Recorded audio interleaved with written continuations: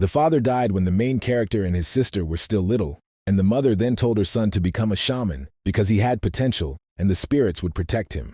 If he doesn't choose this path, he will get into big trouble. She forced him to study the religious aspects of shamanism, poetry, as well as magic and even strange things previously unknown to him. But then he already knew what he wanted from life, or all these teachings did not interest him at all. Therefore, he devoted all his time to scientific research, and after 10 years he became part of society. But in the end, it turned out that he died.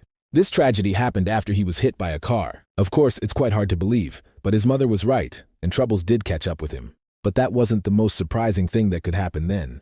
After all, what was unique about this situation was his rebirth. After some time, it became clear that life is not alone. On top of all this, it turns out that everything his mother said was actually true, and it was after her death that he realized this. In turn, he realized that some things can only be learned through personal experience, because now he is also doing what he wanted to do.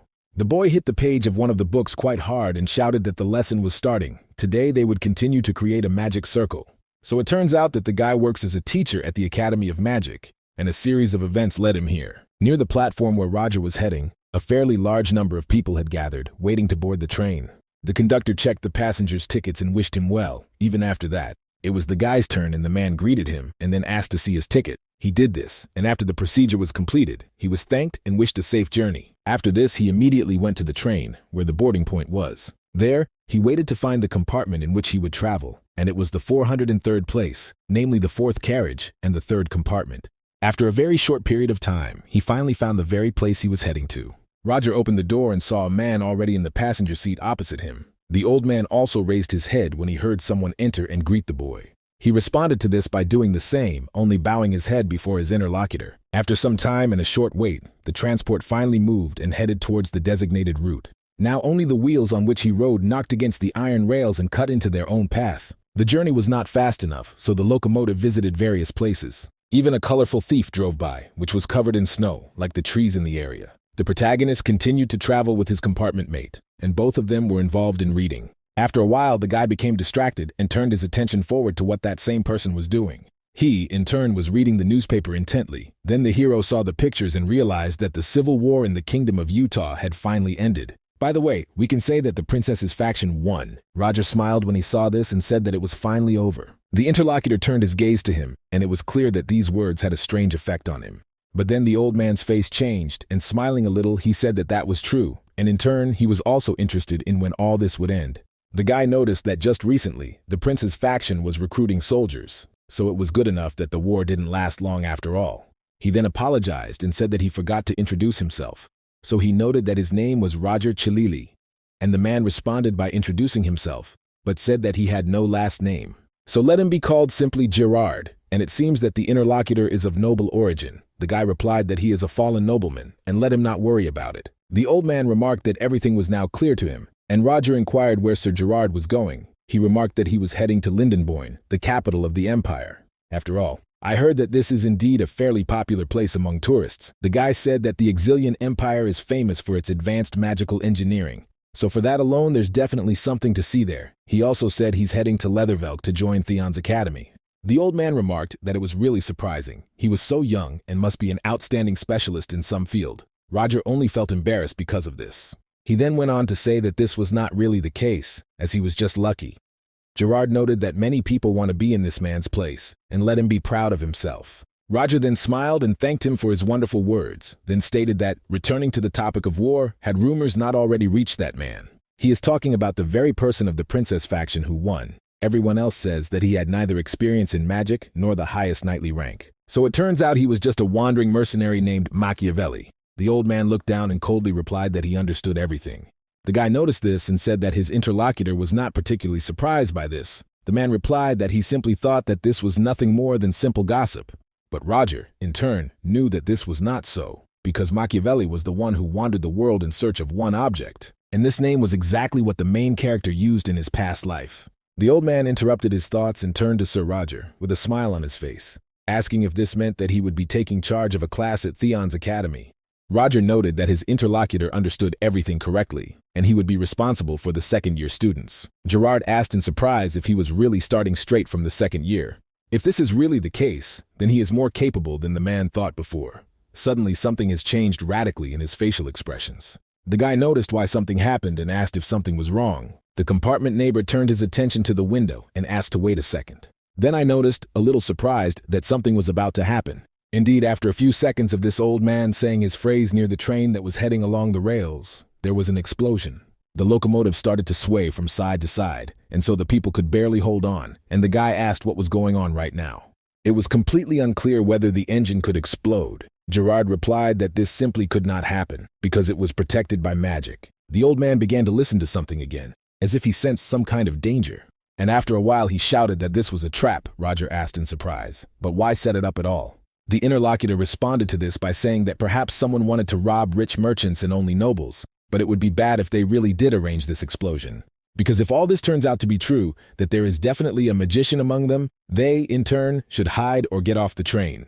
Roger started to open the compartment door and asked you to wait a little, because he would go first to check everything with you. After gathering all his things, he slowly opened the door and then looked around to see if anyone was there, and after looking around, he still didn't see anyone. He then told Gerard that there was no one in the fourth carriage, and the man came out to him and asked if the other passengers were safe. The guy, in turn, said that the compartments were protected by magic, but the interlocutor replied that this was definitely not a guarantee. It was dangerous to stay in these places if they were cursed, that is.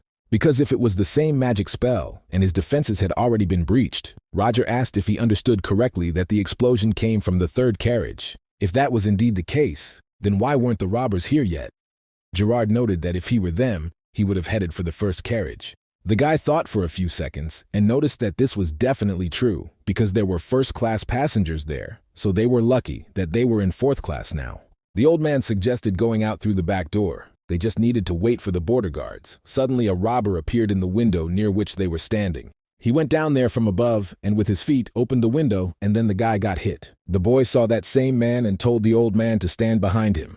The robber was wearing a mask and also looked at the people who were there with a rather crazy look. When Gerard saw this, he said that the whole situation looked pretty lousy. The robber immediately took out his weapon and prepared to attack the people in front of them.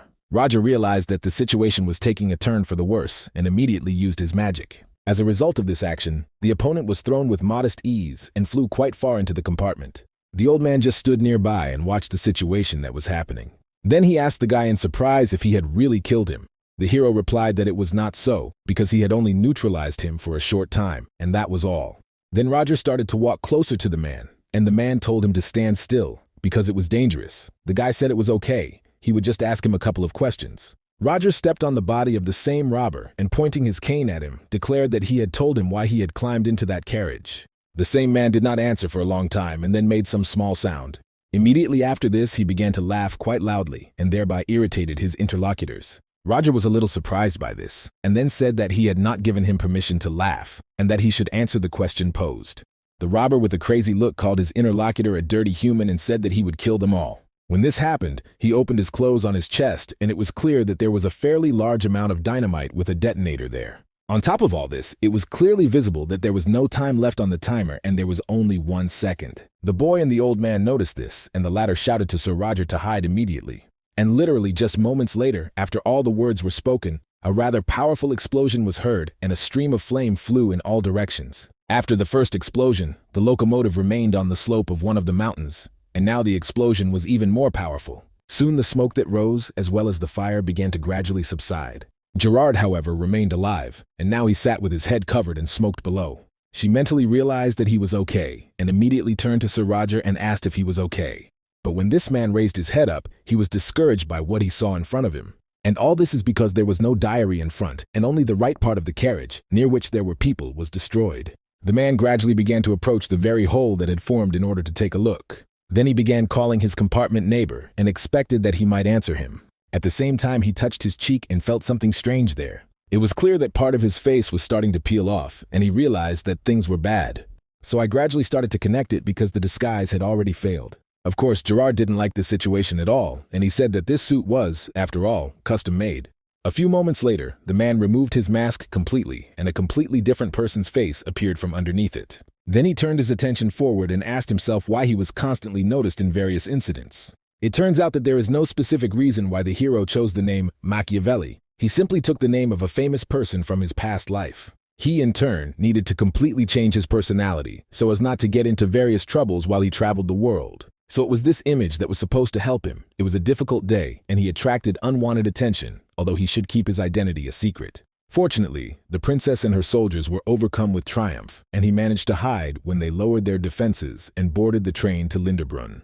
But the hero exhaled sadly and did not understand why all this was so serious. At the same time, it was completely unclear why something of this kind was always happening to him. After his reflections, Machiavelli immediately threw away the very mask that he had been holding in his hands all this time. Then he looked ahead and mentally wished Roger to rest in peace, since it turned out that these people had set up such an ambush in broad daylight. The guy turned his attention to the side and thought that he didn't even expect that the same man would detonate the bomb, because ordinary robbers wouldn't have pulled something like that.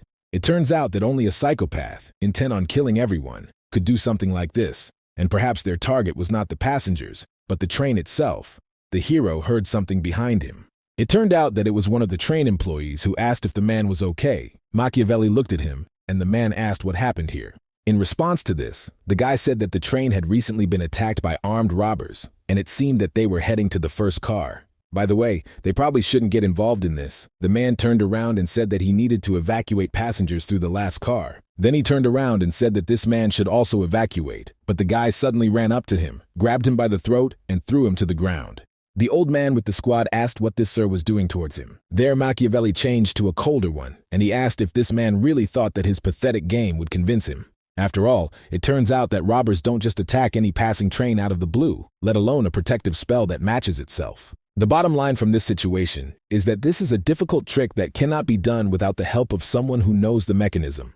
The county worker was amazed at how perceptive this man was and looked at him in surprise.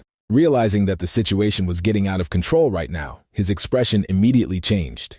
And in order to resolve this situation, he immediately took out the blade that was hidden in his right hand. Naturally, Machiavelli noticed all this. So I grabbed that very weapon with my hand and shouted that he shouldn't even think about it, old man. It happens pretty quickly, but who is he anyway? On top of all this, it was quite interesting why he was here. The guy picked him up and, threatening him with a weapon, said that if he would keep quiet, then good. Let him end up stomping, straight to death. Literally after a few steps, the hero felt that this was strange and shook his head.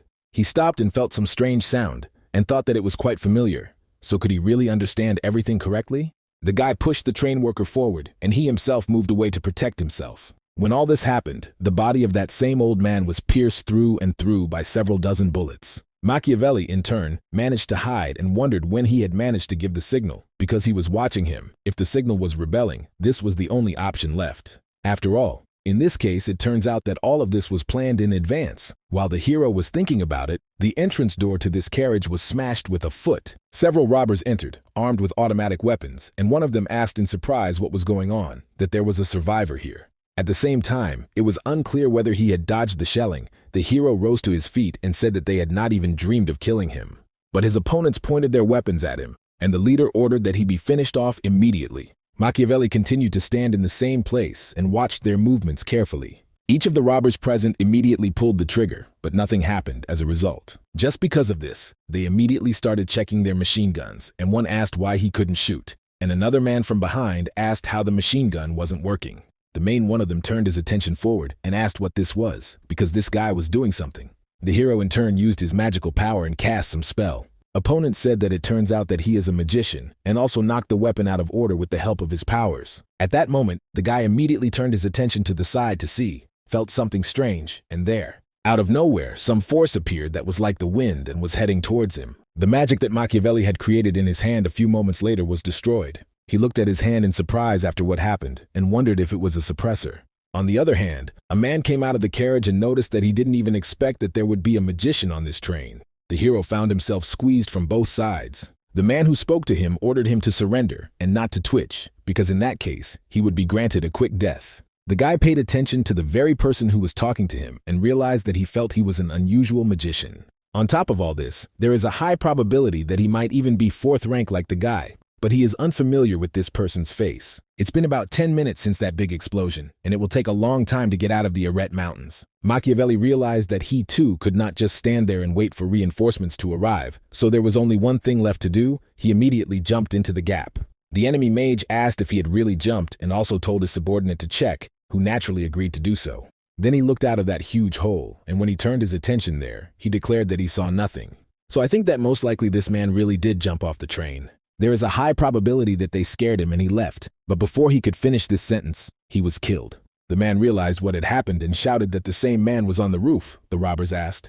But how did this happen? Did he really use flight magic? On top of all this, is it possible to do this while the train is moving? The wizard shouted for them to cover their mouths and find him immediately. He, in turn, is a magician, and they cannot use all their powers against him, so let a few people stay here anyway. Everyone else, in turn, let them head to the first carriage, and then several people started shooting at the roof. Indeed, the hero found himself there, and when he realized that they were shooting at him, he began to run away from there as quickly as possible. Of course, people heard a man running along the roof, and the main thing was that he was heading towards the back of the train, so they should run after him.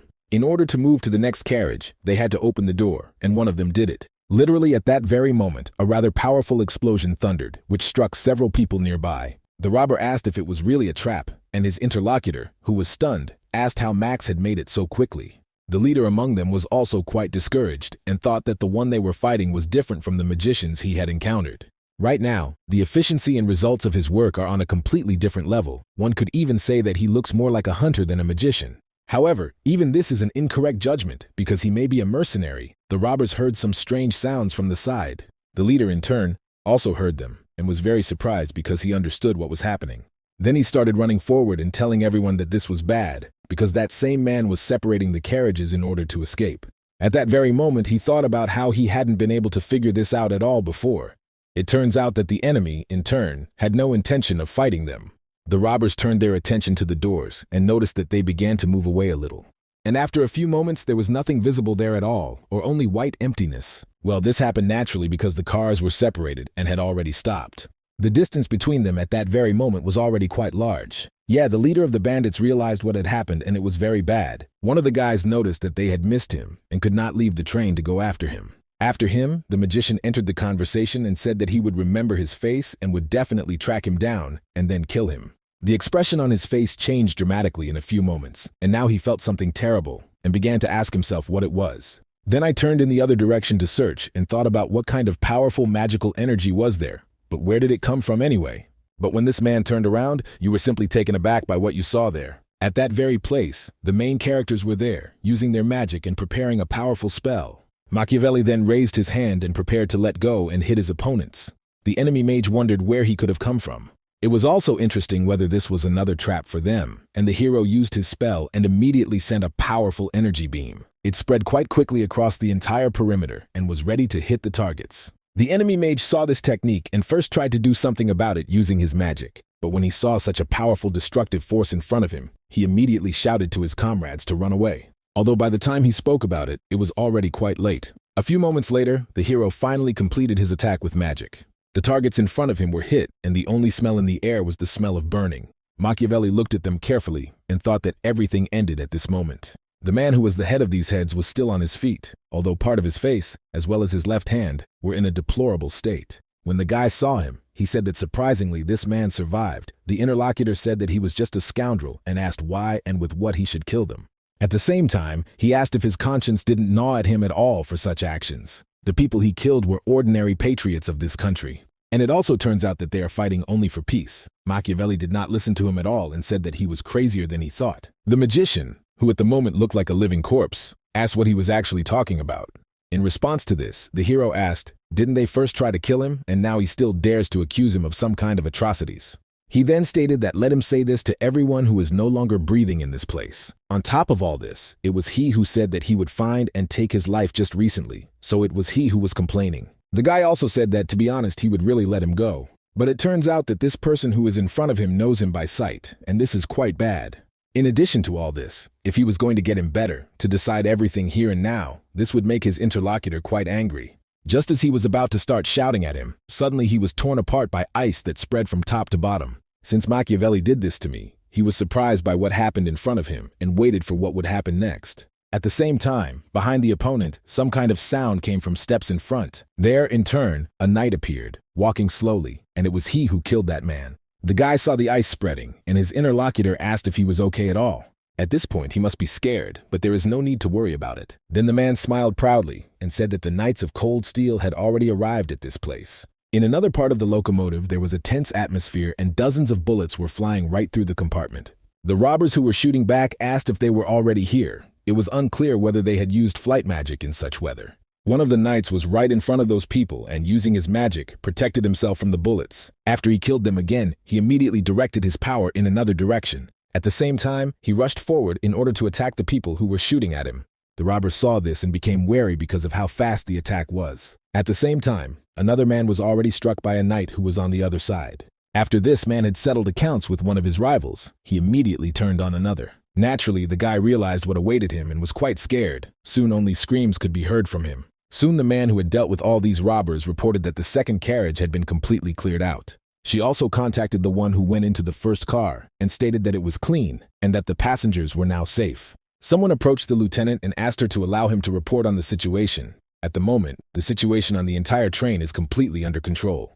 The leader said that this was simply a wonderful job and let them all grow so that passengers could get to the next station safely. After some time, the locomotive finally reached Leathervelk station. On the platform, there were quite a lot of people waiting to board there. The main character at this time was still in his compartment and was looking out the window at people passing by. Suddenly, the door swung open towards him, and when he paid attention then, he saw a girl. She immediately asked how he was and whether the terrorists had accidentally wounded him. Machiavelli replied that he was fine, thanks to the Knights of Cold Steel, and was now simply lost in his thoughts. The interlocutor noted that she was glad to hear this. Then she smiled and said that she should have introduced herself right away, so she did, and said that her name was Veronica DeVille. The hero exhaled, and in turn also wanted to introduce himself to this girl. Suddenly a man came up and interrupted him, asking for forgiveness. The lieutenant turned her attention to him and asked if he wanted something.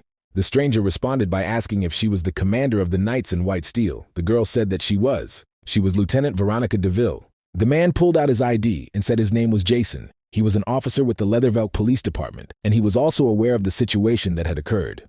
Knows about the attack on the train in the Arret Mountains. The knight said that they, in turn, eliminated all the criminals. The interlocutor, of course, thanked for this. Then I noticed that there was still one, but because there was something rather strange in the report, the girl noticed that it was not clear what was being discussed and asked about it. The officer noticed that the attackers had taken over that very train too quickly, even using magical power. They could not break through the protection so easily.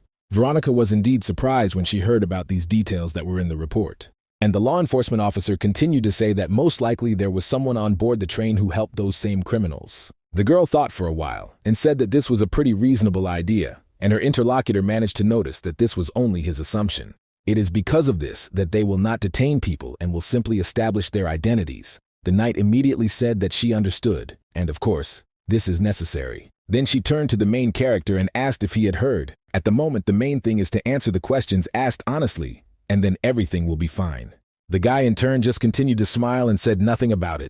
But of course he didn't like this situation at all, and he thought he was in big trouble right now, about the very personality Gerard portrayed just recently, which is why he easily passed ticket control, as expected. And as a result, he boarded this very train quite legally. At the moment the only problem is his face, because he certainly won't get 45 years. In turn, if the main character really gets into the consequences, then sooner or later his secret will be revealed, and in that case, he will definitely be hanged. If you are lucky enough, you will be subjected to severe torture. The streets are now full of police officers and knights, so it is simply impossible to escape. Besides, as he can understand, the lieutenant is simply merciless to criminals. Now she is smiling and talking to him. But as soon as everything becomes clear and they begin to suspect him, the hero will definitely be cut to pieces. After some time, the law enforcement officer interrupted the guy's thoughts and asked if he was really okay. Of course, he apologizes for that, but it took him a while to get the passenger list. He has nothing to worry about. Just confirm his identity, and that's it. If he still had his own ticket at the moment, he asked to show it. Machiavelli took it out and immediately handed it over.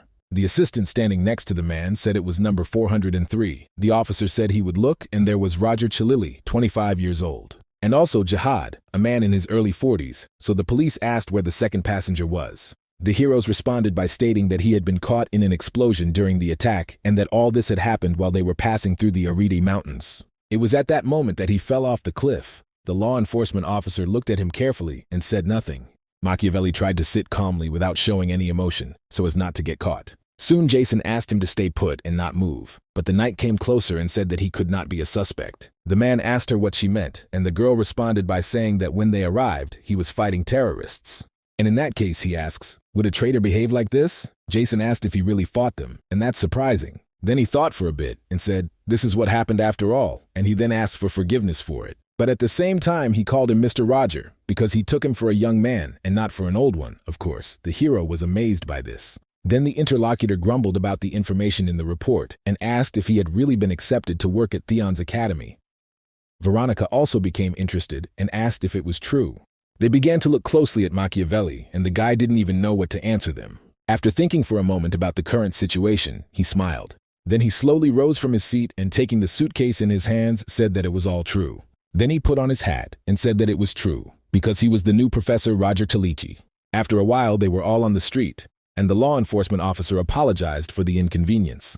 The guy said there was no need to apologize because he was able to get here. All this happened only thanks to them. Jason said that he would take him to the academy, but Machiavelli replied that it was not necessary because he was not obliged to do this. The interlocutor said that the future empires are in the hands of this man, and how can he not see him off? But the hero thought that this is not so because it would be better if they left him alone. In order to get out of it, he said that he had business, so in that case, he could not detain them any longer. The officer noticed, immediately insisted, then nothing could be done.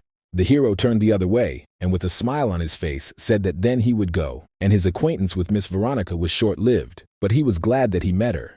The girl immediately smiled when she heard such words, and told Sir Roger that the feeling was mutual, and it was also possible that they would meet again. Machiavelli did not respond to this, but only turned in the other direction and walked slowly, merging with the crowd. He, in turn, walked step by step forward and felt that he was approaching the long-awaited freedom. After some time, he even thought joyfully that he could, and he did it after all. There was a little worry at that moment, and he mentally apologized to Sir Roger and thanked him for saving his life. He, in turn, is glad that, of course, the quality of the photographs is far from perfect now, because it is difficult to distinguish him from the real Roger in the photo. Now that the problem has actually been solved, he's definitely fine, for now he needs to hide and create a new identity. Suddenly, the guy's thoughts were interrupted by an unfamiliar voice, which asked if he was Roger Chalici by any chance. The protagonist immediately turned to this man, and he said that he recognized him and saw him talking with the knight. It was an old man who bowed and introduced himself, stating that his name was Wilfred, and that he, in turn, worked at Theon's academy. When this man heard about what had happened, he immediately came to meet him, glad that the young professor was not hurt after all.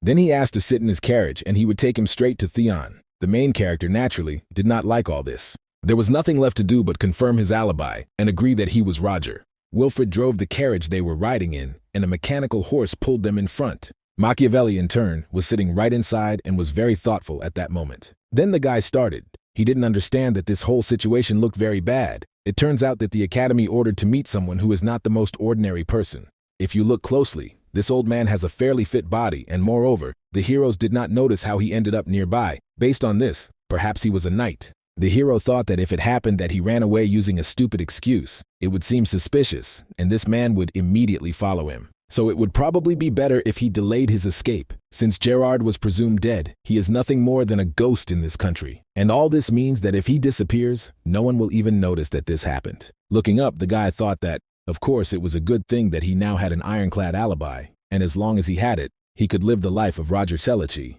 After some time, the carriage stopped, and the old man announced to the boy that they had finally arrived. The protagonist looked around him, and the man noticed that this place was Theon.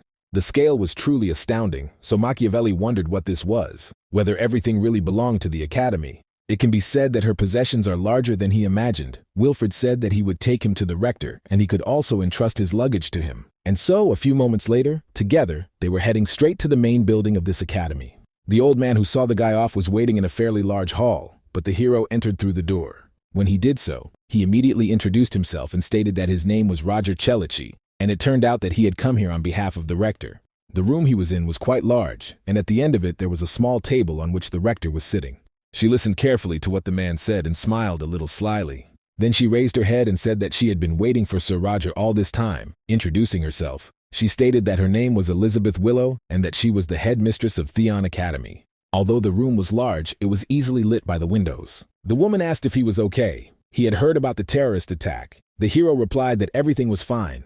The knightly order came to the rescue in time. The rector smiled happily after this and said that she was happy to hear all this, because if this person had suffered, it would have affected them too. Machiavelli was a little surprised and wondered how she could speak so openly about the possible inactive consequences for them.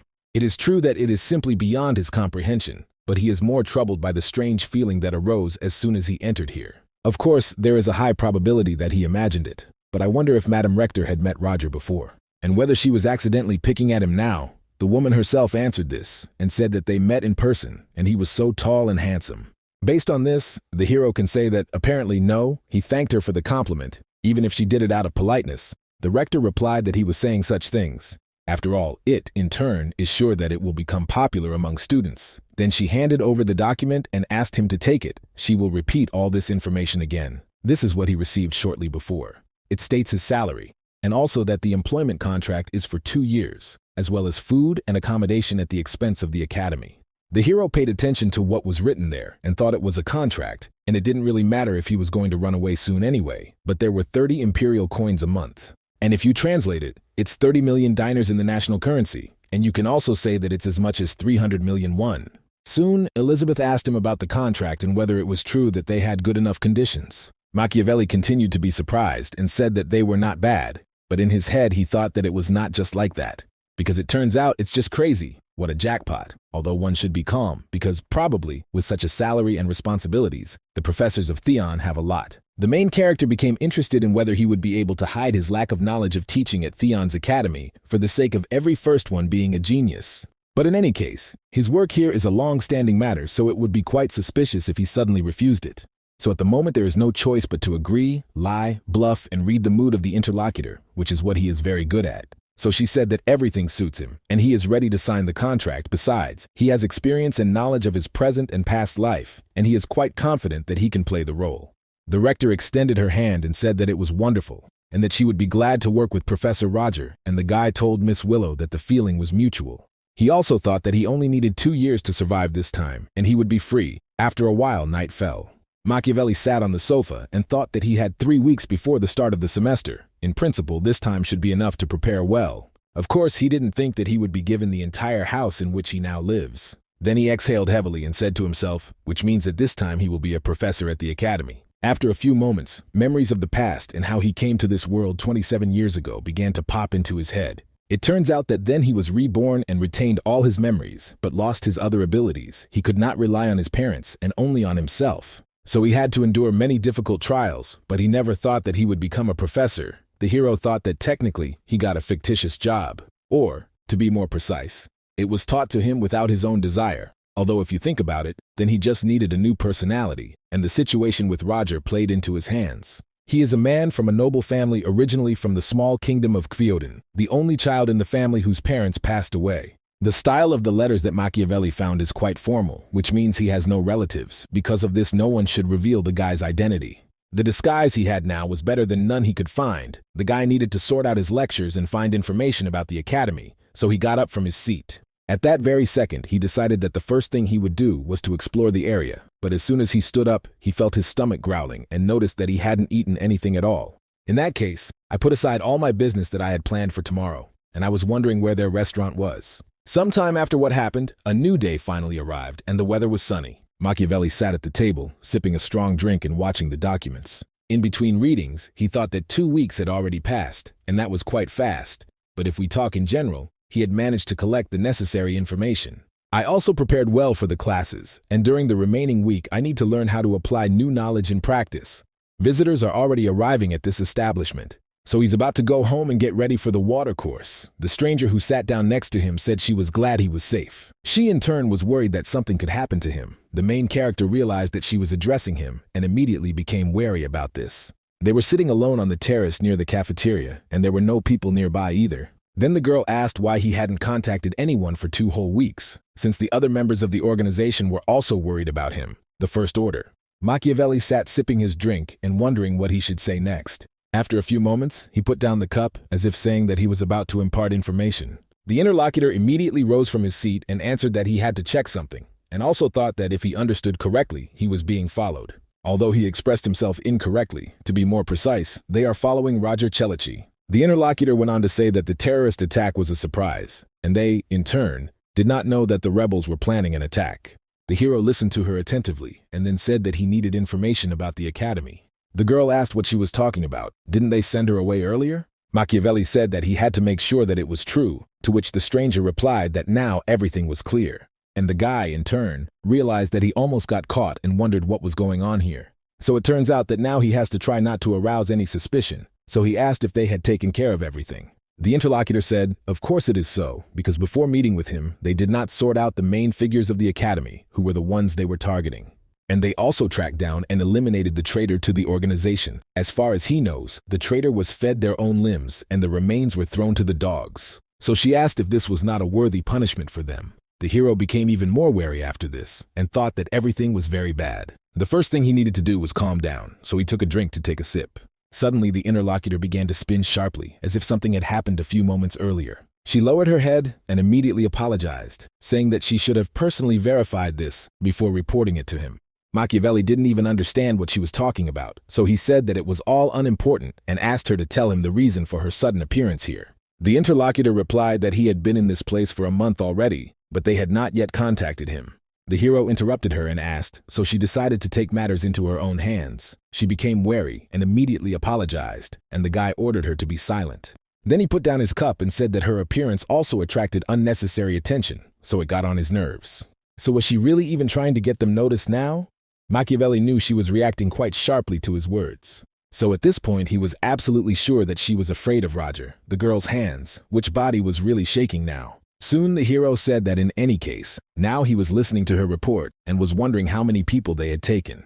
The stranger replied that 31 people from the Third Order and 7 from the Second had been successfully introduced. And also the other members of the First Order had already taken their positions according to the plan. The guy said that it was good and everything was going as it should. At the same time, if the salary is finished, then they disperse. The girl agreed to this and said that next time let him come to the previously agreed place. Machiavelli interrupted her again and asked in a rather rude tone if she was really telling him what to do. After this, he turned to his interlocutor and asked how she dared to give him orders at all. Then the guy returned home and began to look at documents about Roger, that he was a great nobleman and without a family. On top of all this, he is the youngest 4th-rank mage and is also a professor at Theon Academy. It was clear that this whole situation looked pretty bad, and the hero wondered why he hadn't sensed something was wrong before. Before this, Roger's personality seemed simply ideal to him because it was specially created in such a way as not to arouse suspicion. Otherwise, he simply would not have been able to infiltrate this academy. The letters that Machiavelli found were most likely encrypted by someone. Now the guy was in despair and did not understand what he should do next in this situation. He laid his head on the bed, looking at the chandelier above for a while, thinking.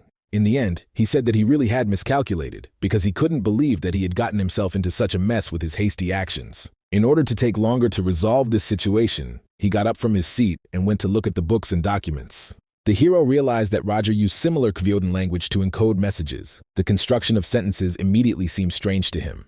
But he, in turn, did not think that this was the case. He is the first in the city, and his task is to infiltrate the academy and win everyone's trust. And then periodically take into account the progress. But this is not the only thing that worries the guy. He fell into thought again, pondering the situation.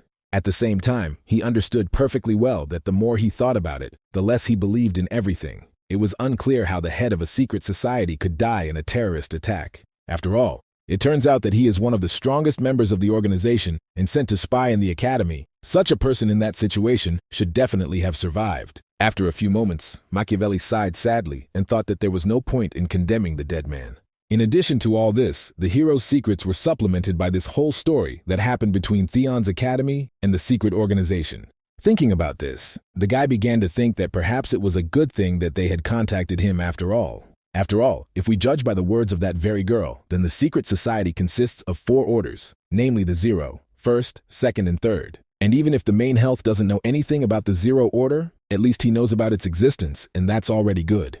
Machiavelli decided that now he needed to find out as quickly as possible what else the First Order had sent. If it turns out that the same person was well acquainted with Roger, then there is a risk that the hero is being told, so the main thing now is not to get caught. The best option for the guy would still be to use Theon to get rid of the secret orders. The secret organization will not be able to resist the powerful academy. This will not happen in any case. No matter how strong she is, the hero must get the necessary information so that neither side knows about it. He soon realized that this game on 2 fronts was making his head split, and it was hard to think about it. Now Machiavelli seemed to have 2 rather difficult years ahead of him here. After some time, the next day arrived, and at the same time the semester was already supposed to begin.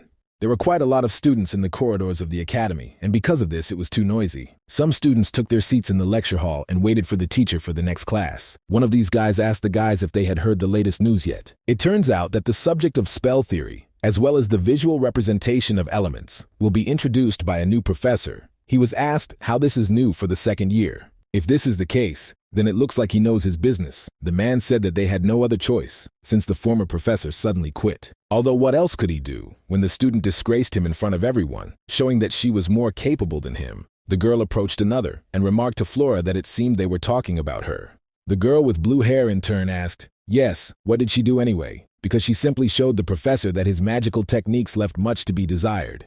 In response to this, I heard that this was true.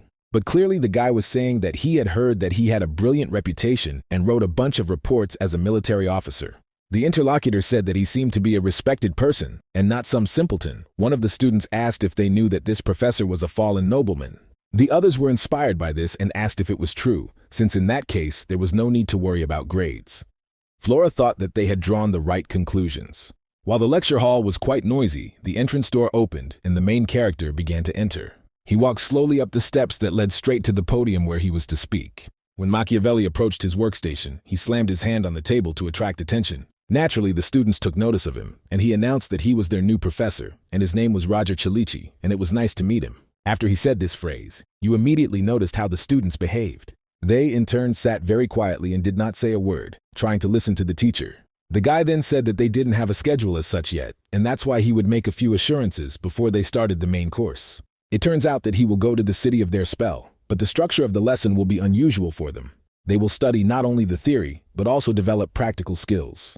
It also turns out that classes will not be held exclusively for second-year students, and first-year students will also have the opportunity to attend them. Panic immediately broke out in the hall, and people began to whisper among themselves. Machiavelli heard this and told them to be quieter. He understood that they were not happy with this situation. But even despite this, and I was very worried because the workload would be the same, a student raised his hand and asked if he could find out the reason why they decided to combine the courses. It was a girl who looked at the new teacher in surprise. The hero paid attention to her and realized that he had seen her somewhere before. So in response to this, he said that he considers it his duty as a teacher to allow everyone to get something useful out of the classes, regardless of their level of preparation. Also, in any case, they should not expect standard lessons from him. The girl said that she still did not understand and asked to explain in a little more detail. But the professor said that it would be quite boring if he revealed all his cards at once, in case he interested them. Then they would see each other at the next lesson. There is one last thing he would like to point out if any of them think they can get good grades without trying, because the new professor is not that way. He is in a hurry to disappoint them because of such thoughts. At the same time, he was thinking, just let them not come to his classes and it will be bad. As a result, he thought that even though he was well prepared, it would still be easier for him to teach as few students as possible. Well, the pride of the second-year students, in turn, will be hurt if they allow themselves to attend classes on par with the first-year students. On top of all this, who would want to learn from him if it was difficult? So he told the students that that was all for now and asked if there were any questions. One of the students thought that this man was putting pressure on people with his energy and that working as an officer probably had an effect on him.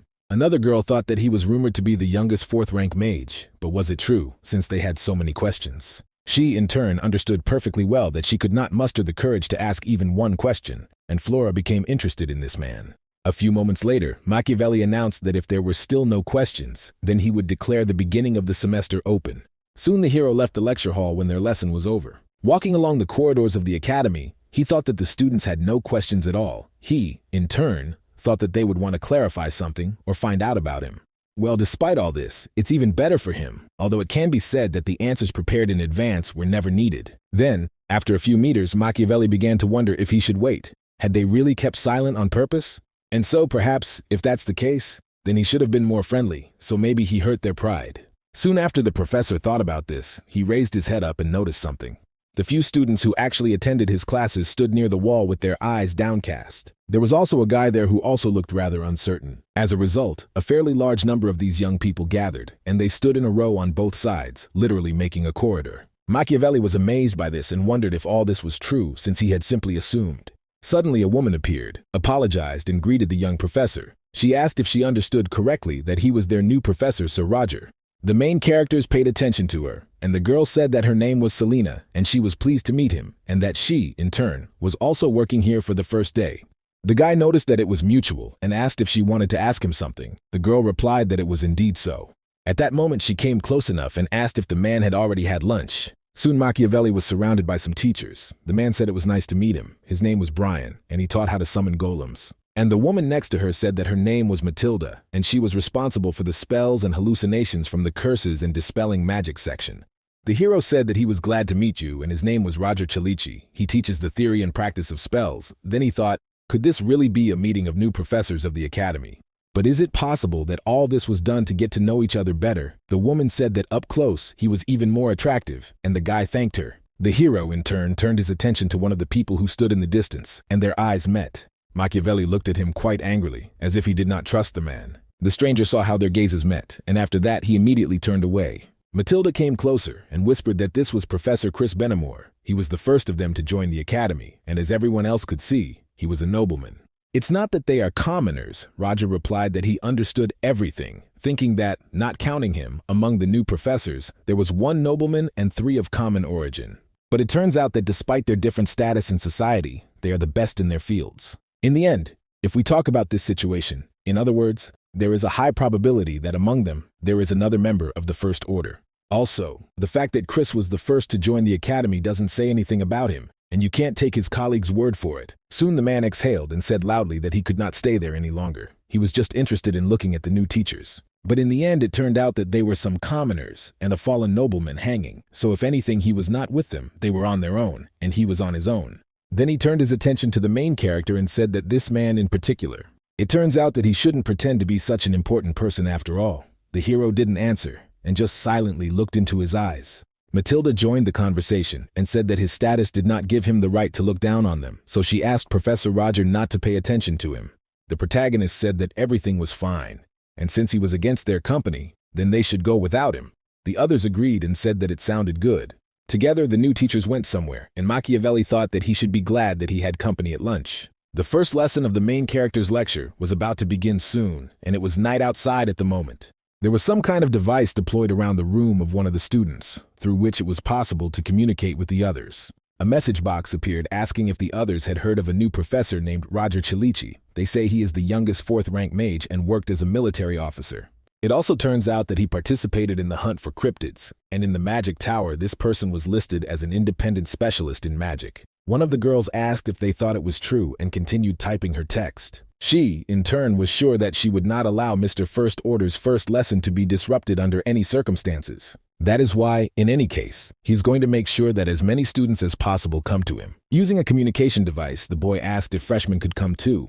Some of the students immediately thought about this because this proposal was interesting. One of the guys must have written that this sounded really tempting. That is why, after receiving the information, a fairly large number of students decided that they should try it. After some time, the main character walked slowly towards the lecture hall. In turn, he thought about the fact that today was his first lecture, and at the moment it was interesting how many students decided to stay. It turns out that he specifically warned that his class would be quite difficult, so most likely the majority will definitely not come. And if at least someone shows up, it will only be because the other classes will be jam-packed. After all, the students themselves make up the schedule and decide how many pairs. Machiavelli thought that at best there would be about 30 people left and definitely no more. Several students were chatting among themselves and asking each other whether they had read a particular post recently. And the main character, in turn, entered a huge auditorium, which was full of students. He looked around the countries and was amazed at what was happening right there. After the situation that happened, and which he himself created, he did not understand why there were so many of them, and whether all 80 places were really occupied now. It was also interesting why there were more freshmen than sophomores. The students thought the atmosphere had changed a lot when he walked in, and was actually a military officer. Machiavelli wondered if they weren't afraid at all to attend classes with the second year, and that he had definitely been set up. Then he walked up to the board, and touching his face with his hand, thought that this was not so. Perhaps he had simply underestimated the students. The academy where he got a job as a young teacher is home to the best of the best from all over the continent. So right now there's a good chance that it seems like he's awakened their competitive spirit. Naturally, the main character didn't like this whole situation very much, and he thought that it seemed he had no choice. So he started his class and said that new faces would come out, so they should introduce themselves. His name is Roger Chalici, and he will teach them everything about spells. Also decided that you are a liar at the moment to the maximum. The student said that he has a question and to teach everything. Does he really mean all 4 training profiles? The hero immediately turned his attention to the person who said this. In response to this, he coldly said that he had not yet allowed questions to be asked, but today he would be accommodating. It turns out that from this very day on, he will deduct points from those who disrupt the course of the lesson or question his authority. They will have the opportunity to dial them again, so you shouldn't relax. But since the question was asked, he will definitely answer it. It turns out that the guy was really right. The professor will teach them all the training profiles. Of the 4 profiles, we mean liberation, elemental magic, telekinesis, and strengthening, as they are called. Flora thought about the fact that she usually teaches a maximum of 2 of them. But it turns out that this new professor was aiming for as many as 4. If we take her own opinion as a starting point, then he is raising his standards too high. Sir Roger was saying that today he would show something that would stir up interest. Then he took the pointer and pointed to the board. After casting the magic, he said that it was a 3rd-tier fire spell called Trembling Flame. It was created based on release. This is done with the help of heat, ignition, compression, expansion, dispersion, and acceleration. This is a technique of synergy of all 7 components. She, in turn, is 3 times faster than modern methods of performing the spell. The students immediately began to whisper, "Is he really going to speed up the process of creating a spell?" Although some of them asked if this was even possible, because it all sounded somehow very unconvincing. The girl asked Flora if she thought this man was telling the truth. The girl responded by saying that she was not sure and did not think that it was possible, since Roger had changed the basic structure of the spell. In turn, it turns out that there are flowers for storing about the spell, as well as memory reverberation, but both methods have their limits. The girl thought that, of course, there was a chance that he had used one of them. But if all this is really so, then she will be very disappointed in this young professor. The hero continued to use magic and said that he thought they had a lot of questions, so he would answer a few of them. The student raised his hand and said that it was Alex Silent, 2nd year. I asked how this technique could be 3 times faster than the ones they knew. The teacher replied that it reduced the time it took to cast a spell and asked the next question. And then there was Dahlia, a freshman, who asked if this meant that he had changed the structure of an existing spell. The hero replied that this was not the case and that the technique should not be altered. In another case, it will be a completely different spell, but he will teach them to speed up the process of consciousness, spells, while preserving the technique in its original form. Flora raised her hand after hearing all this and told the professor that it was simply impossible. He heard these words perfectly well and, without answering, looked attentively at this girl. Before that, she said that her name was Flora Loomis and she was a sophomore. The students immediately noticed her. They didn't know who this girl was, and they understood that she was her exit, so the professor needed to take care of himself. After a few moments, Machiavelli said that he had not given her permission to explain anything, only to ask questions, but despite this, he would still listen to her. Then why is she sure that it is impossible? The girl said that in order to speed up the process of creating a spell, using familiar techniques, you need to constantly train. And to be a master in this matter, so does he want to say that he is capable of something that is beyond even a genius. As a result of this personal, she definitely does not believe him. The professor stood there looking thoughtful, and then stated that if he said that a genius could have learned it but just didn't try, the student asked what he meant. Sir Roger said that magic had stagnated because it was focused on history and customs, while science was constantly progressing. That's the only reason it threatens to overtake magic. The professor isn't trying to say that science is a step higher, he just means that magic has room to grow. So he can say that this girl's statement is wrong, but if no one tried to improve her, then he will be the first person. Flora was surprised, and at the same time asked if he really thought so, wondering what the hell was going on. Was he really so proud of himself that he had lost all shame? The protagonist stated that it was difficult to explain in words alone, so he asked to be allowed to demonstrate, and then he noted that, if he remembered correctly, her name was Flora. Does she know how long it takes on average to create a trembling flame? The student said that it depends on the mage's ability. Perhaps it is one who has crossed the 3rd rank. He'll do it in 10 seconds, and a higher rank mage will do it in 5. Roger said that's true, but he thinks that it's not necessary to base it on rank. For example, he wants to take them for a student. The interlocutor noted that in this case it will take at least 5 seconds, and proudly said that she can do it faster. The professor immediately looked at her and said that her confidence was impressive, and then asked if she could go to the board and set an example for everyone. The student immediately got up from her desk and agreed to his proposal. She slowly walked up to the board and, using the pointer, began casting a spell. That same magical flame began to appear in front of her quite quickly. And soon the spell she wanted to do was already completely completed. The other students who were sitting in their seats said that it was quite fast, of course. It was immediately obvious that she was the daughter of the Loomis family. Machiavelli looked at his stopwatch and said that 4 seconds had passed, and also 78 milliseconds. Now it was hard to believe that she was a 2nd-year student. Because it was truly a flawless performance, the city girl turned to him and said that there was nothing special. And the professor interrupted her and said that in any case it was still too slow. She was surprised and asked what he was saying.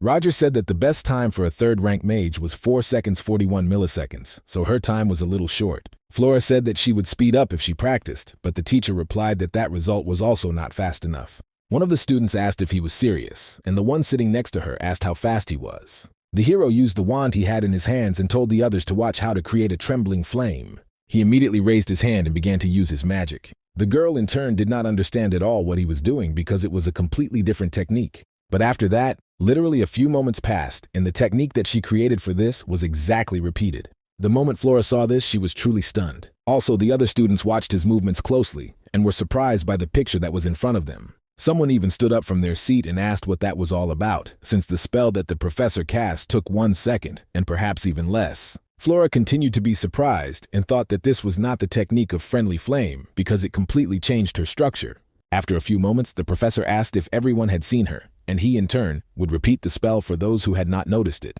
After that, he again directed his hand forward and began to use magic. So a moment after that happened, that same spell of friendly flame happened. The student who was standing nearby was stunned again. Of course, it was just like the rest of those present, so Roger said that now they had changed their minds. Then he turned his attention to the stopwatch in his hands and said that it took him 0.24 seconds to create the trembling flame. And this, in turn, is much faster than the official record, and the spell may seem strange because the first time he used a different technique. But even despite this, it nevertheless remained the same. In other words, he used one technique to create another. The students asked each other how he created one technique to use another. It was unclear what this meant. The professor said that they changed the initial data and arrive at an already known result. In this case, it turns out that a kind of program is created, as if the body were not much more than equipment, but the accumulation of magical power itself. Then the program called technology would activate the software, that is, magic. It is this entire process that the main character calls the source code. Flora was surprised by this information and thought about what kind of source code this was, since she had never heard of such magic. But who was this person anyway?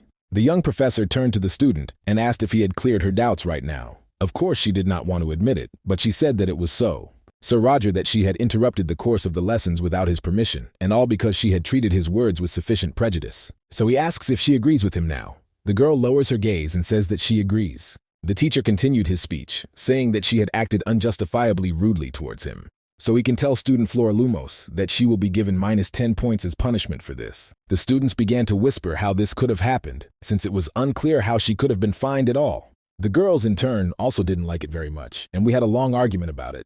But there was nothing I could do in this situation, so I immediately turned around and started walking towards my workplace. But the guy stopped her and said that, however, she showed the perfect technique of creating and reflecting flames. In that case, he would return 10 points to her. All this is because he truly respects diligent students, and Flora is really a good guy. She, in turn, held her fist quite tightly and barely squeezed out a word of gratitude for this. The students started whispering again. It turns out that the penalty points were canceled, and they were happy about it. The girl returned to her place, and her friend asked her how she was. The interlocutor sat down and said that everything was fine, and thanked Shirley for her concern. The neighbor smiled and said that it was good, but thought that she had let this situation go so quickly, and how could it be otherwise? After all, it was Flora. So the girl was no longer worried about her, because she thought that the situation had been omitted. But the student herself did not completely let go of this situation, and thought about it for a long time.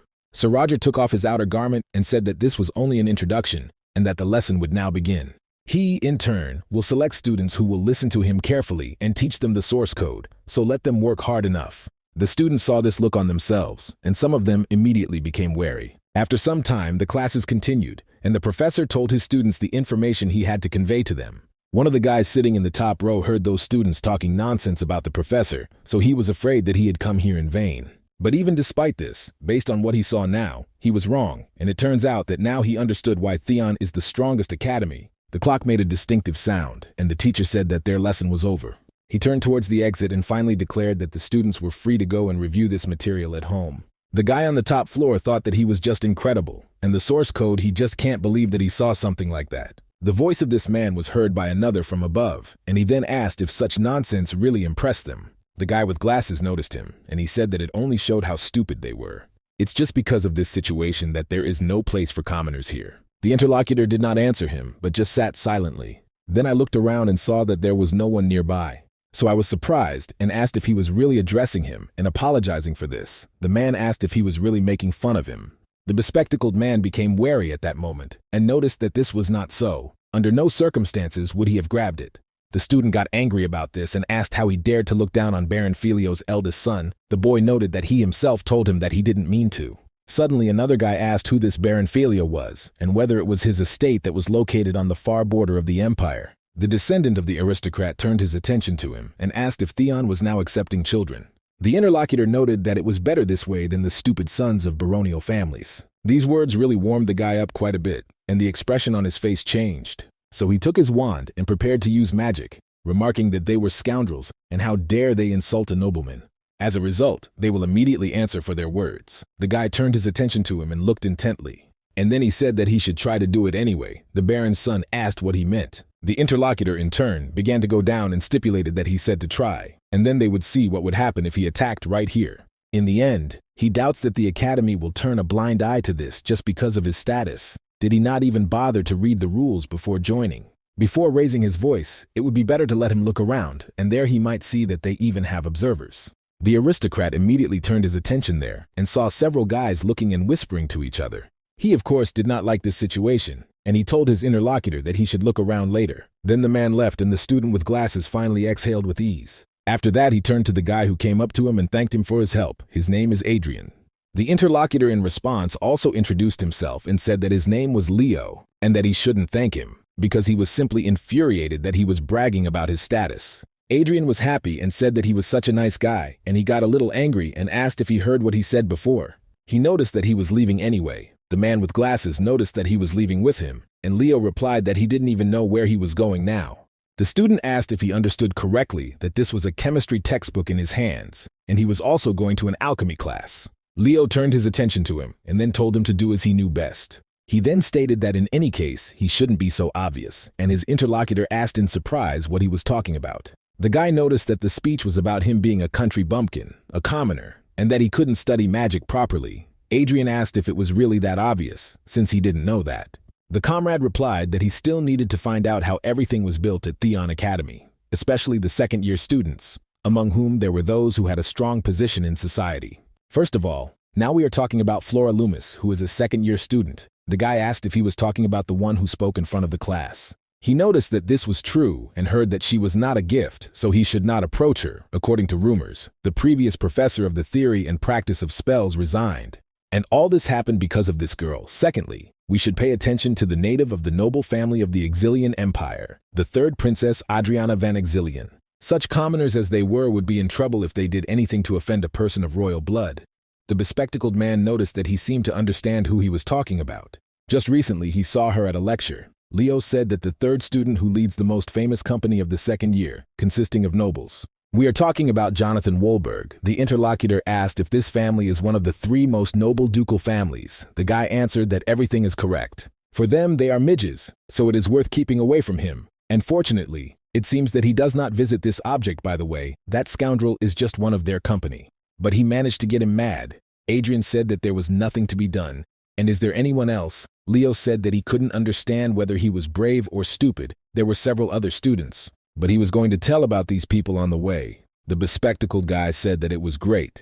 And would he like to have lunch together? The guy asked with surprise what he would like to do. Around this same time, Machiavelli was walking through the corridors of the academy where he taught. On the way, he thought about the situation that had happened. It was his first lecture in his life. If he thought about it, their reaction was better than he had previously imagined, but he hadn't expected this. The time in this world corresponds to somewhere around the 19th century on Earth, so even if we take into account the presence of magical power, science here is not so well advanced. After all, in his world at that time it was the 21st century, and it was better, so he created the source code by combining magic and science. He, in turn, really didn't think that it was their parasite so much. When his teacher saw this development, he said that it was not bad. The man was quite brief, so the hero expected something like this from the students. The process of creating a spell should be fast and precise, but it is complicated. And also still limited to the third rank, Machiavelli can't teach them only the source code, so more spells need to be prepared to prevent it from being revealed. He approached some office with a sign next to it and wondered if this was really his office. Little courage to make sure of this, he pulled the handle and opened the door. When the guy opened the door, he saw that the rector of this university was standing right in front of the window, and she also paid attention to him. As always, she smiled and then said that you, Professor Roger, came inside. At the same time, she was interested in how his office and beautiful leaves with the interview were. The hero at the same time was confused. After a while, they talked to each other, and the woman said that each professor in the academy had a personal space allocated to them. That's why he can use this place at his own discretion. Machiavelli said that he understood everything that brought her here. The rector asked if she really couldn't be there, and her interlocutor replied that he was simply asking the reason for her visit. After all, to be honest, her appearance confused him. The woman said that she simply dropped by to check on how their dear professor was doing, and he was quite frank. But being the director, she is still obliged to keep an eye on them. After these words, she glanced at him. The protagonist, in turn, slowly lowered his gaze and thought that when their eyes met, he felt a tingling sensation in his body. The rector said indignantly that he was so calm, and she thought that he hoped. Roger said that he apologized, but his portion was surprised, and for today it was overflowing. At the same time, I was thinking that running into a ghost at night would not be so unexpected. It was completely unclear what the hell she was doing in the firm's office. The interlocutor continued to say that for the other professors, her appearance was truly unexpected, but he was the last one she visited. Machiavelli wondered if she really did come in, and not just to see him, and in that case, why did she leave him for last? Of course, there is a pretty good chance that maybe she knows something. However, no matter how well the organization hides itself, it is, after all, the rector of the academy. So, most likely, suspicious details will definitely not go unnoticed by her. Thoughts appeared in my head about whether she suspected him of something, but this was definitely not fair. Even though he runs a secret organization, he doesn't work for them. The rector said that she recently heard that he invited first-year students to his lectures. The hero of the hero replied that everything was correct because he does not divide students into courses. The interlocutor stated that she, in turn, does not blame him for anything and, in fact, agrees with his teaching methods. Among the newcomers, there are really strong guys, and there are also students who use unique magic. The guy asked if it was true because he only received the list. The woman said that in any case, the princess was attending his classes, so he should try not to get into trouble. She was not asking for special treatment. It just won't be easy to settle the situation if something bad happens. She places more hope on Professor Roger. The hero wondered what kind of thing the princess is. The interlocutor also congratulated him on the successful conduct of the first lesson. She will not worry anymore, because the students had a good impression of him. The hero in turn offered her some tea. The rector smiled sweetly and said that she thanked him and also appreciated his hospitality for the business that awaited her. And then she wished him good luck with his work and slowly walked out of the office, closing the door behind her. There another professor was waiting for her, who asked how their conversation had gone. He, in turn, was wondering whether Mr. Roger could be trusted after all. Elizabeth replied that, to be honest, she didn't even know about it. So it turns out that she usually watches those who arouse the most suspicion, but for some reason she can't say for sure about Professor Roger. Willow was a little surprised and noted that this was really so, but if Madam Rector had taken up the matter, it meant that everything would soon be resolved. The woman smiled when she heard these words and said that she hoped so. She, in turn, could not even imagine that this man would not even flinch when he saw her. He had already encountered her enchanting gaze several times. Of course, Elizabeth understood that if he really was a fourth-rank mage, he would have given in to him. But the fact that the professor didn't react at all was strange. In the end, this all means that he only held on thanks to his own willpower. But if this is so, then for her he is a rather interesting man, and there is also that terrorist attack on the train. Knowing that there is a secret group operating in Theon's academy, she must be attentive to even the most insignificant details. And what if it turns out that the incident was just a ruse, and the stranger took advantage of the chaos to take the place of the real Roger? After some thought, she turned her attention to Wilford and asked her what she thought about it. The old man only smiled in response and said that he didn't even know, but in any case, he was sure that he was an unusual young man. It is this information that his old gut tells him. The rector said that it never lets him down. She, in turn, is not at all sure whether Roger's words can be trusted, so she is going to watch him a little longer. After talking with the woman, the main character continued to sit in his office and moved away from her gaze. He was confused and thought that the hell with such personal meetings, and she was clearly interrogating him. Although if you think about it, none of this matters, because he didn't do anything that she could accuse him of, so he would just continue to do his own thing without attracting attention. Machiavelli looked closely at the list of students that was handed to him. He saw a familiar face, and decided that if he thought about it, the Lumos family was the most influential noble. Then I wondered if he might accidentally get into trouble because of recent events. After thinking for a few seconds, he decided that he definitely needed to do this. Most likely, Flora should not have taken his words to heart. After all, he even gave extra points. So it was a sign of reconciliation between them, by the way. The rector noted that he got many wonderful students, and this already begins only with the first-year student. After all, it was this man that the magic tower, ending with the princess of the Exilian Empire, vouched for. Finally, he found that person and wondered if this was the guy practicing unique magic that the rector was talking about. Machiavelli immediately thought that he had seen him somewhere before, and this is definitely true. But I decided not to dwell on it too much, because maybe he would remember it a little later, so I continued scrolling through the list of groups, as well as students. And when he looked at it completely, he decided that he still needed to be on guard. Judging by Elizabeth's burning gaze, she still didn't trust him at all. Then doubts arose that perhaps he should stick with the secret organization, since that unknown girl called him the First Order. She, in turn, must have seen Roger's face when he boarded the train, and all this means that the change in appearance was not a surprise to her. So if the real Roger was an expert at disguise and infiltration, then he must be able to do that too. Although he began to nod his head and think that this was not so, because he knew how it would all end if he was really caught, and there was no guarantee that the secret organization would protect him. As a result, now the guy has to remain a professor and do only everything that is in his power. Suddenly, he heard a loud knock on the door and asked who was there. Then he went out the door to see who had come. There was a man there to greet Mr. Roger and say that he had come to give him this. Machiavelli asked if he understood correctly that this was a schedule of rounds. The interlocutor noted that he heard everything correctly, and today was his turn. The hero thought that it seemed that the contract had actually mentioned this, and the one who brought it said that his powers ended there, and he would go. The professor thought that there would most likely be nothing complicated in this schedule. After some time, it was already evening, and there were still students in one of the buildings. There, some of them practiced control on training dummies. One of the aristocrats got angry and asked what her interlocutor was saying. Let her repeat everything exactly like that.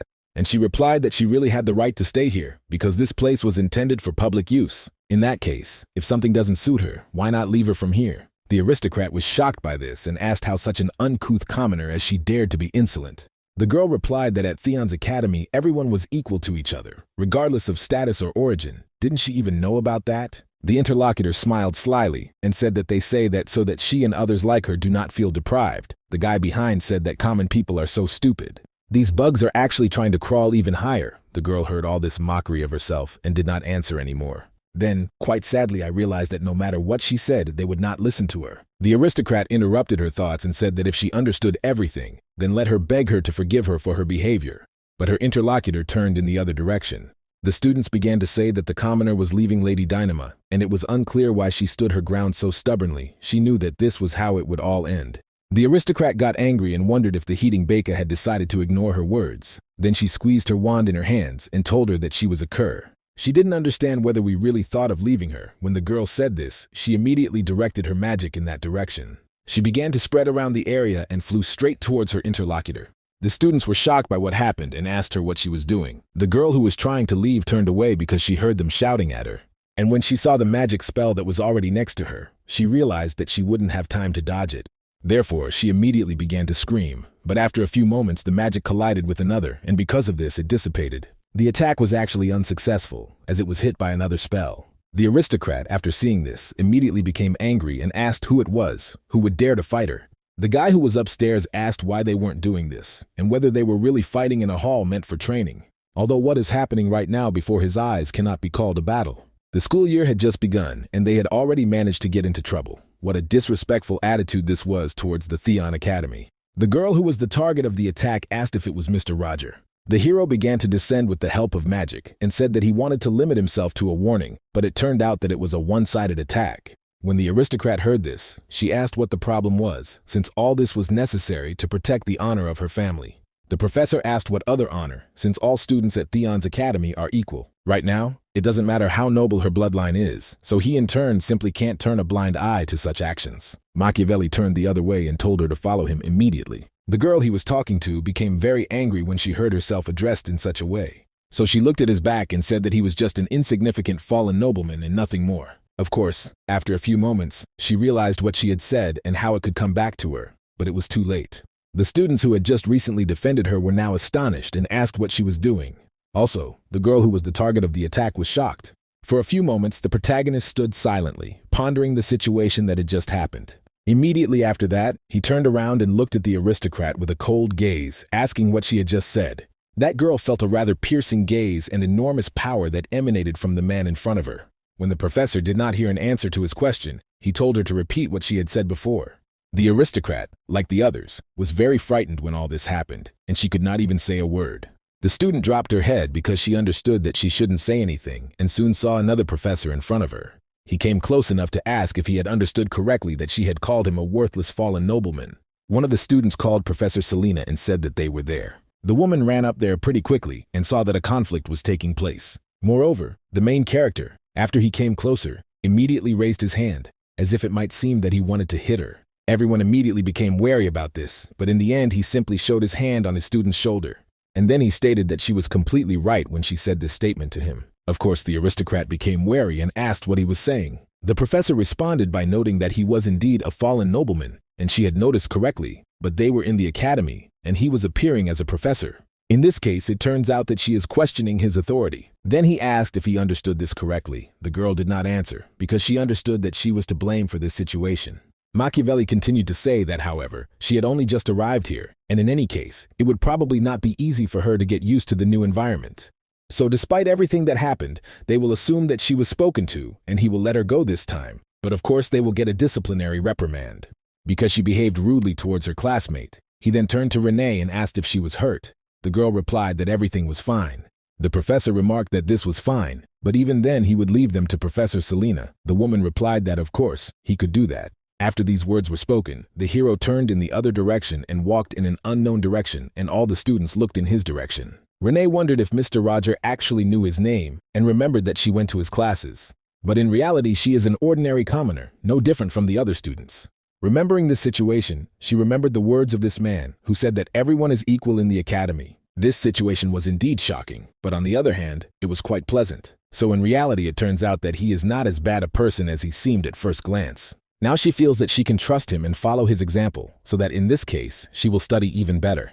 The weather outside was quite nice, and the main character went out to get some air. He came to one of the benches that was in the area and immediately grabbed his head because he felt a sharp pain. Something strange began to happen in his mind, and he heard some sounds, and this was very stressful for him. After a while, when he could not bear the pain, he immediately reached for his inside pocket. Before he even swam out the medicine, the situation really started to get worse and consciousness was almost lost. Soon he was still holding his head, but he felt that it seemed to have gotten easier. It was completely unclear at that moment what he would do without these pills. It was also unclear why this whole situation and commotion happened right now, because it turned out that he almost showed his weak side in front of the students. His symptoms appeared quickly after he entered the first training ground, but he could still control them back then. And at the same time, when he felt much worse, he was about to leave, when that girl began to lie louder and louder, so he couldn't help but intervene. He, in turn, hopes that he did a good job with the task at hand. His face was probably a complete mess, and perhaps he didn't look very good. He had in his hands the last bottle of medicine that he could drink, in which case he would be able to hold out for another 5 days. Even so, he will most likely have to use magic. Because if you think about it, going to the pharmacy with a prescription could be dangerous enough. Just for that reason alone, he should contact that guy ASAP. After a short period of time, a new working day began, and the main character was already at the academy. He sat at a table with the other teachers and asked if he had heard correctly the woman who spoke about the werewolf. The woman smiled and said that he had heard correctly because it was definitely a werewolf. It turns out that the students say that yesterday evening they saw a dark figure in the city, and it was sitting right on the roof of one of the buildings. Machiavelli responded to this information by saying that it sounded like an urban tale about a ghost, and Selena asked if he really thought so. After all, it turns out that there are even witnesses to his appearance on the territory of Theon's academy. Mr. Roger asked if this was true. The interlocutor answered, "Of course, all this is true. It could have been something else, but it was probably a werewolf." It's not surprising to encounter such an unusual phenomenon in the magical environment of the academy. It turns out that there are even stories about Theon's 7 ghosts. The guy asked if there really was such a thing, but Selena said that he hadn't even heard of them, it turns out. The hero said that she probably knew a lot of stories about ghosts.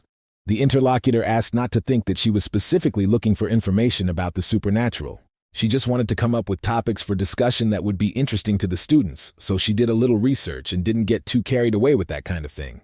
The hero thought that it was just a compliment and said that he understood, so let her calm down. The interlocutor said that this is really not so, and let her understand this. Another teacher joined the conversation and told Professor Roger that she had heard him demonstrate an unusual technique in the first lesson.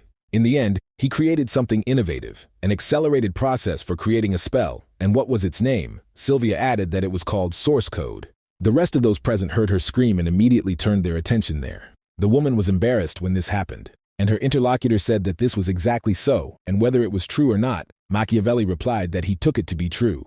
Matilda was surprised and said that it was indeed possible then, but they could not believe that such a spell really existed. The teachers in turn looked at these people in surprise and whispered something among themselves, and immediately, naturally, the main character paid attention to them but continued to look in surprise. The interlocutor told the guy that he did it because everyone wanted to know the secret of Professor Roger's magic, and rumors spread quickly.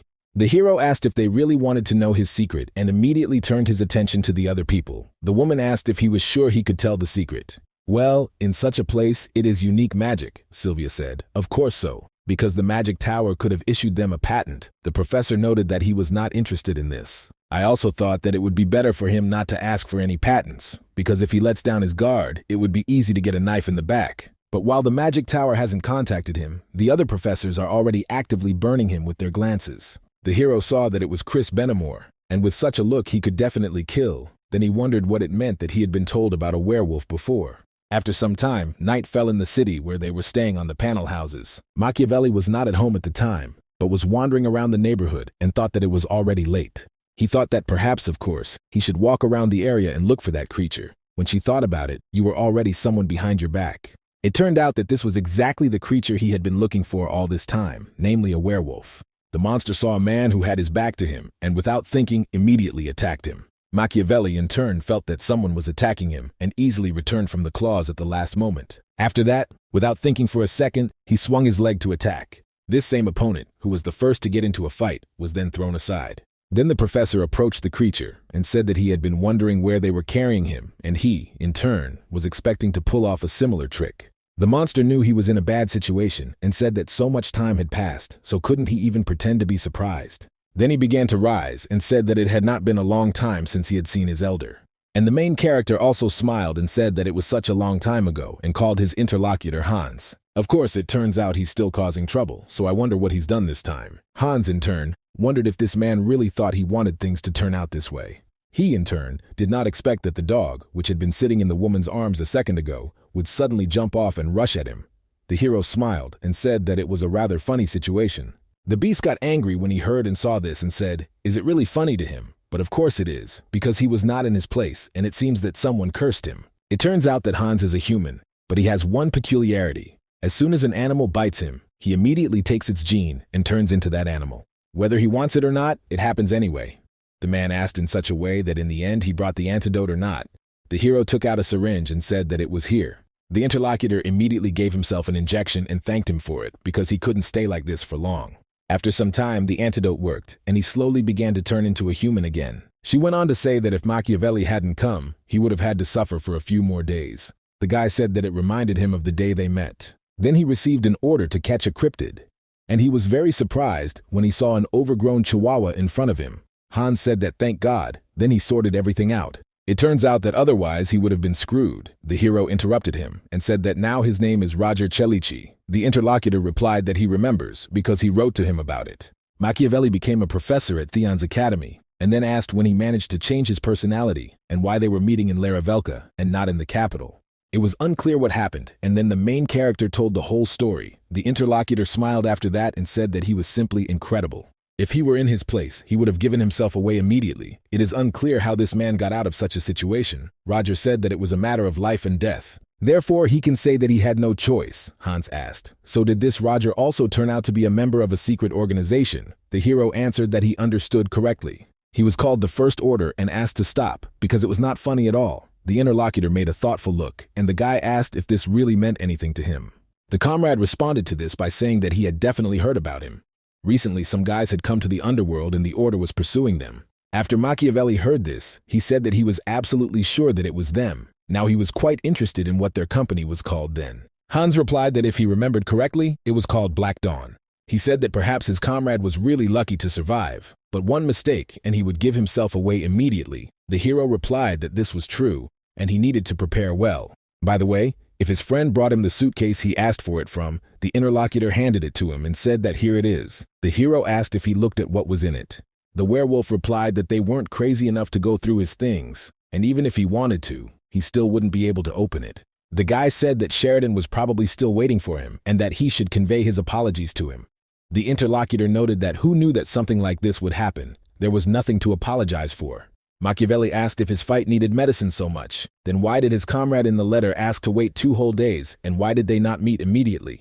The interlocutor was surprised and did not ask what she was saying because he did not understand at all what she was talking about. Roger said, in what sense? Since the day before yesterday, he heard a rumor about the appearance of a werewolf. Hans noted that he had only arrived in Leathervelk today. In that case, why would he wait 2 whole hours for their conversation? After these words, an awkward pause hung between them. But after a few moments, a sound caught the attention of these people, and it was the very werewolf they were talking about. The interlocutor was stunned and turned to the elder, asking what it was. Horosh, in turn, also drew attention to that very creature and said that he thought correctly. And so it turns out that the very same real werewolf appears up on the roof of one of the buildings. The creature sat there making strange sounds and looking up. Hans said that it was just awful, and could it really exist? In any case, it seems he didn't notice them, and they need to get out of here. Machiavelli noted that this was not the case, and he would notice if they moved. He thought he was now out hunting. After a few moments, he turned his attention to the monster and saw an insignificant detail that caught his attention. Namely, it was that there was some trinket hanging on the werewolf's neck that was familiar to him. His comrade asked what he was, and then he saw it. The professor told him that he had to check something right now. The younger one asked how to check it. Was he really going to come closer? And Roger noticed that there was something sparkling on his neck, and probably they hung this very thing on him on purpose. Hans asked, but who would do something like that? The hero reloaded his weapon and said that this is not known to him now. The interlocutor, after noticing this, said that he had not seen this man shoot for a long time. The last time it happened was when he was hunting cryptids.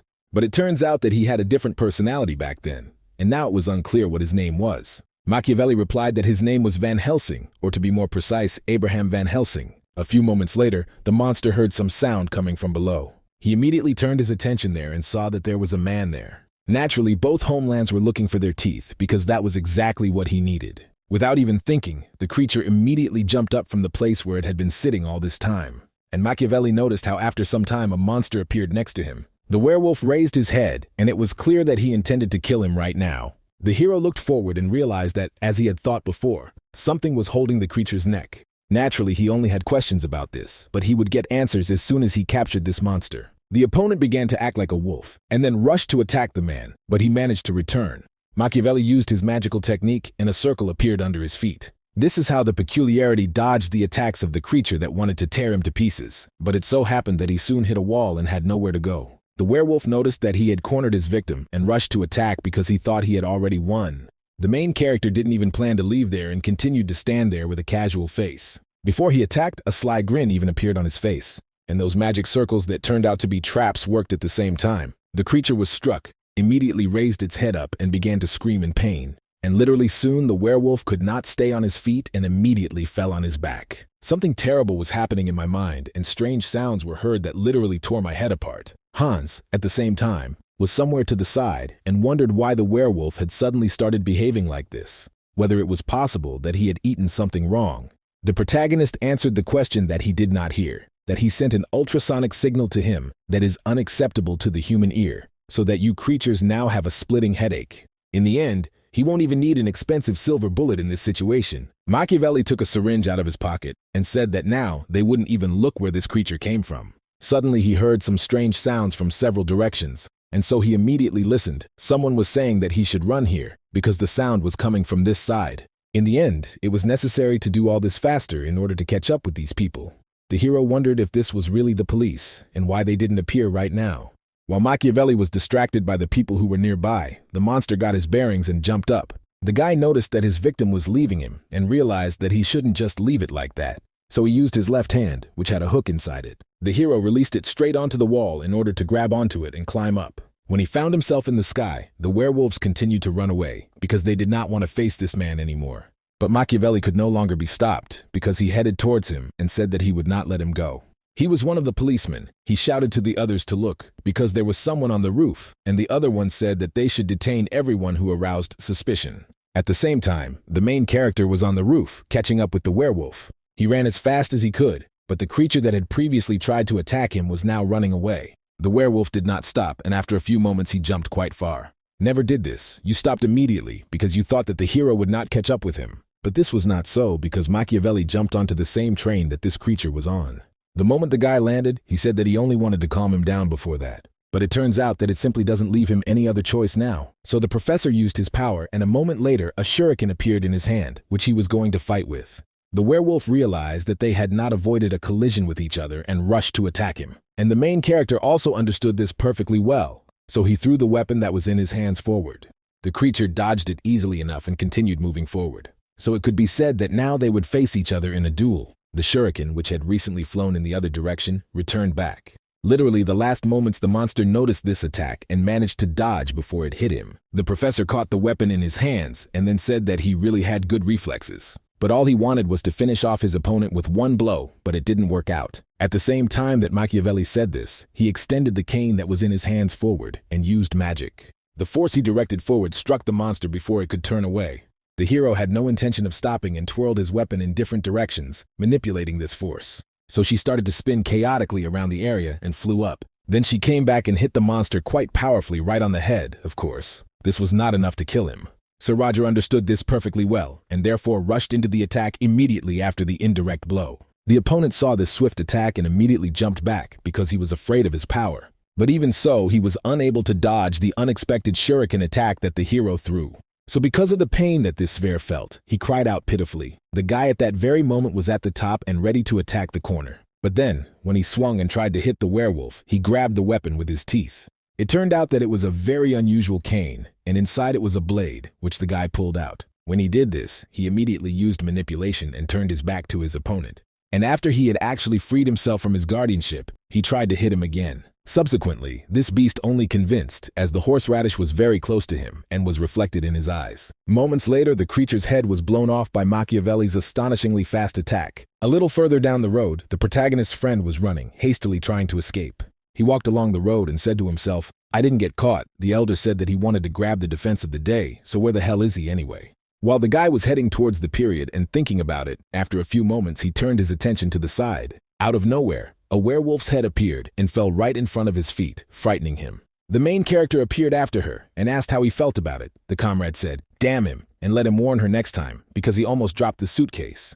Hans looked at the creature's head and asked if it was the werewolf we hadn't encountered, so he shouldn't tell him he was going to leave him here. Machiavelli said he had learned what he wanted, so yeah, he didn't need him now. The guy asked what he was talking about, and then why did he bring his head? The comrade came closer and noticed that it was because he wanted to surprise him. Hans noticed that he decided to pay him back, probably. Unlike him, the guy succeeded, and it's unfair. Roger said that it turned out that you are not a real cryptid, therefore, who created it artificially. The hero thinks that they should still do what they had planned before. The guy asked if he really meant that very thing. Machiavelli replied that they should settle somewhere here, because in Leathervelk it was much better than in the capital itself, and besides, it would be to their advantage. Since he needed to stay here for some time, Hans asked if he wanted to stay in the city where the secret organization operated and Theon's academy was located. They also conduct crazy experiments and street gangs operate. The guy replied that this is exactly why this is the most suitable place, because they will get lost in this chaos. Let him just collect all the necessary information. The comrade asked if he wanted him to do it alone. The hero answered that his capabilities were limited. After all, they were watching him.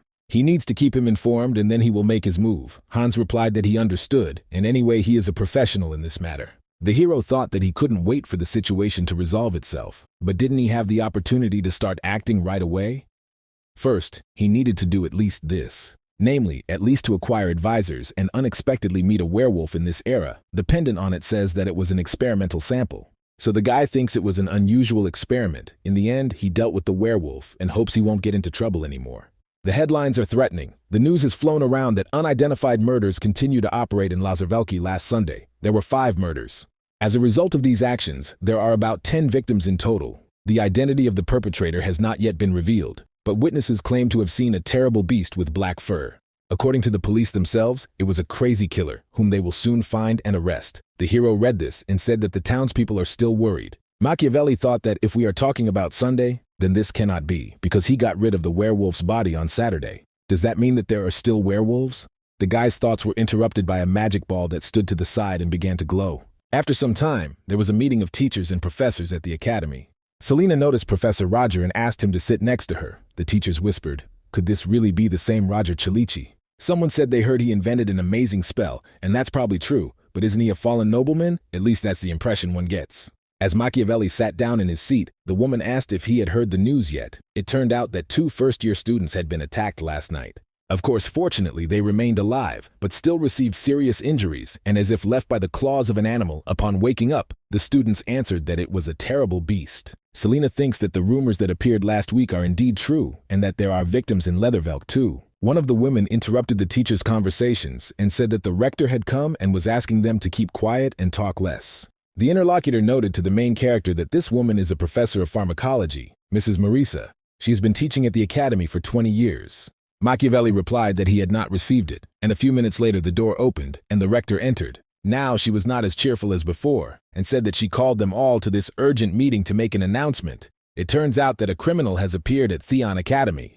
Of course, they don't know who is responsible for this yet, but there are witnesses who claim that it was a cryptid, and if we talk about it, then we are talking about a werewolf. One of the professors stood up and told the lady that it couldn't be a werewolf. It was probably some kind of mistake, and what other cryptid could it be?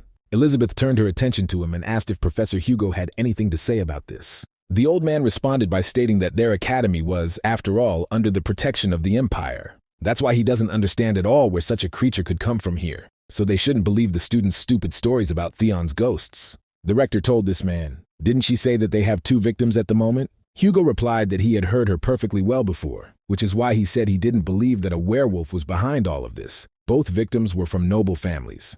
Elizabeth, after hearing this, immediately turned her gaze to her interlocutor. The old man continued to speak quite brazenly that he thought it was one of the students from the academy who did it, namely, a commoner. The woman looked at him angrily again and asked what he was saying. The teacher in turn asked whether the rector thought that this was the work of commoners, otherwise why, out of all the students, only nobles suffered.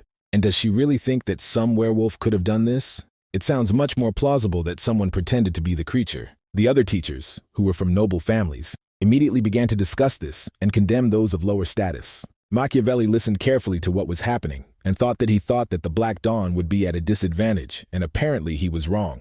After all, there is now an incitement of the people at a time when they need to unite. Most likely, this is how the best academy on this continent acts out of this situation. While the main character was sitting and thinking about this situation, he felt something land on his shoulder. Naturally, he felt it and paid attention. Then he thought, could it really be a bug? Of course, this caught his attention because he realized that most likely this was a message from someone.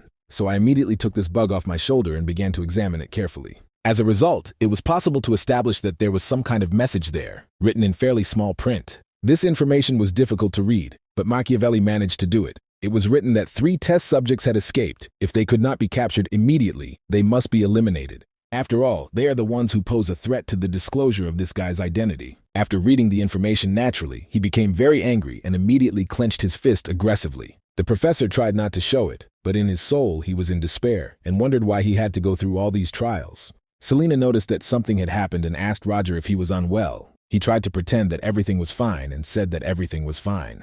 But I thought about what it meant that this whole situation was directly connected to the Black Dawn. Apparently, they also did not expect something like this to happen.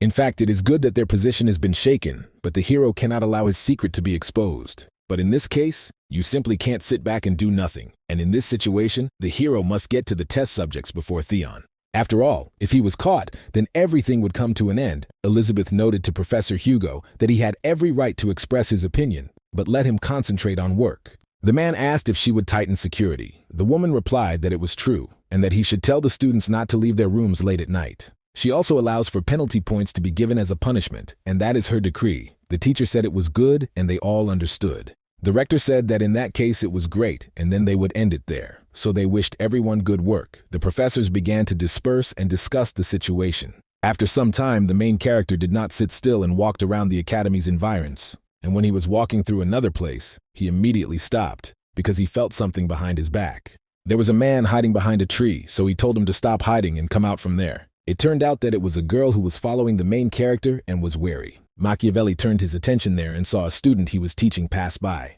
She looked scared or depressed, so I was worried about what she would say now. The main character noticed her and wondered if this was the same girl who called him the first order at their first meeting. Well, now it turns out that she is posing as a student, and this is quite strange. To clarify this situation, the guy asked what was going on. The girl immediately became comfortable and could not put a few words together. Sir Roger noticed that she was worried and said that they would find a quieter place, so let her follow him. The interlocutor agreed to this. The professor asked her if she wanted to have some coffee. The student was surprised and asked what he was saying. But as a result of this conversation, they still headed to the cafeteria. There they sat together opposite each other and tried to discuss something. The main character asked her what her name was, and the girl responded by saying that she was Sylvia Roshan. The professor said he thought she was using a pseudonym to hide her true identity and was interested in what her real name was. The young interlocutor, of course, was mixed up in this, but stated that this was her real name. Machiavelli was surprised and wondered if this meant that this was not her pseudonym. Then he noted that if she still had something to tell him, then she should start talking. The student turned her attention to the side and said that there were other people here. And the guy replied that he, in turn, cast a spell so that no one would hear them outside this magic circle. She said that this was expected from the First Order. Sir Roger asked her to stop calling him First Order and to address him as Professor. She asked what he was saying as it was disrespectful to him.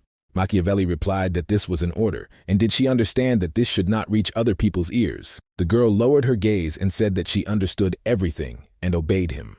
The hero noted that now they should talk about business and let her outline the current situation to him. The interlocutor noted that she would do everything now. It turns out that behind the recent events involving the werewolf are their daughter groups, who are conducting experiments on cryptids using black magic and the teachings of Shamsus. The School of Shamsus is a group of scientists who were expelled from society for conducting forbidden experiments. They do not know what their research was about, but the subjects escaped. They eventually escaped through the sewers and caused horrific murders at Theon's academy. The interlocutor then apologized and noted that she was talking too much. But the hero said that this was not the case and everything was fine, so let him continue. Shamsus's school is responsible, but tells Professor Roger that he was asked to deal with it, which is why she is here. Another order, Victor Dreadful, allowed him to borrow the name. The hero said he did it, but he didn't think it would turn out like this. I thought that if we talk about this person, we need to remember this name. The girl said that the situation was out of control, so they should solve it as soon as possible. 3 objects need to be eliminated, so you should try. The guy said not 3, but 2. And so that the interlocutor would understand what he finished the token about. Sylvia realized what it was and asked where he found it. Machiavelli replied that 2 days ago, he came across one of the werewolves in Lazarvelka. She said that he was simply amazing. The hero thought that she contacted him while maintaining her cover and did not arouse anyone's suspicions. It was unclear why such a talented girl was still a member of the Third Order. But what if she was left with no choice? Perhaps the girl is from a noble family, and it is unlikely that an anti-social organization treats nobles well. She's probably playing the role of a puppet used by the one who was thrown out of the organization. He recently realized how unstable Theon's position is. Now he knows that the balance of the Black Dawn is also disturbed, and it is because of this that Sylvia will be able to somehow help him in this situation. Machiavelli noticed that she said that they didn't escape through the sewers, which meant that she needed to be searched. In that case, doesn't the Academy have this information? The girl replied that she understood everything correctly, but she did not know how long they would remain in ignorance. The professor rose from his seat and said that he understood everything. Then, using his power, he said that he thanked her for contacting him and that they would see each other later if there was an opportunity. The girl hesitated and told Professor Roger that this was so, and he turned to her and declared that there was something else. It turns out that I was able to explain it much better. He was glad to listen and hopes that their next meeting will be just as successful. Then he simply left, and his interlocutor said nothing, but it was clear that she liked this information. Sylvia sat there rather embarrassed and could not get out even a few words. And when the professor had already left, she was still able to say words of gratitude, but it was too late. The girl continued to sit in the cafe with her head down, and someone was looking at them from the window. It turns out that it was another student from the academy. She wondered what you felt. But is this really what she thinks? When I noticed the teacher, I immediately wondered if this was magic. In the end, even if she was right, why did he use the spell there? It was unclear what the hell those two were even talking about. Some time passed after what happened, and now most of the students were sitting in the auditorium where the class was taking place. Flora was there too, but she wasn't listening to the professor at all, as her head was filled with thoughts only about what the two had discussed recently. There were thoughts that, judging by the color of the magic field that she saw then in the cafe, she could say with certainty that it was a sound-blocking spell. The magical trace is still almost elusive for the receptors of ordinary people, but why was this spell done, and what secret thing could they have talked about there? The teacher closed her textbook and said that was all for today. The rumors that were going around the academy were true, so let them walk around the campus too late. If they break the rules, you will get penalty points. One of the students asked if the guys had heard about the werewolf, and they answered that, of course. He said that he wanted to ambush him, and wouldn't it be interesting to take a look at him? The interlocutor asked if he had heard the announcement recently, that if they were caught, they would lose points. The first one replied that they would try not to attract attention, and would still be able to receive a reward. Leo asked Adrian what he thought. The interlocutor asked what about, really about the werewolf, thinking that it is better to stay away and not risk his own points. The guy answered that he knew that he would say that. The student asked him what he thought about this. Leo replied that he agreed with him, and it was better not to take risks and leave this matter to the professors. Suddenly, a classmate approached the guys, who looked quite angry as she hit the table. One of them immediately turned around and said good morning to Tracy. The girl was really angry and asked if that was what he called good morning. Leo, apparently, was also worried about the spirit, and told her that it was time to accept the loss and calm down. The interlocutor replied that they had a draw, and in general he should not interfere. After all, this only concerns her, and also Adrian, and so she pointed her hand at him and said that this time she would not hold out, so they should fight again for real. The boy replied that he didn't think he wanted to do that, and the girl asked why that was so. He noted that he had classes during the day, and in the evening they had to stay in their rooms. This was done in order not to run into a werewolf. Tracy asked if he was serious. He was just scared and looking for an excuse. The interlocutor did not respond to this, and one could say that now he would get angry and everything would be the opposite. But it was not to be, because he simply smiled sweetly and said that she could think like that. The girl said that they would try to resolve the issue in another way. Adrian asked what she was talking about. She replied that the speech about the werewolf would be won by the one who grabbed him first, and how did he like that? The bespectacled man noted that this was not quite what he wanted to do, and Leo interrupted him and said that it was a deal. The comrade did not understand why he did it at all. Tracy said that they had agreed then, and let them just try to escape. The guy replied that they would come, but she shouldn't come to the guys when she loses. Soon Adrian said that she had already left, and then asked Leo why he had agreed, because it was just madness. The comrade replied that the girl wouldn't have done it anyway, and that the teachers would take care of the werewolf before them. The guy only said that Tracy didn't seem to be joking about it. Leo said that she wasn't stupid enough to go to him alone, but the bespectacled man replied that, to be honest, she was ready to do even more. The interlocutor said that most likely this would not happen, but then they thought about it together and immediately rose from their seats. Both looked out the window to see where their recent interlocutor was heading. One of them asked when she managed to go so far, and she was probably going to the dorm now. Adrian said, thank God, that Tracy had not yet forgotten how to think sensibly. But a few moments later, the girl's course changed. She, in turn, was not going to the hostel at all, but probably in search of that very creature to whom they had spoken recently. When the guys saw this and realized what was happening, it was already too late and the situation was bad. After some time, night fell at the academy where the main character taught. As usual, in the middle of the night he was not at home, but was walking along the local roads. At one point he stopped because he heard something. He didn't think that today he was in great demand, before that he was met by one of the professors who offered him a deal.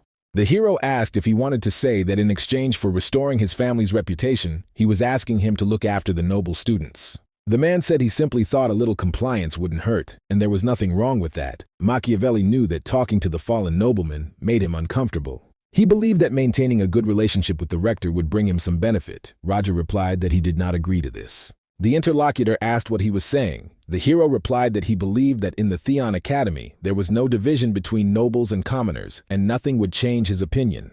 Now he apologizes because he needs to get back to his rounds. The professor tried to reassure him and asked him to listen carefully. The hero thought about this situation and decided that he would be exposed if he did as this man said, and he did not need that. On top of all this, he doesn't want to anger the rector, and when he was walking along the road, he felt some rustling behind him. Then he went to that very place and using his power, won over several students who were hiding in the bushes. At this point, the professor asked why not everyone was in the dorm yet. One of the guys hesitated and said that it was not what they thought. Machiavelli was not going to listen to them and said that each of them would get 5 penalty points for this. He sent another batch. He thought that there were already 20 students, and that was too many. The hero had heard about the reward for catching a werewolf, but he didn't think that so many people would want to get it, and the threat of penalty points had no effect. At this rate, the situation could escalate even more, and the guy must do everything to prevent this from happening. After some time, he went to a wastewater treatment plant near the academy and ended up in the sewers. There I thought about what Sylvia said, that the turnover did not get through the sewer. After all, it is the only one in Laserwelk where they could get through.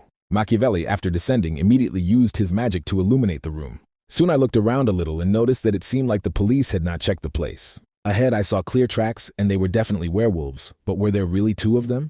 Judging by the size, one could tell that there was one large and one smaller, and the paw prints were pointing forward. The hero, in turn, hoped that they would not break off halfway. For some time he followed the trail left by these very creatures and got almost out of the sewer. There in front of the guy there appeared a picture of the tracks diverging, and this was quite bad. He looked at them for a moment and then chose one side to check first. When the hero headed there, he realized that the big werewolf went straight towards the academy, and most likely, he had already gone hunting. So it can be said that at the moment he represents the greatest danger among the rest. The guy will not be surprised if right now he is tracking down another victim. At the same time, while Machiavelli was thinking about this, he heard some strange sound from the side and realized that someone was shouting. The sound was quite far from this place and came through large thickets of bushes. The professor immediately rushed forward in that direction and realized that it was a long way to follow the tracks, so he would run towards the sound of the voice. As a result of this action, it was soon apparent that the two girls were being attacked by the very werewolf he was trying to catch up with. Machiavelli saw that they were students from the academy where he worked, and they were standing there trying to defend themselves. Due to the great distance to them, he realized that he would not be able to reach them in time, and this was bad, so he immediately used his weapon in the distance.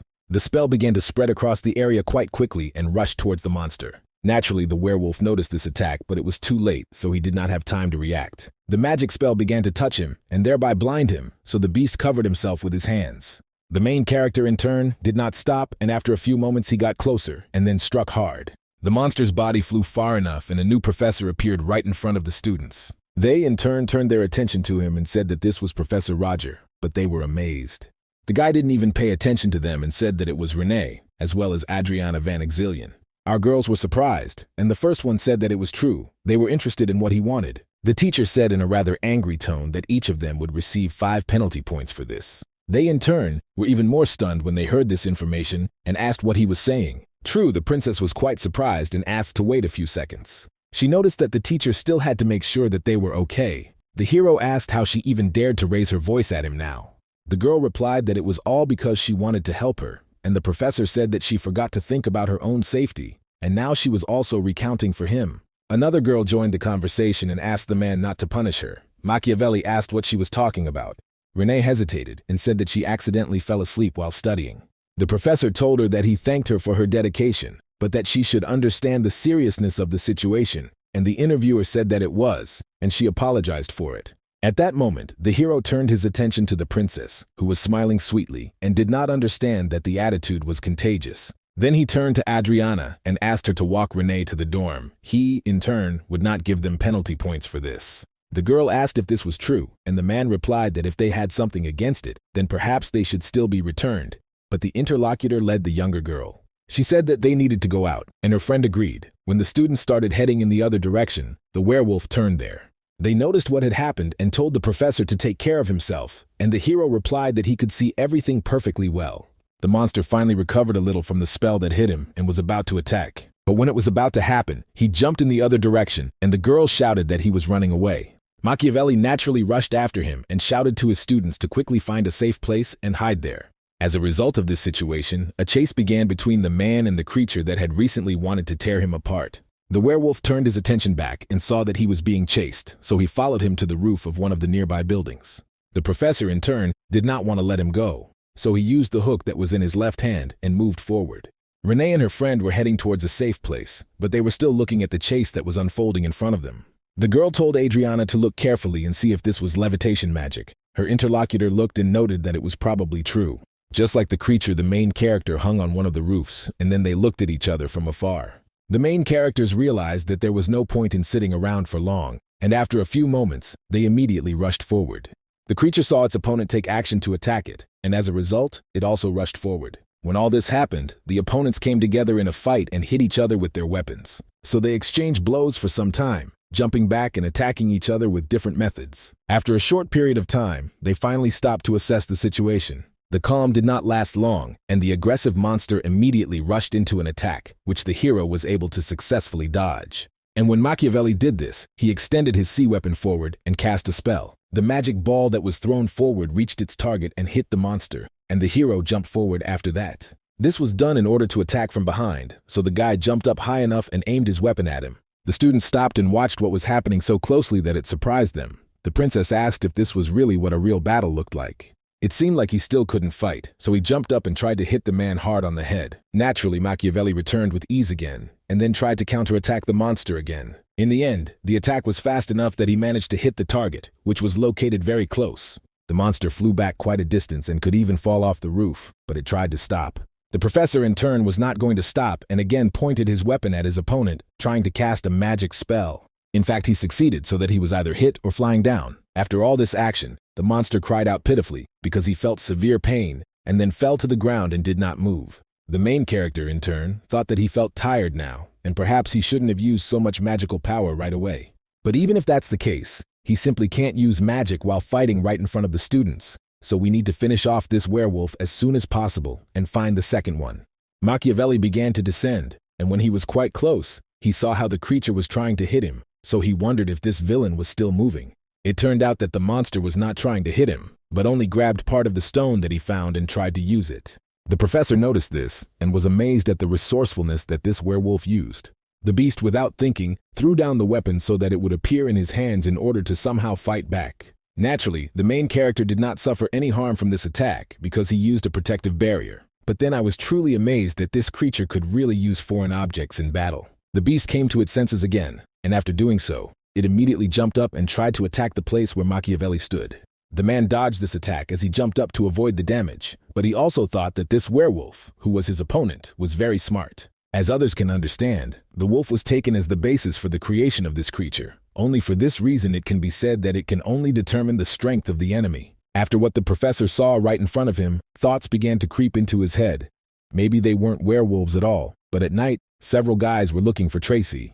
Adrian tried to find out where she was and couldn't get through to her, and Leo was there too, saying that maybe they should go home already. Because he can say that they won't be able to find her anyway, the girl has probably been resting somewhere in a hostel for a long time and nothing more. The comrade said that they couldn't know for sure, and that they shouldn't have agreed to this bet. Leo asked if he was sure that Tracy was still looking for this werewolf. The guy with glasses responded to this by saying that anyone could have abandoned this idea, but not this girl. The interlocutor had no choice but to admit this, and he noted that he still needed to search for about 30 minutes. But if they still don't find her after this time, then they should return. When he said this, a cry was heard quite far away. Leo started running in that direction and shouted to his interlocutor.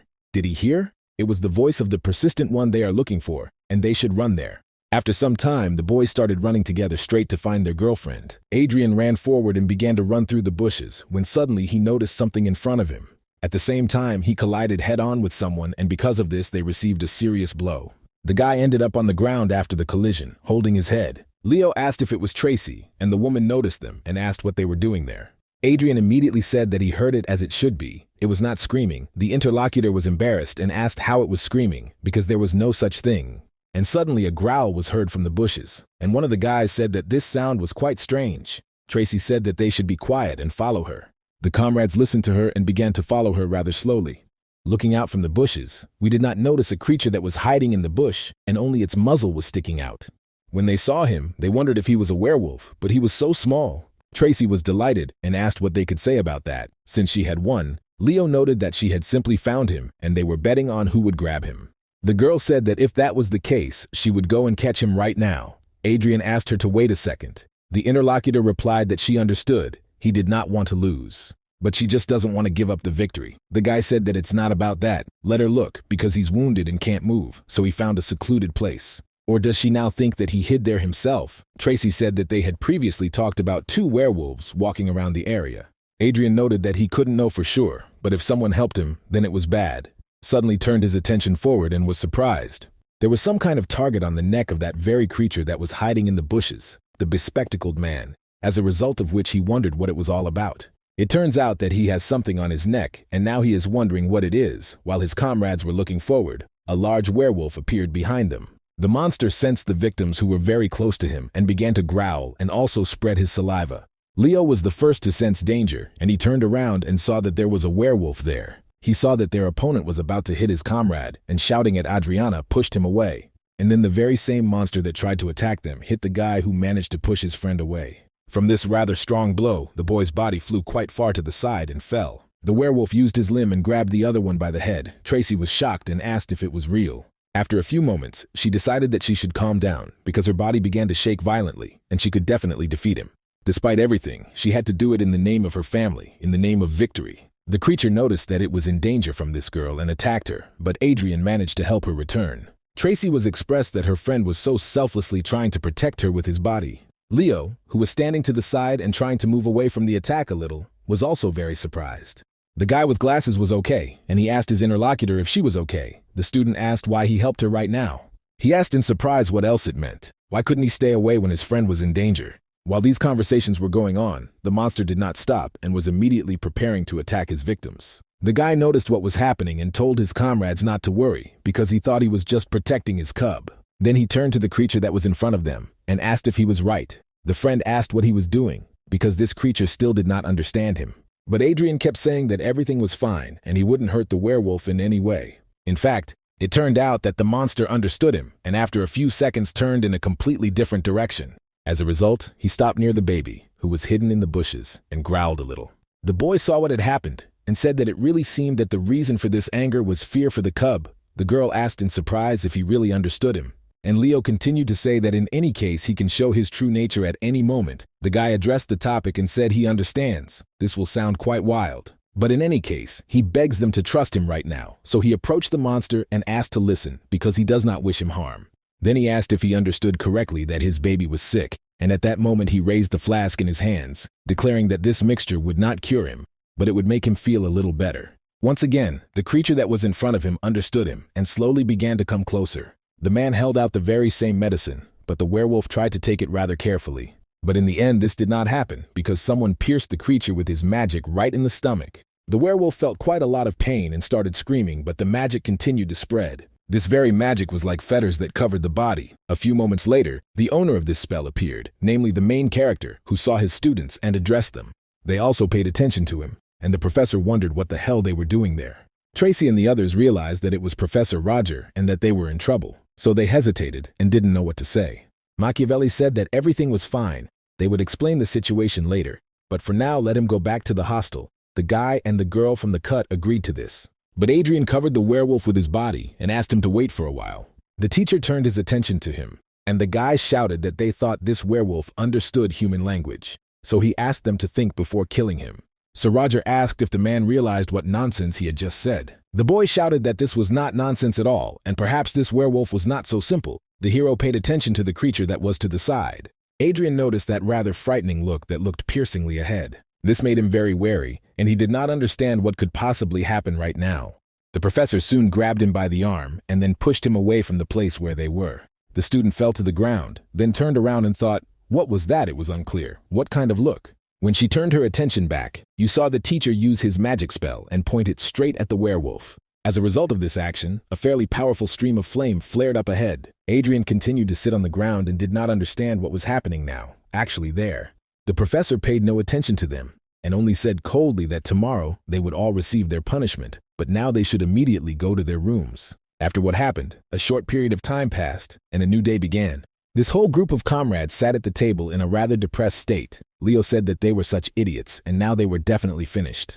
It was unclear how they managed to get into trouble with the police in front of Professor Roger. Tracy thought it was a huge disgrace, and she couldn't do anything. A few moments after her thoughts, she turned her attention to the other guy.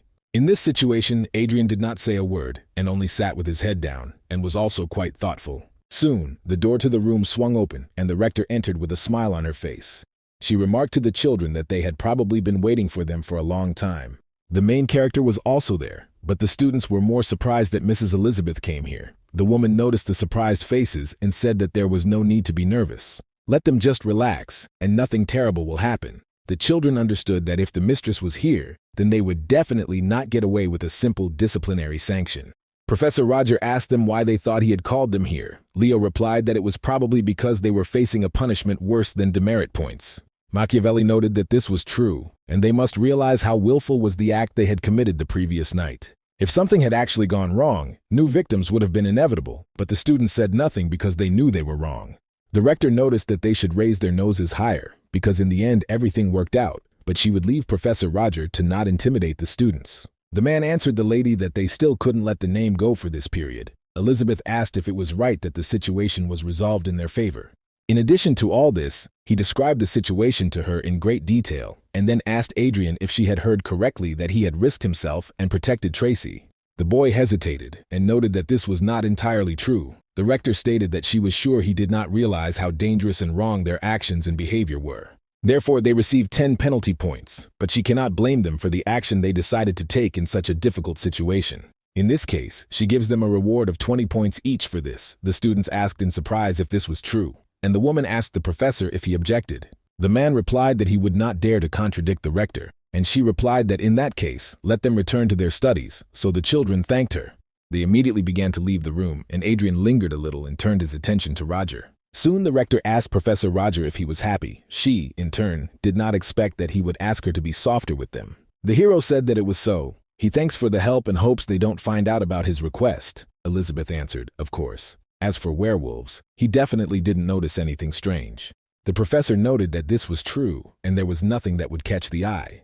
The woman replied that this was good, and in any case, she was grateful to him for his work. After all, thanks to his selflessness, no one was hurt, and he asks to continue in the same spirit. After some time, she left him alone with his thoughts. The hero could not leave that very situation and thought that he had definitely seen something. And while the big werewolf was sitting tied up, the baby began to emerge from that very place. But what began to appear from the bushes that had been carefully hidden, his body was truly astonishing. Recalling this situation, Machiavelli thought that what he saw was definitely a man. He, in turn, was someone who had not completed his transformation, so he was not a complete werewolf. Coming out of this situation, the professor realized that he was not conducting experiments on wolves, as he had previously thought.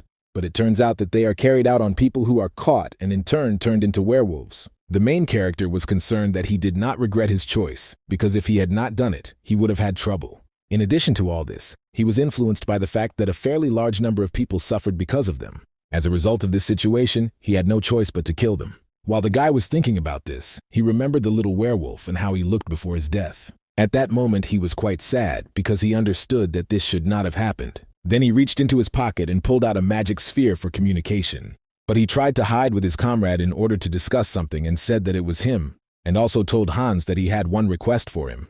Tracy sat on the bench with her comrades and said, who would have thought that not only would they not be given penalty points, but they would also be awarded extra points. Then I asked Leo how his arm was. The boy replied that everything was fine, but he still needed to walk around with a bandage for a few days. The girl turned her attention back to Adrian, who was sitting there looking rather thoughtful. She actually asked him what was bothering him so much. The guy hesitated and said that everything was fine. There was just one thing. I asked if they remembered that cub, the werewolf that they had recently seen, and there was some kind of strange collar visible on him. Tracy asked in surprise if he was serious, as it was quite loud, and she was asked to be quieter. The guy with glasses said that this was one of the reasons he tried to stop Professor Roger, but what if they were artificially created? Leo said that, speaking of which, there was a rumor that there were suspicious characters hiding in Theon. Tracy asked if that wasn't some kind of fabrication. The interlocutor noted that he couldn't say for sure, but a werewolf in a collar is very unusual, and don't they think so? There is something else to all this. The girl asked if he wanted to say anything about Professor Roger. Adrian replied that it was true. He did not suspect him of anything, but his expression was strange. As a result, he can say that it was on that evening that their teacher would be able to clearly do something strange that surprised him. Tracy then asked if they thought he was hiding something from them, and the other man said he wasn't sure, but he thought he knew a lot more than they did. As a result, I began to think that perhaps all of this would turn out to be just his inventions, because Professor Tiona probably wouldn't do anything like that. Well, what if this turns out to be true, and suddenly Professor Roger is somehow connected to these strange rumors? The guy's thoughts were interrupted by his friend, who stood up and said that this was such nonsense. She could say that they both thought too much. So have they really already forgotten what the rector told them recently? After all, the teacher told her about what happened in great detail. But in that case, would he act like that if he was involved in something like that? He tries not to show it, but in fact he cares a lot about his students. So after all this, are they really starting to suspect him of something else? That's pretty strange. Adrian stood up and said he thought Tracy was right. His comrade said it was true. Besides, what was the point of them digging into it? He was the first to notice he was hungry, so they should go and eat. Leo stated that it was true, but it was already time for lunch and invited his friend to go with them. She was surprised, asking if they wanted her to go with them. The guy with glasses hesitated and said that it was just something friends often do, eat together and all that. At the same time, he asked if they weren't friends. His interlocutor was quite embarrassed when she heard these words. And then she replied that in that case perhaps she would agree. The guy was happy and said that it was great. The comrade asked Machiavelli if he had looked at the papers that he had sent him, and the hero replied that he had. After looking at them, he realized that it was the total number of missing people in the city of Lazarvelk and a list of public gathering places. Hans said that he knew a bunch of big guys who were always hanging around an abandoned factory and that this was what they needed. The professor remarked that it was a great job. The interlocutor continued to say that regarding the information that he asked to check, several workers had recently disappeared outside the city. The man asked if there was a family of 3 among them. The interlocutor answered that there were attacks, and this was the only case of an entire family disappearing. Machiavelli replied that now everything was clear to him, and he would check that very factory, so it became night outside, and the protagonist went there. There were several men there, and one was telling the other that he was dying of boredom, asking how long they would have to hang around there. The other replied that it seemed like 2 days. Then I asked why these scoundrels had even fled from here, and my colleague noted that he was more interested in how they could have allowed this to happen. It turns out that the child did not receive enough of the drug. They were going to increase the dose, but he started screaming and crying. In general, you could say that he raised everyone's ears here, but the most interesting thing is that no one was ready to confront his enraged parents who saw this. The interlocutor asked how this was, because they had already been turned into werewolves. So were they still worried about their child? The man said that he understood everything, right? So they made a fuss and disappeared. As far as he knows, they have a trusted person who can sort this situation out, so why should they suffer because of some kid? The interlocutor shouted that this was exactly so, because if he had been there at that moment, he would have killed him immediately. Suddenly some sound was heard from the sewer shaft.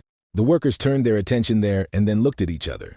When they did this, the protagonist had already heard all the information he needed and reached for his weapon. A moment later, several bullets flew forward and killed these men, who did not even realize what had happened.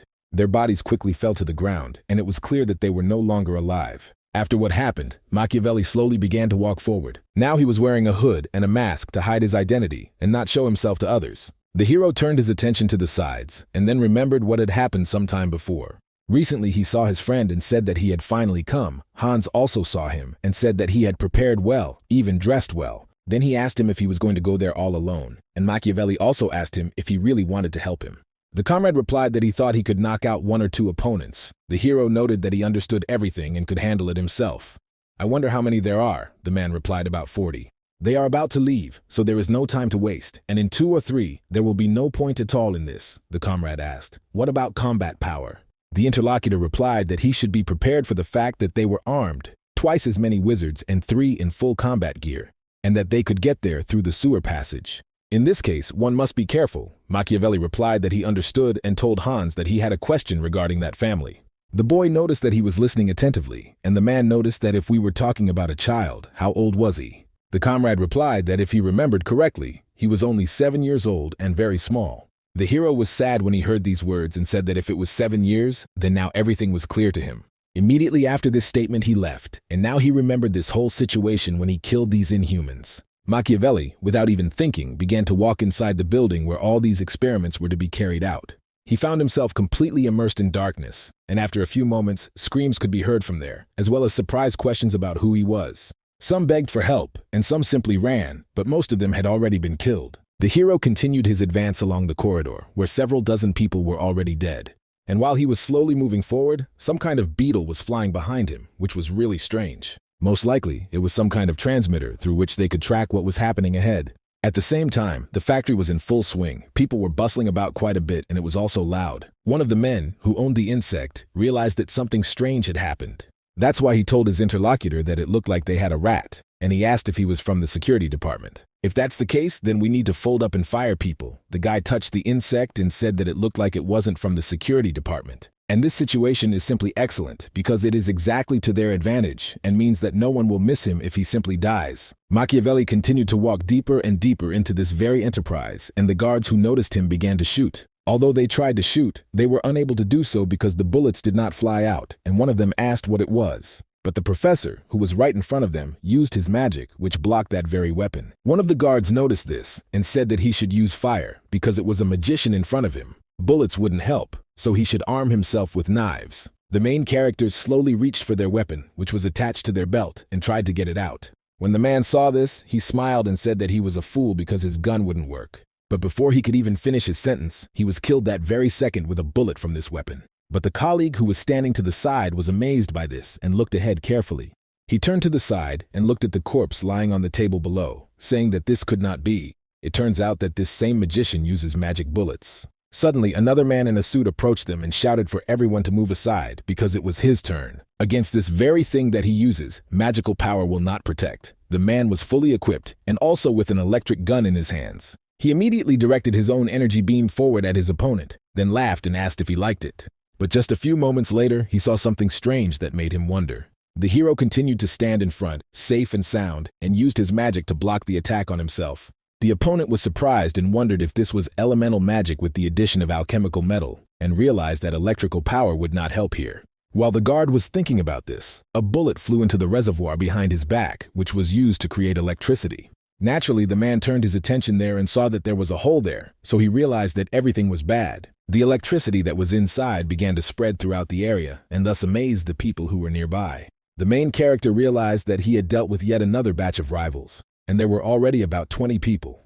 While he was thinking about this, he heard some strange sound coming from above, so without even thinking about what was there or looking there, he used the weapon and fired. With these very actions, he killed an insect that was flying above and thought that he knew that they were watching him. In the end, this means that they did it through insects. Machiavelli understood that they were using them as a means of observation, but could it really be that these were the same insect brothers from another world? Now there was a strong premonition that they had been waiting for him for a long time. But first the hero had to deal with these insects. On this occasion, he stepped on the ground and, using his magic, created a magic circle around himself. Vibrations that were almost inaudible to the human ear began to spread throughout the corridor and the entire factory. The insects heard this sound perfectly well, and it was catastrophic for them. So a large number that were floating in the air began to fail and fall to the ground immediately. The very man who controlled these creatures realized that his charges had become much fewer. Therefore, he said out loud the information that the signal that comes through insects has disappeared. He thought before it happened, he felt the vibration. The man could tell that the sound waves were similar to those created by wind elemental magic. If he really had it, then they were in big trouble. It turns out that small insects won't be able to cope with such powerful energy, and it looks like it's time for the bigger guys. So I told the Baron to get ready. The man noted that he understood everything, and his interlocutor stated that according to his intended route, the person should exit through the door that was ahead. The guards lined up there, and the chief said that he should be given a warm welcome. After a few moments, everyone was amazed and asked what was going on. Had the lights gone out? They should have turned on the backup generator faster, Simon told the elder what he thought of this latest prank of their scoundrel.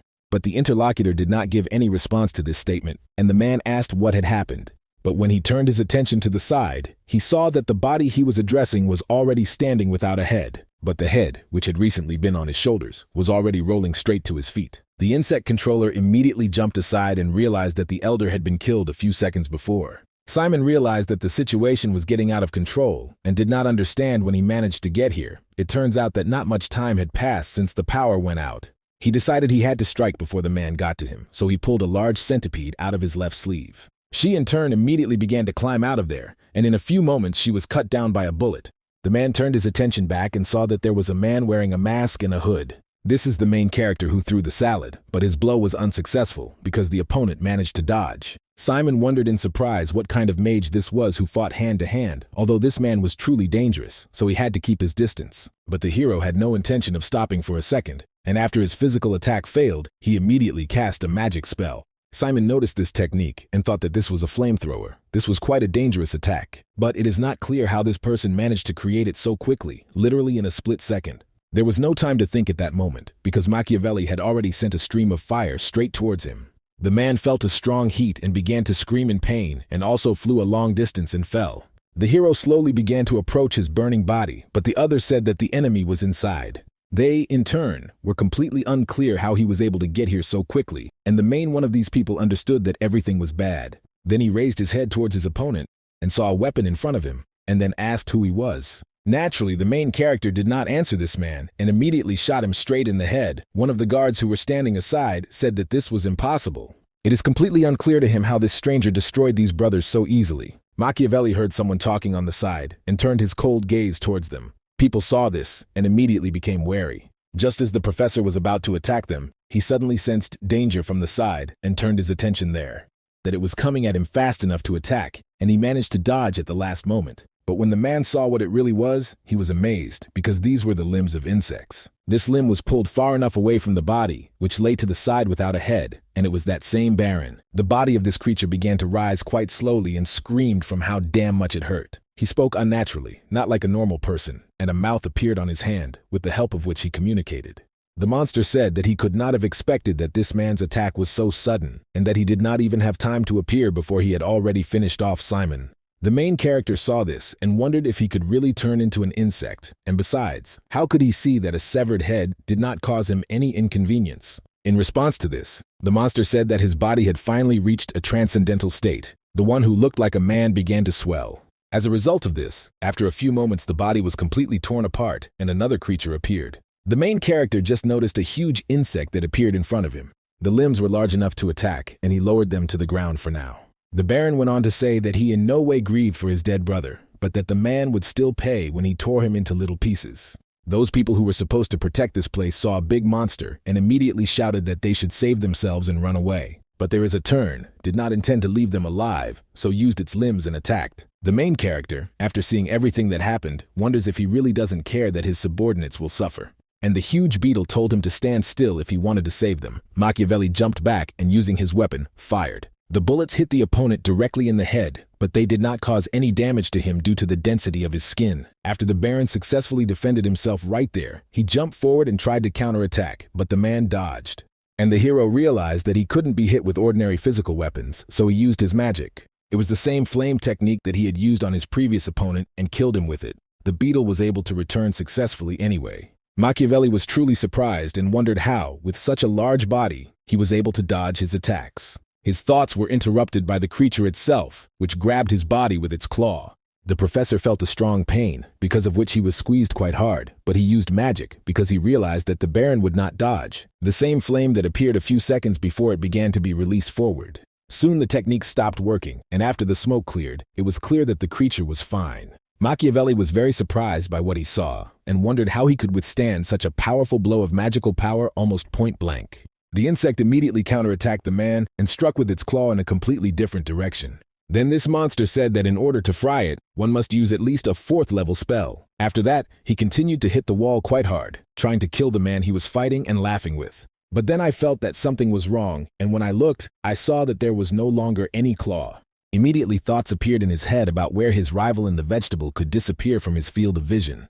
The insect didn't understand what the hell was going on, and suddenly he saw something start falling from the sky. He looked up and, naturally, he saw what was there, and it naturally threatened his life. So in order to protect himself and defend himself, he cut that metal beam that was at the top. She immediately fell to the ground without touching him in any way, and the main character landed in the hall with her. The Baron went on to say that with his quick movements, this man reminded him of a winged insect. Machiavelli said nothing in response to this, or was thinking about the fact that the pistol and 3rd-level magic were powerless against his new opponent. Also, there is no hope at all for the chance to use a 4th-level spell in this situation.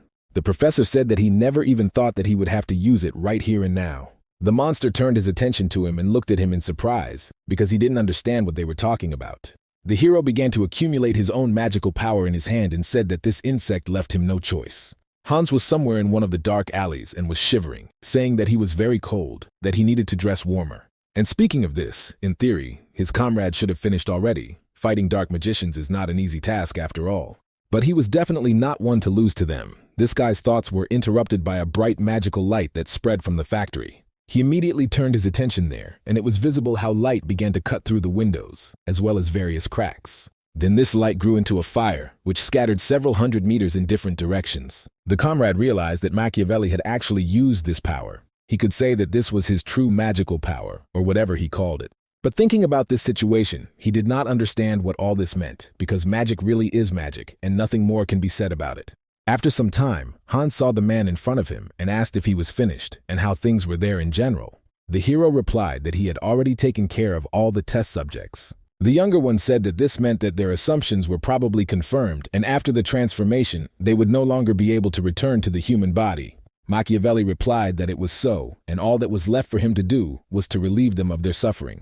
The boy took the bottle and asked if this was really the drug that turned people into werewolves. There is so much cruelty in this world, and who would have thought that such a large-scale experiment on people exists? It would not have happened if someone had not sponsored it.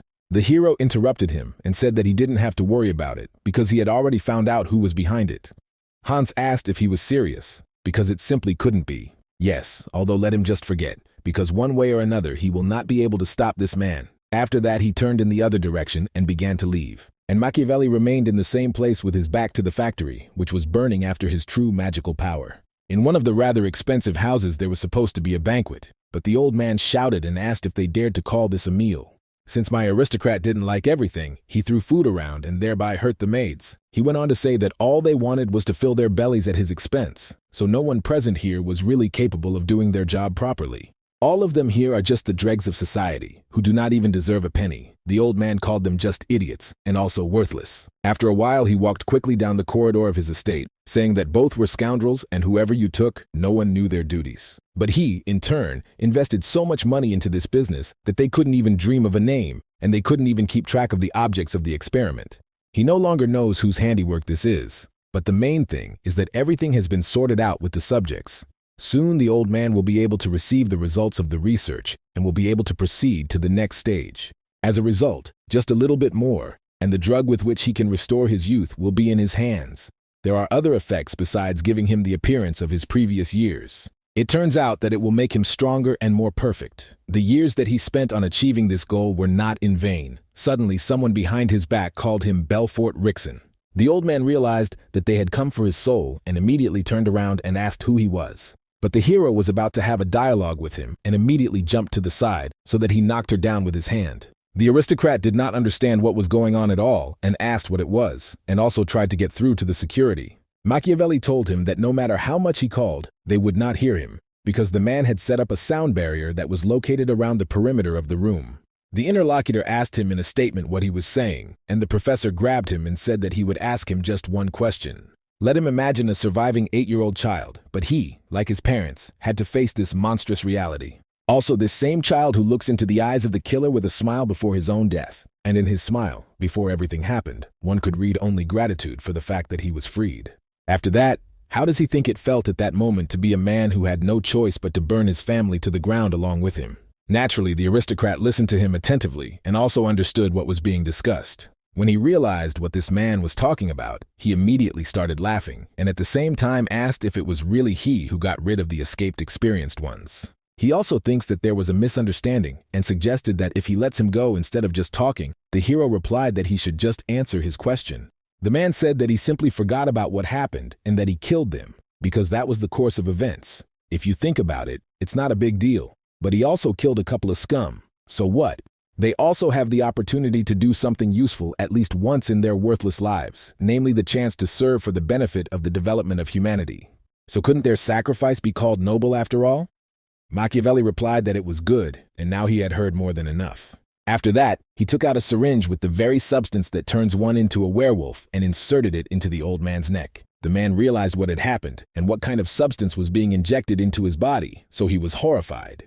And Machiavelli continued to say that it was precisely for this reason that he now did not have a drop of anger towards him. The aristocrat grabbed his neck where the injection had been given and asked what he had done to him right now. The professor noted that he looked at the records of his research and can say that they are quite interesting. It turns out that a small dose of this drug works. Even she is capable of turning a person into a werewolf, but I wonder if he mistook a large dose of it for gas. What consequences should be expected? Something terrible began to happen to the old man. He screamed in pain, his appearance changed, and his limbs took on a completely different shape. As a result of this entire transformation, a huge monster appeared in front of the main character, which had several arms, as well as a large mouth. Machiavelli noticed this and thought that no matter how he tried to convey his feelings to him, he still would not understand anything. So instead of doing that, he'll just make him experience what they experienced when they turned into werewolves. Then the Roll used his magic and removed that very sound-absorbing wall. Because of this, the screams of the monster began to spread throughout the estate. The subordinates heard this and asked what the sound was. It seemed to them that it was coming from Mr. Rickson's room. So several wizards, as well as guards, ran into his room and asked if he was okay. But at the same time, when the door swung open, they were shocked because they saw a huge monster in front of them. In the end, it was completely unclear where he came from, although he needed to be pacified right now. One of the guys said that those who do not have magic should look for the master. But the guards continued to use their power and directed it in large quantities at the monster, who screamed in pain. All these actions continued for some time, and people said that this was a tenacious creature, and that they should continue to cast spells and increase the firepower. Machiavelli left this aristocrat to his own subordinates, who did not know who he was and tried to kill him. Hans was in one of the rooms with him, and he asked how much of it was there. The elder noted that he could take a little for work and let him hide the rest. The guy looked at him and asked if he was leaving already, since he had been trying to get to that place for so long, and perhaps he should look around first. The hero noted that he would still return next time. He needed a more suitable person to cover for. His friend said that he understood, and in that case, let him have a good rest. Machiavelli, after a short conversation, left the estate and walked down the street at night. Near one of the ponds, he stopped and turned his attention there. A boat was floating on the water, which apparently was carrying passengers or some kind of cargo. The man turned his attention to her and then, as if in anger, clenched his hand into a fist. And just like that, looking forward, he stood for some time on the shore. The next day, reporters lined up outside the estate where the incident happened, saying that it couldn't be that same Rickson. But in general, it is possible that only you were eaten by a monster. The man said that, according to the guard, when they arrived from the old man, there was no trace left of the room. The monster was raging. So there is a high probability that the rumors about his involvement in dark magic were true. The interlocutor asked in this case what happened to the monster. And the man replied that the magicians had dealt with him. And he heard that it took them an hour to burn the monster. And suddenly something attracted attention from the outside. Also, everyone else turned their attention there because some person was approaching them. Reporters began to wonder what all this meant, whether the National Security Agency had arrived, and with them, the Knights of the Night Serpents. At that time, they were led by the Protector and Grandmaster Jessica, Lionhall. It was unclear whether the situation was so serious that it required the presence of the National Security Agency itself. It seemed like the news was shaping up to be a sensation. With the agency, as well as the Order of the Night Snake, the events take a completely different turn. The guard who stood near the main entrance became wary. The girl came closer to him, and when she looked back, she told them to open the gate. At that moment, the interlocutor dropped his head down and said that he was ordered not to let anyone in. But the Grandmaster was persistent and said that it was about the gates. Let them open them. The men who a few moments ago had failed to pollinate anything said that everything would be done. So the gates immediately swung open, and the head of the National Security Agency began to rush there. She was also alone, surrounded by several subordinates who followed her. The man saluted and told Grandmaster Lionhall that it was an honor to meet her. He was Chief Inspector Jason. The girl thanked him for the work he had done and said that, from that moment on, the case would come under the jurisdiction of the National Security Agency. In that case, let him provide all the evidence and information that they did not lie and leave the scene of the crime. The old man noted that if this is so, then good. And then he immediately announced to his subordinates that they should all go to the exit and exit knowledge. The agents began to carefully examine the premises they were in right now. Soon the girl said how difficult it was to remain serious all the time. And the interlocutor noted that Annie should stop whining. That was her job. The girl asked to let me agree, because there is no one around and you can forget about your image a little. The colleague replied that they are, after all, precise measurements and must always maintain their own face in any situation. The boss told Lloyd to be quieter, just that under all circumstances, they should try to maintain a confident appearance. In addition to all this, let them not forget why they came here. The interlocutors became more serious and said that they understood everything. The woman noticed the creature and asked if it really was a monster. It was quite creepy. Moore said that, according to rumors, Belfort not only practiced dark magic, but was also involved in hunting cryptids, so the monster's intervention could not be called a coincidence. The guy looked at the document and said that the monster appeared and Rickson was killed. If we proceed from this information, then the witnesses' testimonies coincide. They looked closely at the monster and said that its body was burned down to the charred bones, so it would be impossible to find any traces. The Grandmaster told her subordinates that they should inspect the room, so they all began to look closely. The woman headed towards the portrait, which hung right in the most prominent place. She looked at it closely enough to see that the painting had been moved, but the wall was fairly clean. That's why I tried to touch her, and when I did, the secret passage below began to close. The guy noticed her and asked if she had really found a niche in the wall. The boss replied that it was so, but the inside was empty. But when I took a closer look, she said that based on the width and location, she could assume that there was a safe here. Annie asked if it was a safe. Lloyd started saying that Belfort Rickson was said to be a sinister businessman and may have been where he hid his dirty money. Jessica said that it was so and such. How could he keep his secret reserve fund here? At least until yesterday evening, the safe was definitely still inside this niche. She thought that this was what the lack of dust actually indicated. And then she began to speak, thinking that the sudden death of a multimillionaire, as well as a monster and a missing safe. It turns out that too many components coincide to call it a simple coincidence. From all this, she concludes that there is someone else. This is the man who took part in the murder of Belfort, and the question is how he got away without leaving any fingerprints. The only one of her acquaintances. Only he could have pulled this off, and he was Arsène Lupin. She didn't know anyone else. Interrupting her thoughts, the woman said the name out loud so that it was heard. Lloyd immediately asked what she was talking about, and the boss replied that she was talking about something of her own. Then I asked the guy if he remembered any unusual events in Leathervelka recently. The interlocutor noted that this was the only one like that. But right now we are talking about the explosion that occurred in an abandoned factory, It happened just shortly before Belfort's death. Jessica stated that she was now confident that they could definitely find some clues there, so she said they needed to go there. The main character, in turn, was at home in his room, and negative effects were surfacing in his consciousness. He felt a severe headache, as well as discomfort from his illness, and he understood that this was bad, because these side effects would simply finish him off. The true magic power he used recently required too much energy expenditure. If it weren't for these pills that he takes and they help him save magic, then he would be much worse off. After a while, he said that he finally felt better and let go of his head. He then focused his gaze forward and thought that at least he had burned all the werewolves in the lab, getting rid of the evidence. Now he can forget about this situation, although no, there is someone else he needs to deal with, and that is Adrian. After all, it turns out that he did not retreat until the very end, blocking his path. Machiavelli must have had a poor control over his emotions then. So in that case, this guy could have noticed something, since he was standing closest to him, and the professor immediately set the werewolves on fire. But just that split second, which might have been enough for him to see something he shouldn't have. The man's thoughts were only about how everything would work out, because it was not a fact that Adrian would remain silent about this situation. If this happens, he will have no other choice. Machiavelli became very wary when he began to think about this, and wondered if he would really have to kill him. In order to calm himself and his nerves at least a little, he told himself that everything was fine. Then I remembered how I saw the situation from the outside, and how this student tried to talk to the werewolf in order to come to an agreement with him. The guy really just wanted to give him medicine, and when the hero saw this, he immediately decided to act to prevent this from happening. Remembering this situation, he felt even sadder thinking about it, and it weighed on his soul. The professor realized that in any case, he couldn't act like that, because he couldn't kill a student of Theon's academy because it was too risky. On top of all this, Adrian is a difficult student, and is under the supervision of the rector herself, so if anything happens to him, he will immediately fall under suspicion. The man fell onto the bed and decided that now he should focus on resting and healing his wounds, and not on these thoughts.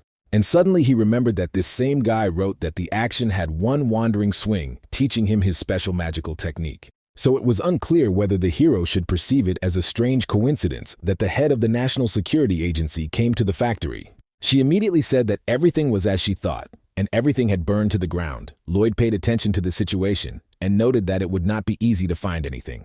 The woman asked, but where in the world could the fire have come from in this abandoned factory, especially just before Belfort's death? The subordinate said that perhaps it was only officially considered abandoned, but in fact it continued to be used. The boss added that she also thought so. Otherwise there would definitely not have been a fire, Annie asked. What if dark magicians or cryptids conducted their research here, but when they were caught, they got rid of the evidence? Jessica responded by saying that this was a completely logical assumption, and it remained to be seen who had stopped them. She thought that she knew about this incident. She did not think that it was important.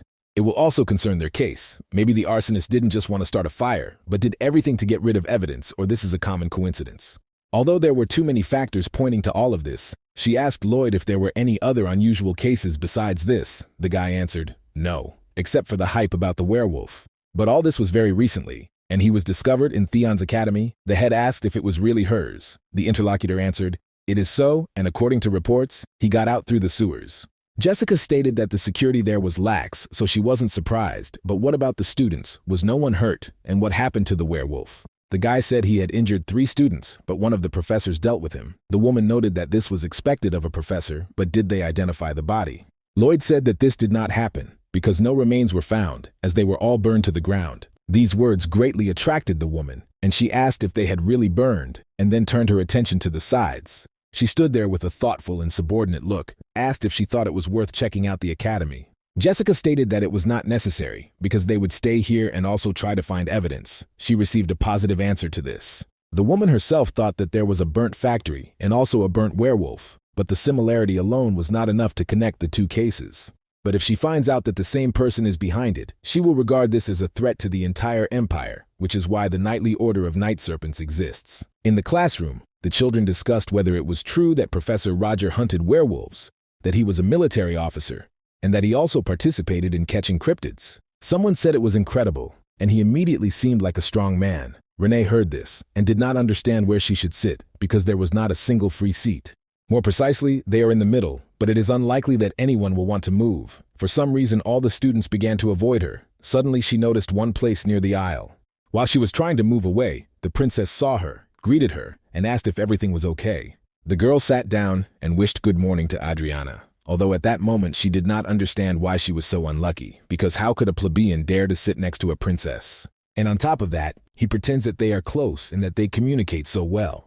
Renee thought of it as the thoughts of those sitting next to them, or those looking at them. And so they both thought about the situation that had recently happened with the werewolf, from which Professor Roger had saved them. The girl then asked the princess if everything would be okay with that man, and her interlocutor replied that there was no need to worry, because he was a professor at the academy. But if we were to talk about what she was doing here at such a late hour, Renee, in turn, hesitated, and then told everything.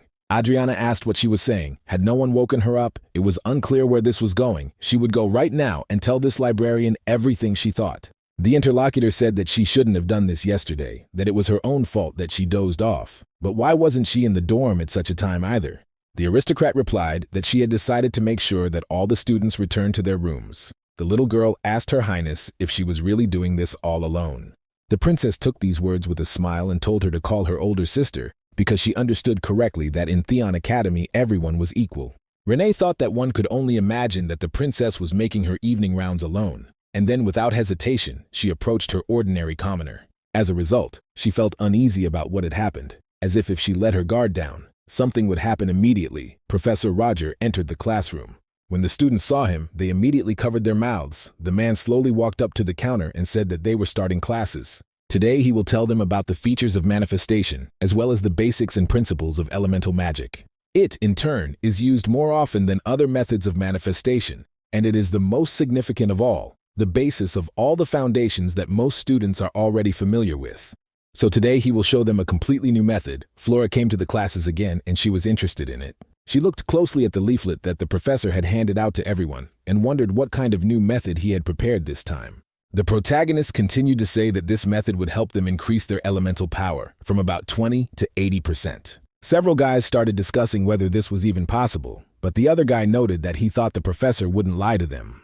Sir Roger turned to Anthony and asked what attributes of elemental magic he used. The student replied water, ice, and also plants. The man said that in that case, let him demonstrate the one he was most confident in.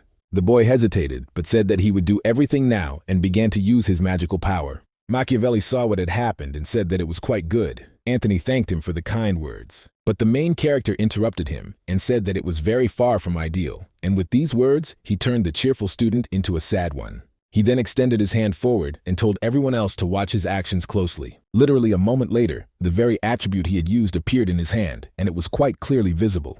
Everyone looked closely and saw a snowflake that created a beautiful pattern. Tracy was amazed and asked if he did it using the same kind of magic. Leo was amazed and said that it was on a whole different level already. The professor continued his story, saying that now that he had their attention, they would begin with theory. Flora watched his actions closely and was drawn to them. Sir Roger had said that the history of the attributes of elemental magic had deep roots in the realm of manifestation. This is why they were once considered the original forms of magic, but now they are just part of the spell casting process. He created several attributes and said that in front of them were the 4 basic elements that everything began with, compared to the 10 elements that they use now. It can be said that the previous ones in the series are too simple. Then I asked who knows what caused such a strong leap in their development. For example, the element of fire, who can give the correct answer, he will give 5 points. Someone said that it was not used to dispel darkness, but this was wrong. The girl said that it was used to burn and clear forests, but that was superficial. The student next to her said that fire had snatched humanity from the clutches of darkness, which was terrifying. The hero asked if he had ever thought of becoming a poet. Then the professor noticed his hand and said that he was listening to Flora Lumos. The girl was reluctant to say that fire was used as a weapon against people to burn them. Machiavelli listened to her attentively and said that this was a correct judgment. The students began a discussion, and he said that it was about burning, drowning, and cutting. Wind currents were used, as well as electric shocks, war, and murder. This is what helped to push magic to a new level. However, in cold times, fire served as a symbol of survival, not destruction. But water itself, in turn, became an important component of the water wheel that is used today. The wind turned the blades of the mills, and in turn, electricity illuminated the cities. Therefore, the purpose of elemental attributes can change depending on a person's actions. One can talk about fighting for a better world, and it is with this mindset that they should begin to master these attributes. After they have talked about the theory and are now moving on to the practical part, let them now take and create an elemental sphere. He soon told Joseph to focus on the flow. For a second year, he was too inexperienced in releasing magical power. The boy said that he would do everything. Roger asked Irina if she really called it a plant attribute, as if he were looking at a rotting autumn leaf lying on the ground. Let him imagine a sprout breaking through the soil, and she agreed to this. Leo turned his attention there and realized that he was not even choosing the right word. Suddenly he turned his attention to the side and saw that Adrian was doing nothing and was just sitting silently, looking down. That's why he turned and asked what he was doing, but it was too late, because the professor was already very close.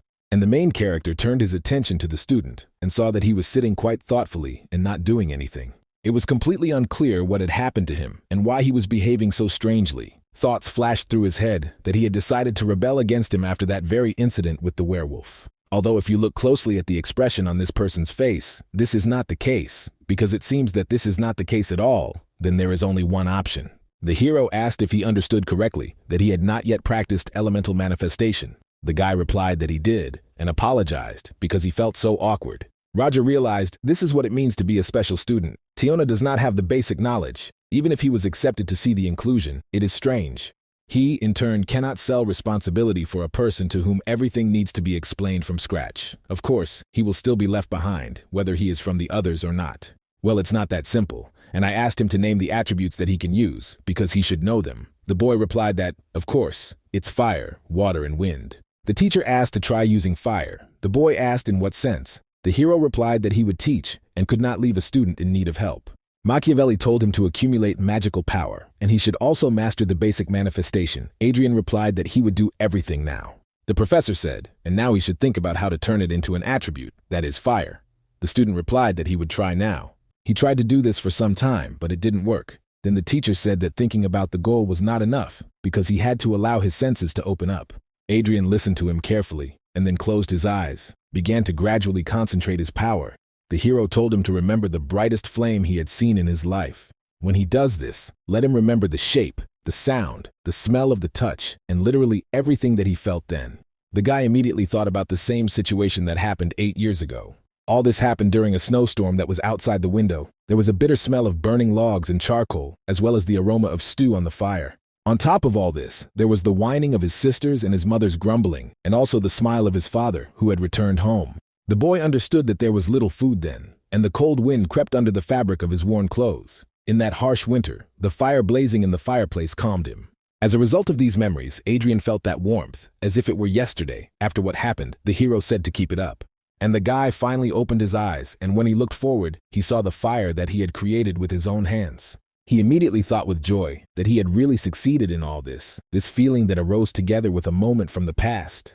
The teacher was nearby and looked closely at this attribute, and also said that he was a good boy. It turns out that his flame warms and does not burn. His warmth was not capable of harm, and the man knew what he was thinking. The student looked in surprise and thought, could one really hear more than just criticism from Professor Roger? Machiavelli went on to say that the fire in his hands was an attribute whose image he had imagined in his head, but it was not an easy attribute at all. This power is the flame of his magical power. Adrian looked closely and asked if this was really his magical power. The teacher started to leave from there and told the guy to remember this feeling well. He then stated that he was already completely sure that they had understood this and that this was the very method he had recently spoken about, as a result of which, even if they did not rely on the senses, they also benefit from their own experience, and basic knowledge serves as the basis for using the attributes of elemental magic. The idea of the heat of fire and the cold of ice is not enough, and even a 3-year-old child knows this. A real magician must put something unique into his spell. Just for this reason, let them remember a moment that is of great importance to them, and they should connect all 5 of their senses to all of this. The same guy who had a bad experience with this attribute not long ago created it and said it worked. The neighbor said it made a real difference. All the students immediately became inspired when they heard all this and began to use their attributes, strengthening them with their memories. Flora sat sadly, because she thought that she had already learned all this a long time ago. Before this, of course, she thought that today she would learn something new, but it seems she was wrong.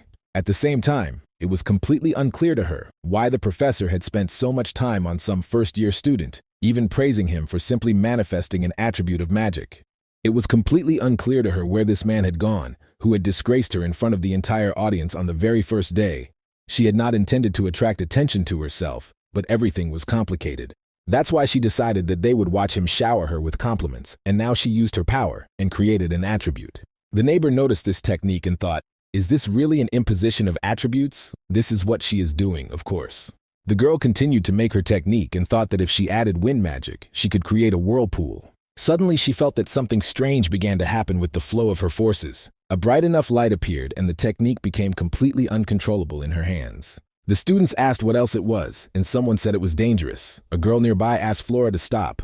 The girl herself understood perfectly well that she had to stop all this, otherwise the explosion would definitely be unavoidable. She needed to set up a barrier so that no one would get hurt. The children who were in the area started running away from her, shouting that they should save themselves quickly and run. The others were shouting Flora's name, and she realized that she couldn't hold back this power, even closing her eyes. Suddenly she heard the teacher come up to her and ask her to concentrate, and also put his hand there. Roger called her full name and told her not to give up and to control the flow of her magical power. Let her not worry because he, in turn, will help her to overcome this difficulty. The girl did not respond to this judgment, but it was clear that some other force had appeared above her. Faster than anything else, the ball that began to spread around the area was shrinking, and the equipment was beginning to stabilize. Flora turned her attention there and realized that it was no longer as chaotic as it had been, because it had been more stable. Machiavelli saw that she had relaxed and told her not to get distracted, because they were not finished doing this yet. As a result, if she becomes right now, her magic will simply dissipate, so he asks if she is really satisfied with such an outcome. There was an awkward pause between them for a moment, and they looked into each other's eyes. The girl didn't say anything, but continued to concentrate her energy and also realized that he was right. After all, it turned out that she really should see this through to the end, so she looked down and concentrated even more. Flora thought about the fact that the looks that were directed at her all the time expressed a constant loss of power, as well as jealousy. But she in turn did not pay attention and continued to move forward, whatever it was, but there was something that she could not bear. And that very factor was the cold gaze of her father, who looked at her with quite disdain. For the girl, this situation was always quite sad, because she understood that he looked at her as if she did not exist. The professor had told her long ago that she would receive 10 penalty points, and that day, following the humiliation, she was overcome for the first time by a feeling of defeat. And it affected her so much that even such unwanted memories from childhood came back to her, even though she didn't see his expression. And despite this, she knew that he looked exactly the same way as her father once did. Lumos, in turn, never forget their offenders. So one day she would definitely fight this man and win. At least that's what she thought shortly before. And right now, she looked ahead and realized that the magical waves were really stabilizing, a little more, and she would be able to do it. In fact, after a few moments, the power that was directed into her hands took the form that she needed. The girl smiled when she saw this and said that this is how it all worked out for her. Professor Roger leaned closer and said that Flora Lumos had acted rather thoughtlessly. And the point now is not even that she tried something new and failed. That's normal because everyone really does make mistakes. The main problem is that she put other students at risk. The girl looked down and said that she was very sorry. The teacher continued and said that this, not to mention the clumsy superposition of the two elements, the interlocutor became angry and asked what he was saying. Machiavelli said that she was talking about mixing fire and ice, making two opposite elements complement each other, is a very difficult task. Flora said that it was true, but she had managed it, of course. And she did not deny that she had gone too far in trying to add a third element. But as for the ice, and also the flame, the misalignment was just perfect. The hero looked at her and said nothing. After a few moments, he extended his own hand and created an attribute of fire, as well as flames, which complemented each other. Soon these elements came together, and there was not even the slightest hint that they were rejecting one element or another. The student noticed this and understood what he was talking about, and the teacher continued his story, saying that she should understand this difference. In the end, we can say that she only managed to freeze the fire, and it looked quite beautiful. Indeed, he can say that one picture is not enough, and he does not understand what she intended to achieve with this. Did she really want to brag about it? Flora heard him scold her and closed her eyes, realizing that she was indeed guilty. The other children stood aside, and her party neighbor was worried about her condition. A few moments later, the professor used his attribute, which he combined in his hands and directed upward. As a result, the very magic that was embodied in the sky began to transform into snow. It spread literally throughout the entire auditorium, and students could easily touch it. Tracy held out her hand and asked in surprise if it was snow. Flora also looked up and thought that, using the ability of fire to cover large distances, as well as the coldness of ice, he had combined them into one spell. As a result, he used the same elements, he reworked them into something more practical, and she was a complete failure. A few moments later, the hero turned to his student without mentioning her name. She thought that the teacher would now shout, but the man said that he was not at all reproaching her for her lack of skill. The girl, judged by her opinion, raised her head and asked what he was talking about. I also noticed his gaze, which could be said to be kinder than cold. Sir Roger said that she had a truly unique talent. Among children her age, he had never met such a technically savvy wizard. But right now he can say that this is not about that, but about something more significant in his opinion. She was just playing to the crowd. Then he touched her shoulder and said that he had no right to tell her what to do, but despite this, he still advised her to choose a different goal. And he asked her to do this only because it will be for her own good. The girl was very surprised by the product, how kind it was, and wondered if it was really for her own good. Soon the teacher turned to the other students and told the children to return to their seats. After that, he began to slowly descend the stairs in order to take his place of work. Flora remembered the look of this man and thought that in his eyes there was neither reproach nor mockery, but only sincere concern. It was that same feeling that was not even in her own father's gaze. She touched her head, and her deskmate asked how she was.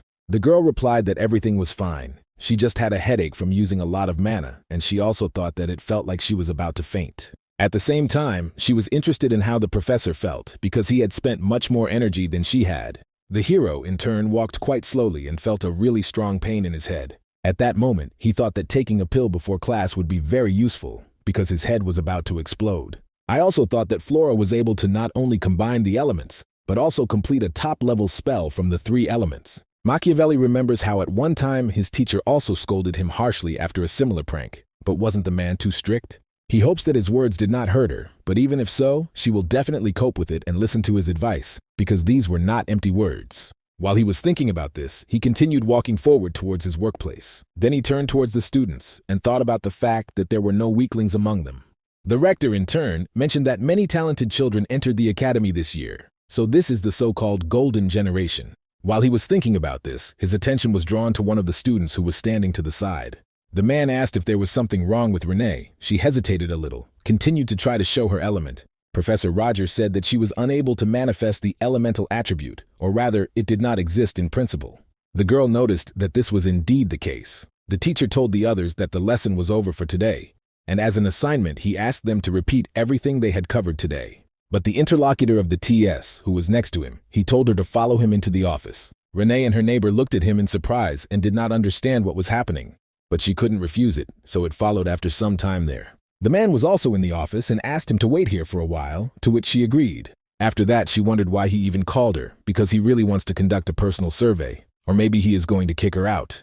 That's exactly right. How can a client who can't demonstrate elemental magic be eligible to attend classes on spell theory and practice? But she really wants to continue going to the professor's lectures, and suddenly she noticed that he took out some kind of document. The student was horrified and wondered if this was really a statement about transferring to another teacher. She knew that he still wanted to reject her. The professor turned to her, but she did not listen to him and said that she would try so hard that she would do it. She just begged him to forgive her, let him just not forbid her to go to his classes. The main character, in turn, handed her the book and asked what she was talking about. Renee asked if this was a statement about the transfer. The man replied that she had stopped talking nonsense and took this book because he was already tired of holding it.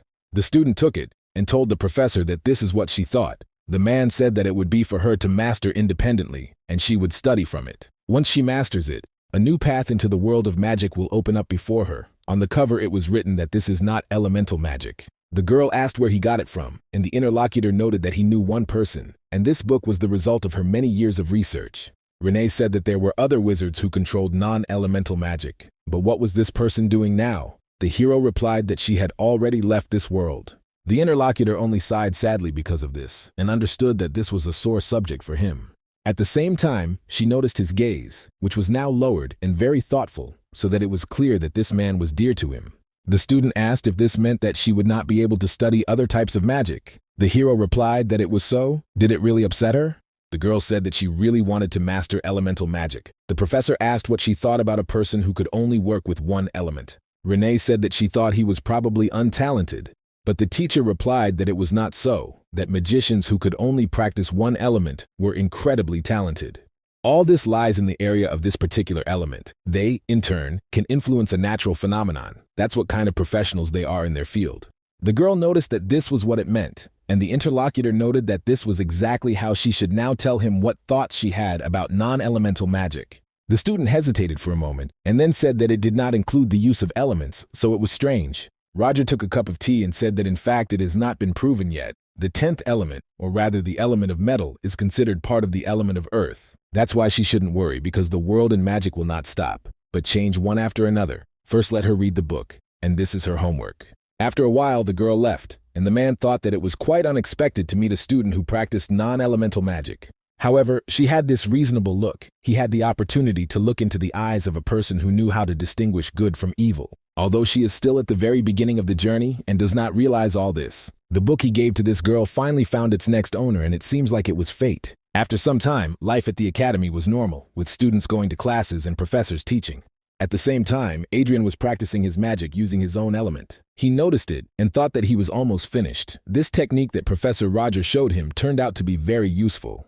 At the same time, when he used the mafia, his gaze showed kindness and also wisdom, so it was probably in vain that he doubted him before. Of course, it cannot be that a person who loves magic turns out to be some kind of villain. The guy turned his attention to his comrades first, and then looked at the group of students that had gathered around one of the guys.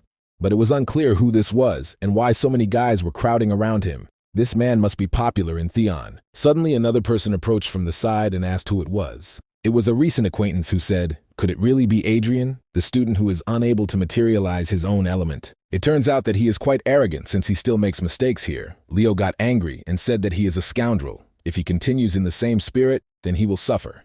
But the guy calmed him down and said that he would talk to him himself. He told Jackson that he had no idea what irritated him so much about him, but he asked for forgiveness. So he wonders if they can just forget about it, and that's it. And the other guy says that if they forget, then he agrees. But all this will happen immediately after he kneels down. Tracy said that he himself is not ashamed to say this, because he is a noble nobleman. The guy replied that the fallen were not given the right to vote. Although what can you expect from an uneducated bungler? The girl was angry and asked if he had really lost his fear completely. Adrian, after hearing these words, got angry and came closer, then said that he could say whatever he wanted about him, but he should under no circumstances touch his friends. He said this with such an angry look, as if he wanted to hit this guy. But Jackson smiled back at this and asked what he would do for him. Adrian immediately took the white glove into his hands and noticed that it turned out that he didn't want to do it the good way. In this case, he understands everything and there are no problems, because then he challenges him to a magical duel. The aristocrat, in turn, immediately said that he was accepting the challenge, and his comrades told the guy what he was even doing. The student with glasses did not listen to them and said that if he won, he would apologize to Leo, as well as Tracy. Jackson smiled and said that they would see who would win first. That's why I let him prepare to fall on his face. Suddenly, the main character appeared, who turned to both and said that you did not explain what was happening here. The students immediately noticed him and said that this was Professor Roger. The hero looked at Adrian and thought with anger that he had gotten himself into something again, as if he were some very sought-after person in this world. After thinking about it, he said that he was waiting for an answer to his question. Jackson said that it was a fair fight, and he challenged his opponent to a duel, so he agreed. Machiavelli replied that this duel between first-year students was not allowed because it would not work. The student asked what had become generally forbidden. The professor was surprised by what this man was saying and wondered what was wrong with this guy in general. After a few moments, he turned his gaze to the other side and saw a lot of people hanging around one of the guys. Then he decided that everything seemed perfectly clear to him now, because this man was doing everything to make an impression on the student who had a close look. So he told his interlocutors that he would not punish them for something that did not happen, and that they should return to their rooms. Jackson tried to get through to him anyway. Suddenly, another teacher came up from the other side and told him not to push them so hard. After all, in such a case, isn't he exceeding his authority as a professor? Still, the mentor has no right to interfere in a duel that is arranged on a mutual basis. Several students said that this is true, and so it is. The main character was quite surprised and did not understand what he was trying to achieve, but he succeeded. After some thought, Machiavelli said that in any case, he could not allow the students to harm each other, so why not sit in on the duel? Then he turned to the guys and asked if they agreed to this. Jackson immediately said that he was not against it, and his opponent noted that he was also for it. The hero looked at the professor who stood up for this duel and said that the duel would take place. The teacher said that there was something else. He came closer and extended his hand and asked if he would like to make a bet on this matter. Of course, he is definitely not obliged to do this and knows that it is stupid to bet on a fight whose outcome is already known. Well, why not? The main character understood what he was getting at, so he interrupted him and agreed to this proposal. Chris smiled and said that he didn't expect him to accept his offer so easily, so who he thinks will be the winner is interesting. He said that he, in turn, was betting on Jackson Filio and believed that he was an incredibly talented magician, and the boy was happy about this. Then, with a spontaneous smile, he asked if he was also going to bet on this guy, whether they should then bet on how he would win. But the main character responded to this by saying that there was no need for this at all. After all, he was just about to bet on Adriano. The boy was surprised when he heard what he said. Chris laughed at this and said that everything would be as he said, although he did not understand his confidence in this student. The hero asked what they were arguing about. The teacher remarked, since they both teach spell practice, then what about the records of their research? Machiavelli was quite surprised and asked if he also taught this subject. The interlocutor did not expect at all that he would be humiliated like this in front of all the students and was very shocked. Then the thoughts on his face changed to anger, and he thought that this was just some scoundrel fallen nobleman. It was unclear how he dared to disgrace him in front of the students, and even if he didn't think it was worth it, he would get away with it. The hero thought that he didn't even know that he also taught manifestation. Machiavelli said that all this was good, and would they agree to have a duel in 4 days? Chris angrily agreed, and then turned around and left there. Then Adrian turned to the professor and apologized, because if it weren't for him, nothing would have happened. The hero in response only told him to think better about how to win. Jackson still has the advantage at this point, but it's really too late to back out. As a result, it turns out that in battles there is always room for the unexpected, the variable. The student asked in surprise what he meant. The professor replied that he had already possessed this variable for a long time, so that he, in turn, only had to apply it at the right moment. The interlocutor lowered his head down and thought that this is exactly so, because if he does this, his trouble will be in his hands. However, he remembered the man who was smiling and motioning for him to cover his mouth. So Adrian immediately shouted to the professor that he wanted to defeat Jackson using only his skills. The main character was surprised, but he heard a desperate cry for help from this boy. The student was confident enough at that moment and asked Professor Roger to prepare him. Machiavelli only looked with surprise at the determination of the guy who asked him for help. Adrian remembered the girl telling him to remember what she taught him, not to casually show it off to others. Because if he does this, trouble will not keep him waiting for long, and what's more, there is something else. It turns out that she earns her living by these very actions, so doesn't he want her to die of hunger on the street? The boy became wary and said, of course not to the teacher. She stroked him and said that this did not mean that she forbade the use of these techniques. It turns out that as soon as he feels that he needs them, let him act. In life, there always comes a moment when he needs to make one choice or another. It was in this case that she told Adrian that he was following his heart. Machiavelli froze after hearing this boy's plea for help. He didn't understand what he was saying. It was completely unclear what the hell this student had just said. It turns out that he made a bet with another teacher, knowing only about his extraordinary abilities, and he says that he wants to win thanks to his skills. What kind of skills are these that he doesn't even know about? He then decided that it doesn't matter, and in any case, this is a good opportunity to test his level of training. So after a few moments of his own reflection, he said that he agreed and would show him how to gain an advantage in a magical duel. Their training may seem like a real torture to him, and besides, it does not guarantee him victory. The boy, without even thinking, answered that he agrees. The professor said that in that case they would not proceed. Adrian asked if it was really right now, although he agreed to that. On the way, the protagonist thought about the fact that it seemed like their rivals were already celebrating their victory. But let's see what their confident faces would look like in 4 days. Sometime after training, Adrian was lying in his room and saying how tired he was. I also thought about the fact that I almost died during this very training session, and it turns out that this is only the first one. At the same time, it was unclear why Professor Roger was so confident in him. After all, he was not using the most traditional magic. It was also interesting to see if the professor knew something that he didn't know. While Adrian had these thoughts in his head, he fell fast asleep. And somewhere in his house was Chris, who was saying that it seemed that in his free time, Roger Celici was giving personal consultations to that boy. So, most likely there is nothing to doubt because that is true. He may not show it, but the man knows that he desperately wants to win. Then he turned to Jackson, who was in the office, and asked what his goal was. The guy became inspired and angrily said that he needed to defeat this tax-deprived commoner.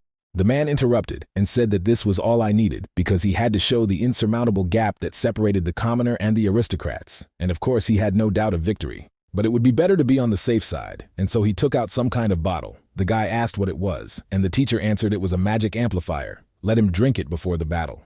The ward immediately became wary and said that if he was caught, he could be expelled from the academy. Chris said that this was a special invention of the Benamor family. So he has no need to worry because no one will find out. This insignificant brat will use all possible methods to defeat him, so they will do the same.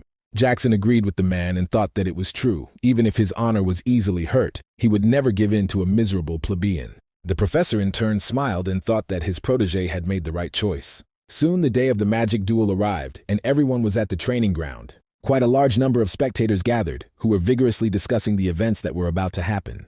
The guy asked if it was right that an aristocrat had a better chance of winning, since his level of training was higher than that of a commoner, and he was told that a first-year student had something to show. Besides, it was this guy who participated in catching the werewolf, although in the end it was Professor Roger who dealt with him, not him. The student said that the professor had trained him well enough and that Chris seemed to be on the side of the aristocrats. The interlocutor asked who it was and realized that she was a professor and that she was responsible for the second opponent. The man heard this and got angry, and the students continued the discussion. It turns out that they both teach spell practice, so they are often compared, and perhaps it is unpleasant. Chris thought that today he would knock Roger's arrogance down a notch. In the end, it was all these people who would witness his defeat. After some time, someone entered the training ground. Everyone immediately turned their attention there and saw the rector of the academy enter along with the rest of the professors and greet Chris Benamor. The man was taken aback and asked the lady what brought her here, and it turns out that Professor Hugo is also here. The woman replied that she had heard that something interesting was coming up. It was only because of this that she brought him with her. Then she said that she had not seen Professor Roger for a long time, and how he was doing was interesting. He thanked her and said that he was not complaining. She heard that the men had made a bet, so the tilt was interesting. The hero replied that he had chosen Adrian, Jessica noticed, so Chris had bet on Jackson. Now she is looking forward to the battle and hopes that no one will be hurt. The deputy said that the lady does not have to worry at all, because protective equipment helps create a barrier that is responsible for the safety of the wearer. Then she noticed that their participants had already arrived. The first to arrive was Adrian, who was indeed wearing protective gear. He had the support of Leo in the audience seats, telling him to crush this pompous aristocrat, and Tracy was also supportive. Also, on the other hand, Jackson showed up, who was also supported and told that they believed in him, and also asked to show real strength. The teacher approached the participants and said that before they began, they had to go through a short test. Adrian turned to his opponent and told him that when he lost, he should remember to keep his promise. The guy smiled when he heard this and told him to just dream, because victory would be his. And so the teacher examined Jason and said that everything was fine, so it was the next one's turn. And when I noticed the guy, I asked him what was hanging there. Adrian replied that if the professor was talking about it, then it was his weapon of war. The man took it in his hands and said that it looked like a sword. The interlocutor hesitated and said that it was not so, because the black one was simply made in the shape of a sword, but it was not him. Then I asked if it was by any chance prohibited. The teacher looked at it and thought that it seemed safe, and the blade was blunt, so he said that everything was fine. The participant was doing charity work, and the man said that they don't know the rules. The first one with a magical barrier will fall off the protective equipment, lose, and now let them get ready. The match supervisor said that he would not start now, and Adrian immediately sent his energy towards his opponent. Jackson didn't stand still either, and using his magic wand, directed the fire forward. Leo saw what happened and said that they were moving literally at the same pace. The girl noted that they were quite fast. Adrian wondered what that guy had used with the element of fire, and he in turn knew that he would start with the strongest element. The aristocrat thought that his opponent was doing better than he expected, and he would be at a disadvantage. But this would not have happened only if the amount of his mana had not exceeded it by several times. And now his element of fire, which was now used, dominated over the second element of his competitor. She completely suppressed Adrian's power and then went on the attack, so the guy managed to dodge. Immediately after that, she flew forward, and it was clear that the power of this technique was strong. Jackson saw what had happened and shouted for this pathetic plebeian to know his place and to continue using force. In order to defend himself, the commoner also used his technique and directed it into the opponent's element. The forces then met again, but it was clear that the aristocrat was dominating the fight due to his power. A friend who saw this fight from the sidelines said that it was bad, because Adrian was starting to give in a little. The number fought below, and he himself thought that at this rate he would lose, and it was time to do something. Namely, he should apply the technique that Professor Roger taught him shortly before. Jackson saw his opponent not using magic and just rushing at him, so he immediately started laughing and asked if he was giving up already. Chris also smiled when he noticed this and said that the duel was over, but suddenly he noticed something strange. When the professor took a closer look at the attack that had just been made, he wondered if he was right. After all, it turns out that this is the same technique. Adrian was rushing forward, and there was a magic circle on the tip of his weapon. The teacher realized that this was a sliding maneuver. Because of this, he was amazed and did not understand how this boy knew the technique of combat mages. So did Roger teach him this technique shortly before, although right now there is a more important question, because it is completely unclear how this plebeian was able to master the sliding maneuver in just 3 days. Jackson didn't understand what was happening. Magic was based on concentration, and if he continued to move so chaotically, it would be difficult for him to concentrate on the manifestation. Although he shouldn't worry now and needs to be calmer, because everything is under control. Because it turns out that he has already cast a spell, and with this, he will put an end to his trick, no matter what he does there. Adrian in turn rushed forward, continuing the attack and dodged the force of the opponent that was ahead. The aristocrat noticed how his spells simply passed through that very place, and there was no one there anymore. So he got angry about what happened because he realized that nothing came of it. After Adrian dodged, he immediately prepared to attack with his strength. The very flash that appeared on the tip of his weapon was directed straight towards the aristocrat, and with this very action he was struck in the head. Then, when the guy knocked his opponent down, he immediately approached him and pointed his weapon. At the same time, he immediately said that now it was his turn to attack. Jackson understood where this was all leading and, very wary, asked to wait a second. But it was too late because Adrian had no intention of stopping and finished the fight a few moments later. The crowd of onlookers that had gathered in the stands cheered and heard that the winner would now be announced. The curator of this magical duel approached the guy with glasses and, raising his hand, said that the winner was Adrian. Leo, as well as a large number of students, were happy and said that he was cool and that the training had paid off. Those who supported his opponent said that Jackson was a scoundrel because he had tarnished the reputation of the aristocrats. The girl noted that she knew that he could not be relied on because it turns out that he boasted about being the son of a baron, but he lost to a plebeian, and in the end, he turned out to be just a loser who disgraced them all. The guy heard all these words and was horrified and also wondered if he, Jackson Filio, had really lost. This immediately brought a wave of anger upon him, and he told himself that this simply couldn't be happening. So the guy started shouting that his opponent had cheated. Otherwise, how else could he have managed to cast the spell while moving? And in that case, he was just going to finish him off. So the aristocrat stood up from his seat and began to use his magic. Tracy saw what was happening and asked what he was doing. Leo also told Jackson to come to his senses and not do anything. They shouted for Adrian to run away, but it was too late, because the aristocrat did not listen to anyone and changed his technique so that it was heading straight towards the people. The guy turned his attention there and saw that it was quite dangerous, because the curator also fell under the influence of this fire. So memories of the teacher's words immediately popped into my head, who said that the moment does not always come when he needs to make his choice. After all this happens, then Adrian needs to follow his heart. Then the guy rushed forward or, using his weapon, tried to protect himself, as well as the teacher, from this fire.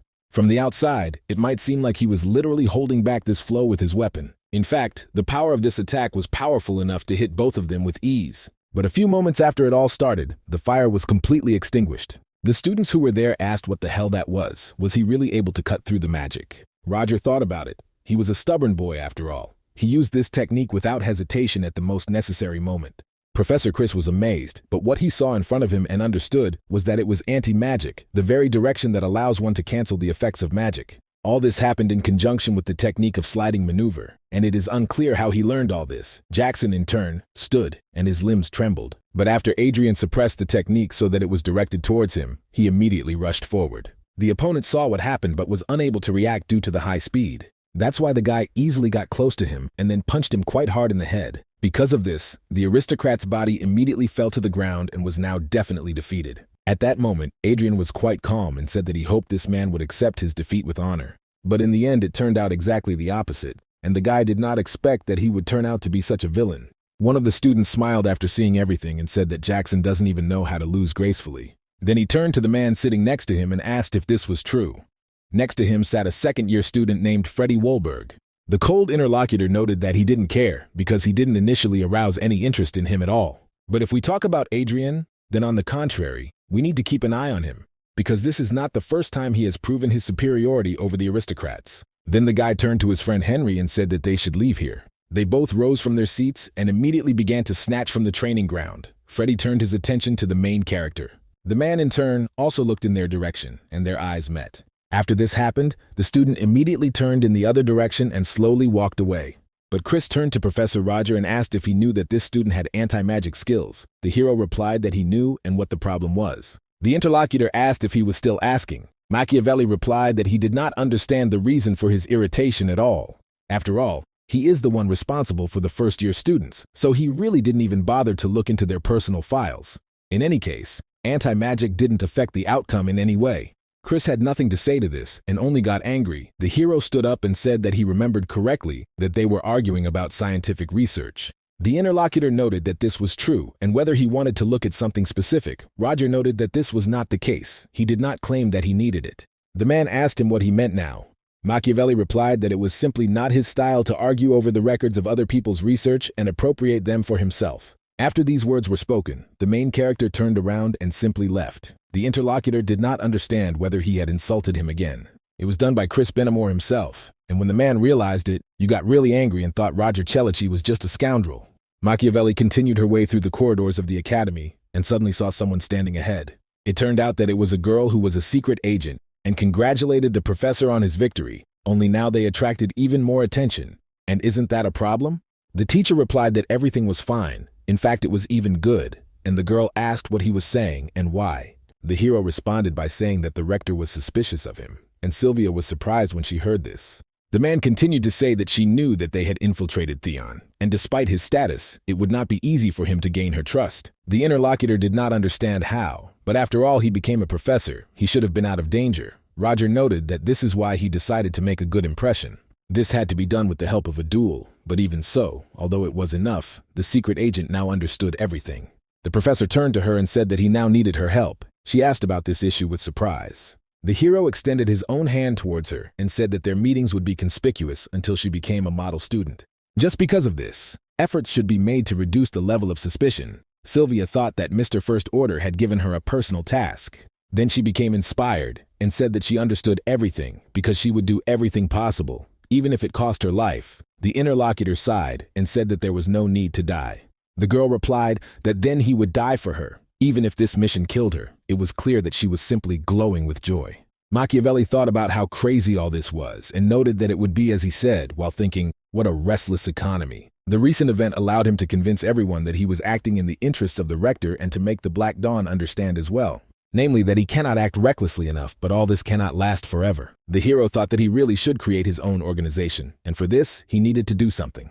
His thoughts were interrupted by the communication sphere, which gave a sign that someone wanted to talk to him. Machiavelli got in touch and asked Hans what was wrong. The interlocutor noted that he checked the nearby areas, as he had asked before. After all, he found out how things were in the criminal world and understood how to act in order to maintain their position. The hero interrupted him and said that it seemed it was time to use force. The interlocutor noted that he had noticed correctly and it was time for heavy artillery. The hero wondered how timely it was. After that, he stated that in that case he would move forward, and his comrade asked if he wasn't busy now, since he was afraid it would take a lot of time. The professor told him not to worry because he would try to make it all end as quickly as possible, and in one of the houses it was quite loud. The man got angry and immediately hit the table, and the boy asked him if everything was okay with him. The interlocutor looked at him quite angrily and asked what he thought about it. All that was required of Belfour was to invest money in the project. These were the funds they had invested, and this scoundrel went and died, leaving them with nothing. The subordinate asked if perhaps they should find another fund, and that was it.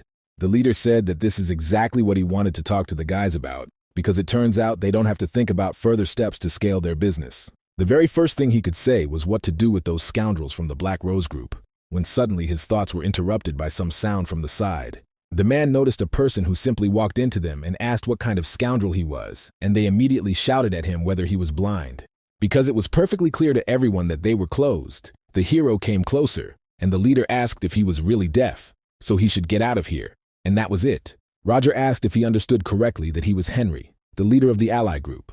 The man asked how he knew him. It turns out that this man is seeing him for the first time. Machiavelli smiled and replied that they had never met before. It's just that he is quite famous. He also apologizes for forgetting to introduce himself to him. His name is James Moriarty. The interlocutor asked him again whether he really was the person he said he was. He knew very well that this was the name of the villainous consultant who ran the Delica Kingdom's criminal system. But this man hadn't hidden his identity for years. What was completely unclear was what he was doing here. Although now they knew it, the leader of the group laughed and said that he had heard a lot about Professor Moriarty. The hero said that he was very happy, but the interlocutor wondered if he could take his word for it now.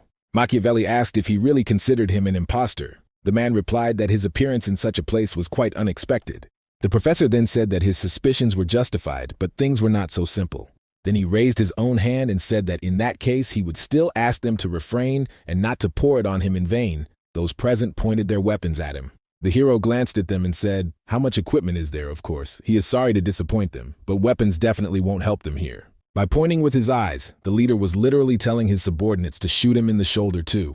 The guys immediately started doing it, but because they were pulling the trigger, nothing happened. And when this happened, they continued to look at their weapons with surprise and asked what it was, because their pistols weren't working. Machiavelli immediately used his magic spell and said that he had warned them all. Henry was shocked when he saw this spell and realized that it was the silence of fire, but it is unclear when he managed to cast it.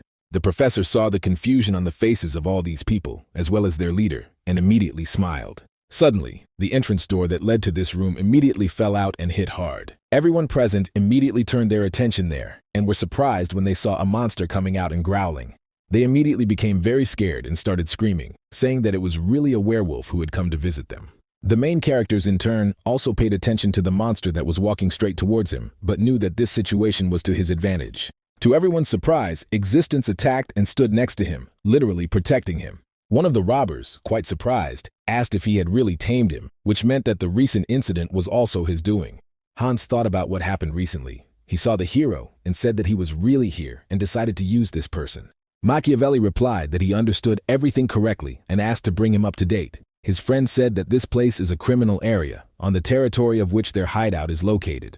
This very place is shared between 4 criminal organizations, the largest of which is called the Scarlet Group. They, in turn, perform the dirtiest work and in fact control the entire area, the hero said, which means and are their target. The comrade replied that this was true, and it would be nice to deal with them, but it would not be easy, as their power was too colossal. Therefore, perhaps they should not go straight ahead, but start with pawns. The interlocutor noted that it is not necessary, because that way they will only waste time. A frontal attack will be much faster.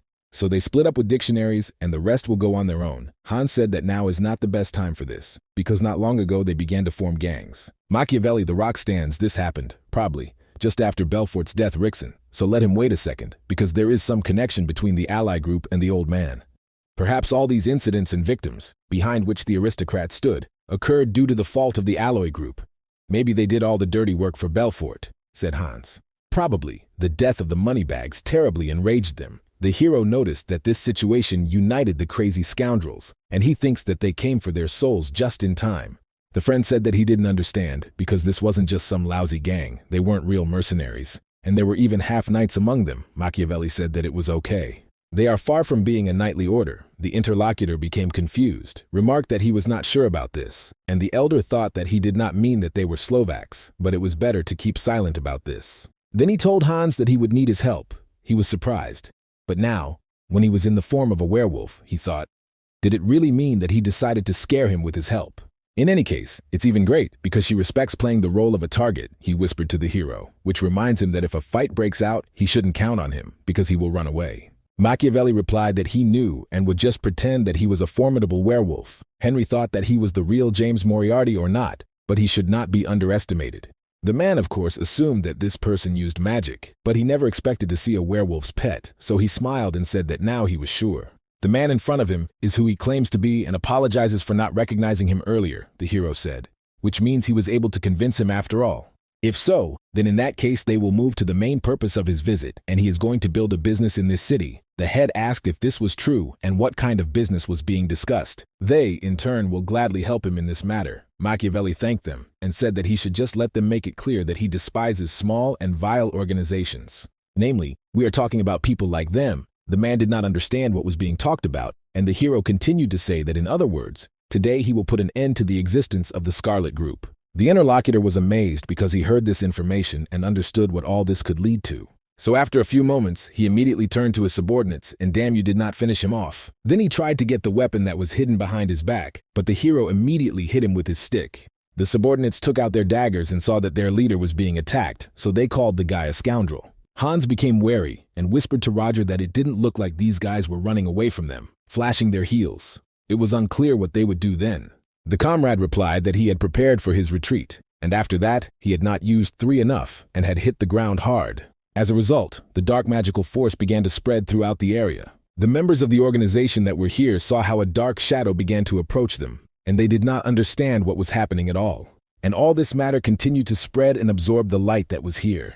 When it was all over, the men were amazed and asked what had happened because they could not see anything. Someone said that the old people should turn off the light, and it was unclear how they could do this in pitch darkness. Machiavelli stood up and prepared to take out his weapon. He drew his blade and then glared straight at all of his opponents in front of him. As a result, he used the 3rd-tier dark magic called Fool's Sleep, and the weapons of the members of this group were stained with blood. They literally attacked each other, the use of darkness and shadows working to instill fear in the weakened enemy. This spell that puts a curse on him is called connection magic. The leader was on the sidelines and saw his subordinates killing each other. Then he asked why everything was taking so long. Let them kill him immediately. Someone asked for help and begged that all this should be stopped. Several men, who already looked like knights, drew their blades and used magic to strengthen them.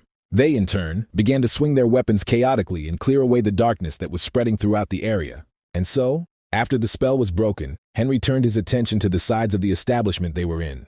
At the same time, he saw the main character, who was near a pile of corpses, and with horror, he asked how all this happened. Machiavelli heard the desperation in his voice and looked at him with a grin.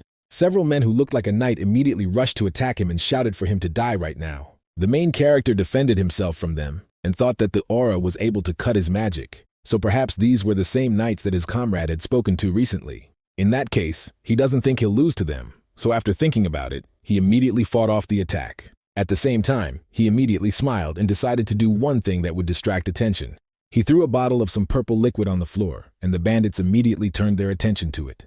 They jumped back, asking what it was, as purple smoke spread throughout the room. The man said that it could be nearby, so they should retreat. The comrade said that he would not be harmed under any circumstances if he covered his body with magic. When he said this, you saw a few moments later a weapon flying at his head in front of you. He then used his blade to block the dangerous attack and said that it was useless against him. Suddenly, between the sharp blades that were flying towards him, some kind of bottle appeared and smashed against the sword. The man felt something begin to happen to his hand, as if poison was being absorbed there, and he began to scream in pain.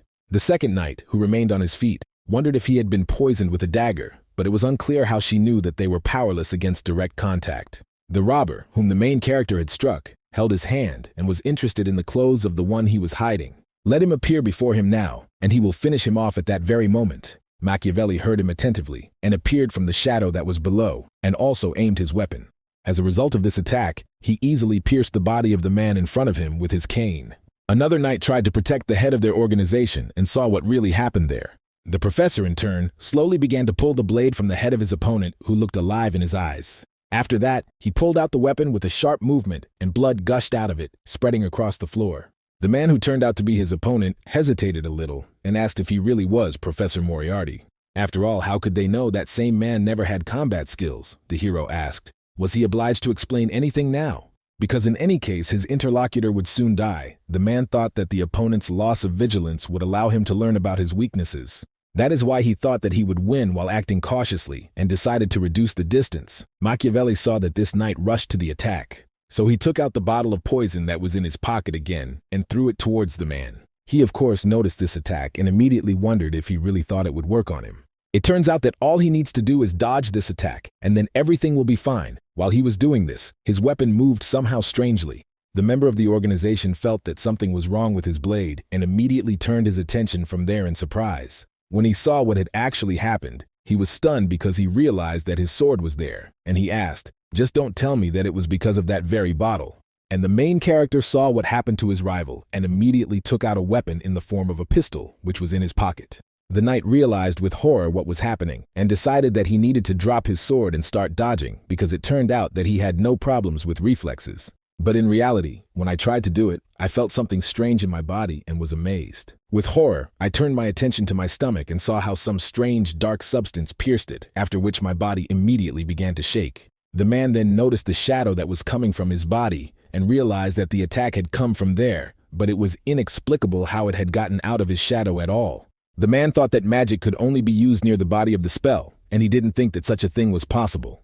The protagonist pointed his gun in his direction and fired immediately after a few seconds. After he managed to finish off another opponent, he immediately began to move forward without stopping for a second. He was heading to the head of this very group, which he had recently been planning to completely destroy, and had announced this. So when I approached him, I immediately put on my hat and with a smile on my face asked why they didn't continue the conversation.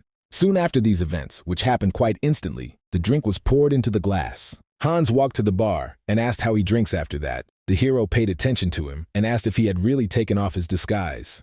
The interlocutor noted that he could no longer stand it when he smelled blood. So was this man lying nearby scared to death? Machiavelli replied that not yet, but now that he had the information he needed, he planned to pass it on to the rest of the organizations. The friend said that he was sure he would figure it all out and wondered what he was drinking. The interlocutor noted that this Gorgonian was 38 years old, Aga asked. Hans asked to give him some too. "It is not clear why you are here only with a glass." The hero answered that he felt bad and he broke everything. His comrade told him to leave him alone because he has to try, even if he throws up.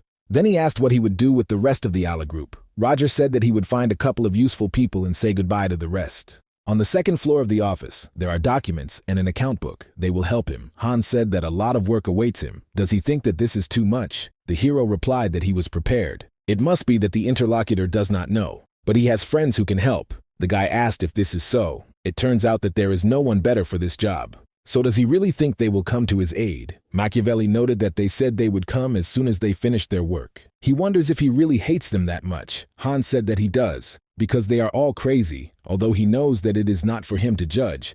But what is wrong with his face? Then he turned around and noted that even if he was against it, they would still follow his plans, remembering that the rector suspected him, and wasn't he afraid to act so frivolously?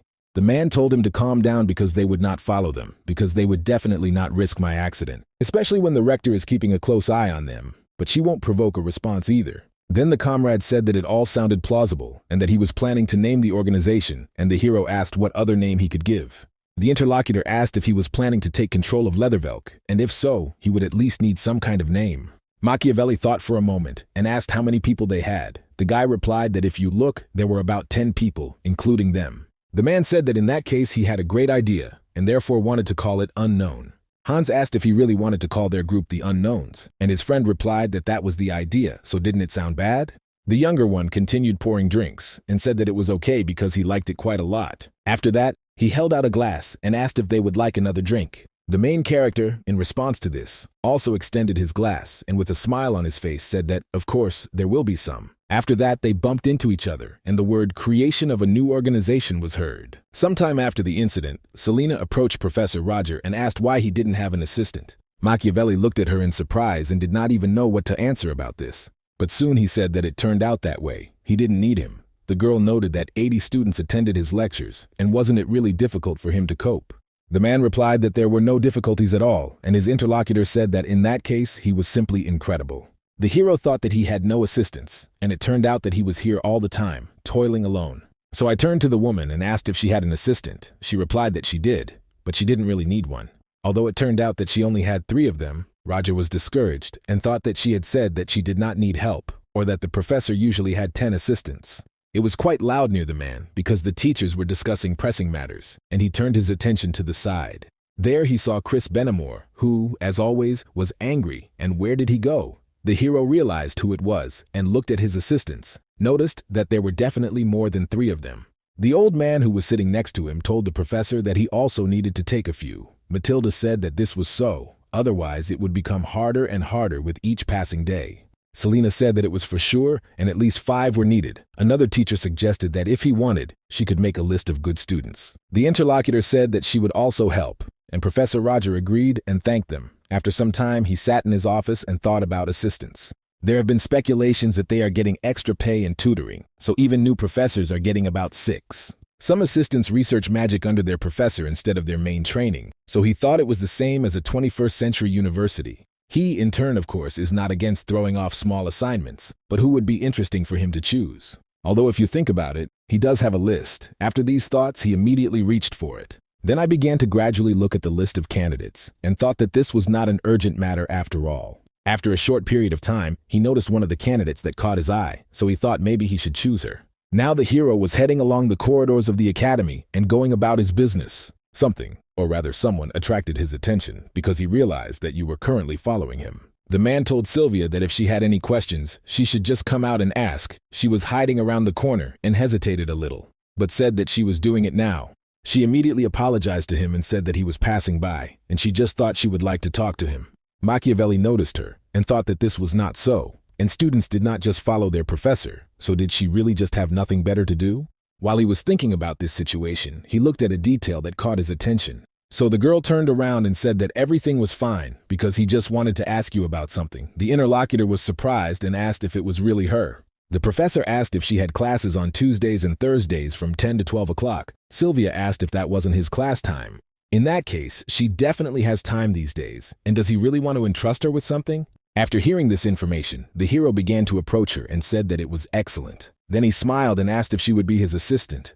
His interlocutor was simply stunned and could not even say a word. After this question, there was an awkward pause between them, and the girl thought about it and also became embarrassed. She couldn't believe that she had such an opportunity, and hesitating, asked if he was really an assistant. But what was he saying? After all, how could someone like her even be his assistant? Machiavelli said that if he became her, he would be able to communicate with him calmly. Sylvia asked, but wouldn't that be suspicious? The professor pointed out that she shouldn't worry about it since she was on the list they gave him, and that made sense. The interlocutor said that now everything is clear to her, and Roger said that his wife does not want to do this when he does not insist. The girl became more wary and said of course she wants to. The teacher asked whether she agreed or not, and if yes, then that was great, because within 2 days she should bring him the documents about registering as an assistant. Sylvia immediately agreed to this, and the main character thought that this was great, because it was quite good for a first mate. Now it will be much easier to know from her about the Black Dawn, and in 2 days the man will have faithful assistants for small errands, and now an hour has passed. The inspired girl came to him with a document stating that she would be his assistant and immediately handed it over. Machiavelli, after seeing her with the document, was a little stunned because he did not expect it to happen so quickly. But he still said that she was really great. The little girl thanked him. He thought that the assistant appeared faster than he even expected. A little more than an hour passed. She already brought the document. This is surprising. In the audience, as always, there were a lot of people, and each of them was talking to each other, creating noise. Renee sat with the princess and said that it was quite noisy today, and the girl answered that there was just a strange rumor going around among the students. And the neighbor was surprised by this rumor that Professor Roger was looking for assistance and said that it was really tempting. Adriana said that what is much more interesting is that he had never taken anyone before, which is why everyone thinks that he didn't even know about their existence. The interlocutor asked, well, how is that possible? He is a professor. The aristocrat interrupted her and said that the most interesting rumors were about this. Renee was surprised, and her friend said that it was about the Universal Stone, which grants anyone's wish, so they say that it is hidden somewhere in Theon's academy. The girl asked if something like this could even exist in nature, and her interlocutor answered, of course, and there are still many unsolved mysteries. This very place is the heart of Theon's magic. Perhaps she is exaggerating, but there is probably even some kind of artifact for this. Renee said that it was all clear to her now, and they continued their discussion, with a girl sitting in the top row who heard them and thought it was very childish. It turned out that it was Flora, and she was genuinely surprised by the stories about the Universal Stone, because she thought that the authorities would have already appropriated it if it existed. But in any case, it can be said that this Superman is recruiting assistants for himself, and this also surprises her. Assistants, in turn, are students who receive payment from the professor. Naturally, only talented people like her are suitable for this. So she proudly fixed her hair and thought that she would definitely be able to pass if she was highly recommended. Suddenly, the students started saying that the professor was coming, so everyone should be quieter. Flora was surprised by this situation. Suddenly, the students started talking about who this student was. They had never seen this student before. And did she really have material for classes in her hands? If so, then perhaps she was Professor Roger's assistant. When the girl saw her, she was very surprised and thought what was going on, because had he really already chosen an assistant? Machiavelli also your audience and told Sylvia that it was a good job, so she could go now. She responded positively. Then the main character turned his attention to the students, who looked at him in surprise and did not understand what was wrong with their faces. After that, it was said that everyone should be more attentive because they were starting the lesson. After some time, it was already coming to an end, and the professor said that that was all for today. Today's material would be on the exam, so don't forget, let them look at it. One of the students approached the professor and said that she had a question. The hero paid attention to her and asked Julia Plumhart what she was interested in. The girl was surprised and said that he even remembered her name. Machiavelli thought that it was she who took first place at the reception ceremony and heard that she was also supported by the magic tower. So I asked what her question was. Julia replied that it wasn't that important and was interested in how he chose his assistant. The professor was actually surprised by this question and did not expect to hear it, so it was unclear why she was interested. But in response to this question, he said that he chose her himself. The girl asked if there were any conditions, for example, the highest magical skills, or perhaps he needed a recognizable personality for this matter. At that moment, her smile was quite sly. Roger looked at her carefully, and for him it was again surprising because it was definitely not a question out of pure curiosity. Despite all this, he decided to answer and said that he only looks at one thing when choosing his own assistant. That very factor is the person's character, and if she has the right character, then the interview will pass with ease. Then he got cold and said that in any case, after her question, she might not even visit him, because now he definitely doesn't think that she will be able to become his assistant if she tries to do it. Then the professor turned around and said that if there were no more questions, then he would go. On top of all this, their first exam is coming up soon, so he asked them to prepare well for it. The man slowly left the auditorium and was about to go about his business. And when I did this, I turned my attention to the side because a familiar person was leaving there. His assistant was there, and he asked if she had really been handing him over here the whole time. The girl hesitated about the hero and said that next time she should wait for him in the office. She agreed and wanted to say something else, but she could not find the right words. Machiavelli saw this and asked what had happened. Sylvia replied that she hadn't meant to say anything like that, and that the professor had simply done a good job today. He had noticed that this was so, and she had done a good job too. Then he handed over the documents and said that this was the task that was given for today. Let her take care of them until the end of the day. The assistant accepted them and said that, of course. After this, the professor was about to go to his office, but suddenly he heard someone addressing him from behind. So he turned his attention there and saw that Flora was behind him, wanting to talk to him. He called her full name again and asked what had happened. The girl hesitated a little, and then said that she heard that he had chosen an assistant for himself. The hero replied that it was so. Would she really like to become one too? The interlocutor became very tense at that moment and shouted that, of course not, because why would she need it? Roger then asked what she wanted from him. Flora turned her head away and did not know what to say, then stated that she would like to thank him, because it turns out that he saved her that very time when she couldn't control the energy and doesn't think that the advice he gave her was bad. The man responded by saying that he had simply done what a professor should do, and that it was enough for him that she had taken his words seriously and accepted them. The girl asked if he really felt bad then, since he probably used more magical power than she did. Roger replied that he was completely fine, and he thought that, to tell the truth, he almost died.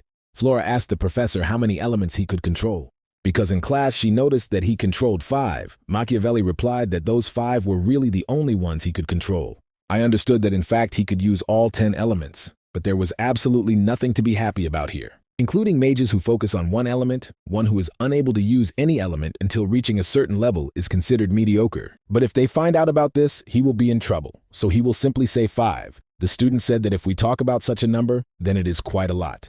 And the teacher said that if she had no questions left, then he would just go. She, in turn, did not want to let him go and wanted to say something. Machiavelli interrupted her and noted that if she changed her mind, she could apply for his assistant. And he is sure that she will definitely get his own. Flora was surprised when she heard this information.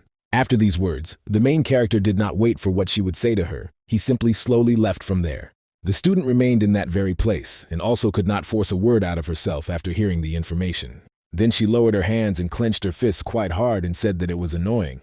Professor Roger was heading towards the main office of this academy, and when he entered inside, he asked the rector if he understood correctly that she had called him. The woman sat, smiling as always, and said that she welcomed the professor, and then asked if he had heard about the recent rumors that were spreading. Namely, about those rumors that say that somewhere in their academy the universal stone is hidden. The man noted that, of course, he had heard about them, but he thought that these were false rumors that the students themselves had spread. The woman in turn stunned him with the answer that it was all untrue, and he was surprised. Then she showed the stone in her hand and said that the universal stone that fulfills wishes really does exist. It is a mysterious item that has unique power and has existed for a long time. Machiavelli noticed it and said that it was a relic. Jessica replied that it was exactly that. It turns out that this is the same ancient relic of unknown origin, the power of which is hundreds of times greater than the power of artifacts created by great magicians. The protagonist, after hearing the information and asking if such a relic really exists in Theon, the woman replied that it does, and they have owned them for quite a long time. The expression on her face changed, and she said that it was still a top secret, but since there were rumors, it meant that information had leaked out somewhere. The man noted that this meant that someone had revealed this secret, and the rector said that this might be so, but there were other options. Since the universe stone is powerful, constant maintenance is required for the area where it is stored. Information could leak out when transporting the stone during maintenance. In the end, since this rumor was so special, she wanted to know whether the professor could do it or not. Machiavelli immediately noticed her and began to reflect on this situation. Thoughts appeared in her head about who, from the outside it seemed, the rector trusted and entrusted this to him, but she didn't trust him so much just because he was in her faction. So the man thinks that she is trying to find out who is behind him and does it in different ways. Jessica told him to let her know if they noticed anything suspicious, or if he asked her to help them with the next transport of the relic. Machiavelli said that he agreed and asked if any of the professors were involved in this or not. The woman replied that they were, but they were assigned to different areas. The hero replied that everything was clear to him now. The woman said that there was still time before the stone was transported, so she asked him to behave as usual. After some time, the man sat in his office and thought that information had leaked to Theon Academy. So he wonders if the Black Dawn has started to work after all, but Sylvia hasn't contacted him, and that's strange then. He, of course, does not know whether everything is wrong because of the First Order or whether there is another reason for this. but it is clear that an incident may happen soon. And besides that, there is something else. While the man was thinking about this, he reached into his inside pocket. From there, he took out some little thing, and looking at it, he thought about a relic, although he didn't even think of finding one here. Machiavelli, in turn, constantly changed identities during his travels. At one point, he was a mercenary that everyone knew. He also used a criminal advisor for another person, and until recently, he was a merchant. So it turns out that he didn't just wander around the world with so many personalities. All this was done in order to find the missing part of this relic. So he is in this place only because of rumors that the relic is in the Empire, but he did not think that one would be in Theon. Of course, Madid can say that this relic is different from the one he is always looking for, and perhaps he should use the Universal Stone to find the one he needs. The man's thoughts were interrupted by the communication sphere, which lit up, and it was clear that someone wanted to contact him. On the other end was Hans. He immediately said that he found out everything. It turns out that the hero dealt with the ally group, but the other three organizations went quiet. But now we will talk about piranhas. He needs help, so does he have time? The hero said that he thinks he can help in a week. His comrade asked, "Really? What happened?" In response to this, he heard that a relic had appeared in Theon. The comrade said that he had so many events, and was it really serious? Machiavelli replied that he agreed. Hans then asked seriously what school could have the relic. Maybe the principal has a secret dungeon. The man told him to stop talking nonsense. The comrade said that he didn't even understand jokes and noted that he would still look for a time for the meeting. Machiavelli in turn agreed to this. Then he thought that he would, of course, want to go right away, but for now, he wouldn't be bothered by the rector's orders. All that was going through my head was thoughts about the universal stone that grants wishes, and perhaps this was a great chance to act now. The relic is quite difficult to find, and even he is an avid seeker of these religions and has only found 3 so far. Judging by the size of the reform he holds in his hands, it can be said that there are 4 parts left, so he will complete his relic when he finds all 7 parts. In the end, if all this really happens, then he knows what will happen. And after I thought about this, thoughts about this situation immediately popped into my head. He sat with his head bowed at his desk and spent a long time there. The subordinate asked if the princess needed anything else, in response to which she said no, and he could leave. The interlocutor noticed that he understood everything and left. The girl was left alone and thought that she was very tired. It turns out that none of them can leave her alone even for an hour, but everyone blames her status and how much she wants to live a normal student life. Suddenly her thoughts were interrupted by the door, which opened and the subordinate left again. Adriana turned her attention to him and asked what happened. The interlocutor told the princess that someone was asking to meet her. The girl was surprised, but went there. And on the other end of the communication device was the commander of the National Security Agency. The woman knelt down and offered her deepest apologies. She said that she would return for such a late meeting before the princess, but it was an urgent matter. The girl replied that everything was fine and asked what happened. The interlocutor noted that she had recently heard about werewolves in Theon and was interested in whether it was true. The girl replied that it was true. One of the professors had already dealt with them. The agent said she was investigating a case related to this. Adriana asked what exactly it was. The woman apologized and said it was kept secret. She, in turn, is going to meet this very professor. So does she by any chance know who he is? The commander said that it was about the new Professor Roger Chalici. Adriana hopes that she will make progress in her investigation. The woman thanked her and turned again. The girl asked what was required of her. The interlocutor immediately responded that the first princess had conveyed information that she wanted to contact her. She was sad that the ear case hadn't been in touch with her lately. Adriana didn't like it, but she said she understood. The agent noted that at this point their connection was interrupted because she had found out everything and said everything.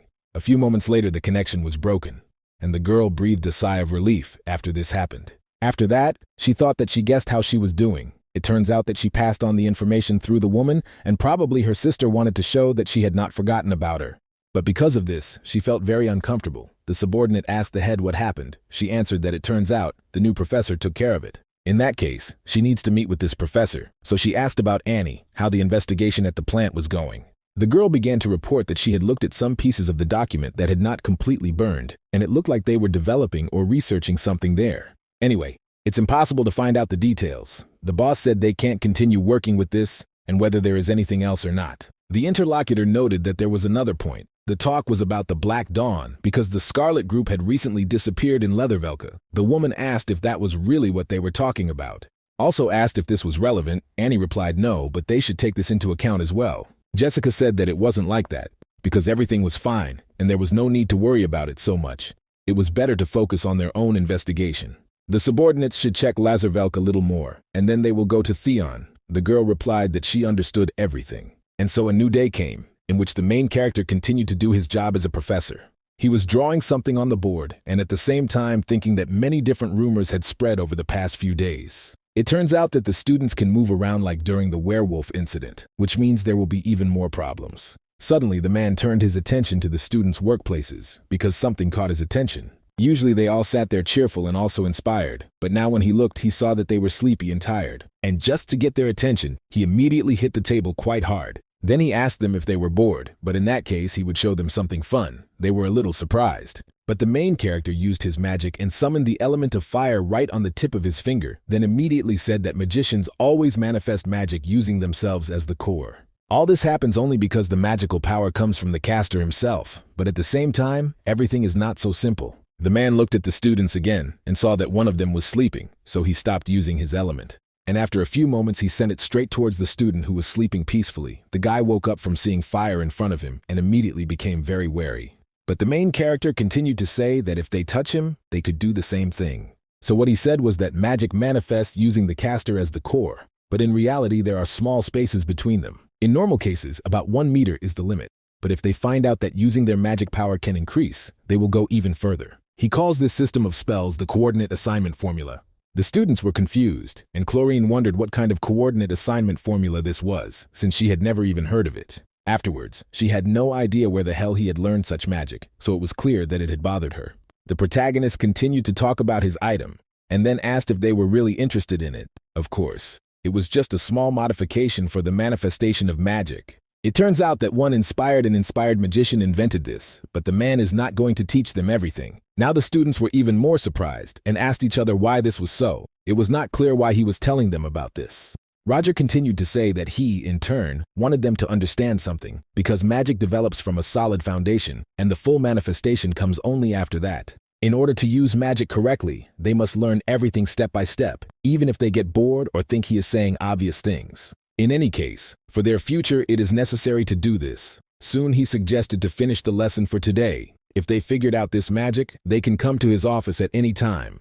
In this case, he would truly appreciate their efforts. Machiavelli, after some time, went to his office, where they were already waiting for him. There was a subordinate who wanted to talk to him and turned to him, but the protagonist noticed that the communication sphere was calling him. So I went to her and told the girl to stand outside for a while. She was a little surprised, but of course she agreed to it. To play it safe between his conversations, the man used technology to isolate the space so that no one could hear him. After that, he sat down at the table and thought that it was time to contact the one who wanted to talk to him, so he contacted the rector. The woman immediately told Professor Roger that it was all urgent, which even surprised him a little.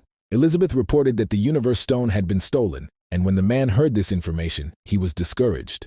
The woman continued to say that she had underestimated her enemies, and Machiavelli asked what had really happened. The interlocutor responded by saying that they knew about the reserve storage for the stone, so they attacked them at a time when they were not ready.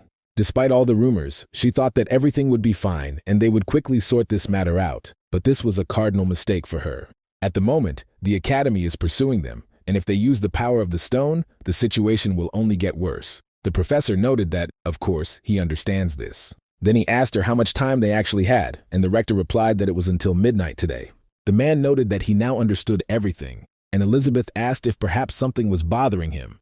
The hero replied that he thought it would be better if he did not do the work. In this case, one should not ask unnecessary questions. The woman said that in this case, she would put it on him, and their communication session was interrupted. Then Machiavelli touched the noise-suppressing wall and thought that he had known it would happen, but he had not thought it would happen so soon. If we talk about those same guys, it is unclear what they are thinking about. It turns out that he has not yet gotten rid of the rector's suspicions, and it is possible that she considers him one of them. At this point, the professor can say that something is definitely wrong. This situation is strange, and whether this is really the First Order. At this point, you need to think carefully. At this point, the man turned to Sylvia and said that she could come in. The girl was casually waiting for him near the front door, and when he heard it, she immediately came in and was happy. Roger said that it now looked like the subordinate was acting on his own free will. Sylvia hung her head down as if she knew she was guilty and said that everything was right. The man looked at her with a cold gaze and told her to explain from the very beginning what exactly happened in detail. The girl said, according to the investigation, it all started with the Third Order requesting information. While researching information about Theon, they found a document. But he belonged to the Universal Stone. Coincidentally, rumors about the stone began to spread among the students, and he believed the rumors, since he had already seen this information. Immediately after this, he learned of the existence and location of the stone. The third order soon told the second about it, and the latter, in turn, decided not to report it. That's why they started acting on their own. This man's name is Jason. He has connections with the government, and is also responsible for all affairs in the second order. The hero listened and noted that if everything was so serious, he would have definitely let the first order know about it. So did that man really think that he wouldn't find out? In this situation, the question arises as to why he is doing this. The girl answered uncertainly that this is just her opinion. But she, in turn, thinks that she wants to take a place in the first order. The zero order said that the 7 places of the first order can always change one after another. Compared to his greed, Jason was not talented enough, so maybe that was why he wanted to do something great. The professor listened to the information and said that he understood everything and was interested in how things were now.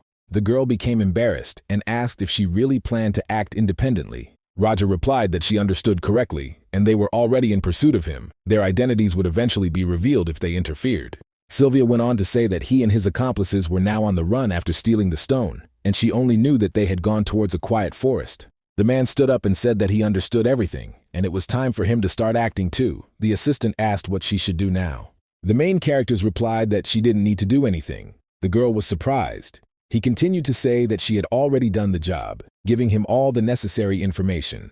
So he thanked her for a job well done, but he would handle the rest himself and headed towards the exit. After hearing these words, Sylvia, as always, was embarrassed and wanted to say thank you, but again she couldn't force it out of herself. Machiavelli, in turn, slowly left the office where he had been talking with his assistant. When I went out there, I immediately thought that I had just thanked her in such a way that it was unclear why she was so embarrassed. He, in turn, thought that this was excessive devotion to the first order, but it seemed that she had personal reasons for this. The man walked forward and thought that it was not so important now, because he should take care of something else. Therefore, he concentrated his power and spoke the words of Aeternum Nocturnus. It was done in order to use the spell. Soon, dark streams of energy began to surround him and spread, as if covering him with a sphere. So, a few moments after what happened, his body was completely hidden in the darkness. It was already quite dark outside at that moment, and the night was taking over everything.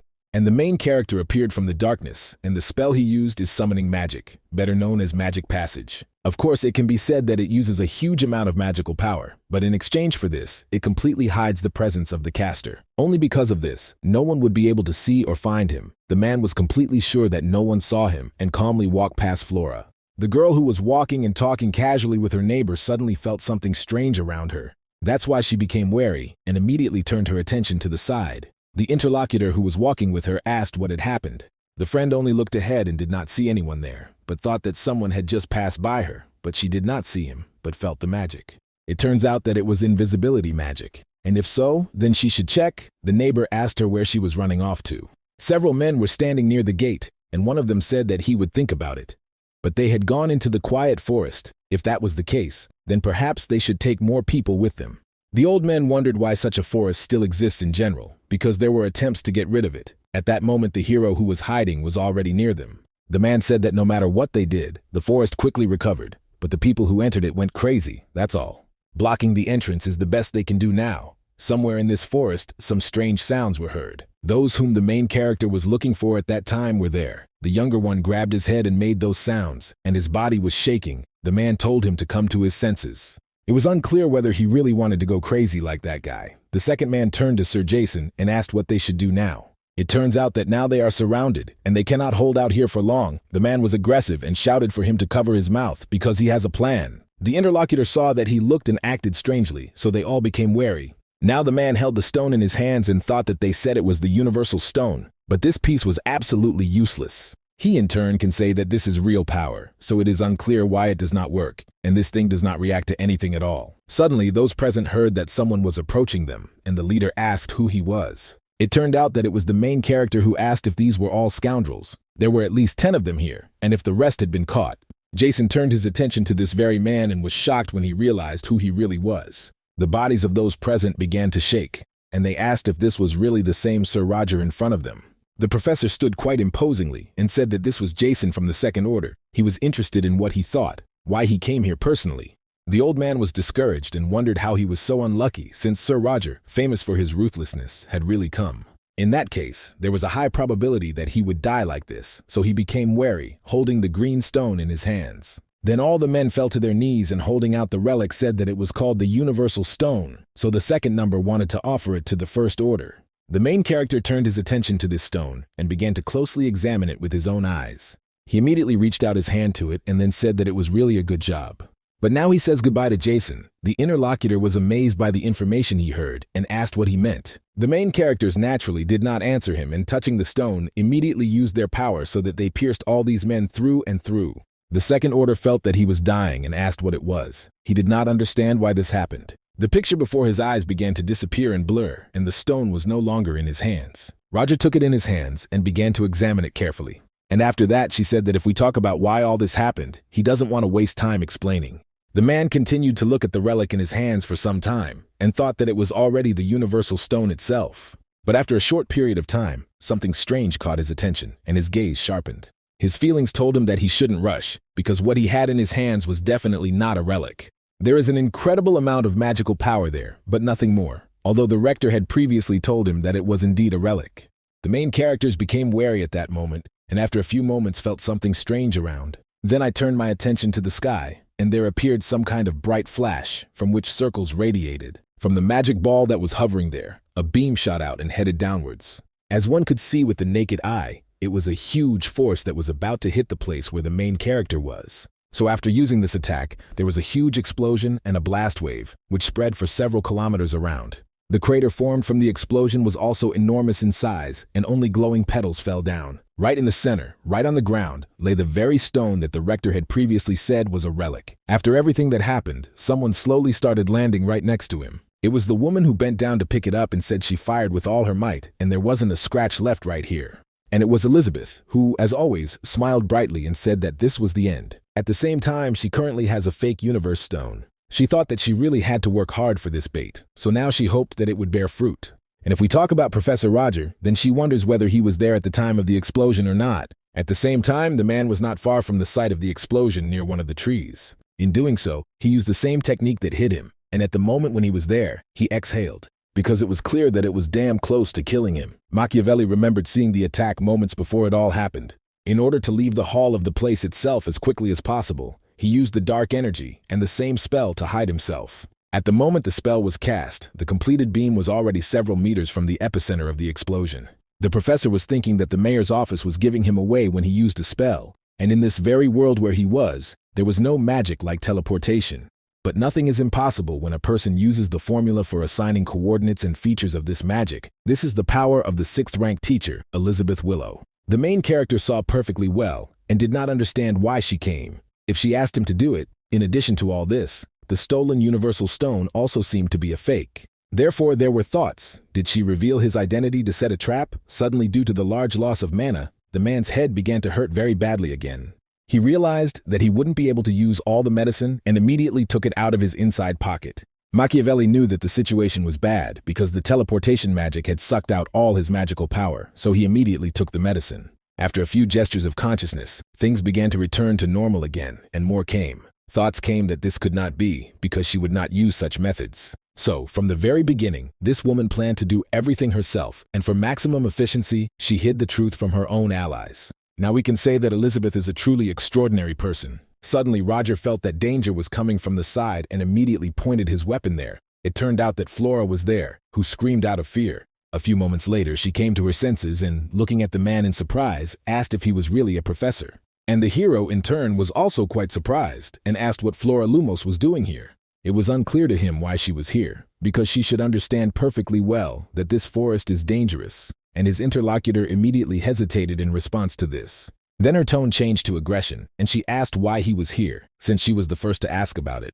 She was also curious about what kind of spell it was. The professor noted that it was none of her business, because this forest was a dangerous place for students, so let her go back. The student said that she was not that weak, and the hero thought, it seems that she does not suspect anything. Perhaps she found another way to get around those guarding the passage. Flora stood and wondered how to explain to him that she came here because she felt something strange, and didn't even know that Professor Roger would be here. Suddenly her thoughts were interrupted by another student who was following her and shouting her name. It turned out that it was the same friend who did not leave her and followed her, and now she was lost and said that she was so scared that she did not understand where she had gone.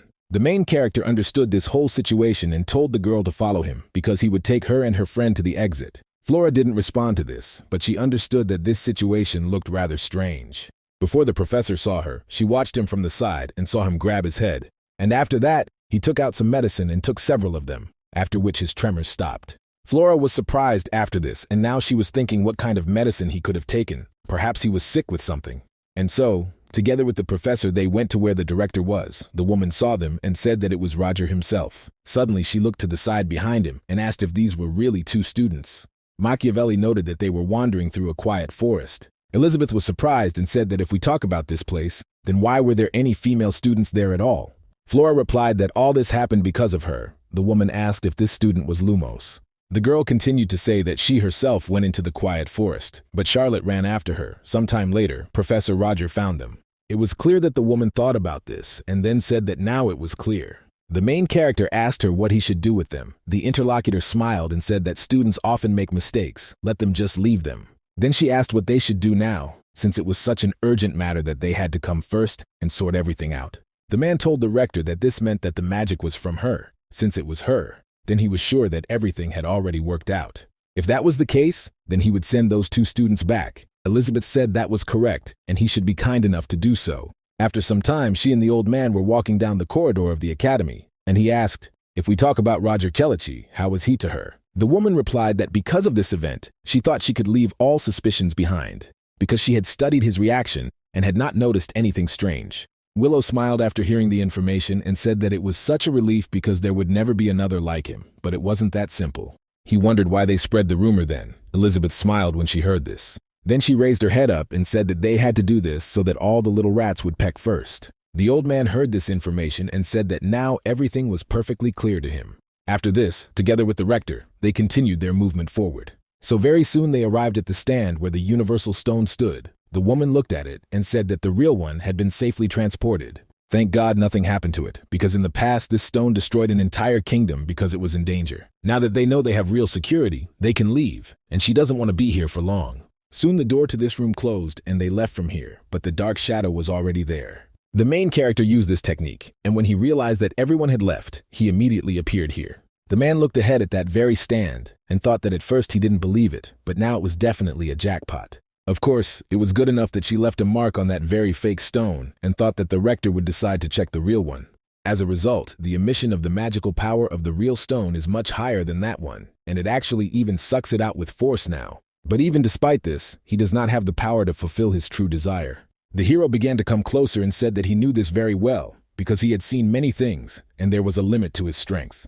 Finally touched this universal stone and thought that in any case, at least it was able to tell him about the location of the remaining relics. In order to do this, Roger touched that very stone and performed a manipulation. As the events in the room progressed, the man realized that more magical power was accumulating, so it was definitely trying to invade his consciousness. Because the hero understood this perfectly well, he told this very stone not to twitch. Otherwise, if it tries to get into his consciousness, regardless of his desire, he will break. The bright light continued to flow towards his energy streams, but after a few moments it stopped, and the hero said that it was good. After he had calmed the stone in his hand a little, he said that he should now show him the location of the remaining pieces. After some time, it all ended and the stone stopped glowing. The hero said that he knew it. He would not tell him about all the pieces. But even the information he has received so far is good. After all, he couldn't even imagine that one of those very fragments that he was looking for was so close. Soon Machiavelli returned home and received a call from his friend Hans, who asked what had happened.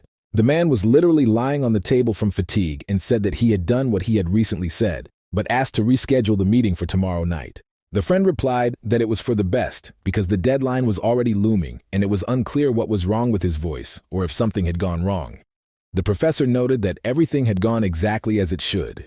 They, in turn, found the location of one relic, and the hero finds it difficult to recover due to constant work. Hans, he said that all this is understandable. So many things have happened, but if we talk about just one relic, it's not worth it. Roger said that to be more precise, there are two, but one of them is already known. The other one is located in the direct city of Larisvelk, where he is now.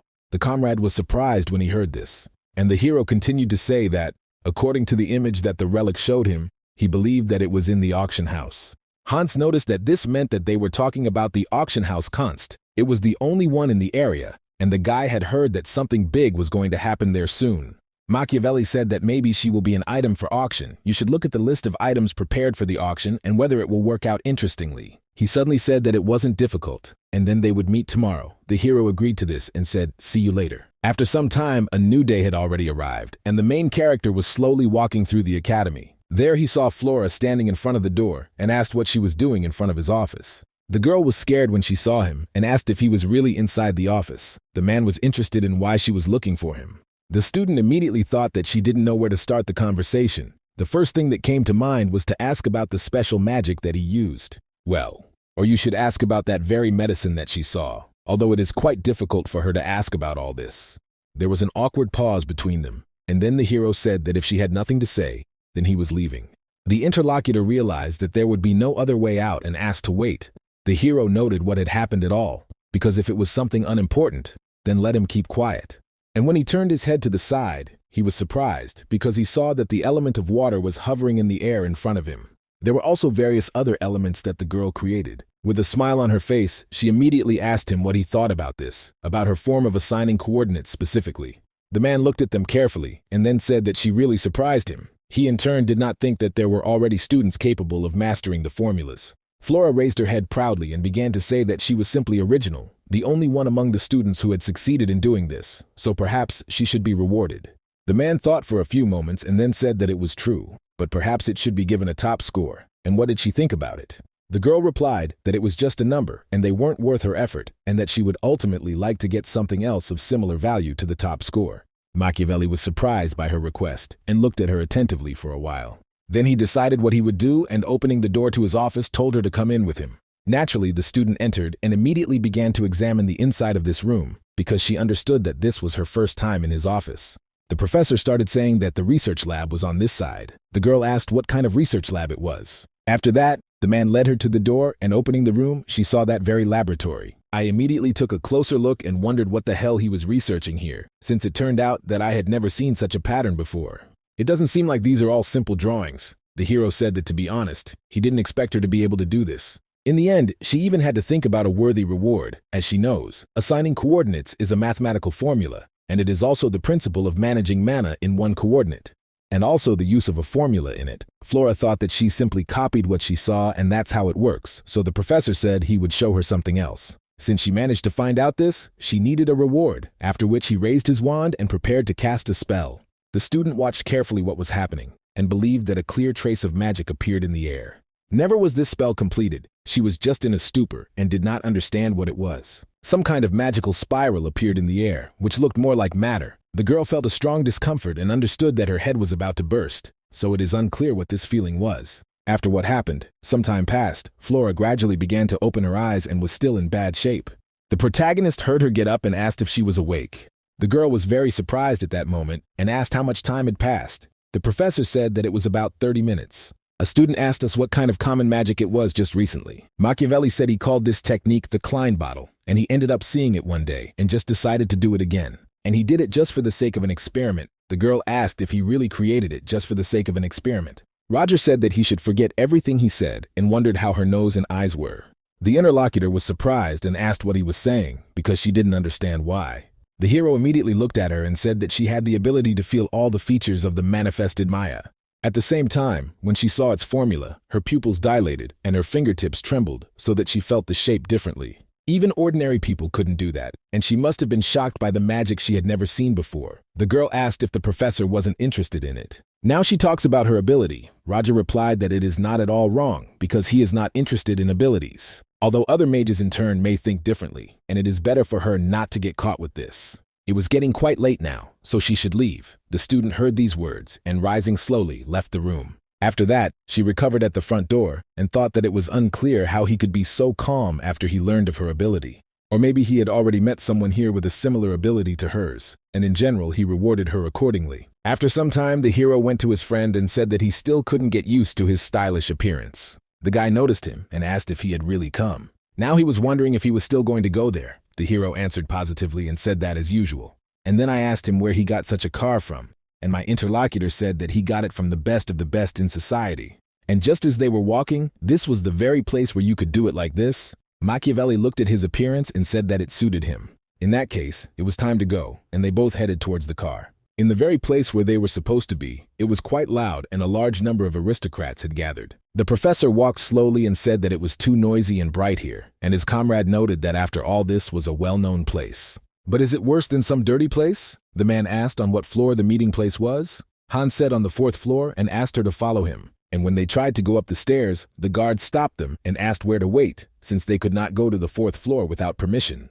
The guy handed over a few pieces of paper and said that they could do anything. Naturally, the guard accepted them, and then slowly walked away and told them to pass. And after that, the main character said that the atmosphere on the 4th floor was really different. Han said that he heard that this place was used for meetings of underground organizations. In the end, this is how they created an unwritten rule. The man asked what kind of rule this was, and the interlocutor replied that he was talking about the fact that fighting on the 4th floor is prohibited, which is why there are no security guards there. Machiavelli said he was quite sure there was a reason why they had invited them to such a place, perhaps to test whether they would follow this rule.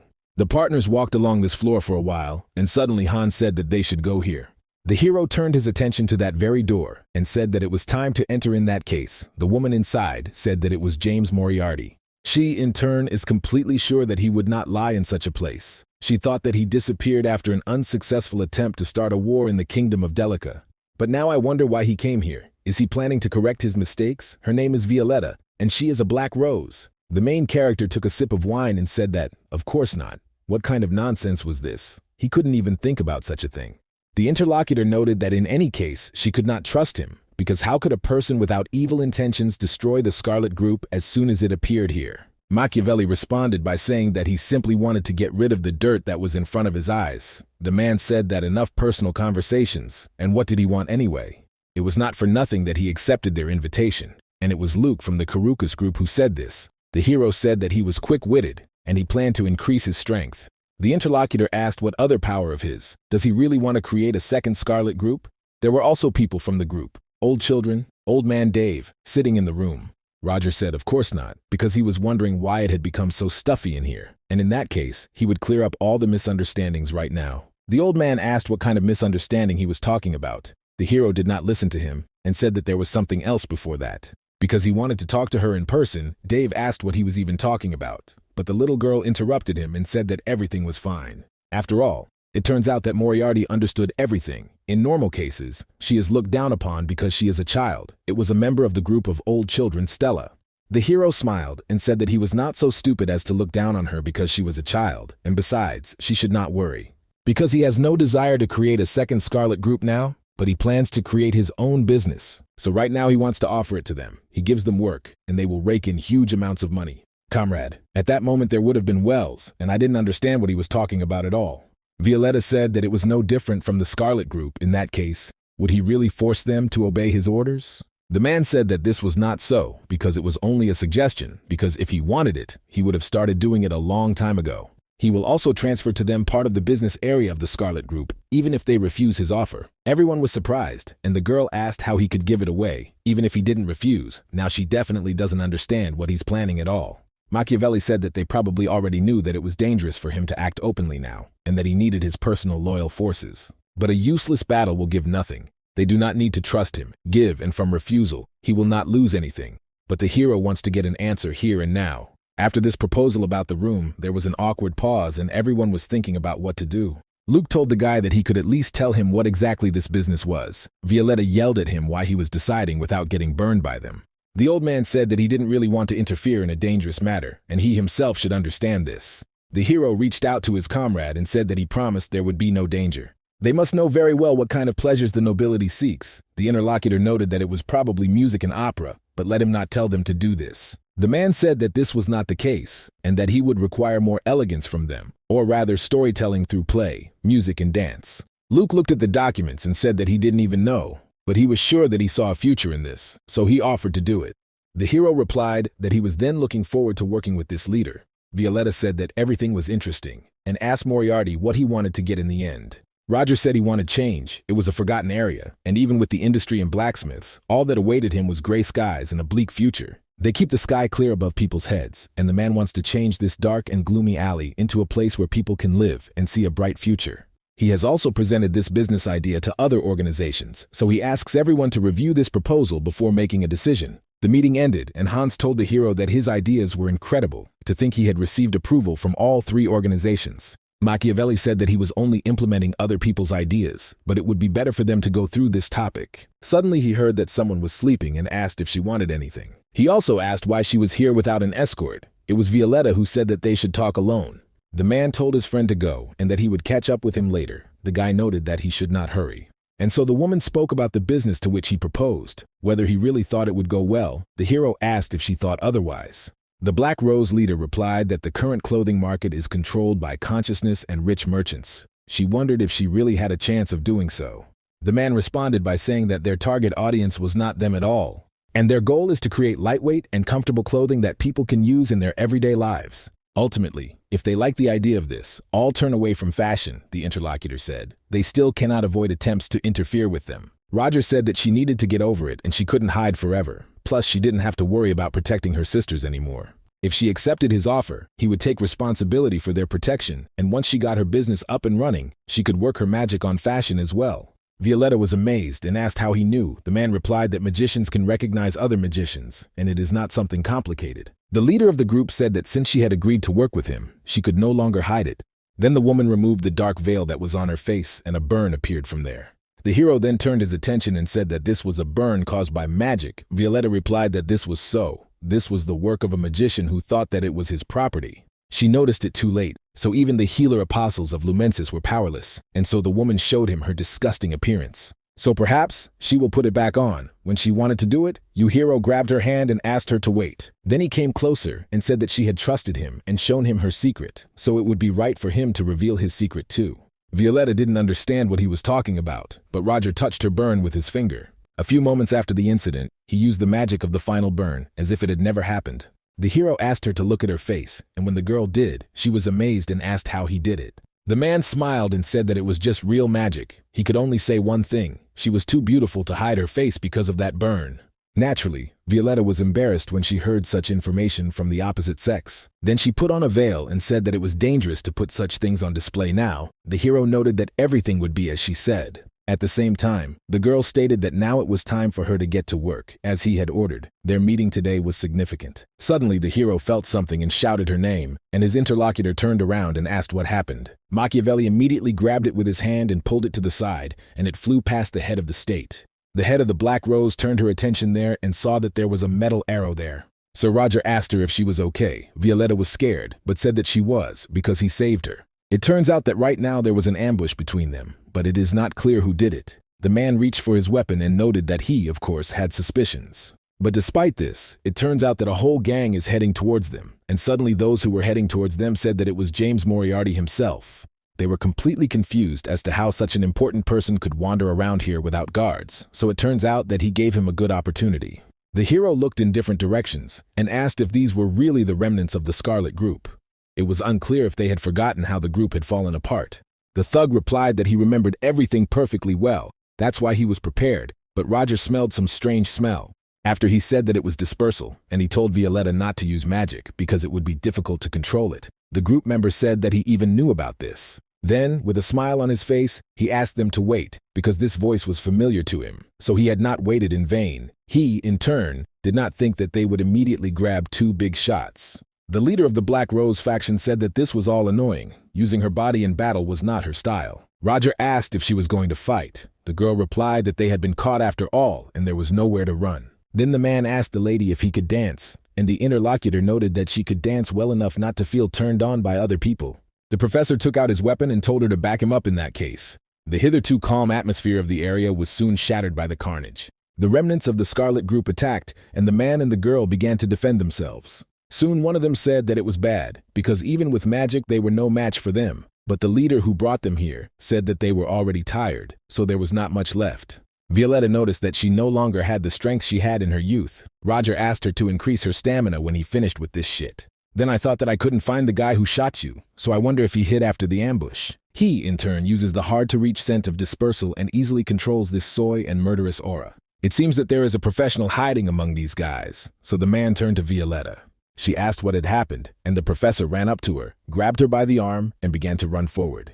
A member of the opposing group shouted that his subordinates were thick-headed idiots. It was unclear how they had let them down, so let them run after them right now. Violetta asked what this man was doing, and the interlocutor replied that there was a professional killer among them. In the end, if they continue, then the advantage will be on their side. Suddenly, among that same crowd of men, there appeared another one who moved quickly. In the hands of this man, or rather there were two of them, were daggers, and they were directed towards the main character. The girl noticed that they were being chased and said that it was them. Roger asked if she knew who they were. Violet replied that she had heard there was a group of killers who came from the southern desert, people who kill others for money. The hero wondered if they were from the southern desert, then were they really Kalasarp's killers, so he told the girl to be careful and not to bite her tongue. While she was surprised, the man used his hook and immediately tried to climb to the top of the roof. The pursuers in turn did not stop and also followed them closely. One of them immediately rushed to attack and threw some objects towards the people. Naturally, Violetta and her comrade-in-arms stepped back to protect themselves. She opened an umbrella, with the help of which she was able to neutralize that very blow. But after a few moments, she was shocked because she saw the probe, which began to disappear, as if poison had gotten on it. Machiavelli saw that his friend was surprised and said that this was a special poison that the villains of Kalasarpa use and it corrodes absolutely everything. Violetta asked what they should do then. The hero replied, "Either wait until they run out of throwing knives or get out of here." The head of the Black Rose said that she liked the second option better. The man said that then he understood everything. Then the hero grabbed his fighting girlfriend again and told her to hold on tighter in this case. The man went down to the streets of the buildings to hide as quickly as possible. The killers saw that their victims were trying to escape, so they also rushed to attack them. For a few moments, they did not look at each other to understand what to do. And so together they rushed down in different directions in order to accurately reach their victims. The guy was attracted by the sound of Violetta asking him to wait a little. Then she stood all alone below and asked if he had really just abandoned her here and gone. What a coward. She had never thought that he was such a person. The mercenary took out several daggers and wondered if she was alone and the man had run away, although that was not the case, since he was unlikely to leave her. This situation that is before his eyes looks like a trap, and he is using this woman as bait. Therefore, this person can say that he is hiding somewhere very close. The killer realized where he was and turned around to strike with his weapon, saying that he was caught. But after a few moments, he saw that there was nothing in the place where his attack had taken place. And then, out of nowhere, the main character appeared and easily struck with his dagger. The killer was surprised by what happened, and before he died, asked how he did it. Roger smiled at this and said that it was just a quirk of his magic, although he could tell that he had used a little of the scent of dispelling. After these words, he immediately pulled out his own blade, and that man was finished. The hero thought that the one that remained on the mana, he used it to transmit the sound. Suddenly, Violetta shouted that they should turn back because there was danger from above. The man immediately raised his head there and saw another killer. Moreover, the mercenary did not simply attack, but used the same hook that the hero often possesses. With the same action, the opponent easily snatched the blade that Roger was holding in his hands. Continuing his attack, he soon said that he was now definitely finished. Suddenly, I saw Machiavelli reach into the back of his pocket and pull out another weapon. The killer was truly shocked by this situation and wondered if he was hiding another weapon. A few moments later, they clashed with each other, and one of them struck his opponent. Luckily for Roger, he was more skilled, causing his opponent to fall to the ground dead. After what happened, the man told him that he had acted well, but at the crucial moment, he had let his guard down. Suddenly, voices began to be heard, saying that the sound was coming from here. They should be caught, because it would be the end for them if they let them go. The hero said that the scent of dissipation was almost gone, so she asked if he could leave it to her. The girl noted that it was not that difficult. The members of the alloy group arrived at this place, and the old man shouted that he had found these scoundrels. But a few moments after he said this, he saw a stream of mana in front of him. Further on, in the place where all these people were, a powerful explosion thundered, and only screams could be heard. Finally, the situation was resolved, and Violetta said that it seemed like there were no more henchmen left. She didn't think that they were setting up an ambush after the group disappeared. Machiavelli said that it turned out that they were forced to do it. The girl asked what he meant. Because he doesn't understand who could have done this. The man replied that most likely he was taken over by killers, and it was definitely not Rickson because he killed him recently. Violetta was surprised and asked if he really killed him. Was it serious? The hero answered that it was true. It turns out that the man was doing dirty work while he was financing the group, and at one time he was humiliating the honor and respect of other people. Therefore, Roger does not want to exist under the same sky with such people. Since they have already started talking about it, he will hand over that person's recruits to her. So let him do with them as he pleases. The girl said that in return, he needs her to find the one behind this. Machiavelli said that he was going to ask her about it. Violetta replied that she would be busy with the business he offered her. The man heard this and asked if she really couldn't handle it. The head of the Black Rose exhaled and said that he knew how to hurt her pride, in which case he would take care of it and do even better than he expected. The man smiled after that and said that it was great then and wished her luck. After these words, they went their separate ways and about their business. The girl shouted at her assistant to come to her faster, but the guy was surprised and asked why he was her assistant. The interlocutor got angry and said that he, a little brat, should silently drag his ass when she calls him. Hans said that he understood everything and asked to remove his small rat teeth. Roger noticed them and said that he had been wondering why it was so noisy inside. The girl noticed him, and it was Sheridan Ionfeed, Roger's colleague and developer. Also a dwarf girl, the guy shouted at the hero, calling him his brother, to help him, and Machiavelli said that the name looks funny here. The hero noticed a colleague that it was enough to make fun of this man, and that he should take a look at this. She stopped and told him to show what he had. The little girl screamed, "Did he really pull the wire to carry another person?" She said that it was only for one person, and now the clamp does not work. The man made excuses, saying that he had to do it. Sheridan said that it would take 10 minutes, and let the gentleman wait here for a bit. Hans stood up and asked why this little brat hated him so much. The hero thought that it was because he was weak. He then said that comrade, he should not forget that she was older than him, and that he should be patient when talking to her. The guy said that after all, at their first meeting, he thought that she was a child. Roger said that he probably first saw her in the mines of the kingdom of Delica. The interlocutor noted that everything was correct.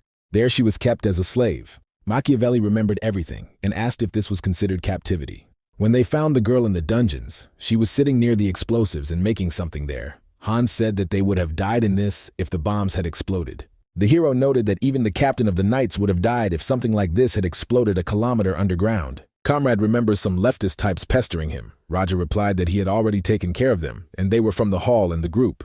In the end, there had to be someone behind these people, and if a friend could find out about this, the guy scratched his head and said that this is how they deal with items at auction. Suddenly, Sheridan shouted to the assistant, was he really lost there? The man told him to help the girl first, and to make sure that she did not touch the gunpowder. The main character was near the window and thought that if we were talking about 10 minutes, then he thought he would be able to handle us in 30, in which case he would rest for now. And when I turned my attention to the window, I was a little surprised, but what I saw there. Several people in cloaks were moving, and Machiavelli thought that their movements were light and fast. He didn't even hear their steps. A group of people moving in sync at such a time looks strange, and perhaps they are the ones he is thinking about. The girl who stood at the head of this group after a few moments turned her attention to where the main character stood. But she didn't see anything and just froze, and her subordinates asked the commander what happened. The interlocutor answered that it was nothing because she had shown her something. The hero heard this conversation, insisted on already closing the window. After that, he thought that he didn't see anyone similar to him. At first it seemed that they were knights, but this silver hair reminds him of someone. So most likely she is the patron of the Order of the Knights of the Night Serpent, Jessica Lionhall. But it was unclear why she was in Laserwelk, because the hero heard that she was assigned to investigate the murder of Old Man Rickson. In that case, did she really think that this murder was connected to the recent incident? It's good that he got rid of the evidence and doesn't want to cross paths with this terrible person anymore. And then Sheridan came back and told the mister that she had fixed everything. It took a little longer, so she decided to tidy up the rest of the parts. The hero immediately put on his device and said that it had become smaller and thinner, and the little girl threw it out to try it out. The man immediately pointed his hook towards the wall and hit it quite hard. After what happened, he said that it became even more powerful. The developer said that she made it twice as powerful, and now he will be able to use it on several people. She also added a new function, and let him try to clench his hand into a fist and bend his wrist. Machiavelli asked what the new function was. Then he did what the girl asked him to do, and a blade appeared from there. Sheridan said she did it because she remembered what he had told her, that she would turn back if he relaxed his hand. Also, if he sees a small hole on the left side, he can shoot needles out of it to paralyze the enemy. Roger thanked him and said he liked it. The little girl noticed that it tasted great, but her cowardly assistant kept insisting that it was dangerous. Although he could say that all this was expected from the professor of Theon Academy, the hero thought that it sounded a little strange, but that was okay. The girl said that he looked great in those clothes, and just one look was enough to understand that he was a gentleman, just like some kind of aristocrat. The hero smiled when he heard something like this and thanked him for the kind words. He then stated that he would still find a good use for him. His colleague asked if he was really leaving already. Roger said that he wanted to go for a walk and asked her for something else. Jessica said she came here because someone was causing a disturbance here, but these wounds were caused by magic. So was there some kind of fight between the groups? The woman looked at the bodies more closely and said that she knew one of them. He named their groups. Annie asked how this could be, since the Scarlet group had been eliminated. The boss turned her attention to the side and said that there were 2 more bodies there. After that, she approached one of them and took out a knife with which this man was killed. She sniffed it and smelled a sour odor, so it seemed like it was a special poison that the Kalspa assassins used. Lloyd asked if she meant the Fatima Dynasty assassin organization. and the girl remarked that perhaps there was a conflict between Kalpa and the Scarlet faction. Jessica said that this was not true, because they did not die from poison, but most likely were on the same side. The person she was looking at was killed with just one blow. The guy went up to the next one and said that this one was also killed by one. The picture is that it looks like his heart was pierced from the back. The woman said that the killer had switched to a short-range battle, and most likely they thought that their opponent was an ordinary magician. In the end, these people died because of their own mistake. The one who dealt with the killers was Mach, who knew how to handle a sword, and he was also the one who finished off the Scarlet Group. The subordinate asked why she thought so, and the interlocutor replied that the collapsed organization had gone so far as to hire Kalp's killers. This means that they were hugely offended, I thought. If you look into it, then Rickson's finances at some point went to the Scarlet Group. There is the one who killed this aristocrat and dealt with the group, and also the burnt factory appeared, and also Professor Tayona, who burned the werewolf to the ground. The boss said that they would finish here, was wondering if they should leave. The guy asked if they would leave now. She answered positively, because she had found out everything she needed. Lloyd asked if he understood correctly what was going on with the investigation in that case. Jessica replied that not yet. The guy added, but they weren't even one step closer to finishing the case. If they continue like this, then everything will be wrong. The commander said that she had an idea. She has one place in mind right now where there should be a clue. Selena came to Professor Roger and greeted him, then stated that she recently heard that he did not show up for work today. The man replied that everything was correct, he had no classes today, but he wondered what brought her here. The interlocutor was being nice and said that someone was looking for him. She in turn was passing by, so she decided to drop in to see him. Roger asked who was looking for him.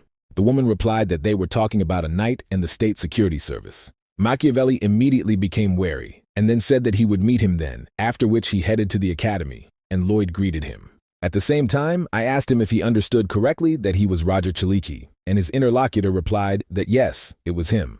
And then he asked why they didn't sit down for a conversation. The knight replied that he agreed and thanked him for it. When he sat down at the appointed place, he said that he would now introduce himself. His name was Lloyd, and he was an employee of the State Security Service. After this, the professor asked him if he would like some tea. The guy thanked him, but replied that he didn't want any because he didn't eat while working. Roger noticed that he understood everything and asked what brought him here. The agent asked if it was true that he dealt with the werewolf that appeared on the territory of the academy. Machiavelli replied that this was so, and was there really any problem with that? The interlocutor said no, he would just like to hear in detail what happened. The man should not worry, and let him just imagine that he is talking to a friend. The hero replied that he understood everything. At that very moment, he wondered what it meant that it wasn't Jessica Lionhall, and he, in turn, had already prepared to meet her. Since it wasn't her, there shouldn't be any problems. Roger said he would start then, and the guy asked him to tell him the details. After a while, the meeting ended and they shook hands. The security representative thanked him for his time. The professor said that he was the one who worked for the government, so he was glad to help him. Lloyd replied that it was an honor to meet him. The man reciprocated this. When his interlocutor left, he looked at his hand for a long time. The subordinate returned to his comrades and told the commander that he had arrived. When I asked if they had found any clues, the woman replied that there was nothing worthwhile. In the end, they even got a warrant for an investigation, but there was nothing useful in it. And what about him? She wondered if he had followed her instructions exactly. Lloyd replied that he had. He had done everything as she had said. Jessica became more serious and remarked that in that case, was he really the one who devoted a lot of his time to training? The subordinate said that although he was wearing gloves, when they shook hands, he did not feel anything strange, because it could be said that it was the hand of an ordinary magician who had never used a knife before. When the woman heard this information, she was really very surprised. They in turn also asked him if he was serious about it, and if he was perhaps mistaken. The guy replied that this could not be. Jessica thought that if we were talking about the hand of an ordinary magician, then, frankly speaking, this was not what she expected at all, since she thought that she had finally found a clue. But the whole thing becomes a mystery again, so she turned around and said that without any leads, the investigation is closed, and Annie in turn should stay here. Let him report anything suspicious. The girl asked what it meant, and then before leaving, perhaps it should be checked personally. She told the women that they couldn't because that was one of the conditions, and while they were talking, someone from the side shouted her name. Lloyd was surprised and wondered what it was. Could it really be Rector Elizabeth Willow? The girl also didn't understand. Could it be that they knew each other? Jessica asked her interlocutor what brought her here. The rector asked why she could at least greet her friend. The commander noticed that she was being too friendly now, although she had not allowed her to meet Professor Roger in person before, so she could stop pretending. Elizabeth smiled and told her not to hurt their useful newcomer, because she liked him so much, and how could she leave him alone with her? The interlocutor asked if she really considered her a person who constantly breaks others, the rector noted. But isn't that so? Then Jessica turned around and said that she was leaving, so the girl might not see her off. Elizabeth asked to drink, at least tea with her. While they were not trying to find contact with each other, the hero stood near the window and understood that this was the rector, as well as the patron. At the same time, he has no idea what kind of relationship there could be between them, but thanks to her, he was able to avoid meeting this crazy woman. Lloyd is one of those people you can't let your guard down around, but his actions are good clues for him. First, the guy checked if there was dust on the shelves. He himself looked clean and well-groomed, and the hero thinks that he is a germaphobe. If someone like him offers a handshake with a bare hand, it means he wanted to know something. Roger thought that he asked Sheridan to make him artificial skin just in case, and in the end, it was not at all in vain. Understanding the situation, Roger thought it was a good try, but unfortunately, he had prepared better. Now it was time to relax and prepare the test. Time passed quickly, and a whole week flew by. Sylvia reported that the others had been acting very carefully lately. It seems that the reason is the recent visit of Jessica's patron to Theon. The hero asked what she meant. The girl noticed that people were trying to avoid contact with each other. That was as far as it could go. Now the private meeting was held outside Theon. Roger said he understood everything, and was there anything else unusual? Sylvia said, speaking about this, 2 days ago, 3 people of the Third Order were captured by the police. The man was surprised and asked about it. The accomplice replied that he had heard everything correctly. It was not worth his attention, so she did not tell him about it. The hero noted that they were so stupid that they were caught by the police. The assistant said that students from the academy were involved. There were 2 guys and also 1 girl from his class. The main character thought that if we are talking about his class, then several students immediately come to mind. He asked if he understood correctly that it was Adrian, Leo, and Tracy. Sylvia was surprised and did not notice that it was them. The professor asked how these guys were able to catch someone outside the city. The girl replied that it seemed like they were on assignment at that moment. The man didn't understand what the assignment was, so the assistant said that low-class students had an assignment board that they could use to pay for their education. And those 3 students they were talking about were not from the richest families. The hero thought that even if it were so, it would be surprising for these guys to catch people of the Third Order.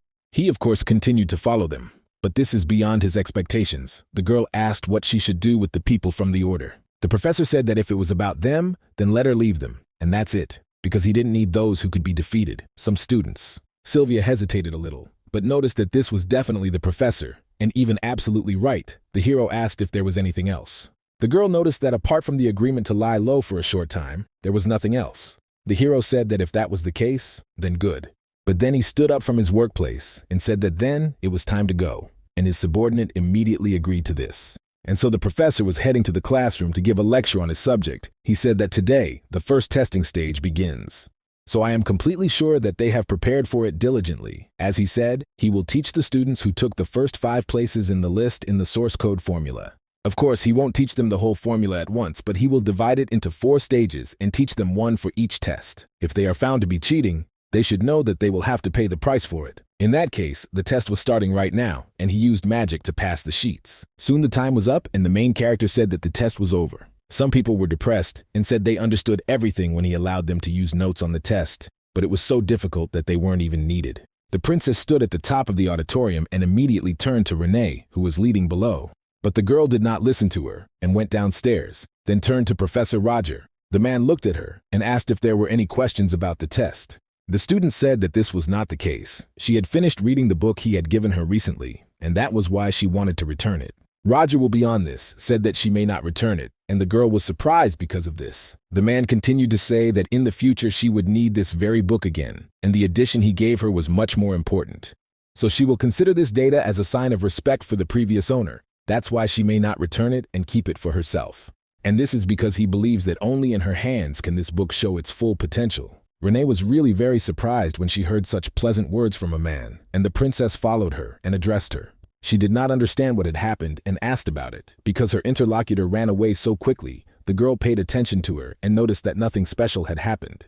Then she smiled sweetly and asked how she wrote the test. It wasn't that difficult, and not at all how she imagined it. Adriana's expression changed after these words, and she asked if the removal was so easy. Renee noticed that she was probably very tired and could not pull herself together at all. This also happens. Let her not worry. Her Highness noticed that this was indeed the case, because she really had so much on her mind that she couldn't prepare properly for this event. The rector studied the documents and said that no matter how many times she looked at them, She never ceased to be amazed. Just think that Professor Roger could have composed such questions. It turns out that this requires a strong foundation and knowledge of the basics, with the correct placement of tricks and the complexity of the test. The woman did not expect much from this tough guy. But he in turn greatly surprised her. The old man asked how she would compare him to Professor Chris Benamor, since they were both professors of embodiment. So he's sure the sections in the test were similar. The rector shouted that it would be cruel to compare them. Chris only puts difficult questions on the exam to show off his knowledge, and she is sure that he has already looked at this very test and would like to see what expression he has on his face now. The guy in reality was looking at him now, and his hands were shaking quite strongly from anger. And when he couldn't stand his own aggression, he immediately grabbed the piece of paper and threw it at the door.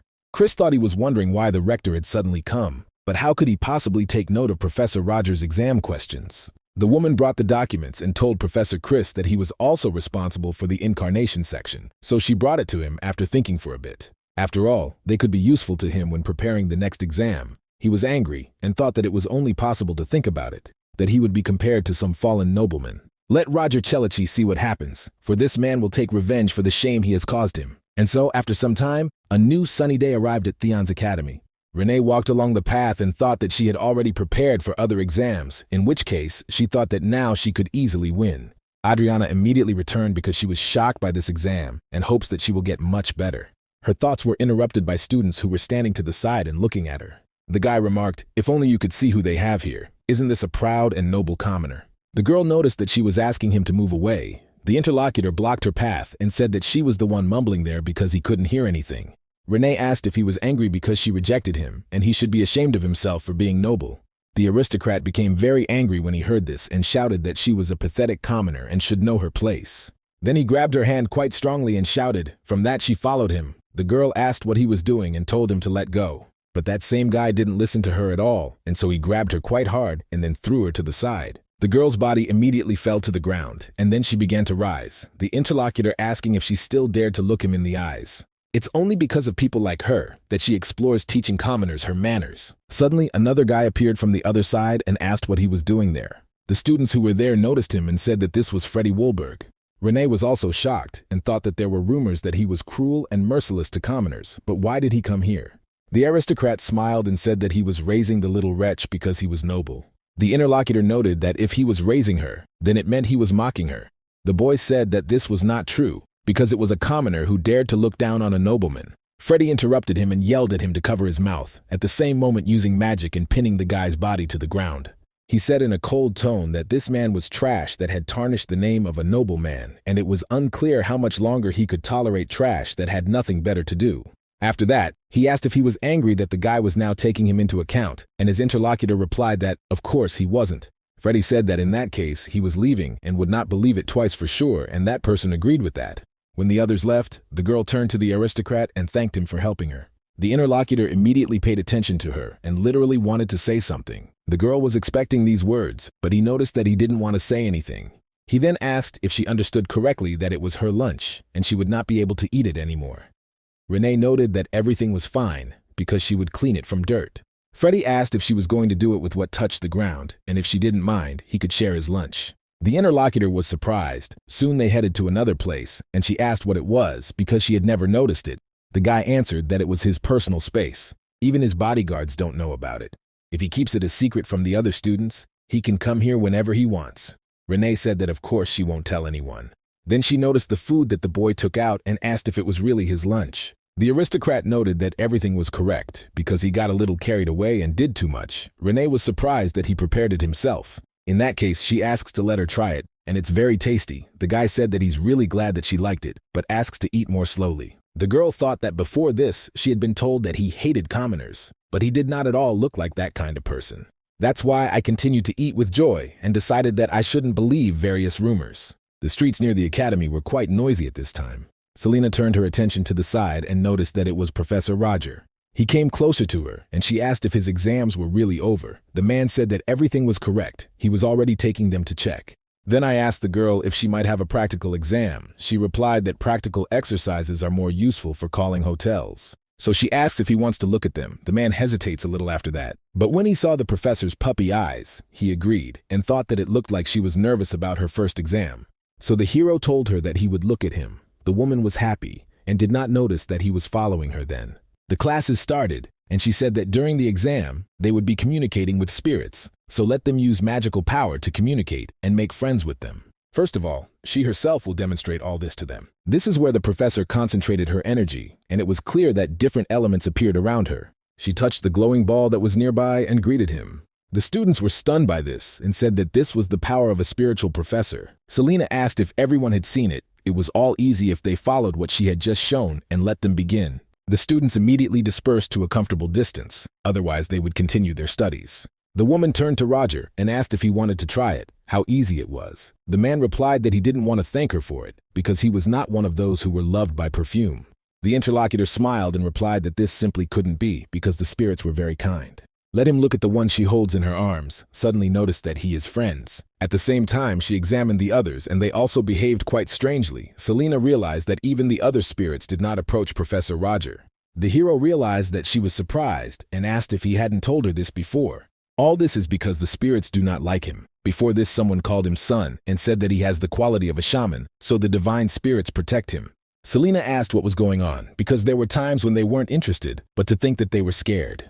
Machiavelli said that one can say that he is an exception, but still those who fear him are only spirits of the lowest rank. The teacher glanced to the side and said that it was true that the mid-rank spirits were calm. However, it was unfortunate that it would be good for him to get closer to the spirits. The hero replied that there are different people in the world. In any case, she is currently conducting an exam, so is she sure that she can leave this to her assistants? The woman became alarmed and said that she really had a bad head, so she ran. Machiavelli, after she left, immediately exhaled with ease, thought, thank God, his magical power is still enough. It would be bad if the mid-ranking spirits also reacted. In that case, Professor Selena suspected him. Those spirits are not afraid of him, but it is behind. Only the lower ranks can feel the strange power, and it is ironic. His thoughts were interrupted by the intense gaze that the man felt on himself from the other side. It turns out that they are hiding between the trees. This energy is the spirit of the day and of a high rank. So in that case, didn't others feel it? Even Professor Selena, who is sensitive to spirits, didn't react. A presence that a spiritual professor who manages mid-level spirits can't sense seems strange. And then this guy is strong. Roger might even say that it is not a spirit that exists in nature. It is a spirit that is controlled by someone. And if they are so obviously following him, then there can only be one answer. Another First Order is hiding in Theon. Although it was unclear to the man why they suddenly decided to appear right now, and it turns out that they were simply watching him, doing nothing. The thought immediately came to mind that they had found out that Roger was a fake, but no, then they would not have watched him, but acted immediately. There is a possibility that those same people are sending him a signal, so he unbuttoned his shirt and said that it was a bit hot. The temperature rose after this, and the hero realized that they were reacting to his words. Then he has no choice but to go to them in order to meet. The main character came to a place where there is no one, and what are they going to do now? Even if he doesn't react, at least the man will know who he is dealing with. For this reason alone, he does not want to miss this opportunity under any circumstances. After a short period of time, he came to a place where there was fiery energy. Machiavelli turned his attention downwards and wondered if this was a letter. The sign that was left announced that there was to be a meeting at this location this evening after classes. And after some time, the main character was found in a designated place. He saw a fiery spirit in front of him, who said that he had arrived even a little earlier than they had agreed. Roger noticed him and thought that there was no physical body, and he had a premonition that this would happen. Then he suggested that his interlocutor get straight to the point and what he wanted from him. The stranger asked if he really wanted to get straight to the point, since he was, as always, cold. But in any case, he needs his help. Machiavelli asked about it in surprise, and the spirit said that he was going to create chaos in the academy, and he himself knows that his role is destruction. But those same magicians put out the fires that he causes. The hero asked if he really wants him to help him play with fire. I thought that this was chaos, and it looked like they were planning a terrorist attack. The interlocutor said that if we talk about these games, then he does not want to do anything like that. But after his subordinates, the Second Order disappeared. Unlike other members of the First Order, he does not work with anyone. With Roger's skills, revealing her identity and helping him shouldn't be a problem, of course. She doesn't ask for free work and will definitely compensate if he helps. It will be something like a mutual contract between them, the man asked. A contract between whom? The girl noticed that, of course, between John Doe and Esmeralda. After Roger heard this name, he realized that it was not real and it must be a code name, just like his. Then the interlocutor asked whether he agreed to her proposal or not. A few moments passed, and he said that he refused it. All because in the current situation he can't do anything. Esmeralda asked what he was saying. Let him wait. After all, she told him everything, so is he really sure? and let him not tell her now that he is simply too lazy to do it. The man said that in his eternal situation he would agree, but now everything is different. The rector still suspects him, and he cannot make a thoughtful decision about it. Naturally, the interlocutor did not like all this. Then Roger turned suddenly towards her and said that if that was all she wanted to say, then he went. Thinking that he had received enough information, it was time to leave. When he had moved a short distance away, Esmeralda asked him to wait. She said that she thought for a few moments and decided that she had recently learned some interesting information. Namely, she says that she recently heard that he has his own subordinate. But how is it that someone like the great John Doe, who could do anything, has a subordinate? On top of all this, he is a man of the second order. So doesn't it seem to him by chance that something is wrong here? The girl asked not to tell her that he was planning something secretly from those very people. The hero felt a flame near his face and said that she spoke as if she knew him well. This is especially strange to say to someone who came to him only for help. She not only hurries her domain, she even suspects him. And all this is happening just because he infiltrated Theon Academy and did nothing outstanding, so how dare he look down on him? Esmeralda asked what the hell was going on. He was acting weird. Roger said he couldn't be the only one who didn't have an assistant when all the other professors did. So he decided that he needed to choose someone from the organization, in which case he thought there was no point in explaining this to her further. After these words, the man continued his movement forward, and the spirit followed him. The girl then went on to say that she was just joking and asked him if he thought he had taken the joke too seriously. The protagonist turned around and said that he didn't care whether she suspected him or not. This time he wouldn't pick on it. But at the same time, let him not even dare doubt his loyalty to the Zero Order, and if this happens again, one of them will have to pay for it. Esmeralda hesitated a little and apologized after these words, adding that since she had nothing more to say, she was leaving.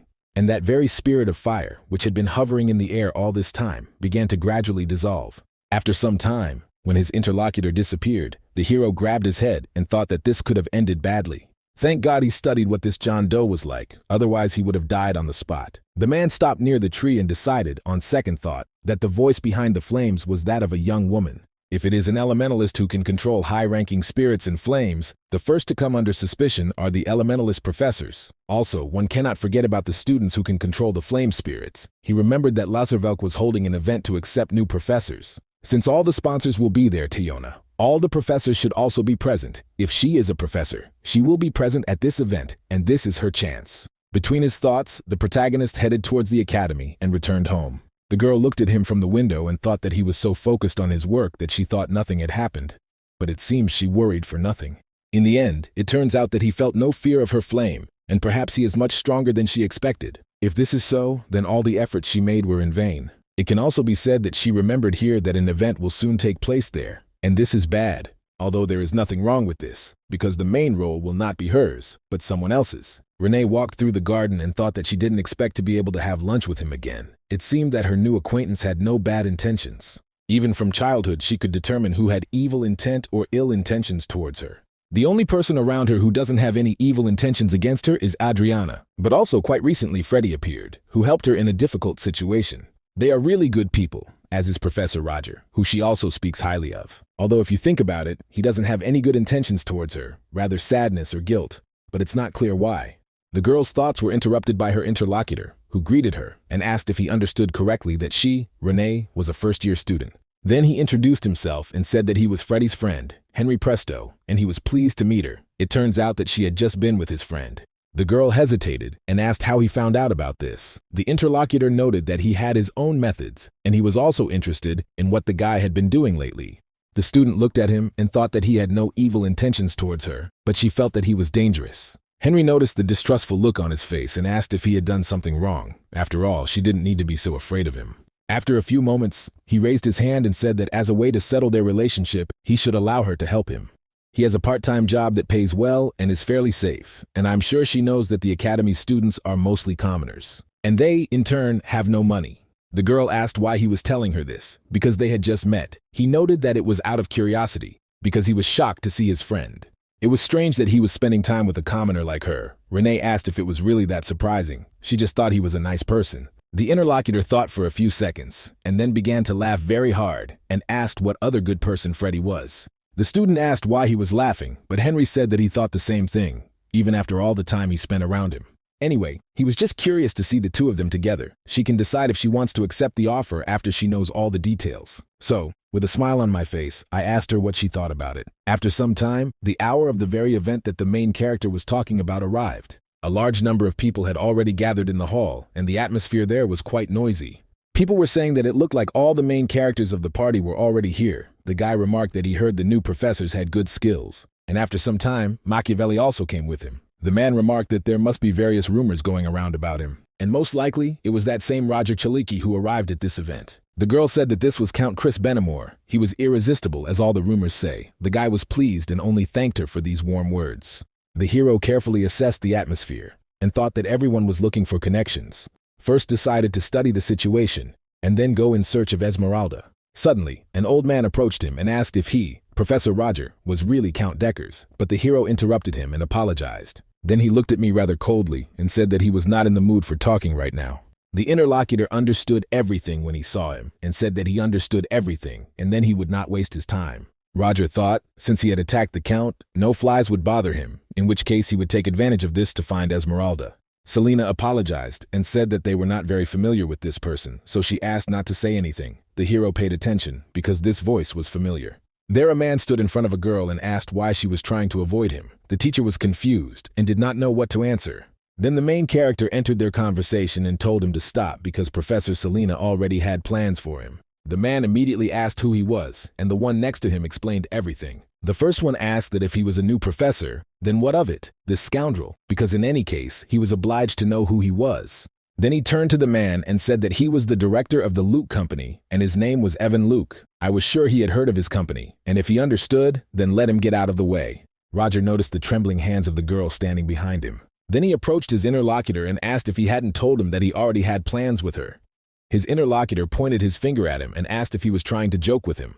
So did he really think that he would leave him alone just because he was a professor at the academy? Who did he even take him for? The hero immediately grabbed his hand hard.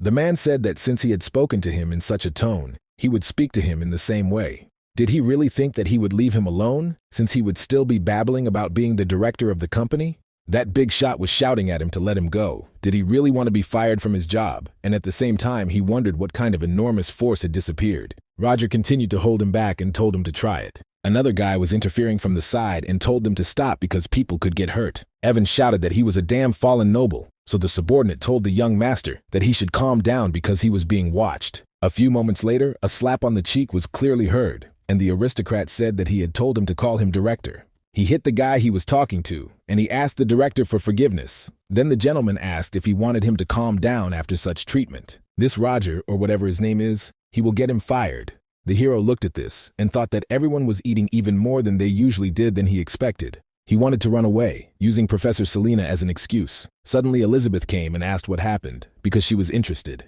Evan shouted that she was on time. He asks how she teaches professors at the academy. This fallen nobleman tried to use violence against him. If they still want Luke's company to sponsor them in the future, they need to fire him immediately. The girl noted that she was wondering who he was, and he was the chairman's son. I asked if he understood this correctly, the owner of the company Luke, Chairman Theodore, but why some director throws around empty words. Didn't he discuss it with his father? The guy said of course his father would agree to it since he was his son. The woman asked if that was really the case.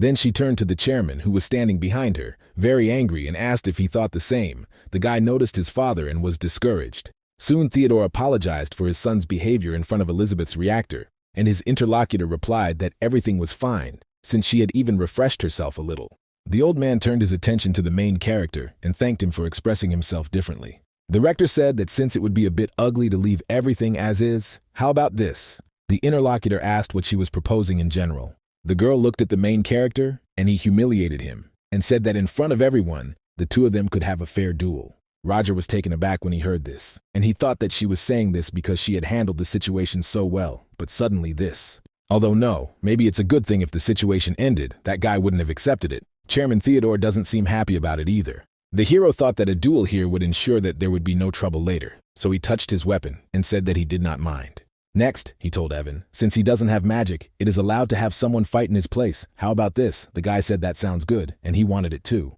So he told his assistant that he would give him a chance to correct his mistake, thinking that if his assistant was fighting for him, then it was worth a try. He is a fairly experienced magician, but after a few moments his facial expression changed and he said that it couldn't be. Not even a minute of the fight had passed before the opponent was already defeated, and Roger Chalichi was declared the winner. From the outside, people said that the company's bodyguard Luke was also a difficult person. It seems that the rumors that he uses unique magic formulas are true. Theodore said that it was quite surprising. And could all the professors in Theona be monsters of that level? The rector said. Of course not. Roger was just a rather unique person. In any case, does he understand correctly that the chairman does not complain about this, he noticed, as he thought. His face showed it, and it seems that he is getting old. Since it was a fair fight, he must accept. There is no need to worry about his stupid son, because he will have a good talk with him. The woman said that she expected this from the chairman. It was nice that they were on the same wavelength. The old man said that whatever it was, he wanted to ask her something. Elizabeth refused. Theodore noticed that he had not yet said anything. The interlocutor stated that he was going to ask her to introduce him to Professor Roger. He asked for forgiveness, but let him refrain from contacting one of their professors. The old man agreed, but the heroes had already gone outside. He thought it was finally over and he could now focus on his goal, but suddenly he heard Selina running out after him and calling out. Machiavelli turned his attention to her and asked if she was okay. The girl replied that yes, she had received an apology personally from the chairman of the company, Luke, and thanked her for helping her. Then she asked where he was heading now. The man replied that he didn't even know, because he had no plans. The interlocutor noticed that she was going to a meeting with professors of animism, and whether he would like to go with her. This attracted the hero's attention, because he was looking for a person. So I decided it was a great opportunity and I agreed to it, so soon they were there. The girl greeted the professor who invited her, and her interlocutor noticed that this was Professor Selina, but who was next to her. The elf said that this was Professor Roger. He heard that he was appointed to the second year as a new professor. The hero thought that no one was particularly reacting to him. The man noted that this was not something that would be slandered, because someone like him did not deserve to teach the second year. The interlocutor said that he was quite modest. Then the conversations continued, and the hero finally realized that all this was useless. As it turns out, he watched the three professors closely, but none of them showed any particular reaction. In their recent conversation, Esmeralda was difficult and hot-tempered, so she is not the type to keep her composure in a situation like this. This means that maybe she is not one of the professors. Although no, since he lacks information, he must consider all options. He needed to wet his throat, so he went to get a drink, when suddenly a girl turned to him and said his name. He looked at his interlocutor and asked if it was Renee. Then he asked what she was doing here, and the girl immediately hesitated. She then stated that she had recently been recommended to work here part-time, and if he took a closer look, several of her classmates were also here. Roger said that he understood everything, and noted that she should not overwork herself and should go home before it was too late. The girl thanked him and said that she would go then. Selina came up and said, "The professor, here he is, but isn't that his little Renee?" The man asked if she knew her too. The woman noted that everything was correct. She knew her before. Another assistant works here in the summer. Interestingly, the hero asked whether she was talking about her assistant or not. The interlocutor turned her attention to the side and said that she was talking about that little girl. She was a new student. She already understood animism well.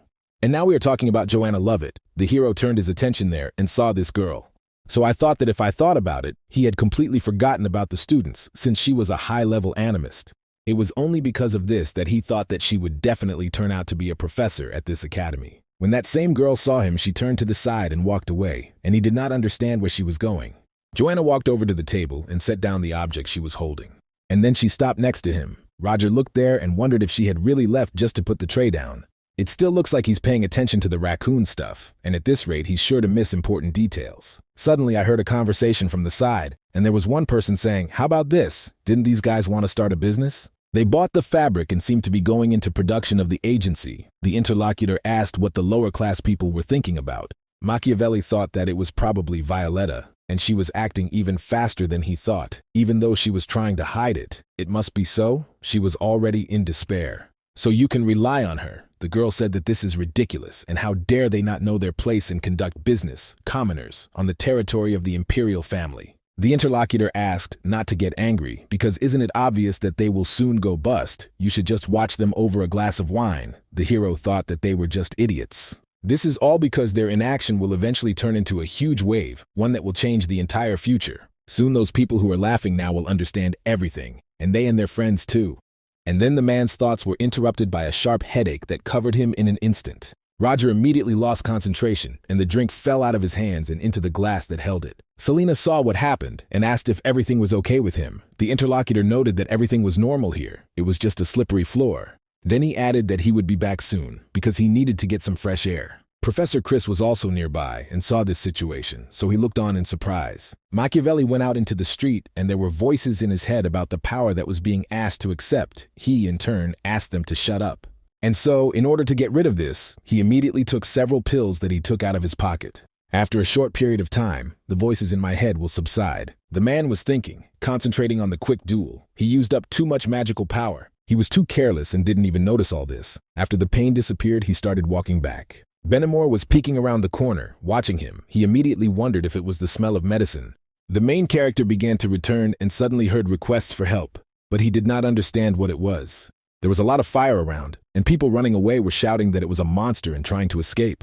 Roger looked ahead and saw a fairly large fire spirit, but he didn't understand what the hell it was. The first thing that came to mind was that this creature was summoned by Esmeralda. The monster noticed new victims standing right in front of him and immediately released a stream of flame from his mouth. Naturally, people noticed this attack and jumped back from the point of impact. Then they used their magic for Togo to block the fire that was coming from there. At the same time, the men did not understand where this monster came from. Someone noted that they should stop thinking and prioritize the evacuation of people. One of the professors stood near the exit and directed all the people to leave. A spiritual monster appeared at the top of this huge building, and people were panicking and asking what it was. One of them was created by Angela Anderson, Theon's fifth-year animism professor, and the other was created by Justin Dentis, a fourth-year animism professor.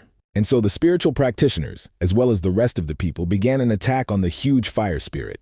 In the end, they said that everything was bad because not a single attack worked, and you had to be careful with all of this because something was dripping from the ceiling. The guy used his weapon and prepared to fight off the flames as he had done before. But this attack did not work, and the streams of the day headed towards him and also struck him. Those who were behind and saw this shouted that they should not touch the falling flame, but if the black flame touched their clothes, they should immediately take them off. The main character was also going to fight and thought that it was different from ordinary fire. It was something closer to Mom and a destructive force too. If this is the case, then in that case it is not just a high-level spirit, but a spirit of the highest level that has already reached the 6th rank. Although I decided that I needed to stop and think about why this was a spirit in humanoid form, because usually they take natural forms, for example, animals or plants. Something is definitely wrong. If you think about it, there is something strange about this monster. If you take a good look at his body, you will see that there is no normal lower half, which means he was incarnated with the help of a medium. The biggest advantage of using a medium for summoning is that the identity of the hotel summon can be hidden. It can be said that in reality the silver tray that stands in the center of the table is very suspicious. So based on this, we can say that everything is as the man thought Joanna Lovett is Esmeralda. It is natural that it is impossible to follow her now. Since the hero has found a way to break through, then take care. As Roger was about to go and fight that same fire spirit, he noticed that there was something there. His student was lying under the rubble of the building that the monster had brought down. At that moment, she was still conscious and asked what happened. It was unclear what kind of huge monster appeared in front of her. If so, then she needed to run quickly. But her legs do not move at all, because trapped by the rubble, the creature at that moment released a huge stream of fire. And this attack was directed straight towards the girl, who was lying under the rubble and could not move. Renee looked ahead and realized that this was a hopeless situation, so she immediately closed her eyes. But after a few moments, she heard a voice, and when she opened them, she saw that Professor Roger was in her arms. He asked if everything was okay with her, and the girl was very surprised at that moment. So she looked around and asked what it was when they got there. The man said that she had injured her leg early, not very deep, so he would apply some medicine. The girl wondered what it was, because for some reason she had a certain feeling of déjà vu about this situation. So I immediately contacted the professor. He asked what happened. Renee asked if they had met somewhere before. Roger turned his attention to her and said, "What is she talking about?" Because it seems she was mistaken. The girl noticed that this was not so, because there was just something that seemed to be happening. The man stood up and said that he had finished treating her wound, but it was dangerous here, so let him leave quickly. The student asked what about him. The teacher said that he had to do his duty, and now let them go. After these words, she agreed and thanked him for saving her. Machiavelli first watched the girl leave the room, and then turned his attention to the monster, Etter's dark magic nocturnus. As a result, dark energy completely covered his body, and he soon found himself near the creature's head.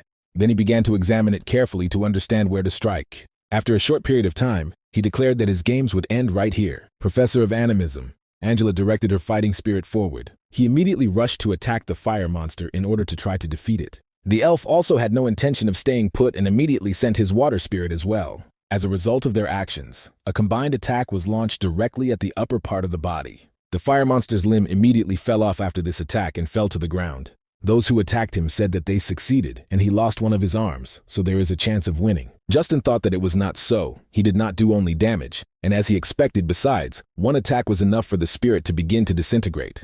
The same limb that was destroyed moments later and began to regenerate. The elf saw this and wondered if she had really recovered, and shouted at Professor Angela to quickly recall her spirit. The monster immediately rushed at the creatures that had attacked it not long ago. The guy looked at it and thought that they couldn't handle this thing with their current level of strength. As luck would have it, the rector had already left, and perhaps he was the spirit's target. After that, he looked up again carefully and saw some kind of shadow, but he did not understand what it was. Soon the main character appeared in the air. The elf was surprised and wondered if this was Roger Chilichi. After the man appeared at the top, he immediately used his spell and attacked the spirit. The opponent saw this and, covering his own limbs, tried to defend himself. Justin didn't understand what it was, because the spirit was moving strangely, as if you were trying to protect something right now. Then I looked closely at what was in the center and saw that there was some object there. So I shouted to the others that I understood everything. This thing was summoned with the help of a medium. Machiavelli thought that he was completely lacking in strength, since he could not use high-level magic due to exhaustion. Then I decided that in this case I needed to get closer, and I did it right away. Then he pointed the cane he was holding at the creature and prepared to fire. Some kind of force began to appear near the tray, and the hero said that it was all over. It was ice that completely covered him and exploded a few moments later. The fiery creature immediately began to scream very loudly, and after that disappeared. Justin was taken aback by this and said that this man did it after all. Suddenly, all the production people heard a voice that was addressing a person. It was the same fiery spirit who said that he was a damn scoundrel. In the end, let them all be absolutely sure that one day they will burn to the ground. Roger said that in that case, he would try to do it if he could. The spirit continued to stand his ground and said that he would definitely see to it that they all burned. But just a few moments after he said all this, he disappeared and disappeared into thin air. The hero, who had been hovering in the air all this time, also descended after a few moments, and soon the elf asked him if it was true that his lower half was not formed normally. Roger noticed that everything was correct, and after a careful examination of the blurred parts, it turned out that the creature was connected to the medium. The interlocutor said that he managed to discover even this. The man replied that anyone in his place would have understood this too. Justin said that it wasn't so, because he didn't notice it at all. In fact, since he is well versed in animism, he didn't even think about it that way. Contracts in animism are made in such a way as to be fair to both parties, which is why forced summoning, which spirits hate, is almost never used. And he in turn had never heard of a spirit that hated people. Roger asked if spirits usually didn't look like that creature, and his interlocutor noted that everything was true, so spirits are representatives of nature for the most part and don't care about people. To think that such a spirit could exist and react quickly was not possible, however. Thanks to Professor Roger, the damage was minimized. Especially the magic he used at the end. Was it really space travel? The hero was very surprised when he realized what he said. Justine saw this and said that he shouldn't react so strongly to it. After all, he has lived for quite a long time and has seen a lot. Machiavelli said that it was true that he placed a little magical power in a certain coordinate and then manifested it. The interlocutor asked if this was even possible. The man noted that at first it is difficult, but once you get used to it, it becomes quite easy. The elf thought that even when people get used to it and can't easily control it, unless they have innate spatial perception abilities. Or is there something else? So he asked how the man was feeling, and he asked what he meant. The teacher said that when he used May, while not in the best condition, he experienced some strange symptoms. For example, he could hear quite strange sounds. The hero was stunned even more, since he understood that it accurately described his situation. Justin said that maybe he was worrying for nothing, but he should know that sometimes there are people who are more intelligent than others. The world classifies them as geniuses, but doing so is a bit wrong. Geniuses are people who, in order to reveal their talent, break part of the barrier of human capabilities. Those he is talking about do not have them at all. The man asked if this is not good. The interlocutor noted that at first it may seem like a blessing, but it is not. This is all because people do not realize that their suppressive barrier is actually a reliable wall that protects from the outside. That's why he asks Professor Roger if he's ever heard strange sounds in his head. The man said that the concept he was talking about was incredibly interesting, but unfortunately, it had nothing to do with him. Justin asked her again if this was true. The hero replied that everything was true, but it was still very interesting. Is there anything else that could be added to it? The interlocutor noted that, unfortunately, this is all that he was told in his youth. The hero noted that they were talking about the youth of an elf. Then for people it was more likely just a legend. The elf smiled and said that perhaps it was so, and thought that he was such an extraordinary person, and he had already thought so, it seemed to him. Ultimately, he thinks that an ordinary person would not have been able to cope with this in a sober state of mind. Roger asked if there was anything else besides that. Justin looked at him in surprise. And the man said that he had said before that they hear voices from outside, but I wonder if there is anything else besides that. The interlocutor said that as far as he knows, these are only voices. Ordinary people would not be able to perceive them, Machiavelli said. And if we imagine that they are capable of this, the teacher noted that in such a case the next stage could begin. For example, now we are talking about worsening symptoms. He assumes that then he will begin to see some things. He should also not forget that this is just a big if, because in the end, if something were to follow after this, then most likely it would be only one. And now the elf says that he could personally contact them, that is, any of them. After some time, the hero was sitting at a table and looking at the newspaper. It was written there that there was a terrorist who attacked the banquet hall, and this was the identity of the criminal. The damage was significant, and most of the victims were the cream of society. The man thought that if that had been Esmeralda's goal, she had certainly succeeded halfway.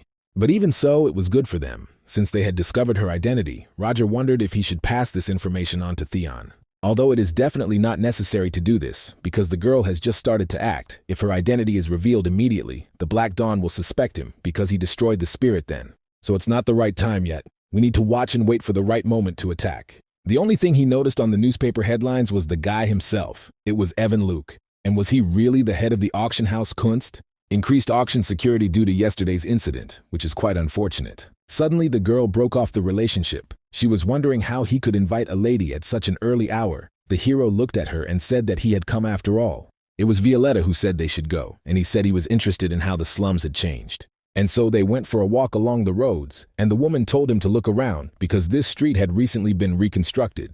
Roger looked at it and said it was much cleaner than before, and the woman noted that they had used 80% of the budget to widen the road. As he said, soon this street will be filled with artisans. Other groups also follow his suggestions. Luke is working on a musical that will replace the circus. But their elders are preparing the magazine he mentioned. They are planning to collect fairy tales and stories by unknown writers. Although she told the kids to spread rumors, she wasn't sure it would work. Roger pointed out that it was okay if they didn't succeed.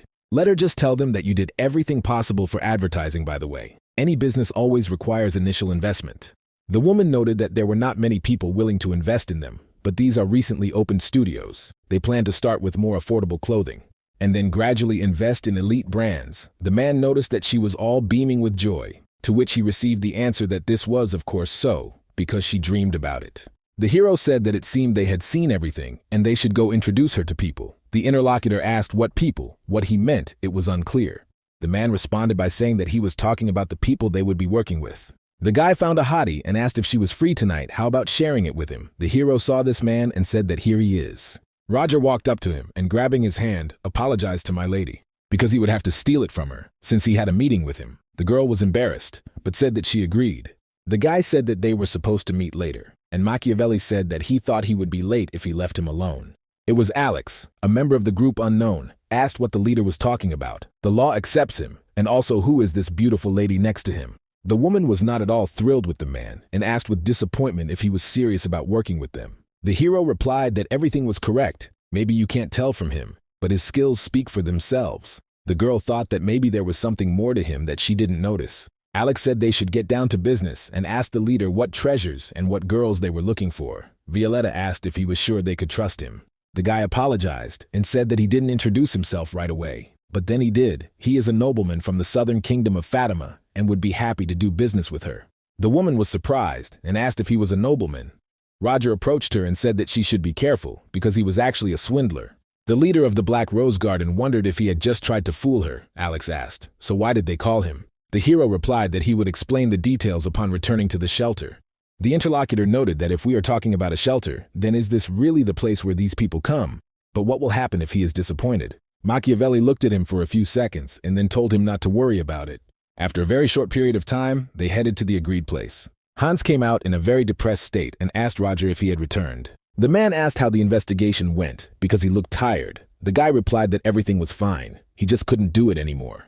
He heard a voice behind him. Where had he gone? There he was. Also the boss had come, whom they had not seen for a long time. It was Beatrice Fatana. She told the guy where they stopped, and after a while he screamed. Violetta asked if she was an elf. The man replied, how can she really see this? She is responsible for the production of medicines and gunpowder. He was asked how this could be at all. Don't elves hate things made by humans? Roger noted that this is just a stereotype. The situation is completely different when other races subconsciously understand who the fraudster is. Alex remarked to the leader that he was wondering what he thought of him. Several people asked if everyone was already here. Machiavelli said that they both arrived on time. One of his interlocutors was named Richard, and the other was Dave. The hero said that now that they were all here, they should go inside and talk. Everyone gathered, and the man said that since Alex had finished introducing himself, it was now his turn. The man noticed that his name was Richard and that they would be acquainted. The guy asked if that was all he was going to tell them. Dave noticed that this man was a quiet one and hoped he would understand him. Then he introduced himself and said that he didn't have a last name.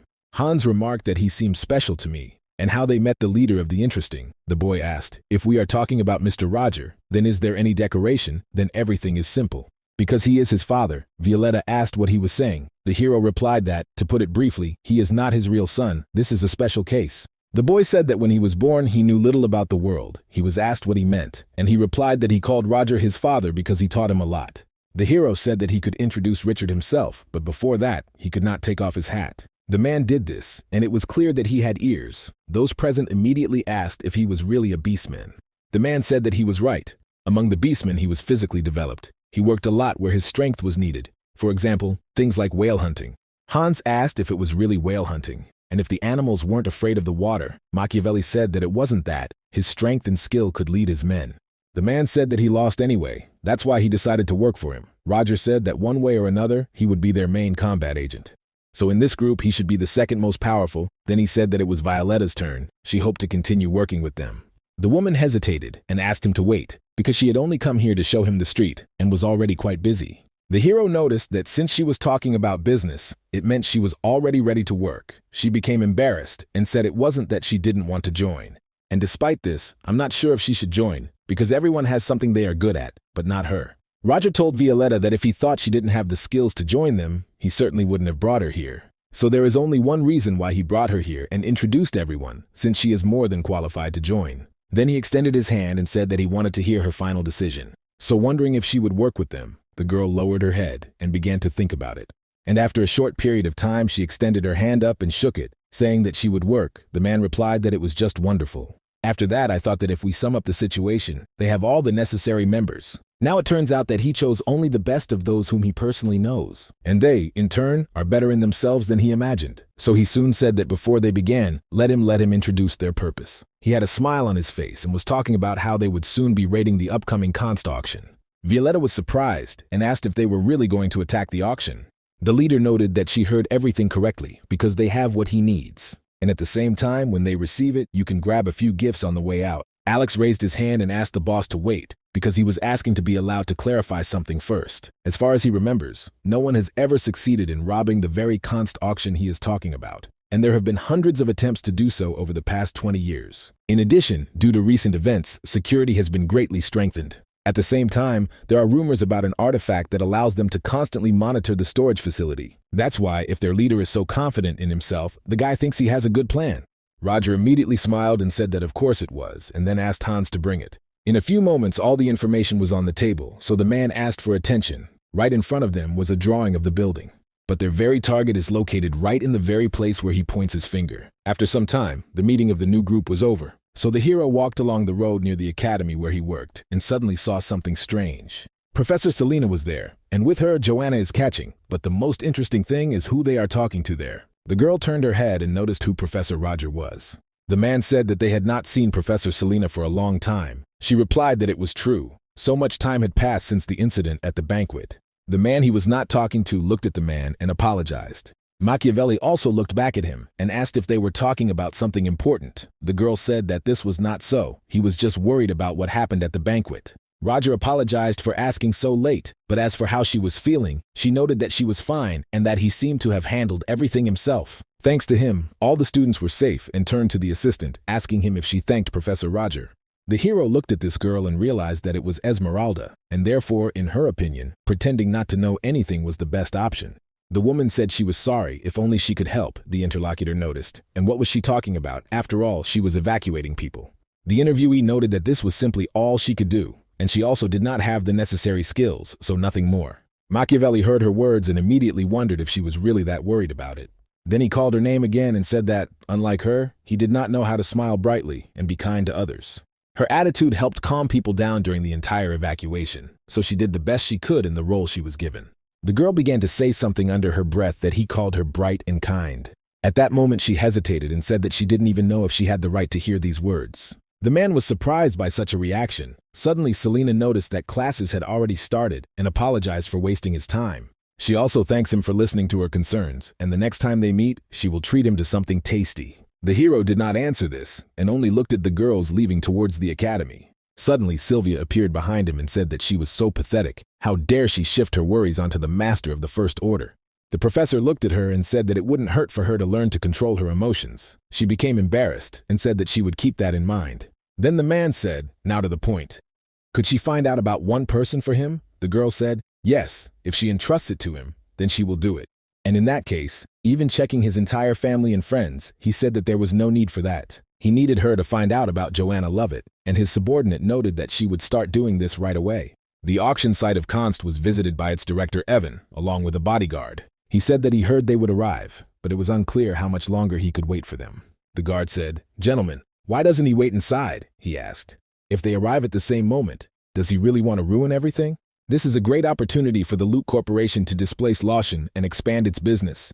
And it is also his only chance to regain his father's trust. Literally a few minutes later, a car arrived and the guy said they were here. People started getting out of the car and the director greeted them, said welcome, and stated that he was the manager of this auction site. Then he introduced himself and said that his name was Evan Luke, the guy who got out of the car, and said that he was pleased to meet him. He had heard a lot about him. He is the Lord of Ar-Ruwara Musla. It is an honor to see that someone abandoned by their family is still warmly welcomed. The manager asked him to follow him because they would take care of him. Alex noted that there was no need to be so formal. They are about the same age. Why can't they just be friends then? The interlocutor was surprised and asked if he was sure that in that case they should go inside. The guy asked not to rush because he was still thinking about it and could ask for a favor. The manager asked what favor she was talking about. Alex said that on the way here he was given one valuable item, but he did not find a suitable place to store it. The interlocutor asked what it was. The Lord noticed that their family was currently using magical liquids to produce high-quality magical stones. Evan realized that these were magic stones. The guy said that it was a prototype for a business, but he couldn't carry it with him everywhere. The interlocutor smiled and said that it was missing. The client remarked that if so, perhaps he knew a good place to store it. The aristocrat replied, of course, because there is a suitable place in the basement. That's why he invites him to go there together, and his interlocutor thanks him for it. At the same time, Alex had an earphone in his ear, through which they could not listen to him. Before that, the guy said that he would never have thought at all that it could turn out like this. The man found an exact replica of the clothes of the southern aristocrats, and he was impressed. It must have been Violetta's effort. Roger said that he was glad that he liked it. Hoping that he remembers who he should act as, the guy said only, of course there is not much power about him. All this thanks to his father's business, namely the market of magic stones, and he is influential. And a handsome young nobleman, the head said, pretending not to hear the last part, then turned to Dave. I asked him if he could handle the role, that he just needed to keep quiet and act like a bodyguard. He replied that if that was the order, he would do it. Roger said that recently the Loot Corporation has been trying to expand its influence through magical tools and artifacts, which affects magical liquids. They became a necessary ingredient for creating magical tools. Alex asked if that was why he chose this identity for his disguise. The man replied that it was all true. He was using this opportunity to establish contact. They were almost there, and to put this in his ear before leaving. The guy asked what it was, and he said it was a mobile communication device that Sheridan made. He said he was Vigo, and now he and Melvin were heading to their destination. Evan heard the whisper and asked what he said. The interlocutor noted that he was simply admiring the interior design. The manager smiled and said that he knew he had a keen eye, and right now all they had to do was open this one. It turns out that the exit to that very elevator is opened with just one key. As Hans said before, he is guarded by armored knights. Roger recently said that their target is the basement of the Const building. It won't be easy, and all the auction items are stored 30 meters underground. In addition, there is an artifact that monitors every step of people, but this does not mean that all this is impossible. He told Richard and Alex that he needed them to inspect the interior of the vault. Soon the boy was telling the leader that the reconnaissance had been successful. Looking at the model, he was now absolutely sure that everything would work out. Roger noted that if so, then it was a relief. After that, Alex asked if he understood correctly that they should just continue to act according to the plan. The hero noted that this was so, but did he remember about the agreement? The interlocutor asked who he took him for and that he should not worry about it. Machiavelli said that in that case, he believed him. It is necessary to finish quickly and return. The guy replied that he understood everything and was just returning, and then he would leave. Suddenly he heard a voice asking why the leader wanted him to stay here. The boy thought that this voice sounded familiar, and when he looked inside the room, he was discouraged when he saw a man there. After that, he turned to the leader and said that they had one problem. Roger asked what happened. Alex, in a slightly confused voice, said that she was here. The professor did not understand who she was talking to and asked him to explain. His subordinate noted that they were talking about Annie Joyner, who was, after all, his ex-girlfriend. The hero began to remember this name and did not understand what the authorities had forgotten there, so he ordered his interlocutor to run away as soon as he had the opportunity.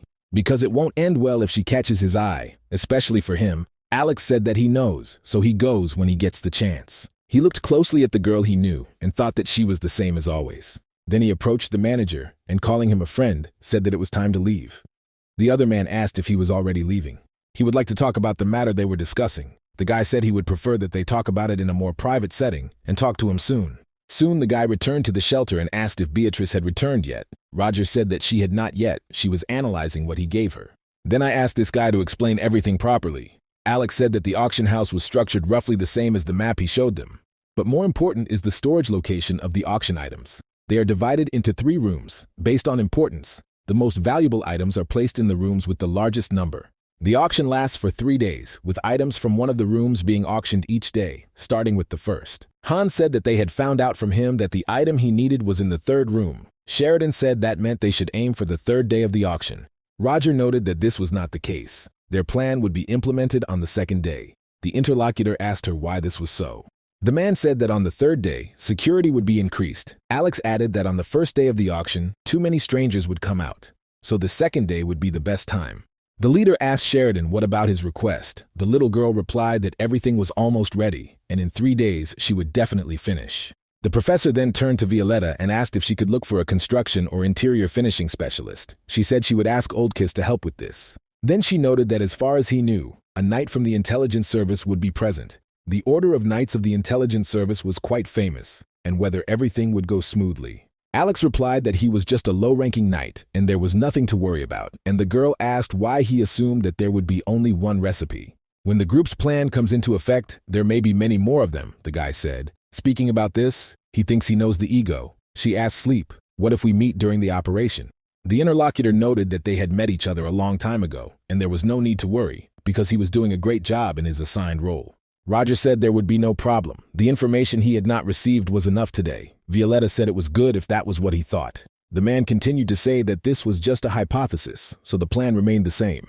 At the platform in the town of Lasservelk, and there was a lively atmosphere there. The girl just came out of it and, inspired, shouted that she was finally in this city. Then she turned to the assistant and said that it would rain soon, that he had enough of this nonsense, and that he should come to her. He said that he had too much luggage and asked him not to hurry.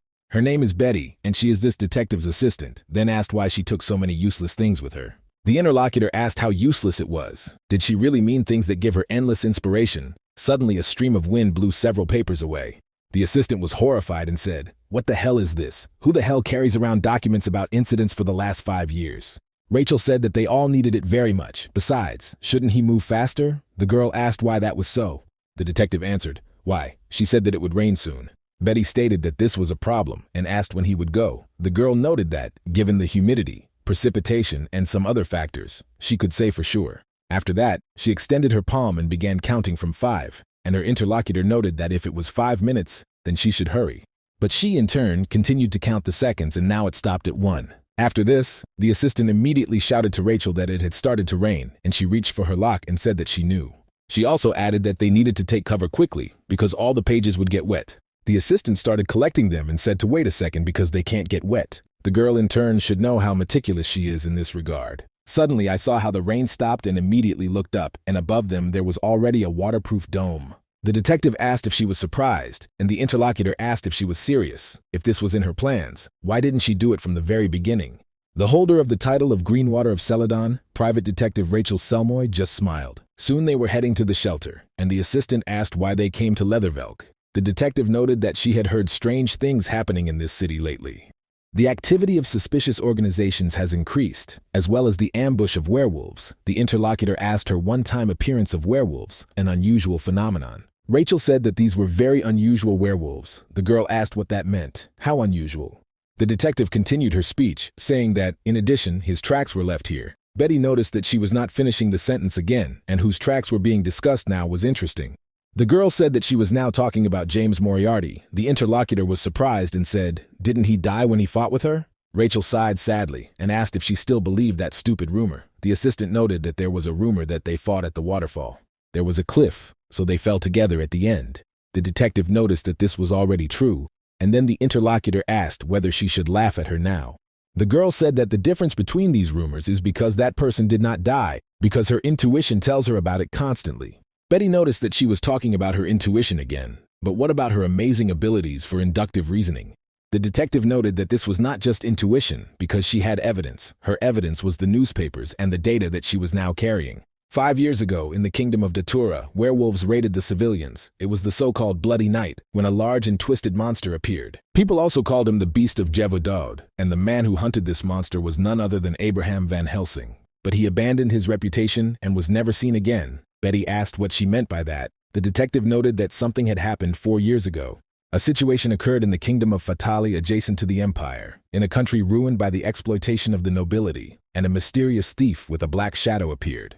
His name was Arsène Lupin, and he operated for about a year and stole a lot of treasures, then disappeared and never appeared again. 3 years ago, a man also appeared in the kingdom of Delica.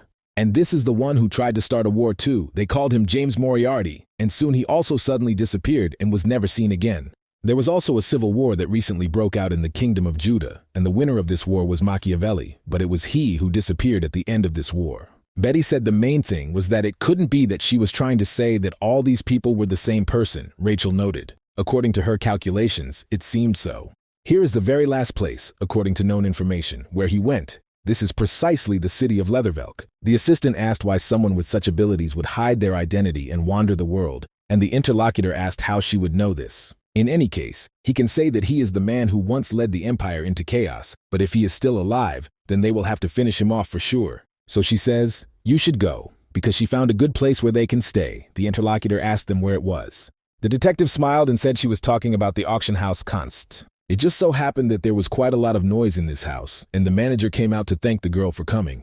He bowed before Her Majesty, Princess Adriana van Exilian, and then introduced himself, stating that his name was Evan Luke and that he was in charge of the auction. The girl was not in the best condition, so she said, "Nice to meet you." She is a bit tired now, and could they show her the room where she will be staying? The guy said that of course, he would immediately take her to the VIP room, and his interlocutor thanked him for this. Then she went forward and was surprised at how much all of this cost, and if she sold even one of them, how many families could be helped. It was precisely in this place that the main character was already there, using a micro earpiece and drawing everyone's attention. He told his subordinates that he was ordering a group of unknown individuals to begin an operation. Alex smiled and said that this was great, because his hands were already itching. He thought he would die of boredom after such a long wait. Then he thought that first of all he needed to meet Violetta downstairs. Suddenly something caught his attention. There he noticed Annie, who had the book turned with her back, but he realized that this was bad. He did not understand why it was here. He turned to Violetta and said that it would take some time to untie the laces and go down. The girl thought that they had just started, and everything was already going wrong. In that case, if it comes down to it, she'll have to do it personally. The first point of their plan is that they must find the key to the elevator entrance. Roger noted to Alex and Violetta that he leaves it to the two of them. So she turned to the man, called him handsome, and asked if he could help her. She seems to have had too much to drink, so she asks if he will take her to her room. After a while, he walked her out, and she thanked him for it. The man said that, of course, he could not ignore a guest who came to the auction house. In that case, she can rest a little in his room. Violetta said that he is really very kind. And the interlocutor closed the door and said that she needed to sober up to find her room, and this was done so that she would do this. Then he came closer and asked her if she wanted to play a fun game with him. The girl smiled after that and said that she really loves fun games. But when he reached out with his hand, she immediately grabbed it and threw it over herself. The man was taken aback by what was happening and therefore did not even have time to react. And Violetta, who carried out this action, asked how he liked this game. The girl blew up her hand and didn't think that she would knock him out with one blow. Apparently, it was not for nothing that she learned to strengthen her body with the help of magic. And then she went to the stand, which had a huge number of keys, and wondered where they needed the one. It was very loud near the stage where the auction lots were to be presented. Kensed once again. And so, without further ado, we should look at the first lot of the second day. People say that this jewel was cried out by the mermaid herself. So the stone that was presented before and not having it is called the mermaid's tear. The audience was inspired. People said that it was very beautiful. Soon the bidding started at $1,000,000 and reached 200 million. Adriana wondered if it was really a mermaid's tear, because it looked so unusual. The person sitting next to her said that she may seem beautiful, but it is definitely a fake. It was Detective Rachel who approached the princess and said that she seemed to be getting bored with the auction. The girl asked if they had met before, and her interlocutor noted that this was not the case, and that this was not the first time he had been led astray. Her Highness asked in surprise how she recognized her. The girl replied that she looked quite bored. Not many people would openly show their displeasure in a place like this. Does she know that her hair is slightly rumpled at the back? So she was lying in her room recently. Although the smell of air freshener from the room lingered on her, she did not apply perfume, not giving in to a nobleman who should pay attention to what others were thinking. In order to not care what other people thought of her in such a place, she must be a royal person. There were also rumors that a princess came to this auction. Adriana noted that since she was sitting in the hall with her, it meant that she was an unusual person. Her interlocutor noted that she had indeed forgotten to introduce herself. Then she handed over her business card and said that her name was Rachel Selmoy, and that she, in turn, was a detective. The girl said that this name is familiar. Is she really that famous private detective? She is a water mage who also received the title of Green Water of Celadon. The interlocutor noted that it was an honor for her that she recognized her. The princess was interested in what she was doing in this capacity, and in response, she heard that she was invited here. This happened immediately after she arrived in this city, by the way. To be honest, there are more such events there, and incidents always happen. And now she asked to call it just her detective instinct. Roger walked down the hall and thought that, it seems everything went wrong from the very beginning. But Violetta does her job as best she can. Now he needs to unite with the guys. Suddenly a guy saw him and asked who came here. Evan noticed that they met again, and what a coincidence it was. And the last time they saw each other was in that banquet hall with Roger Chalici. He doesn't even know what he's doing here, but he's very happy to see him. The hero looked at him and realized who was in front of him.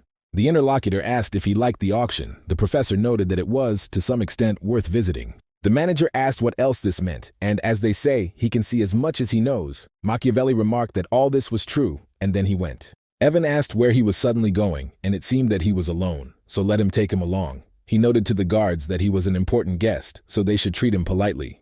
They immediately agreed, and the hero wondered if he was following him on purpose, apparently wanting to show his power here. But the plan they made will fail if they go after him. Roger had to remain anonymous and said that he was currently unable to move and was waiting for reinforcements. Hans was surprised and realized that he was reinforcements. Dave just turned to him and said that he thought it was time for him to go. The interlocutor noted that he knew, and this device should help him get to any place.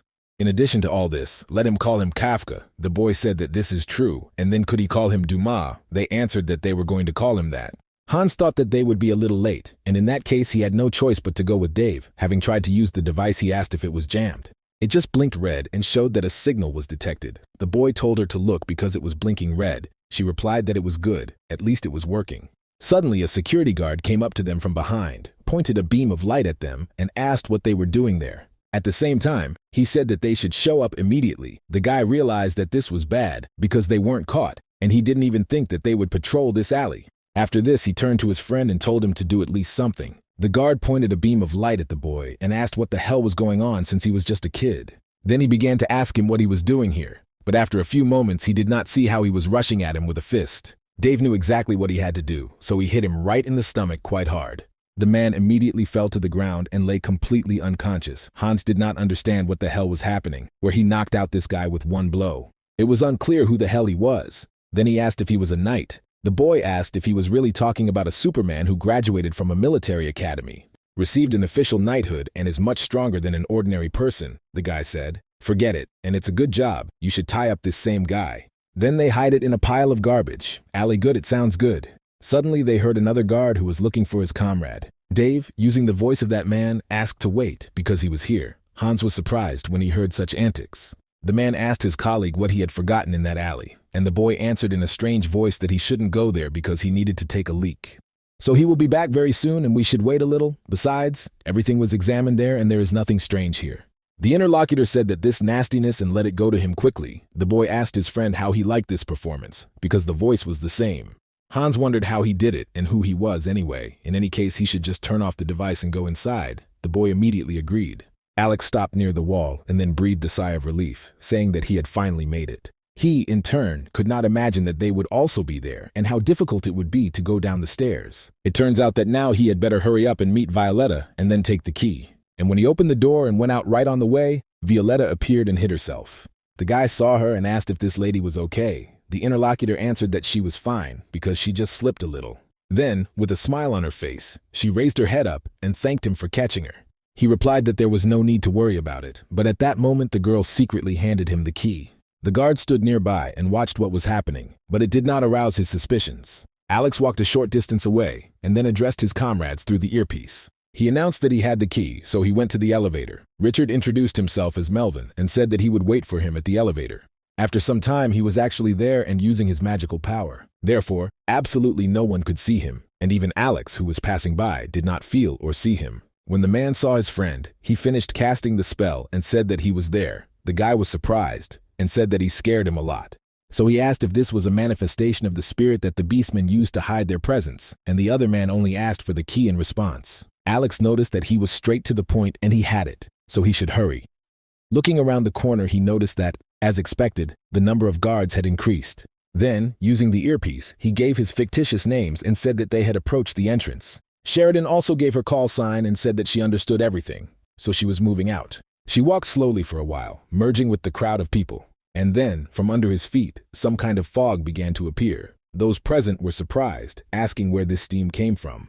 They were coughing because of it and didn't understand what was happening. Maybe this terrorist attack. The girl noticed that even better than expected, it was a special tear gas. The guard who was also in your room told everyone to take cover, and the other guards also needed help because they didn't have enough people. So he asked the knight if he could help them. He said, "Is this chemical terrorism? Damn him. 2 of them will stay here and protect the elevator, and the rest can go." Alex saw what happened and said that it all started. Then he turned to an ally who was standing nearby and asked if he could take care of those 2. He immediately agreed. When they saw Richard, they said that he called himself because this ozone is under protection. Alex immediately raised his hands and asked them to wait a little because there was a lot of chaos there and they got lost trying to find shelter. And come to think of it, don't they know who he is since he came here last time with his friend Evan Luke? He remembered exactly when he saw them up close. They had 2 of them here then. And did they know where Evan was? The man said. First of all, not to come closer and stay in the same place. But as soon as they finished this sentence, Richard immediately rushed forward and hit them with both fists. The guy was stunned when this happened and asked what the hell. He wondered if he had at least killed them. The beastman said that he had avoided vital points. Alex came closer and then thought that the armor was bent with one blow. It was unclear at all how the leader of their group found such a guy. After that, he reported on the general channel that he and his comrade had dealt with the guards at the entrance, and Hans said that they were moving out in that case. So he took the device that was in his hands and immediately pressed the red button. At the same time, he said that everything was fine, and then they would go in and act according to plan, and his partner said that he understood everything. The host was just announcing that this was the next lot of the auction, and they were starting the bidding with 500,000 diners, and soon they had already reached 10 million. The main character, in fact, was in this hall and looked to the side, wondering if the guards were still pursuing him. It would be quite difficult to move freely. And judging by the radio conversations he hears, everything is going quite smoothly. Suddenly her attention was drawn to one person who was sitting upstairs. Roger was actually stunned when he realized that the girl was Private Detective Rachel Selmoy. He immediately remembered that day when they were at the edge of the waterfall, and he asked in his mind whether this was the girl or not. They would die if she continued to do this. The interlocutor rushed at him, and pushing, they flew down, so she said that she didn't care. And even if she can't defeat him now, she will pay with her life to convince such a villain as him. She went on to say that in that case, James Moriarty was preparing for the finale. The main character's thoughts were interrupted by the girl herself, who looked in his direction, and he immediately turned around. He, in turn, could not understand at all what the hell this woman was doing here at all. It turns out that he changed his appearance so that she could not recognize him. But this very devil, incredibly skillful, and even earned the title of Greenwater of Celadon, if she gets in the way of the operation, all further plans will go down the drain. Therefore, the head appeared in the mind of the father. She did not guess by chance yet on the planet. Although this is not so, in that case, she would not be so calm. It turns out that Rachel doesn't know what's really going on right now, and the man can only hope that his subordinates will carry out the task quietly and quickly. The man who was supposed to be keeping order at this auction yawned. He noticed how boring it was, and what a brave scoundrel it was who thought of robbing Kanst. His colleague told him that you weren't distracted by trifles here. The interlocutor asked what he was worried about, because they have all these amazing artifacts. This one conveys a picture of what is happening. The guard replied that it was true. It was a pity to use such an interesting artifact only for security. Suddenly looked at the screen and asked what it was. A colleague asked what had happened and what he was asking about, but in response, he heard that there was interference in 2 rooms. But the man said that, in his opinion, everything was fine. The guy noted that he thought he was seeing things that way. Then the guard immediately stood up and said that we should wait a second. What the hell was this? The interlocutor said that he scared him and asked what was wrong.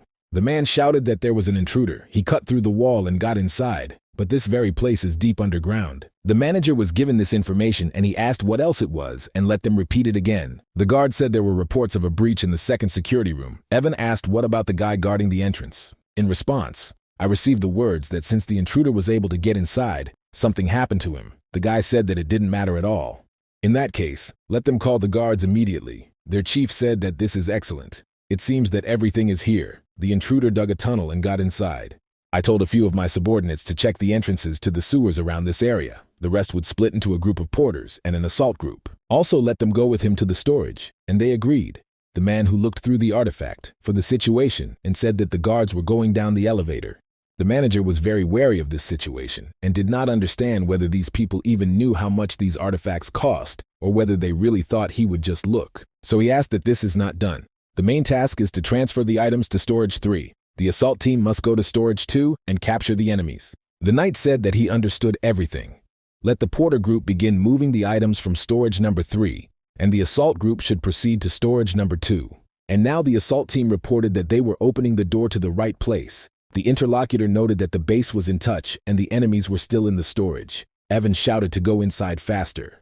The guards immediately followed his order, and when the chief entered, he shouted for the intruders not to move. But suddenly they saw an empty space in front of them, and so they reported that there was no one there. The manager was simply taken aback by what they said and asked how there was no one there. What were they carrying at all? The knight replied that there were no signs of intrusion and the items were untouched. The boss then aggressively asked what they thought he was looking at, wondering if they had confused him with another room. The very second he asked, everything on the screen changed, and it was visible how the knights were checking that room. Evan and the subordinate were stunned, asking if the screen had changed, and it was fake. The guards then asked what they could do. Perhaps they should return it to the 3rd storage. The guy replied that it was not necessary. Let them move it to another place. The interlocutor agreed and said that they would pass this on to the security guards of the group of porters who were now in the elevator. The manager said that it was bad if it was a fake screen. Does this mean that someone played fake footage in real time? The subordinate thought that someone replaced the footage that the artifact played with their own. But for what purpose and what were they going to achieve? He simply swapped the frames, suddenly understood everything, and shouted to the main one that it was a trap. The second room was just a trick. Because it turns out that the robbers were targeting the 3rd room from the very beginning, they were planning to intercept the transfer of items that they were doing according to instructions. The assault group contacted the base and asked if they were in touch. In response, they heard that they were not in touch and what happened. After this, it was said that the elevator that led to the surface was destroyed and collapsed. Evan couldn't believe his ears and asked what they were saying. The guards said that they wouldn't leave here without an elevator, so they were asking for help. The workers said that they had no internal forces that could help them, and perhaps asked the police for help. The manager shouted that it was not necessary. The auction's reputation would collapse. If they find out about this situation, then everything will be bad, the interlocutor asked. But what should they do then? The guy was in a panic and shouted that he couldn't know this. One of the guards shouted that in that case they would go there and try to stop them, so let them gather all the guards. Now when we talked about this, we tried to leave the room, but for some reason the door wouldn't open. They started knocking on the door and saying that it wouldn't open because they didn't know what was going on. But it was Sheridan's doing, laughing and thinking that everyone was locked in. In the end, their leader came up with a rather surprising plan. She didn't know what to do when she first heard about the storage artifact. She remembers Roger asking if there was anything she could do. He in turn wanted to replace the footage from the vault that would be shown through the artifact. So he needed that very device to hack the transmission. Remembering that situation, she turned to the leader and said that she was in touch. Immediately after this, she reported that the mission to steal the artifact was successful. 30 minutes ago, several guards were beaten and sitting in some kind of box. Dave asked his friend if it suited him, and his interlocutor noted that it seemed to suit him. But for some reason it was so tight against his stomach, it was so uncomfortable. Alex said that Richard had badly dented the armor when he hit it, and they had patched it up but couldn't fix it completely. Hans had noted that it was very comfortable for him then.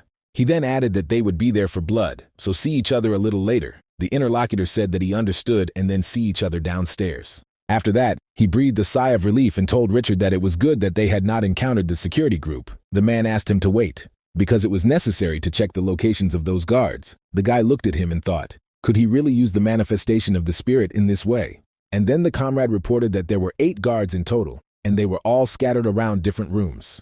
Fortunately for them, there were 2 guards nearby who had gotten separated from the rest. Soon Alex was saying he couldn't believe they were just hanging around the storage room. Well, that made it easy for them to take care of them. After that, he looked at Richard and asked him to be patient a little, because not everyone was as big as he was. At the same time, he told him to get ready because everything would start very soon. They soon came to the rest of the guard, who informed the group of porters to begin moving the items into the 3rd storage room. And the assault group had to follow him to the 2nd storage and destroy the enemies. Someone said that he was again forcing his subordinates to work for his achievements and merits. The interviewee noted that he does this because there are not many opportunities to stand out in Const, so you just need to take your responsibilities seriously. In response, he heard that this was true, and they would be punished if they did not work at 100%. Soon they were in the elevator and said that they successfully entered the elevator with the items. The base said that the assault team is handing over to the porter group according to the instructions to carry all the items to a safe place above. Soon that very time came and the comrades thought about whether they should begin. There was some smoke coming from the elevator and the other guards were asking what was going on, but soon everything went quiet. And all this happened because the attackers had already neutralized them. He took a metal spear in his hands and said that now they only had 1 step left and threw it straight along the ropes that held the elevator. Hans asked what he was doing. The guy replied that he had damaged the lift so that the guys below could not go up. So right now it's time for them to get out of this place. Soon he asked if everything had already been loaded. If so, then they should sit in the back seat, and they set off. Hans stated that he would be back. The plan itself had changed, so he needed to check something quickly. Sheridan asked if he was talking about the item the leader was looking for. He replied that it was true, and he knew the real one was in the auction room. But he couldn't tell the difference between it and the fake if the fake one had to be found again. The girl noted that if the leader was with him, then everything would be fine. Then they started talking about whether all the items had been loaded and that Violetta had returned. Roger's comrade thought that if you think about it, these guys are all pretty good at fighting, and it also seems like that's not the only thing they're good at. At the same time, all he can do is gather information, so he wonders if he'll just be left behind. These thoughts actually disappointed him, and he would not have wanted that. So he slapped himself on the cheek and wondered in his head what he was even thinking about. If that were the case, the leader would have replaced him and abandoned him long ago. He should focus on handing him the fragment, the relic of integrity and safety, then turned to the Paraderu and said that he probably couldn't answer now.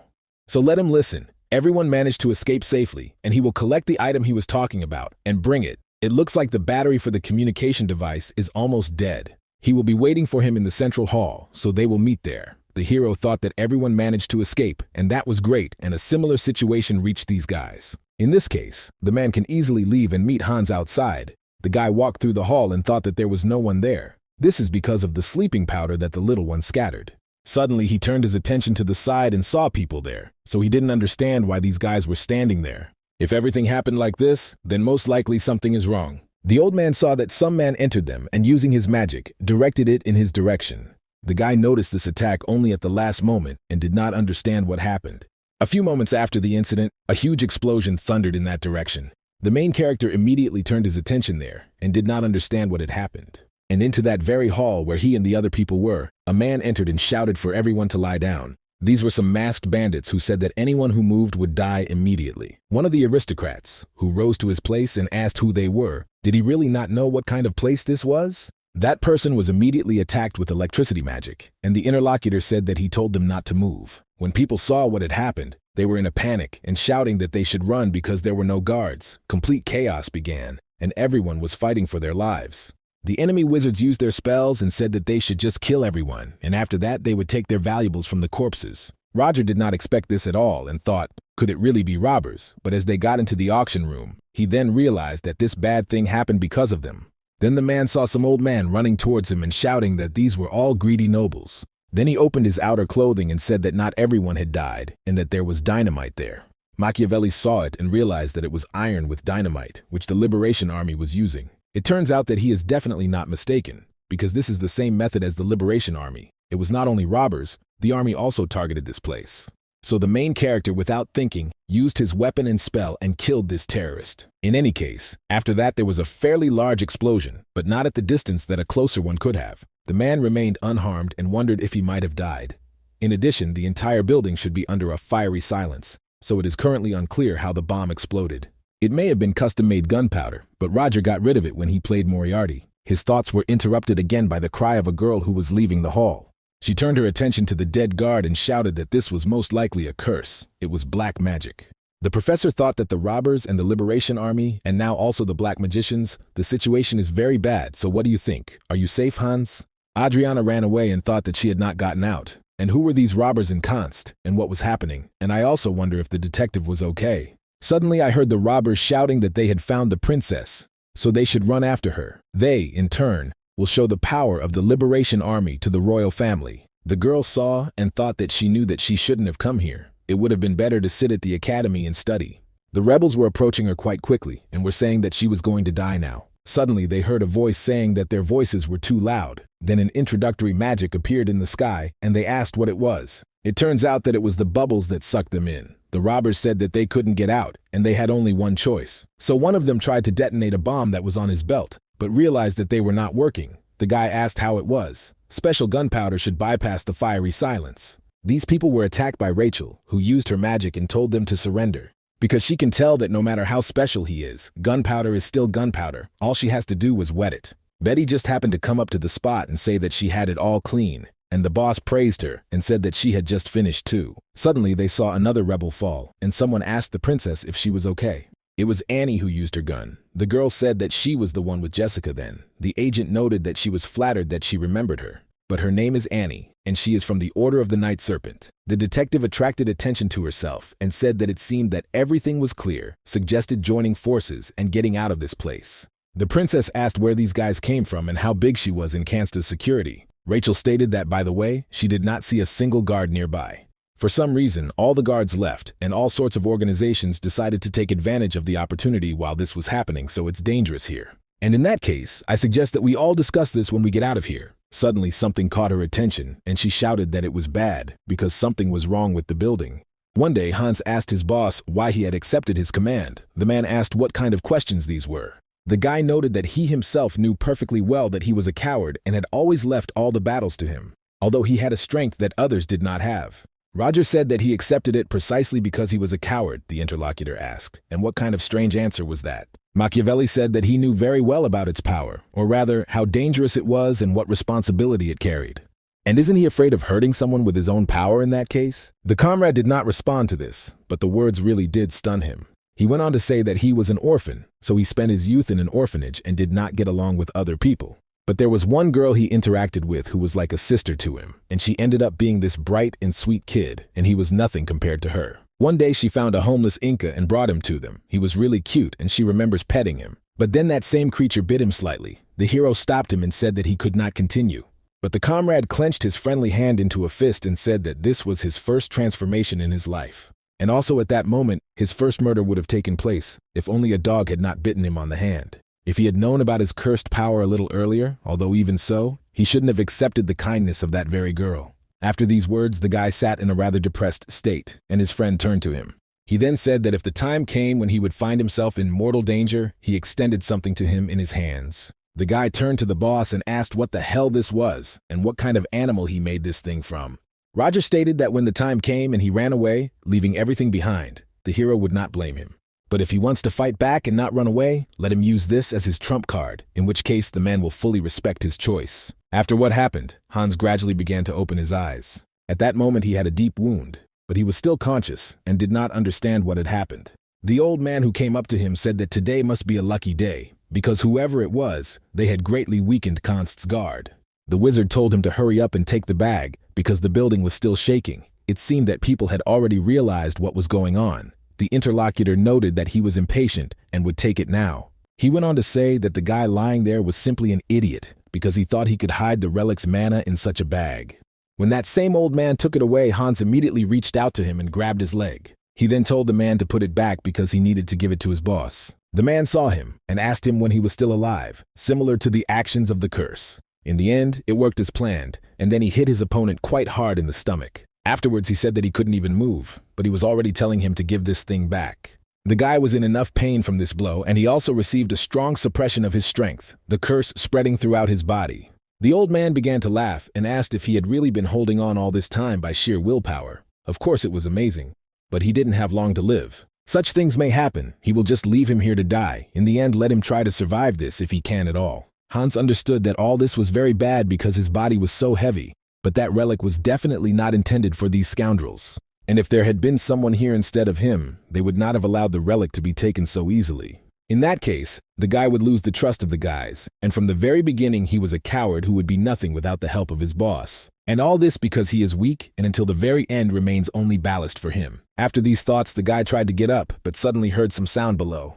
I immediately turned my attention there and was stunned by what I saw there, because he realized that it was the same little thing that his boss had recently given him. Then he grabbed her with trembling hands and said that everything was right, because if this was the end, then after this she needed to act.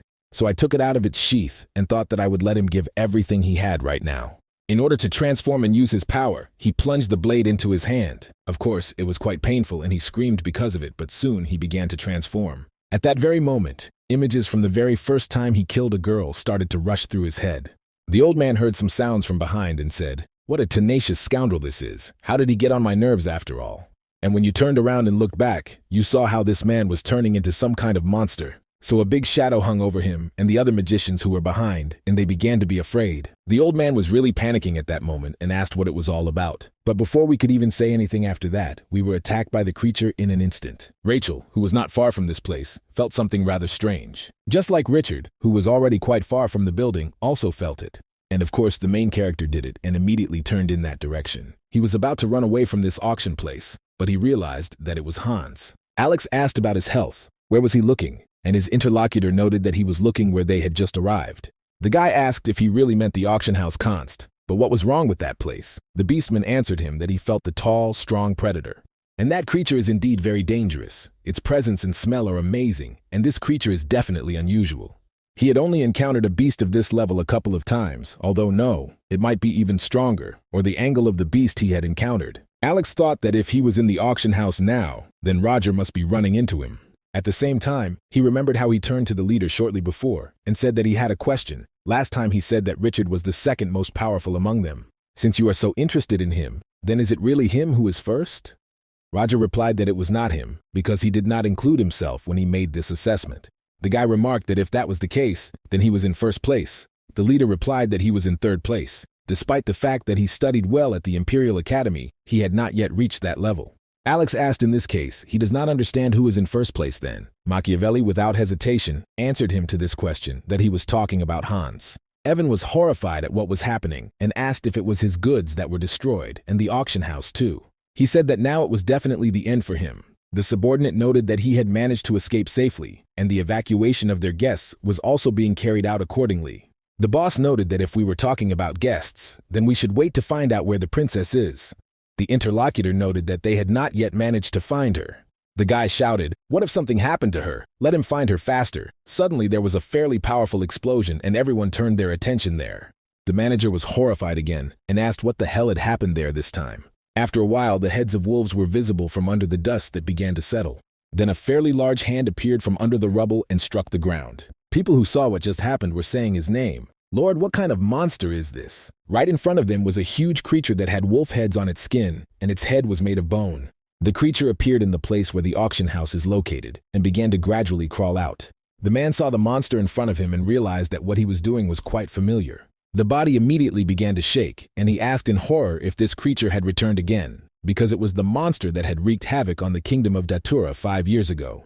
It was he who humanity nicknamed the Beast of Givaudan. The monster was completely out of control, so it gradually began to move forward. He in turn saw people and prepared to attack them. When Evan saw what happened, he knew he had to get out of there and quickly started running away.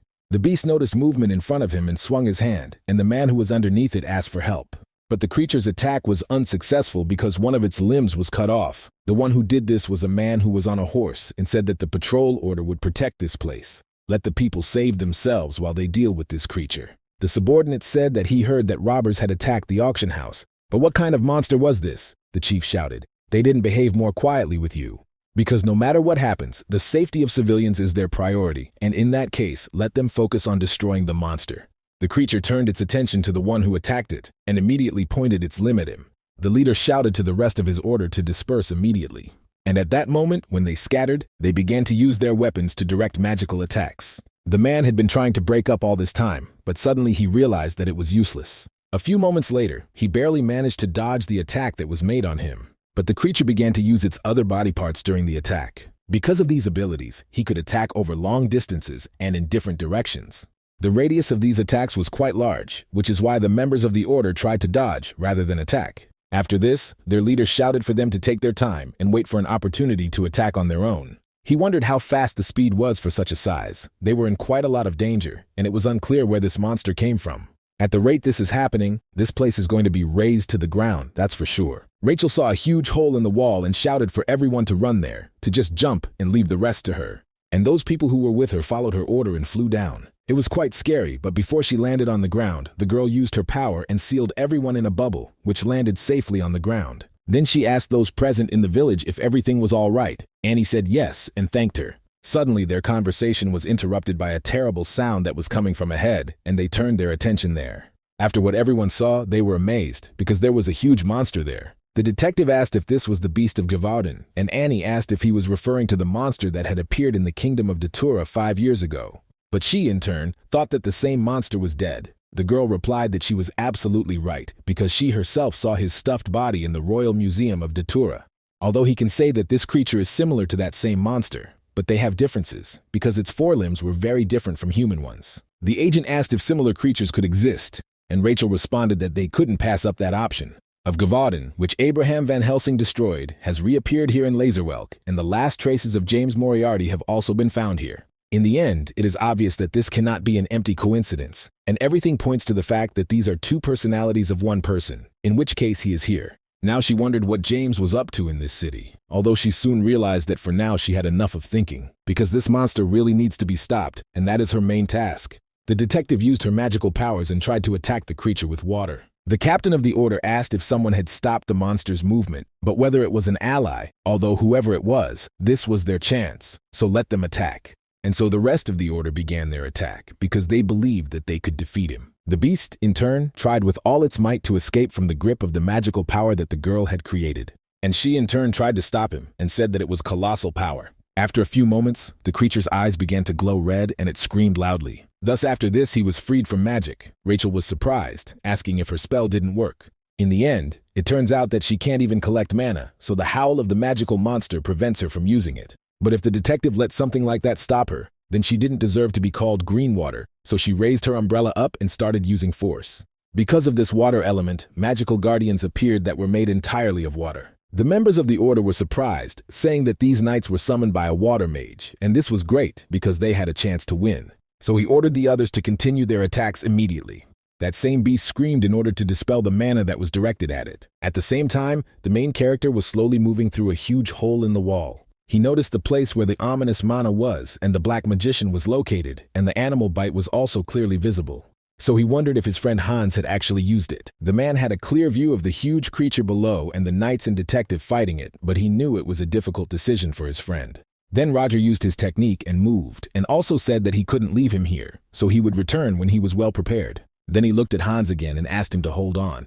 At the same time, the beast continued to scream with rage and also tried to fight off its rivals. The wolves' heads slowly started to fall off the skin, and people said that this was great because their attacks were working, so they had to keep going. After all this happened, the eyes of the skulls that were on the shoulders also began to glow. Rachel noticed this and wondered if the eyes on his shoulders were starting to glow too. He was going to block the magic again, and she had to prepare for it. The bone skulls actually began screaming after a few moments, deafening everyone in the area. But the girl turned her attention to her water guards and did not understand what it was, because her magic was still working. Although some fairly strong vibrations appeared, and it was unclear what was happening. The princess attracted everyone's attention and looked to the side. A mountain of dust was rising up the road on the other side, and it was clear that something was approaching. The detective noticed this, and when she looked a little closer, she realized that it was a horde of rats. They were united enough, and therefore ran forward without stopping for a second. At that very moment, when the girls saw these creatures, they did not understand what controlled these beasts. Rachel wondered why rats were the ones who were here, since they were the ones she was most afraid of. Therefore, in order to protect herself and her comrades, she used the power of water. The creatures saw this attack, so they tried to avoid it, and the girl shouted that they were climbing the walls. And these small rodents jumped up and prepared to attack. Bude saw what was happening and immediately rushed to attack in order to protect her. The princess also joined in and said that they would also help her fight. The detectives immediately thanked their comrades for their help. The members of the order also heard that something was approaching and said that they should stick together. The rats began to quickly approach the very heads of the wolves that had been cut off and were lying on the ground. So after a few moments, the transformation began and the creatures turned into a body. The captain of the order told the others to be careful because this monster controls the beasts and it is unclear where they come from. Suddenly, he looked to the side and asked what the hell was ahead. It was surprising because the severed head, as well as the rats, turned into a werewolf. So that huge beast that they are fighting can reproduce, and then it is terrible. Because there is a high probability that he was the reason for the sudden appearance of werewolves on that bloody night. The leader of the order shouted for everyone to concentrate, because they had to get rid of them before more appeared. They had to stop them no matter what. And this is all because if they cannot stop these creatures, the nightmare of Gavaden will repeat itself. The new werewolves, who had recently transformed, immediately rushed to attack. Rachel continued to fight them, but she thought that they were regenerating too quickly, in which case she couldn't even focus on the beast of Gavaden now. And then that moment when she was fighting the werewolf, the rats got closer to her, and she noticed it. Naturally, Betty came to her aid and said that there were a lot of animals here, so they had to leave. The detective said that the civilians who had evacuated had stayed to wait. The huge beast itself once again used its cries and thereby dispelled the magical water guards. Rachel knew it was all very bad because they had gotten distracted and now she, in turn, had to do it again. But just as she was about to recreate her guards, she felt the rats touch her boot. The body began to deteriorate after that, and the detective thought that the safety of civilians was the top priority, which is why she had to somehow stall for time until everyone evacuated. Then they shouted that at this rate they wouldn't make it. Rachel said that they had to evacuate first. At the same time, she thought that it didn't matter at all what happened to her. Suddenly, I noticed a huge creature that suddenly recovered and began to look away. Also, the werewolves who had just been fighting stopped moving. Everyone else started doing it too, but it was unclear what they were looking at. But the gaze of all those very creatures was directed only in one direction, where dark magic appeared. And from it, a man began to emerge who was quite familiar to everyone. The werewolves stared and could not take their eyes off that place. The detective also looked there and realized who it was, which surprised her greatly. And the main character finally changed into his recent costume and appeared in front of everyone.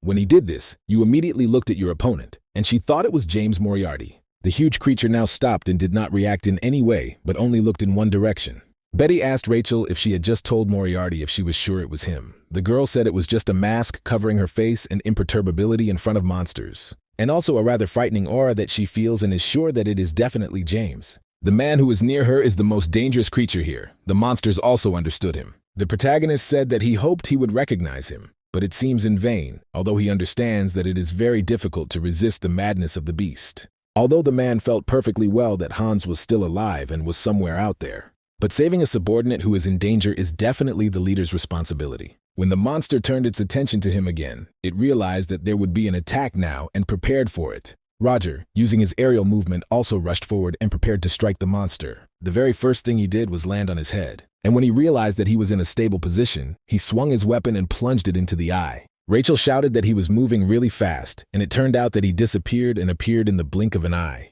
But at the same time, it was unclear whether this person could teleport. Just a few moments later, the heroine stopped and rushed towards the werewolves, who were on the ground and easily cut off their heads. The detective saw this and thought that there was no point in cutting off his limbs, since severed heads simply become new werewolves. But then, when I looked in front of me and saw the tin, I was stunned because it began to disappear. The girl wondered if the heads had really disappeared. Perhaps it was a sword made of a special material. Well, or maybe it was some kind of magic. Suddenly, she saw that an attack was made on her and defended herself from it, and also decided that now was not the time to look. They were attacked by a huge beast, which now could not see with one eye and felt only strength. When Rachel covered her comrades and asked if everything was okay, they said yes, and she said that they might get buried, so they should get out of there. Therefore, I suggested that we trust him for now, and it seems his goal is to get rid of the beast. It's a little offensive, of course, to admit it, but he is an incredibly experienced person. The main character used his movement technique again and disappeared. And a few moments later, a large monster appeared in the sky right above his head. The man took some bottles of liquid out of his pockets and threw them down. They immediately began to fall and smashed against the bonehead. The wolf heads that were spreading across the skin began to scream because of this. Rachel noticed this and asked what kind of tear gas it was, because it was unclear what he was planning. As this substance spread throughout the area, heads began to fall off the body of the huge monster. Roger wondered if he was giving up his damaged heads to grow new ones using tear gas, and that he was smarter than the original.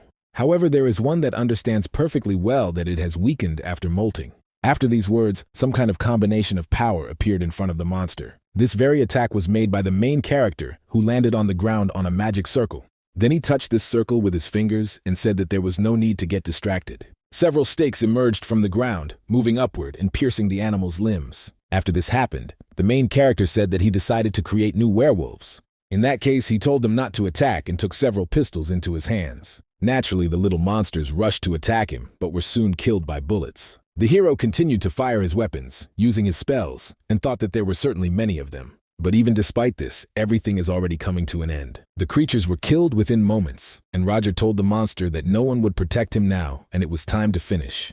The beast realized that things were going pretty badly, so he tried to move his limb to pull it out.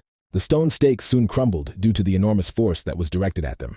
The hero asked, "So, does this creature really want to fight to the very end?" Then he asked him to stop making a fuss and let him get out of there, because this body definitely does not belong to him, and at that moment he pointed the barrel forward. The beast did not stop in one place and immediately rushed forward with all its speed to attack. Naturally, James saw that he was being attacked, but he remained in place and aimed forward. At the same time, the monster lost concentration and someone stuck a syringe with an antidote into his back. And after that, he began to introduce it quickly enough so that Hans became his former self. When the creature was penetrated by blood, the eye of the large monster almost tore into pieces and glowed very brightly. Then something happened that the man did not expect, because the large body fell apart into pieces. The hero turned his attention to his subordinates and said that they had arrived here just in time. After that, he came closer and said that we should go back. He looked at the Ghanaian, who was in human form but unconscious. The members of the order were very close and said that the monster stopped screaming. So did it really die? It was bad, because you couldn't see anything at all because of the dust. The subordinate turned to the leader and asked if perhaps it should be checked, but he did not answer. He then stated that there were still civilians there, and let them first ensure their safety, and then check. The man asked James if he would be okay, since they had stuck such a huge harpoon in his neck, and the hero noted that everything would be fine. Because he has an amazing ability to regenerate after transformation, they saved their comrade, so they should get out of here before the knights arrive. Suddenly, a girl from the side shouted at them to stop and asked if they had met before. And then she said that they hadn't seen James Moriarty for a long time. The hero looked at her and saw that it was Rachel. The man called her name and said that they really hadn't seen each other for a long time, then asked if she had been looking for him all this time. The girl answered that everything was correct, because she knew that he did not die then. Annie asked her comrades who were standing nearby if it was really Moriarty. The main character said that it seemed that she did not value her life at all, which she barely managed to save. She had to pretend that she did not recognize him. In that case, it would be better for both of them. Rachel asked if he really thought she would give in so easily. It seemed like he underestimated her and called him James Moriarty. The interlocutor noted that she had expressed herself incorrectly because he was Abraham Van Helsing, and the girl added that he is also Arsène Lupin and Machiavelli. These are all his personalities, so I wonder under what name he lives in this city. Now that she realized that he was constantly changing personalities, running away was completely useless, and all this only because she would pursue him to the ends of the earth. The man touched the mask he had on his head and said that she was right. He had underestimated her. At the same time, he thought that he knew perfectly well that she was sharp and decisive, but he did not think that she had researched his past. If he ran away now, she would still continue to pursue him, and in that case, he would not be able to hide if his identity became known. Of course, it won't be easy at all, but it looks like the only thing left is that he'll have to kill her. Rachel asked whether all the troubles caused by the Exilian Empire were his doing or not, or whether she should say that it was the doing of his organization. He is, after all, James Moriarty, who is precisely part of the Black Dawn. The main character was surprised and did not understand what she was talking about. The detective noticed his surprise and said that she must have hit the nail on the head. Let just one look at his strange reaction. James thought that maybe it was good, then said that as expected from Rachel's old enemy. It turns out that she even understood this, and he will not stop her if she wants to grab. But is this normal? Surely there are terrorists and civilians left. He says to these people who have not yet escaped from the auction house. The girl asked if he was really threatening her with the lives of peaceful people now. The interlocutor noted that it depends on her. He's not going to give up so easily. Even if she catches him, the lives of the people inside will definitely not be guaranteed. The rival got angry and said that he was a coward. The hero thought that he had changed his mind because she was annoying, but definitely skillful. That's why he uses her as a hunting dog, who will tear apart the Black Dawn for him. Then the man turned to his subordinates, gave their call signs, and said that they were leaving. At the same time, a dark energy appeared near them. Rachel then used her weapon and asked him if he thought she would let him go. But the hero easily defended himself from her attack with his strength. The detective noticed all this and decided to cast many more spells in his direction. Therefore, a large number of them from different directions were heading there. But the main characters created a seal and said that it became, of course, better. But even with all this, he can say that it is not enough to stop him. Using brute force in her attack, she rushed at Betty, who said that she would help her. Richard noticed this attack, so he jumped forward and easily defended it with his hand. The girl was stunned by what she saw and wondered if he had really blocked her fist with his bare hand. The opponent did not wait for her to think and immediately counterattacked, hitting her with great force. The detective asked if she was okay, and the girl replied that everything was fine, just a scratch. Then Annie rushed to attack. And so in order to fight her off, Alex stepped forward and blocked with his weapon. The girl didn't understand what kind of guy this was, damn it, because his defense was no worse than that of a well-trained elite knight. Then she took out a small dagger from her sleeve and thought about how he liked that. So while you were fighting back with another weapon, you easily fired the one you had in your sleeve. But naturally, the guy noticed this attack and easily fought it off. Annie was surprised, wondering if he blocked the stinging sword as if he predicted it. So turning to her rival, she asked who he was. The interlocutor said nothing in response to this, and suddenly some green energy appeared, causing the agent to ask what it was. Violetta flew to this place on her umbrella, saying that a squad of patrol knights was approaching. They could not waste any more time here. The main character, after hearing the information, called her Poppins and said that then he would not leave. Rachel heard it too and called James Moriarty to stop. He and his comrades were already in the sky, and the girl screamed at him not to think that this was the end, because she would get rid of him and his organization. The man smiled when he realized that he was talking about the Black Blossom and said that he was looking forward to it. That's why they will definitely see each other again, but after some time, the whole group disappeared from sight. In the events that happened earlier, Rachel asked James why he did it. The man said that it was unexpected, and he thought that she would understand. So she doesn't understand. Did she really think that living among ordinary people she would remain the same as them? Did they fit into their low standards? The whole world of these very creatures is so boring and tedious, and the people in it are so ignorant. So it's a relief to him when he talks about it and goes crazy with disappointment. The girl asked, but was this really the reason why he killed the child, just to tease her? James looked into her eyes and asked if it had been a terrible mistake. Let her abandon these thoughts, because she herself understands everything. In the depths of her soul, she hears the same voice as he does. Rachel hung her head sadly and said that he should know that she hoped he was a good person, and also that all minor misunderstandings could be resolved through negotiations, but it turned out that she did not understand anything. If this is really the path he has chosen, she will arrest him right now. The man understood everything at that moment and cast his cold gaze at her. At this time, the detective was informed that the initial investigation at the scene was complete. She replied that she understood everything and that they had done a good job. The commander of the order said that this was not so, because they should not be grateful to her, because if it were not for her, they would have taken twice as long. As the girl ordered, they seized the bomb from the terrorists. Rachel said that this was excellent and let them send her the results of the analysis. The man noted that they would do this. Afterwards, he said that it was time for him to return to the scene of the crime and to let her know if she needed anything. She thought that there is gunpowder on which the silence of fire does not work. But it is not clear who is presenting such a dangerous thing to the Liberation Army. Clearly, no one in the army itself is capable of such a thing, and there is only one thing that first comes to mind. This thought tells her about the Black Dawn, with which James Moriarty was closely associated. After the disappearance of the monster, his friends immediately crawled out. And because of this, one can conclude that this incident is an experiment of the Black Dawn. First of all, it is worth analyzing this support Ha. In order to catch them all red-handed, you need to prepare well, so just let James Moriarty wait a little. After all, she was sure that she would catch him as soon as she finished the preparations. After some time, Hans finally woke up. He gradually opened his eyes, and when he looked up, he asked where he was. The main character was in that room and asked if he had woken up, and the guy immediately became a little scared. Roger asked him how it felt, if he felt any pain or discomfort anywhere. The comrade called him brother and asked what the hell had happened. Machiavelli asked him if he didn't remember how he turned into a monster, and his comrade noted that when it came to being a monster, everyone remembered that. Although it was surprising that he did not die, the hero then noted that it was a relief. He then stated that you had now given him what you had recently found. The interlocutor became wary and noted that he was asking not to be surprised and to listen to the end. Because the point is that in order to get it, you need to do something.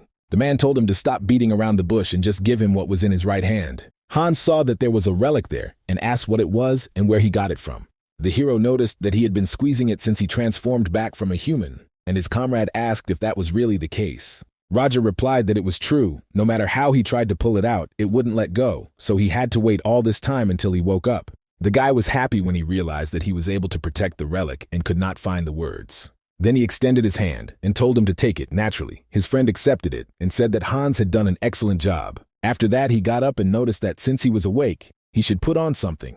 Something was being emitted because he was going to tell everyone something. The interlocutor noticed that he understood everything. Soon everyone was already sitting at the table, and the boss said that even taking into account the unpleasant surprises, they all did just fine. So the mission was successful, and they are great. They will not be exposed since the Kanadi failed, but it takes time to take care of the values. Sheridan kept shouting that it was wonderful, and they were rich, but the hero noticed that he was rejoicing too early, because it took time, since this was stolen wealth, and after working together, they understood everything. Because each of his colleagues is unique, Alex said that this is so, because he was amazed, and who would have thought that a person could turn into such a huge monster. As a result, he saw something like this for the first time. Richard noticed that he wielded a sword unusually, and whether he was a knight, the guy replied that he was just a graduate student. The man asked how it was that a mere graduate student could fight on equal terms with a night wanderer. Alex noted that, speaking of which, he was asking the leader who that young lady was. Because she was quite skilled, had control over water, and was clearly an unusual person, Roger said her name was Rachel Selmoy. She is a hereditary mage from a noble family, and these guys should also know this, because she is an extremely skilled mage who has been awarded a colored title. The guy said that he knew it, but how did they meet her? The leader replied that if we talk about it, it seems that they first crossed paths in the Delica Kingdom. At the place where the monster had recently been raging, the princess asked someone to help. Annie heard this and immediately ran up, asking what had happened. But the girl pointed at Rachel's subordinate and said that this person was not breathing. The agent approached her and asked, since when this happened, the interlocutor noted that she did not know, because she thought that she had fainted. Annie realized after a few seconds that there was no pulse and her body was cold. So did she really just die? But how did this happen? Suddenly Rachel, who was looking for the girl, came up to them and said that she had passed out again. The princess asked how she could be unconscious, since she wasn't breathing at all. The detective noted that everything was fine with her, just let them see for themselves. After that, she came closer to her, and then gradually began to undress her. Adriana was very embarrassed when she saw this, and asked why she was undressing her. Annie asked to wait a few seconds for the princess, because she had a hole in her back. The detective noted that everything was correct, let them look carefully. The knight asked, so it turns out that Miss Betty is not a human, and in response, she heard that this is true. She is an autonomously controlled robot automaton. Then she took out the key, and they noticed that she looked exactly like a person. Rachel said that this is so, and it flows beautifully into society, using emotions. Annie added that if we talk about it, then a humanoid robot is amazing, because she has never heard of such things. Usually rumors about such inventions spread quickly. The girl said that it was not surprising that no one knew about it, because Betty was a secret experiment of the Delica Kingdom from many years ago. So she's a secret enough soldier for everyone to know about her. The girl turned the key, and then asked if Betty was awake. Her interlocutor only glanced at her naked body. Then she shouted why she was so naked. In response, I heard that she was unconscious and decided not to waste time. The girl said that this was wild. Rachel added that it was time for them to go, so she asked him to collect things and materials for the case, and let him not forget either. The subordinate was angry, but went to collect what she asked her to.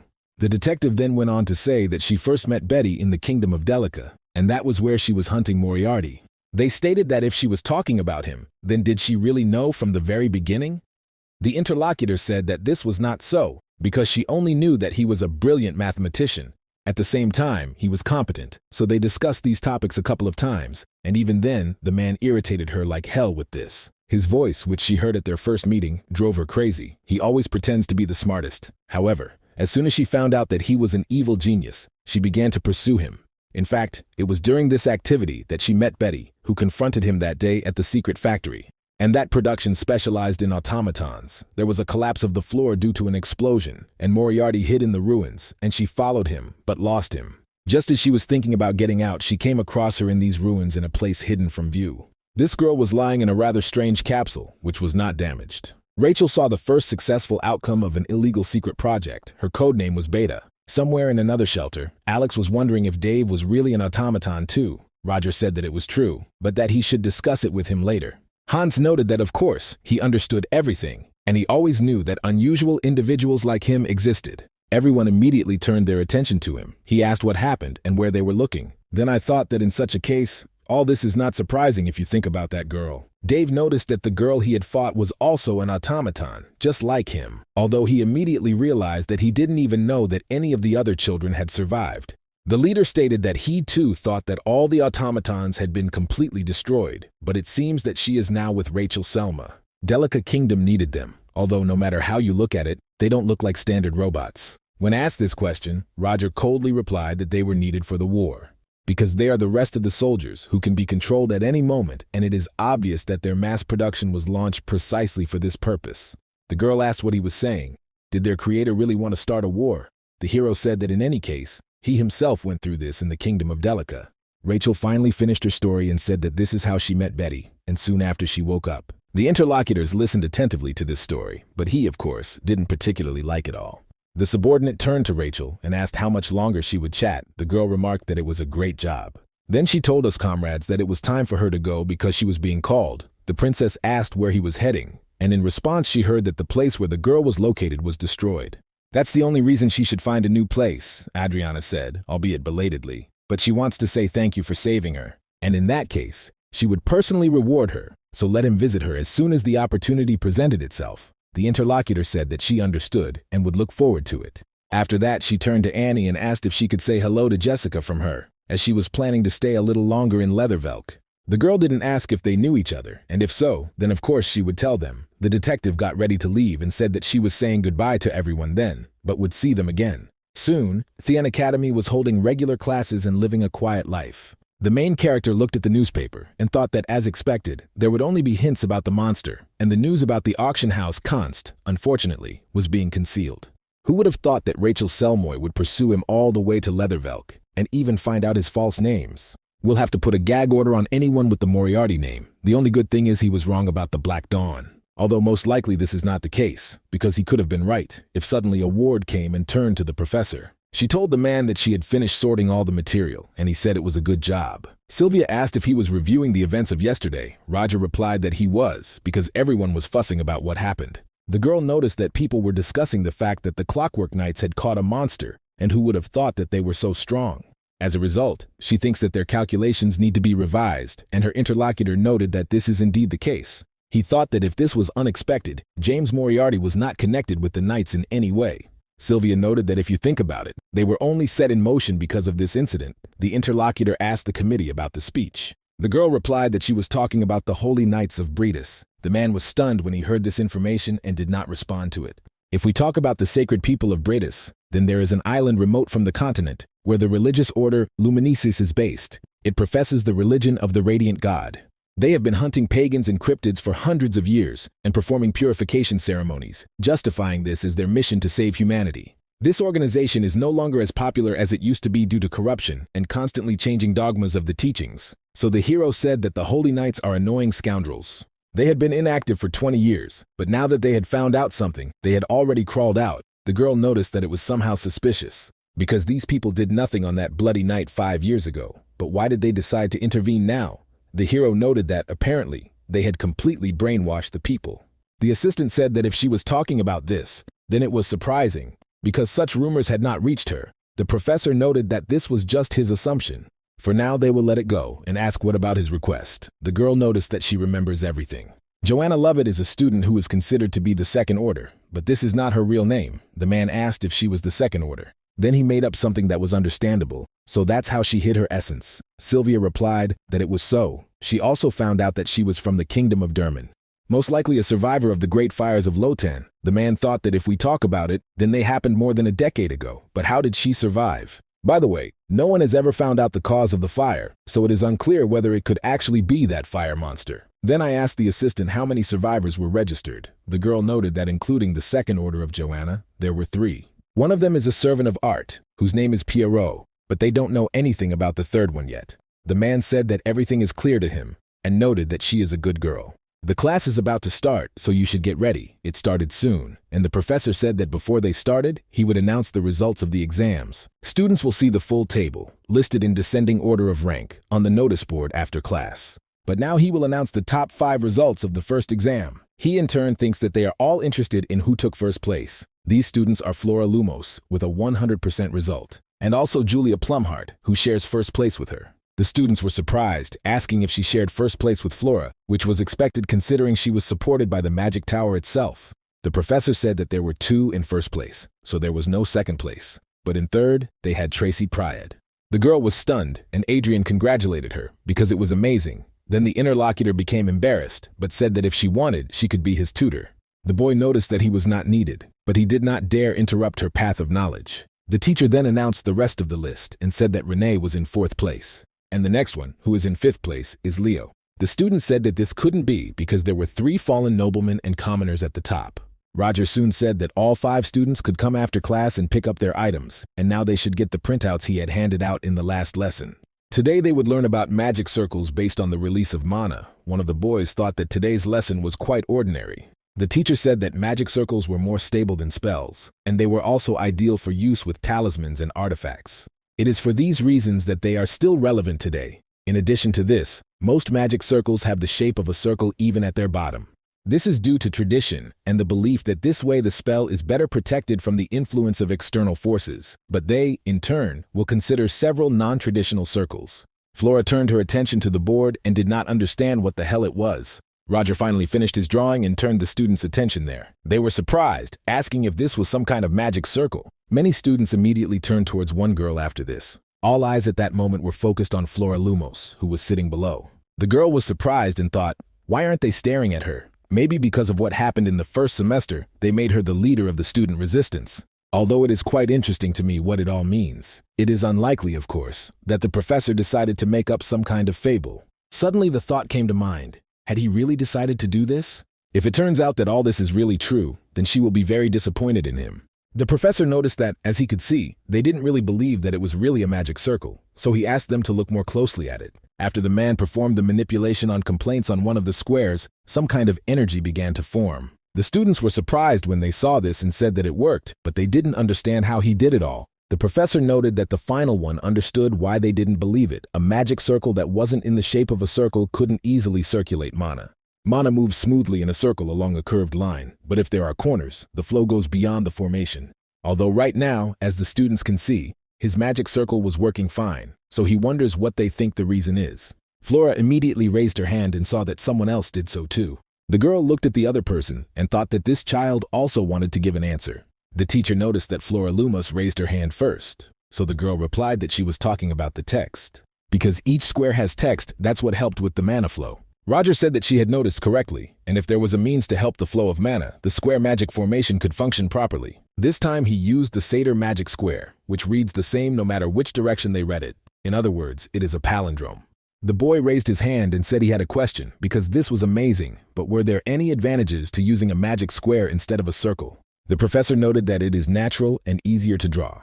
A circular magic formation only works when the formation is drawn perfectly. It is not for nothing that there are certificates for masters who professionally draw magic formations. If you look at it from the other side, a square is just 4 points equally spaced from each other, so it is much faster and easier to draw than a circle. The man will give them additional material, and they will see that the square is just an example. The magical formation can take on completely different forms. They, in turn, will take this into account and create their own magical formation. This will be the second part of the exam, so he will wait for their idea. Sometime after classes, students and teachers gathered in the teacher's room. The man said that Leo was second only to Renee and asked to show him his hands. The boy saw some energy appear on his palm. He was surprised, and the teacher said that this was the first of 4 parts of the source code calculation. He, in turn, calls it a structure, of course, but separately they have no meaning. The guy said that this meant that he had to be in the top 5 in the remaining semesters. Roger replied that this was exactly the case, so he should work harder. When Leo came out after that, he looked at the palm and thought that it was just a part, thinking that in this way there would be no easy leakage of information. He, in turn, cannot perform a reverse calculation, nor analyze only this part. But if you teach a simple student such magic, then what will he entertain a person there? But suddenly his thoughts were interrupted by some conversation that the party heard, and he turned his attention to it. Leo saw that they were aristocrats, as well as Katie Overly from his class, but it was unclear what they were doing there. The guy there was saying, does she really not hear them at all because she should be aware of her social status and behave like the parasite that she is? The girl immediately interrupted him and asked what if she didn't want to? What would they do if he didn't admit it? Leo wondered if we were really going to contradict the aristocrats in such a rude manner.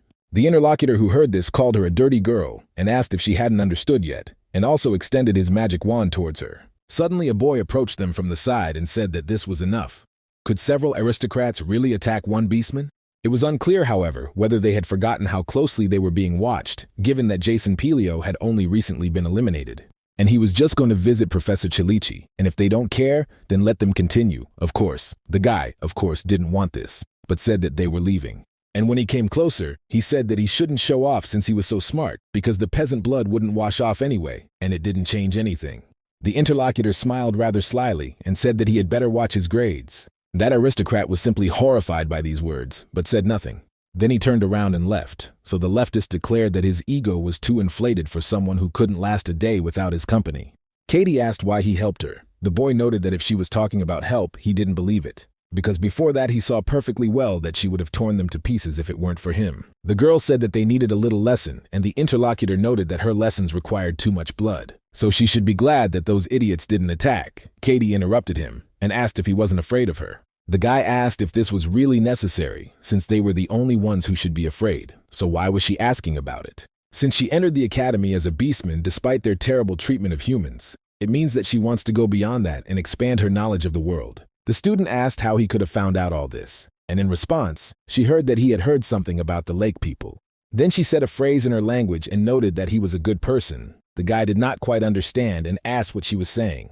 Katie replied that it was an expression in the language of her tribe, and in their language, it meant a small but brave warrior. Leo got angry and then said that he was warning her not to call him little, but the other woman didn't understand why he was so fixated on one word.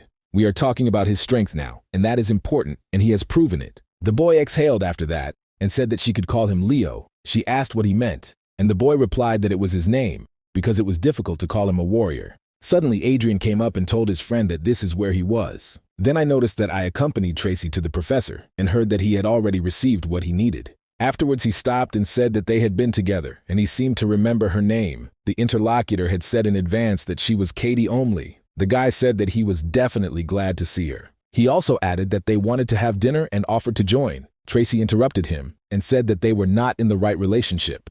The interlocutor answered positively, and the rest of their friendship did not particularly like it. Renee walked down the hallway, thinking that she was a little disappointed that it had been so easy, because she thought it would be worse. It was sad that she couldn't even ask questions. Suddenly, on the way, she saw Adriana, who asked if the girl would have lunch with her. Her friend saw her, but apologized, saying that she had already made arrangements with someone.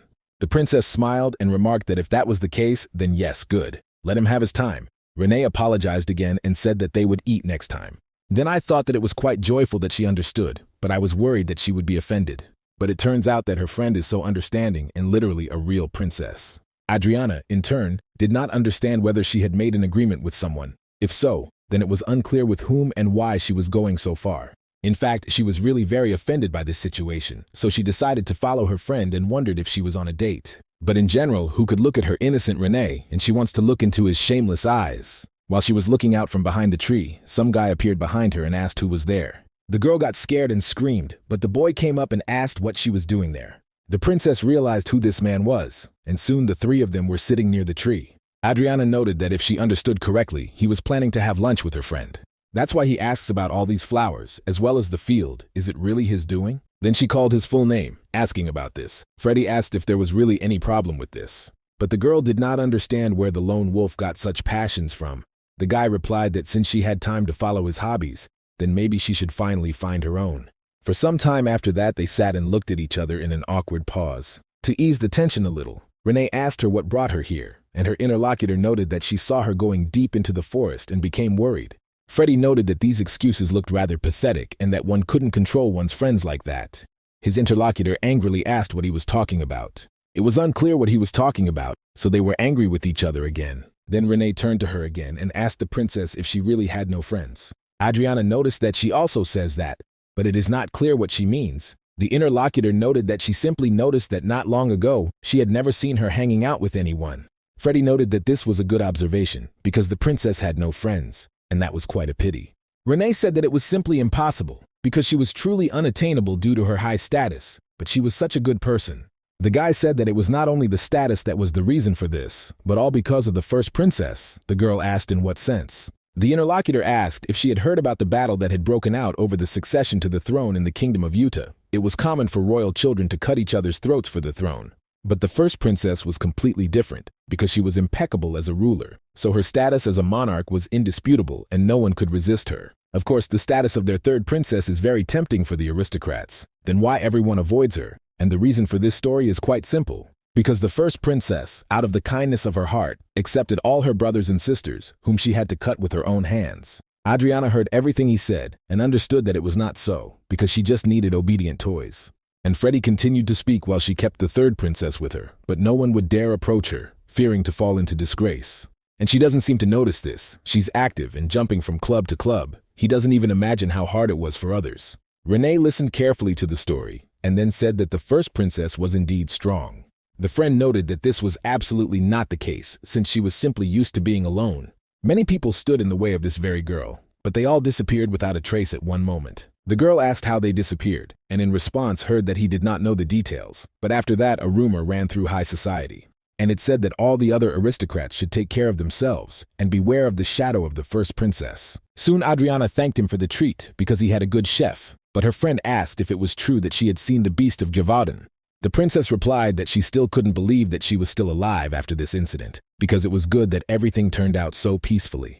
The girl thought that this was wonderful because she had dreamed of such a life at the academy, chatting with friends and taking care of each other. Renee asked if the monster really died. The girl immediately remembered the words of her comrade in arms. Before leaving, Rachel asked her if she could state that the incident had been settled by the knights, as the truth should not come out. If it happens that people find out, then deal with the monster and unnecessary worries will break out. In such a case, sometimes a lie can save you. After thinking about it, she said, of course, they took care of him. Her friend sighed with relief and said it was a relief. Chalichi at the auction that day, and the comrade was surprised when she heard this. The girl continued to say that she had only seen him briefly, but she thought it was definitely him, although it was unexpected, since he was unlikely to be interested in inversions. Freddie thought that if we talk about this man, then it seems that he has seen him somewhere. And then, before his eyes, the very moment when they met flashed. Several teachers slammed the door and shouted that this couldn't be done, because it is very bad to postpone a magic festival without prior discussion. So they ask whether they really don't value the magic festival at all.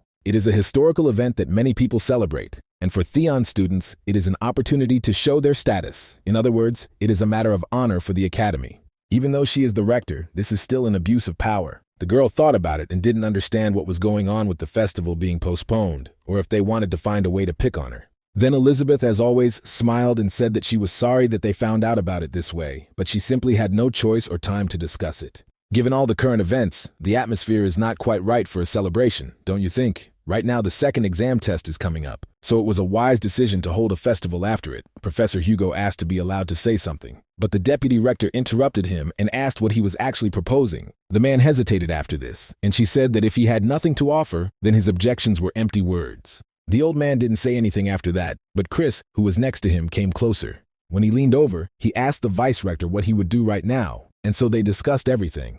Hugo said that there was nothing that could be done since the rector had made her decision and the deed was done, so all they could do was accept the result. However, she thinks it will be right if she allows changes to be made to the course of the festival. The headmistress said that it will be as they want. And the interlocutor continued to speak. Since she was changing the plan at her own discretion, then it would be fair for them to also add some events of their own. So how about something new in the opening ceremony of the Magic Festival? The main character was just in his office. He looked at the document and saw that it was a postponement of the opening ceremony of the Magic Festival. Not a bad idea considering the recent turmoil and mood of the people. Roger in turn realized one thing from the incident in the banquet hall: Esmeralda would definitely attack a gathering of people like at a festival. In that case, he will try to find a way to make her reveal herself, and then the academy itself will join in to take care of her. Of Lotan somehow came to mind. In the end, not only Esmeralda survived them, but also 2 other people, so this is a very interesting fact, in which case, you need to visit Lotan as soon as possible. The man's thoughts were interrupted by a rather loud knock on the bypass door. He told them to come in. It turned out it was Flora, and Roger asked if she had come for her element. She was late, and he told her to vice at the first opportunity. The girl noticed that she was busy, and he wouldn't refuse to give it to her just because she was a little late. The man said, of course not, and asked her to come over. Then he began his manipulations and congratulated her on first place. The student noticed that she shared it, so the victory was not so pleasant. Roger said that she already knew that it was only one of 4 fragments separated by magic. Flora said about the magic that she saw in his personal lab. The teacher asked if he was talking about Clayton's disease. The girl noticed that it was drawn on the board in a cube, and Machiavelli added that she had actually seen it.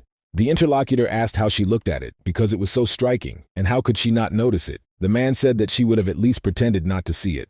Because I understand, and where in fact her manners, the student noted that in any case, it is interesting what it is. The professor noted that he will still tell. The very magic club that she talks about and that she saw is called the Tesseract. Flora asked what else it was, and the man said that it was also called a supercube. The girl then asked what kind of magic it clearly belonged to. The man noted that he couldn't say right away. Because research has shown that mana can transcend space and time, creating a 4th dimension, he himself found this out. But it is strange to tell students about this. So he said something about spatial magic for reconnaissance of the territory. The student said that if he doesn't want to tell, then there's no need, because she already got what she wanted, so she'll go. And I also noticed that, by the way, I wanted to ask how his body was. The man was surprised by this question and asked in what sense she was interested. Flora said she didn't mean anything by it. It was a stupid question, so she asked him to pretend he didn't hear anything. Roger continued to carry the child quite surprised, but the student left safely. Soon the hero was already in the kingdom of Durman at the station of the village of Lotan. This trip alone was terribly tiring, said Hans. He didn't understand why they had dragged him here with them. Roger noticed that he hadn't been here for a long time. Then he noticed that actually the guy, he is not the one responsible for obtaining information, the comrade said. What kind of information extraction can we talk about together, which burned to the ground? Machiavelli said that there were still people living here, the rest of the survivors. Hans said that in that case, he would go and find them himself, and then asked. But the hero replied that he was simply bored doing it alone. The interlocutor was stunned and asked if he was serious. Then the man told him to stop grumbling and to hurry up before it got dark, to which his comrade agreed. Besides, if it comes down to it, why didn't this survivor get away from here? Wherever you look, there are ruins of buildings covered in grass. Roger said that this was not so, because let him look over there, and his interlocutor immediately looked. But the man saw in the distance a man who was drawing a portrait and said that it seemed they had found him. The man continued to draw and created landscapes. The protagonist and his friend gradually began to approach him, and Machiavelli said that they were at the right place. Then he asked if he was really painting his pictures blindly. The artist heard them, and said that it seemed he had guests. When Roger came closer, he apologized for disturbing him, but the man replied that it was okay, since he was just finishing up. The hero wondered if he could really see, and then asked why he needed the bandage. The interlocutor noted that he sees nothing, but feels everything. The man felt it and said that there was magic in the picture, so he didn't think that a magician would choose to live in such a place. Piero said that he is not proud of being a magician. To tell the truth, he is not that good at it. He has been drawing for a very long time, so it is a natural skill. Then he asked what this presentable gentleman was doing in this wilderness. The hero asked if he really knew who he was. The man replied that this was absolutely not the case. But due to the lack of sight, he has a very developed sense of smell, and the aura that he feels from him is very powerful, so nature tells him this. She practically whispers that a hero has appeared who saved the earth from a terrible event long ago. The hero noticed that he has a connection with spirits, and therefore, one can speak openly. Now we'll talk about the Lotan fires. He would like the man to tell him about the people who survived those terrible times. The interlocutor said that if you think about it, he didn't even introduce himself because his name is Piero, and the hero noted that he is Roger Celici. The artist continued speaking, despite the fact that the place had become a lifeless ruin. It was once a beautiful, prosperous village. Machiavelli said that he knew this very well, and his interlocutor said that he even remembered how he first arrived in this place. At that time he was quite talented in magic, so his noble-blooded mentor brought him with him, but drawing attracted him more than magic, so he often scolded. He even broke his brushes, not understanding what was so good about drawing. At first the man tolerated it, but he could not withstand his pressure.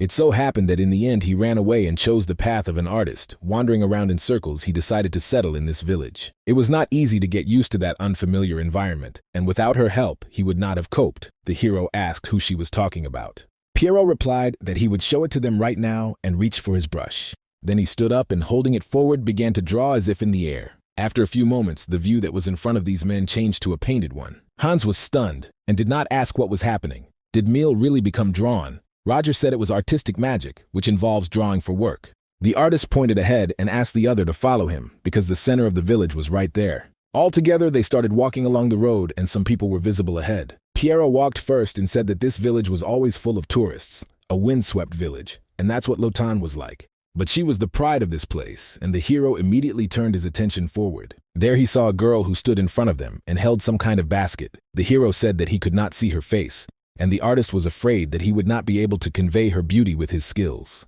This girl was kind and cheerful, always communicated with others with a smile on her face, and she also had an innate affinity with spirits and was loved too. But this very girl's name was Esmeralda, and she too survived those very fires. And it was she who helped him get used to this village. Thanks to her, there was always a friendly and warm atmosphere in the village, and it was peaceful here. But the most beautiful world was destroyed with the arrival of one family of aristocrats. The guy told Esmeralda that he fell in love with her at first sight, and she would go with him. The innocent girl, in turn, did not even doubt his words, and it was an honor for her to accept the offer from the aristocrat.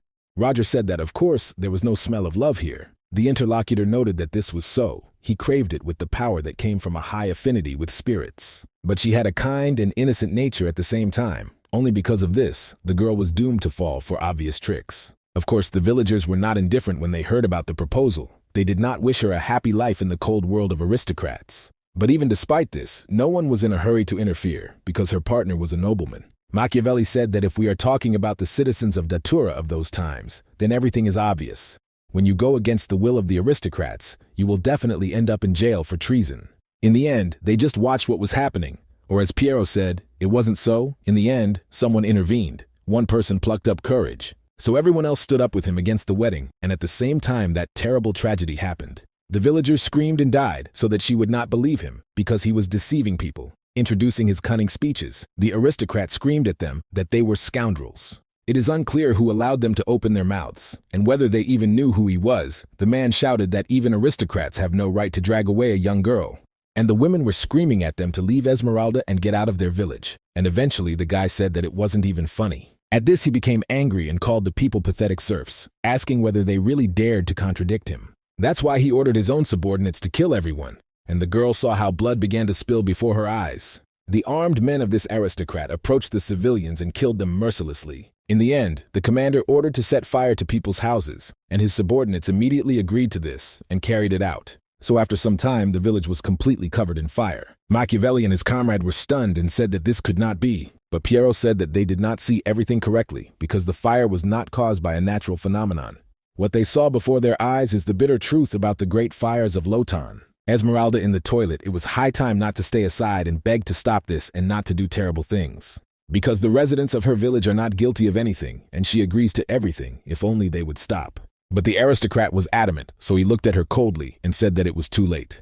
So let's look ahead right now and see what happens when commoners go against the will of the aristocrats. The girl was very bitter and begged them to stop doing this. The guy looked at her and then asked if she was already desperate, but if so, then even better. After this, he declared that his head hurt from the stench of burning serfs and let them bring the girl to him when they finished here. Naturally, his subordinates agreed to this. Esmeralda sat on her knees and did not understand why all this happened, because just yesterday, this place was full of smiles. And then in just one day, everything turned to ashes, and it's just terrible. But it was completely unclear why this was so, and then a tear fell to the ground. The soldier who came closer to her said that this girl should be taken away. But suddenly some kind of magical energy appeared on the ground, which looked like fire. The man saw them and asked if they were spirits. The interlocutor noted that everything was correct, and they were also low-ranking, so it was annoying.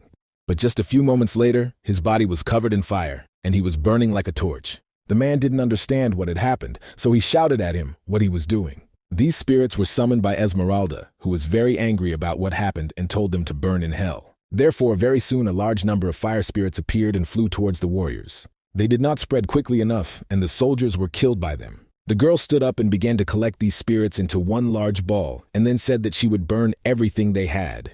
That's why very soon some kind of monster began to transform from the fireball at the top. And when he was already completely ready, this girl said that now it was up to Quasimodo. With a crazy smile on her face, she told him to burn them all to the ground because she hated them so much. Pierrot then noticed that this was exactly how she burned all the soldiers that were there and soon left their village. It was on that very day that the man went blind. Roger said he was well preserved for someone who lost his sight in a fire. The interlocutor noted that, to be honest, he would have died if not for the help of one child. The hero asked which child. When the village was completely engulfed in flames, the man and the girl stood at the edge. A few moments later, he turned to the little girl and thanked her for saving his life, but she said there was no need to thank her, because she had only done what she had to do. She was the only one who was able to save him. The rest all died. Pierrot was very surprised and said that this couldn't be. The interlocutor asked if she understood correctly that he was a recently arrived artist. She remembered how he wandered aimlessly around the area. The man said that she remembered everything correctly. The girl added that he had serious burns, and it seemed that he would go blind. Is this not serious, even for an artist? The interlocutor noted that even so, he was grateful that he at least remained alive. The little girl said that if he was grateful, then she was not so much. The artist did not understand what she was talking about, and the girl said that these creatures killed all the villagers only because they objected to them. In that case, she would never be able to forgive them. Pierrot said that with such words the uncle left. He was interested to know her name, but did not dare to ask. In the end, he was never able to leave the village after all this happened, even though all that was left of it were nightmares. After all, this was the first place where he was accepted, and it seems that he became very attached to it. And he also has a strong sense of duty, so he wants to protect the village. Years passed, and he learned to lay out the magic of his brushes. This was the only way he could continue to paint after losing his sight. And that's the end of the story. Roger thanked him and asked if he were a bad person he would tell him such details of the story. The interlocutor said, of course not, because he was careful. However, he sees all his emotions in his drawn world, compassion and rage. In the end, if he were a bad person, the man would not have felt them exactly like that, and that is how he understood that he could be trusted. And the main character noticed that now everything is clear to him. The past men are full of pain, and therefore he is grateful that he shared this. Pierrot said that he was grateful to them, because for the first time he was able to speak out to someone. The man had been having a hard time all this time because of his blindness, but now he even felt better. He went on to say that he knew it was quite brazen, but he was asking him to help those girls overcome this tragedy, because it turns out that they are wandering somewhere alone in their despair. Roger realized that if you think about it, the decline of the kingdom of Derman was inevitable. They worked hard to hide the truth about the fires of Lotan, that you did not go to various rumors. But in the end, such a terrible tragedy cannot be hidden from the people. Add to this social conflict and class inequality, and you end up with a revolution. This happened because of the accumulated anger of the common people. Even despite the failure of the government, there are still a lot of reasons why the kingdom fell after a bloody night. He can understand why, in the end, most of the nobles fled abroad. Hans told his brother that in the end they did not find out anything significant. It turns out that they came in vain. The man answered that it was not so, because they had found out the truth about the fires, and then asked his friend to find out what kind of nobleman he was. The guy noticed that this nobleman from Derman was blond, in his early 20s, and not very tall. Roger said that the Derman aristocrats fled to the Exilian Empire. Therefore, to begin with, he asked to look for him there. The man thought that he might be closer than they even think. Soon the day of the strict examination test of Theon Academy arrived. The professor said that the second stage would begin soon, so let them come forward as soon as they heard their number. The man told the student that he believed that the square shape of the magic circle was the only possible option, and he didn't even bother changing the symbols inside. I decided to take the path of least resistance, without even trying to challenge myself. It's unclear why he was even talking about the formulas of magic circles. Let him say thank you for the D- and wait for the next one. Leo and the others said that the atmosphere is heating up. This is no longer a test, but a bloody massacre in order of turn. The professor said the next number was 13. Adrian pointed out that it was his number, and his friend told him to move on and not talk about it. Roger asked what this rather bold combination of classical circles and symbols is. It turns out, he preferred stability, and mana from such a circle will not go anywhere. Unlike the forms he showed, they were pretty primitive, but the guy added to the classics and revised the mana leak, so it's a good job. And yet he decided to ignore the variety of forms he had talked about and used circles, and his interlocutor became a little wary after that. The teacher continued to say that, given this shortcoming, he would give him a B+. The student thought another commoner would get a higher grade. And the aristocrats get less again. The hero noticed that the next one is Flora Loomis. The girl was already heading towards him, and then she showed him her drawing, and the man began to examine it carefully. Then I thought that these are hexagons like a turtle shell, and it's quite interesting. Also, I don't see any errors in the calculations. That's why he said that Flora gets an A+, because she technically performed a rather difficult form. The girl was proud of herself when she heard this. The professor continued to call the next students to him and, looking at their drawings, gave their grades. And now it was the turn of the last student, who was Renee. The girl came closer and the man told her to show the circle she had invented. The interlocutor closed her eyes and addressed the professor rather hesitantly. Then I plucked up a little courage and said that she would not have an image of the magic circle. The students started whispering about what she just said. How could she not have a circle? Did she just decide to fail Professor Rogers' assignment? The student mission and the man continued to look at each other for a while. The teacher asked what she wanted to say with all this. He asked if he understood correctly that she was unable to invent a working magic circle. His interlocutor noted that she was able to, but it was problematic to depict on paper. So she asks if she can use the space to show him. The man replied that he can do whatever he wants. Renee said that she will do everything now. Then, using her magic wand, she began to draw. She thought for a long time about how best to bring her concept to life. But it was thanks to the book about attributeless magic that it completely dawned on her. So right now she's going to show the professor how much she's changed. The man watched carefully what the girl was doing and realized what it was. Although he couldn't even imagine this because he realized that it was a three-dimensional magic circle. The girl smiled and said that she immediately understood that the teacher would understand her idea. Roger immediately told her that Renee was getting an A+ for this work. But he was very sorry that this was the highest mark he could give her.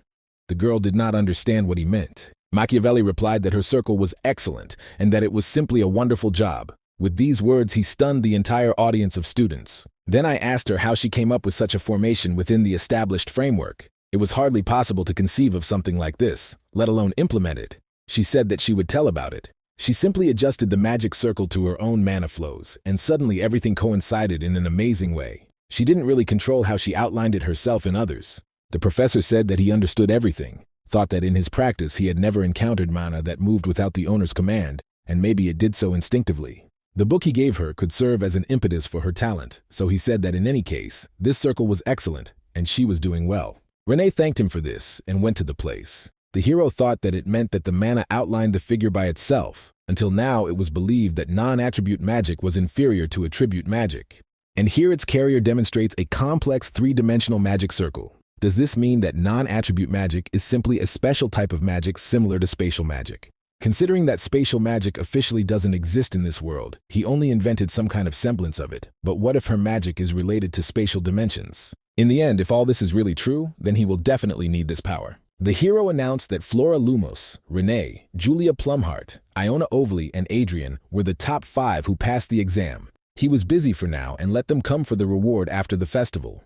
The student said that he was screwed. It was unclear why he had a D. This time there were only 2 aristocrats at the top, and that commoner was driving him crazy. This is the first time the girl sees Professor Roger praising someone so much. In the end, even Flora Lumos was not given such an honor. Renee wondered if she was imagining things, or if Lady Flora was staring at her, giving her goosebumps. Adriana noticed this too, so she turned to her and asked if she really wanted something from them. The interlocutor did not respond to this and just walked past. Her party neighbor apologized and said that she was just not in the mood today. The princess asked what it was all about, came, looked, and left without even deigning to answer. Renee said that perhaps she was not feeling well. When the girls were in the classroom, Charlotte asked what happened to Flora, because she was acting strangely, not like herself. Usually she doesn't care about other students. So was it because she received the same grade that the girl herself thought about what kind of formation it was, and why she received so much praise for it? This really irritated her. But her neighbor asked if she was listening to her. Flora replied that it would be better if she looked after herself, whether she at least tried to prepare for the exam or not. The interlocutor asked what she was saying, and her friend replied that Professor Marisa said that if the student did not perform well on the exams, he would be held back a year. Charlotte realized that this was true, and so she asked Flora to help her, even begged for it, because if this continued, she would never get a passing grade. The interlocutor told her to just remember what was written here, and then she wouldn't fail. The girl thanked her for this and said that she loved her. Suddenly, a teacher entered the classroom and greeted everyone with a smile on her face. She also hoped that they had all prepared well. Charlotte was horrified because she had only just received those very notes. The class was coming to an end, and the professor said that the kids were just great. Soon she saw her neighbor in a depressed state and asked if she really screwed up. Charlotte noted that she barely had time to answer all the questions. Miss Marisa said that as soon as the exam was over, they would not touch on an exciting topic, one that they had never discussed in class before. Flora said that it seemed that the professor had prepared something interesting. The woman said that as the guys should know, the transfer of mana is carried out between 2 people. But if the transmitters are not experienced enough in this, then the process becomes dangerous. Do they know what mystical phenomenon can occur? We are talking about complete amnesia. If we speak in the scientific language of the Magic Tower, this is a memory breakdown, the students communicated. Is it really possible? And the professor continued to say that one former student had just given her talismans that could partially recreate a memory lapse so that they could feel it. This is a new development, so I wonder if any of the students would like to try it. Flora thought only if it was possible on someone else. Professor Marisa was asked if this was not a dangerous phenomenon. The woman replied that if you are unlucky, then gaps in awareness and confusion of memories will form. But they should not worry because this product has an extremely weak effect and there should be no consequences, although they should still be careful. This is because a memory lapse can only be recreated by working in pairs. and the last memories they would like to hide may be revealed to their partner during the lapse. The princess turned to her friend and said that she should try it. Isn't it interesting? The girl replied that if she wants it, then she doesn't mind. But what if she comes out? What she would like to hide? Some secret of the royal family. Adriana said not to worry, because nothing like that will happen there. Just nonsense. And all your information, which she really wanted to hide, has already been spilled by that scoundrel Freddie. Renee noted that in that case they should try. Her interlocutor noted that in that case she would go and get him one ticket. Flora also took it and thought that it turns out that the couple needs to pour some mana into this scroll and they will lose their memory. This whole thing looks pretty cute and I don't even want to use it right away. Charlotte asked her friend why she was looking at her like that. Just let him not say that she wants to use this thing on her, the girl asked. What's wrong? Is she really against it? The interlocutor replied that this was not so, but that she was not yet mentally ready for such a feat. Flora noticed that she said so and that she was against it. Suddenly, some girl grabbed the guy and screamed that he was a cheater, and he told her that he loved only her. The guy told her to calm down. And the beloved screamed that now she understood perfectly well why he did not want to try. The princess noticed that someone had already managed to use the scroll. Renee said it was time for them to try it too, so her friend pointed out that they should hold on to the scroll and pour out some mana. After a short period of time, everything they had planned finally came true. And again, the girls soon regained their memory just as they had before. Adriana said it was cool to see the memories during the mana exchange. It felt like a lot of time had passed, even though it hadn't. Renee noticed that her friend must know something. The princess looked at her and asked what she saw.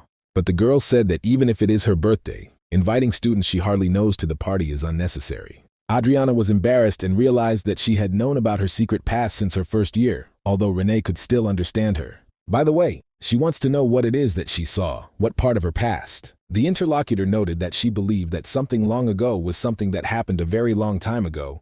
Renee asked what the meaning of a very long time ago was. The princess said that she was still little there, about 10 years younger than she is now, by the way. She has already given us a glimpse of her memories through the eyes of an eyewitness. But it so happened that she watched from the side, and perhaps saw what was happening through the eyes of her mother. There was a hut in the meadow, in which there was no one except them, she asked. So it turns out that they lived with their mother in a hut, and besides, they looked quite happy. And that's why the girl thinks that her mother loved Renee. The interlocutor apologized, but said that she didn't understand what she was talking about, because she can say for sure that she grew up without any parents. Adriana was stunned by what she heard and asked what she was saying. That is, does she understand correctly that she has no memories at all with her own parents? Renee said that everything was correct, and whether the girl was sure that it was her mother she saw. The princess noted that she was sure that what she saw during the memory loss could not be confused with anything else. It flowed to her with her magical power, and it was definitely her past. Her friend said that she herself said it. She saw the past through someone else's eyes, and not hers. The princess added that she said it was unusual, and as for what she herself thought about all this, the interlocutor noted that she was now confused. But this is not a fully studied phenomenon, so who knows what could be? Adriana asked if it was true that she did not remember any of her parents at all. The girl answered that everything was correct because she was raised and educated by a teacher. The princess asked what kind of teacher he was. The interlocutor answered that that was what she called him and nothing special. He was just an old grandpa, and he was quite stubborn, and no one could take him seriously, Adriana said. She doesn't remember her parents. She'll remind the teacher. So it's interesting that she remembers anything about the past. Renee said that she remembers meeting a teacher when she was 10 years old. The girl asked how it was possible not to remember anything before the age of 10. The interlocutor said that it was indeed strange. The princess added that perhaps her teacher had something to do with it.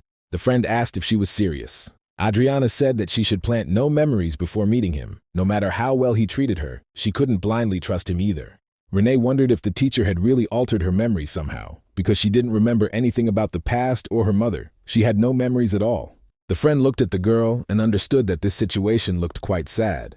Then she touched her hand and told her not to worry, because she was sure her memory could still be restored. Who knows? Maybe her parents were still alive. Renee asked if she really thought so, and her interlocutor replied, of course, because she could help her regain her memories. She thought that if it were possible, she would really like to help Renee get her memories back, because this girl is her first real friend at Theon Academy. Freddie came to them and said that the third princess was here again. He didn't remember calling her here. Then he asked Renee if something had happened, since she seemed a bit strange. The woman wanted to answer, but Adriana interrupted her and said that it was between them. Therefore, he asks this person not to interfere here. Suddenly, Freddie's friend came up and said that this is the third princess and the youngest Renee. What kind of funny couple is this? Her Highness asked what Henry Presto needed. The guy smiled and asked him not to frown. Did he really think that he was that villain? She talks about the man who spread rumors about her lonely birthday. It teased the girl, so she asked him to stop his mouth. She asked Renee if she knew this scoundrel and that she should not say that he was making fun of her too. Henry said that such talk in his presence was too much, because by saying that, she hurts his heart. Her friend said that it was true, because it was because of Lord Henry that she took up that part-time job. The guy said that nothing happened. The interlocutor noted that she almost died because of the sudden attack. Adriana screamed as if nothing had happened, and she knew that he could not be trusted. The student noted that it was unfair, because he didn't mean it. Freddie asked him to stop, because they knew perfectly well that Henry didn't mean anything bad, although he hoped so. The interlocutor asked how he could hope for that. Was he really going there too? Then the guy noted that in any case he was sorry, and as an apology, he could offer a better part-time job. The girl asked if this was really the best part-time job. Henry noted that it was, and the pay would be 3 times more. Renee, don't think about it, immediately agreed to it. The guy said that he knew he could give it to her, and they would discuss the details with her a little later. He then remembered that he needed to prepare something, so he said goodbye. The princess did not understand how her friend could accept the offer of this suspicious guy. Her interlocutor said that it was not so because she needed money, so she agreed. Adriana asked if the educational system really required such sacrifices. Freddie noted that their wealthy princess must have forgotten that it wasn't only aristocrats who studied here. Commoners have no privileges, so most have to fight for every coin. Thanks to the efforts of the current rector, the situation has improved. Well, even so, the difference is still huge. The princess said that it was unexpected that he knew all this. Isn't he one of those who doesn't care about these people's problems at all? The interlocutor asked not to make things up, because he only said what he knows. He would rather go because it is now difficult to relax here because of someone. The interlocutor said that the lunch break was not over yet, so where was he rushing to? Freddie said that it was annoying. He received a marriage proposal, Henry said. Could this young lady from the Wagner family, vassals of the Lumos family, really be waiting for him? The guy asked if he wasn't sure again. It was their elders who had conspired again. The friend said that he heard both families would visit the academies during the festival. So it seems that they want to strengthen the partnership through marriage, but if he is against it, they will simply let him go, making proposals, as he did before. Freddie said, that's how he started, and who said that the enemy is one of the ways to realize yourself in this life. The interlocutor asked what he meant. Didn't he say that he would support his choice? After all, this is the duty of a vassal. The guy replied that everything was clear to him, and he understood it. Soon he was sitting with Flora and saying that she had come, although before she had only turned up her nose. The girl noticed that she had come because she had been lured. Cheliki's named quite a bit lately. The interlocutor raised her head and asked what was the matter, and the guy said that she goes to his classes and thought that maybe she knew something. Flora said she had no idea why he was even asking about him. Freddie replied that he was just wondering who he was. The student said that they needed to get down to business and let him lay out what reason he was using to cancel the engagement this time. The interlocutor said that she didn't need to worry about it, since he would refuse anyway for one reason. Most likely he would say that the food was simply disgusting, and then he'll immediately turn around and just leave this place. Flora said let him do whatever he wants. Then she asked him to wait, because she wanted to ask something. Freddie noted that if she wanted it, then she should listen. Flora noted that she had heard that dried mandrake was good for the body. So by chance, does he know where she can get it? The guy didn't understand what she was talking about. Roger looked at the document and wondered if there were duels between professors planned for the magic festival, but it was Hugo Barutag who suggested it. He probably wants the aristocrats to have the opportunity to rehabilitate themselves with the help of victory. The hero already has a lot of stuff going on, and now he has to clean it up. Although if you stop and think about why he should even try, he will just lose quickly and go about his business, so that's all decided. The strangest thing here is that after the incident at the banquet, Black Dawn did not take any action. Sylvia said that nothing was happening there. In that case, it is completely unclear what Esmeralda really had in mind. The man's thoughts were interrupted by a sphere that began to glow, and he realized that someone wanted to contact him. Roger asked Hans what had happened. Had he found out anything? The informant said that it was true because he had finally found him. It turns out that there is one aristocrat who completely matches the description. 2 hours after the hero received this information, he was already opposite the estate. He immediately went to the main door and knocked, asking if there was anyone there. I took a good look around and realized that there was no mail, and the area around the house looked neat. He definitely lived here. Most likely he has no other choice and will have to find out all this personally. And just as Roger was about to open that very door, it swung open and a guy came out. Because of this, the hero had to jump to the side, and he did not understand what this was. Then she turned her attention forward and saw that the person who came out of this estate began to use magic. This attack was actually aimed at him, so the man immediately covered himself with protective magic. And after he blocked his opponent, he immediately jumped forward and hit him with his hand in retaliation. The opponent couldn't do anything, and they flew inside together. Machiavelli told him not to twitch, and did he really want to raise everyone's ears? The interlocutor asked who the hell this was. He had been hanging around here since early morning. Could it really be that she-devil had sent him, and he wanted to kill him? The professor said that it didn't matter. If he wanted to kill him, he would have killed him long ago, so we should talk. He then named the man as Professor Charlie Phoebus, or rather he should call him the murderer responsible for hundreds of deaths in the Lotan fires. Before this, the hero asked his comrade if they were really talking about the ducal family of Phoebus. He had never heard of such a family in Datura. Hans, he said naturally, hadn't heard. While he was there, their families had already disappeared without a trace. Roger remembers that all the aristocrats disappeared after the Bloody Night, although they could have fled even before that. The professor said that maybe it was due to some other reason. The friend noticed that he was looking at the root of the matter. As expected, he became curious, so he investigated the incident thoroughly. From a certain day, members of their family began to disappear, and the number of missing people grew, so a rumor arose that the family was cursed. There was even a case of a fire starting out of nowhere. They say that the last head of the family burned in that fire, Roger said. Given the circumstances, the rest of the missing also disappeared. Hans noticed, thinking that they were burned too. The remnants of the family tried their best to hide, but rumors inevitably spread, considering how many people were burned to the ground. The hero noticed that it turned out that they didn't run away on their own, but were driven away like lepers, and he wondered how many survivors were left. His comrade said that he was the only one. The man was surprised by this and thought that Esmeralda had not calmed down even after they were driven out, so he asked who the lucky man was. The comrade said his name was Charlie Phoebe. Roger asked where he lived, because he would like to meet before it was too late. Hans asked in surprise if he really didn't know him. His interlocutor continued asking him to say where exactly he was, and in response, he heard that he was in Theon. Now the main character was sitting with this man and hit the table, saying that he was sure he knew what it was. Charlie looked at the thing on the table and realized it was a token used by a secret military unit. It was unclear why this stranger was asking him about this. Did he really want to help? And besides, he knew his face. It was this man who tamed that very monster at the banquet. The hero looked at him coldly and said that it would be great if he honestly told him everything. At the same time, he thought that his operative token had come in handy, although he had never thought that it would ever come in handy. Thought this guy wouldn't recognize him, but he immediately recognized this token. Could he be from a family of mages, even though he was exiled? Not sure if this thing is still really in their day.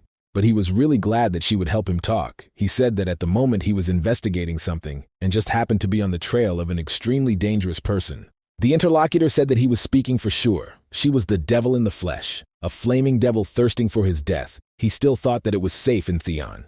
But how wrong he was when he decided that he would definitely be fried, like everyone else, this devil. Roger listened to him and realized that Esmeralda was killing this man. Perhaps she was slowly and painfully torturing him. So I asked how much he knew about this very devil, name, appearance, anything would do. The man said that if we talk about it, then he definitely can't remember. The hero got angry and asked what he was saying, while thinking about what a scoundrel he was. Maybe he should be left to die. But Charlie went on to say that he remembered something else. That she was a pretty girl in her early 20s, and she had black hair. Roger thought that if we talk about that age, then she certainly looked mature, but she looked more like a student. Magicians and knights often look younger. That's why he might say that all this is possible. Then he asked if there was anything else. The interlocutor hesitated, and then said that, of course, there was. He handed over a piece of paper and said that she had written him a letter. The hero could not believe that Esmeralda had personally sent the letter. Then he read the information that was there, and it was written that he would visit him on the last day of the festival. Charlie asked what he would say. Would he be able to catch her with evidence? The man answered, of course not, because that's not enough, and his interlocutor asked in what sense. The hero noticed that he couldn't figure her out with just this, or he wanted him to go through all the black-haired pretty ladies in 10 days. Charlie said that if he asked Theon for help, something might work out. Roger called him an idiot and asked me if he had forgotten that she had calmly shown up at the banquet. The one that happened a couple of days ago. Neither he nor Theon's magicians will be able to protect him. The interlocutor asked what he should do then, and Machiavelli thought that he should use it to catch Esmeralda, so he said that he was glad that she at least warned him when she attacked. Since they know the date, he is safe until then, but she might change her mind if they act thoughtlessly, so no nonsense, just let him wait. All he had to do was do nothing, and after a while the first day of the magic festival happened. There the girl said that it was exciting. Adriana asked if this was her first magic festival. Renee said that to be honest, it was. The princess remarked that if that's the case, they should have fun, and they would create good memories of the first festival. Her friend said that for the first time, she only sees interesting things. So all this is very cool. The interlocutor asked to look there because this is the field of spirits, where they appear to the people. Renee said that the children seemed to be having fun there. It was also unclear what was happening on the other side, because it looked creepy. My friend replied that she would perceive it as visions. Restless souls were called there. It was done with the help of necromancy to scare people, Renee said to Look, because those guys dressed up as zombies. Adriana noted that these were just students from a local college, and they didn't look normal yet. The girl noted that in Tiona, there were just 5 streams of students. The princess asked if she really didn't know that there was a small college at the academy. Renee remarked what they were doing to them there, that they couldn't even enjoy the festival. Suddenly a friend said that Professor Roger was there. The girl looked at him in surprise. Then she said that you are all right. He is there with Professor Selena. Adriana asked if she heard that the professors will be patrolling in pairs, and apparently today and forward. The girl asked the hero if he saw it, because they sell love potions there, so it's interesting. The man coldly answered that it's interesting. At the same time, he thought that there was still time until the end of the festival, and he did not know what exactly Esmeralda should do, but he needed to prepare countermeasures in advance. Even if he uses Charlie as bait, if she attacks like last time, it will be a bit difficult to deal with her without exposing himself. Selena tried to reach him, and when she didn't hear an answer, she touched his cheek with her finger and asked what he was thinking about so much that he didn't even respond to his name. The man apologized and said that he had so many thoughts in his head lately, and his interlocutor asked what kind of thoughts she would like to hear, if he didn't mind. First, Roger asked her to remove her finger from his cheek. The girl apologized and noted that it was rude of her. After that, she continued the conversation. Was he really worried about tomorrow's professorial duels? Machiavelli replied that he was a little bit. However, when she reminded him of this, he realized that he had completely forgotten about it. Selena said that of course she understood his excitement, considering the guests that would be present. The man asked if she would not be participating in this. The interviewee sadly noted that she would have been glad to participate, but her senior colleagues dissuaded her. I used to think that battles really don't fit with her image. Duels are dangerous in themselves, and if they also dissuade her, then everything is clear. But at the same time, it was completely incomprehensible to him why no one was trying to dissuade him. Was it really true that no one here was thinking about him at all? The girl asked if he would be okay, since he could get hurt. The professor noted that this would not happen, since in the end it was just a safe spectacle. Suddenly the man heard Adrian say that it was a pity, because he thought it would be easy, but in reality it turned out to be quite difficult. They noticed that the targets were a bit far away, so he shouldn't be upset. Suddenly the guy noticed Professor Roger and greeted him, also asked if he was on a round. The main character came closer and thought he had a new company. Then she said that it was worldwide and asked if they really had a shooting range here. Suddenly, a man standing nearby said that a new participant had appeared and asked if this brother could shoot, although he looked like a dandy, the one who had never held a gun in his hands. Adrian shouted to take his words back, because even if he looked like some kind of dandy, Professor Roger served in the army. The interlocutor said, "Is this puny man really a soldier? Where are his muscles then?" The student asked the professor to show him, and he took the weapon. The curator of this shooting gallery said that he seemed to be confident in you, and let him show what he could. After a few, the hero easily hit the target in front. Selena said it was amazing, but the boy noticed that he hit without missing. The organizer thought it was impossible, because he did it on the first try. Then he noticed that he recognized it, and it seemed that this time they let him down. Since he had broken the record, he deserved a prize. It was a masterpiece from their toy maker, and apparently he was inspired by a stuffed animal from a museum in the kingdom of Datura. The hero saw that this toy was the Beast of Gavaudin. Naturally, the man gave it to the students, and Tracy, along with her comrades, thanked him. But was he really giving them his prize? He said that the children needed it more. Selena said it was a pretty cute toy, and Roger said to let her tell him right away if she liked it. The girl asked what he was saying because the children were so happy. She liked to see their smiling faces much more. Machiavelli found all this surprising, and he said that he understood everything, and then declared that he should go, since the tour was not yet finished. Somewhere at the Magic Festival there was Sylvia, who thought that she had gotten carried away playing and completely forgot about work, so it was unclear what she should do now. The girl did not understand why the First Order gave her such a difficult task, and let no one tell her that this was a test for her. After these thoughts she flared up and realized that this test of work was not to her liking. But all this, of course, was expected from her boss. The man saw her and asked if she wanted her lady to try one incredible delicacy. She, of course, agreed.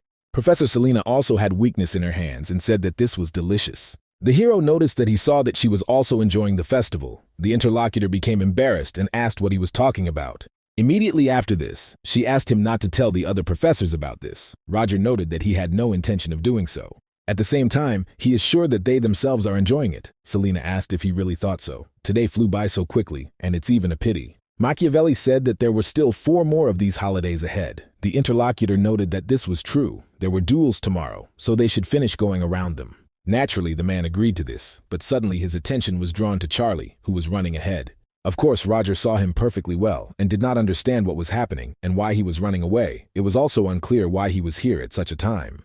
Therefore, he immediately began to run after him and told the village professor that he was putting her there for a short time. Of course, she was surprised by this. The hero continued to run after that man and did not understand what this damn scoundrel was planning. Charlie grabbed some girl and threw her to the ground and began to strangle her. The look on his face at that moment was quite crazy, and he didn't understand what he was doing, but he screamed for her to die. While continuing to strangle her, he said that she was a devil, but the girl could not say anything. After a short period of time, the main character appeared and shot magic at the man. Charlie was stunned and didn't ask who it was. Roger said that he had warned him shortly before, and he also told him to sit quietly the whole time so that the interlocutor would understand who was in front of him and immediately get involved. Then he shouted that at first he had planned to do this, but this creature continued to follow him, putting his life at risk. After that, he told him to just look here, because he caught that devil. The hero was surprised and thought how he caught it.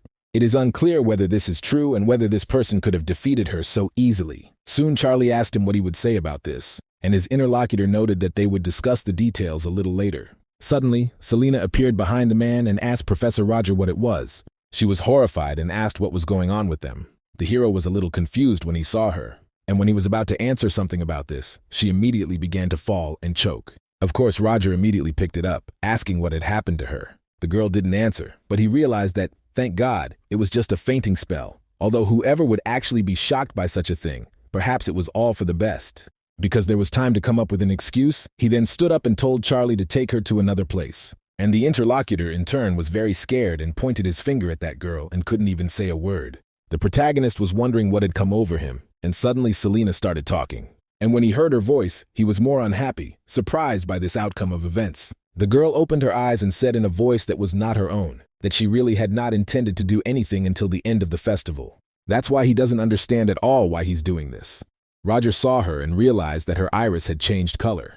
Although this is not even important, because her voice also changed a lot, the girl pushed him away and said that it turns out she is an idiot since she will keep her word. Charlie kept backing away and telling her to get lost and not come near him.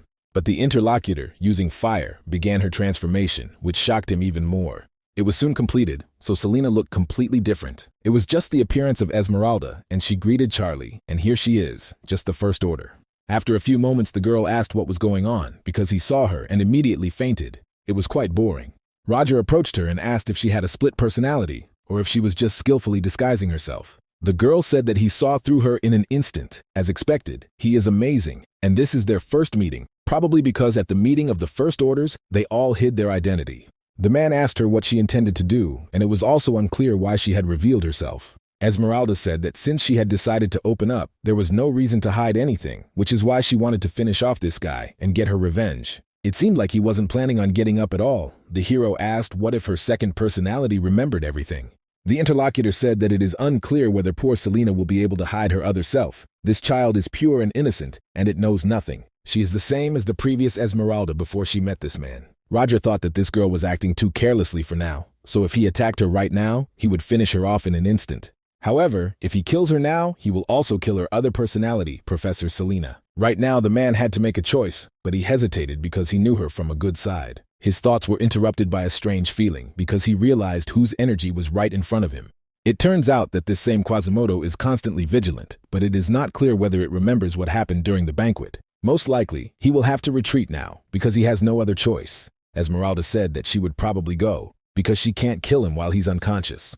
Then she approached the main character and, touching him, told him to look after Selena. It seems that she really likes him. Literally a few moments later, she began the transformation again into a completely different person. And now the main character was already holding the professor in his hands and understood that the real Selena and the energy had returned. The man thought that he even saw it with his own eyes. He still couldn't believe it. Then he turned to Sylvia and said that he would now name the place, so let her come quickly. Then he sat down on the box next to her and realized that he had made a mistake. One could only think, because he did not acknowledge her right next to him. Joanna Lovett is just the girl who pulled Piero out of the fire. That's why she followed Esmeralda and joined the Black Dawn in search of revenge. Of course, there was no point in making exceptions, and he was obliged to suspect Selena too, although it would not be surprising to be mistaken, since there was nothing suspicious about her at all. However, even after he learned the whole truth, it surprises him. because right now his head can't form a picture of how he could kill Selena at all. Would it be right to kill her, considering that she knows nothing about her evil nature? Her thoughts were interrupted by her assistant, who asked if Professor Roger had called her. He saw that the girl was wearing some weird outfit and had food in her hands, so he said that it seemed like she was enjoying the festival to the fullest, and that was a great job. The man said that everything was fine and asked to take care of the couple. Soon Selena woke up, and the hero asked if she had woken up. The woman stood up and didn't understand where she was even. Roger said that it seemed she overdid it. She suddenly fainted right during the rounds. So he, in turn, carried her towards the medical center. The girl blushed and said, "What a fool she was. How could she faint?" Seeing her reaction, the man realized that she didn't remember anything, and that was good. Then he stood up and said that since she had come to her senses, perhaps he would leave her and let her rest. Selena hesitated for a moment, and then thanked him. Machiavelli said that it was not worth doing, because he had done what he had to, and she said that it was not only for that, because thanking him for his advice and for enjoying the festival with her may not have been to his liking, but he still stayed with him. And if she has become annoying to him during all this time, then he apologizes for it. The hero said that if he had considered her annoying, he would have immediately told her about it. He didn't express any dissatisfaction because he didn't even think about it. After all, he himself enjoyed the festival today, thanks to her. So in turn, he says that there is no need to worry about it. Selena turned to him again. At the same time, she smiled and suggested that they enjoy the festival together next year. In response to this, he said that of course he agreed, because the festival is held every year. The girl happily said that they would go together next year, because he had promised her that. The hero said that this was so and everything was so, but he understood that this situation worried him. A man entered the room and asked if this was Roger Celichi's room. The entrance here was quite simple, because there is not even a magic castle here, and he probably does not think about security at all. Then he moved closer to the table and noticed that here was this magical medicine. I was sure right now that it was for Roger, and it was a cure for mana deficiency. Soon interesting events unfolded on the second day of the Magic Festival in Theon's arena. You need to see the magic and great aristocrats of the old and new Magic Tower. The person who spoke about this did not believe at all that they were seeing them in real life, and this was not by any chance the rector of their academy. It was indeed Elizabeth who said how many important people had gathered and were all waiting. The old man who noticed her said how many years, how many winters had passed. His prim friend does not greet her, but he greets her instead. It is the head of one of the three great ducal families, Nicholas Kadatushin. On the other hand, the head of another of the three great ducal families, Benjamin Loomis, asked why on earth he was his friend. The rector noted that they had not seen Benjamin for a long time. Did you really come to visit your daughter? The interlocutor said that he was not obliged to answer such questions. The old man called him a friend and said that his daughter was studying at this academy, so it was unclear why he was being so rude or whether he was no longer her father, a man from the colony poking his nose into other people's affairs. Nicholas noticed that you just looked at how you could be such a bore, and in response he heard that this was all better than being nice to the nosy Kadatushan. Elizabeth smiled and said that the two of them, as always, were getting along well, but she didn't see Duke Wolberg. It seemed that all the representatives of the great families would be gathered.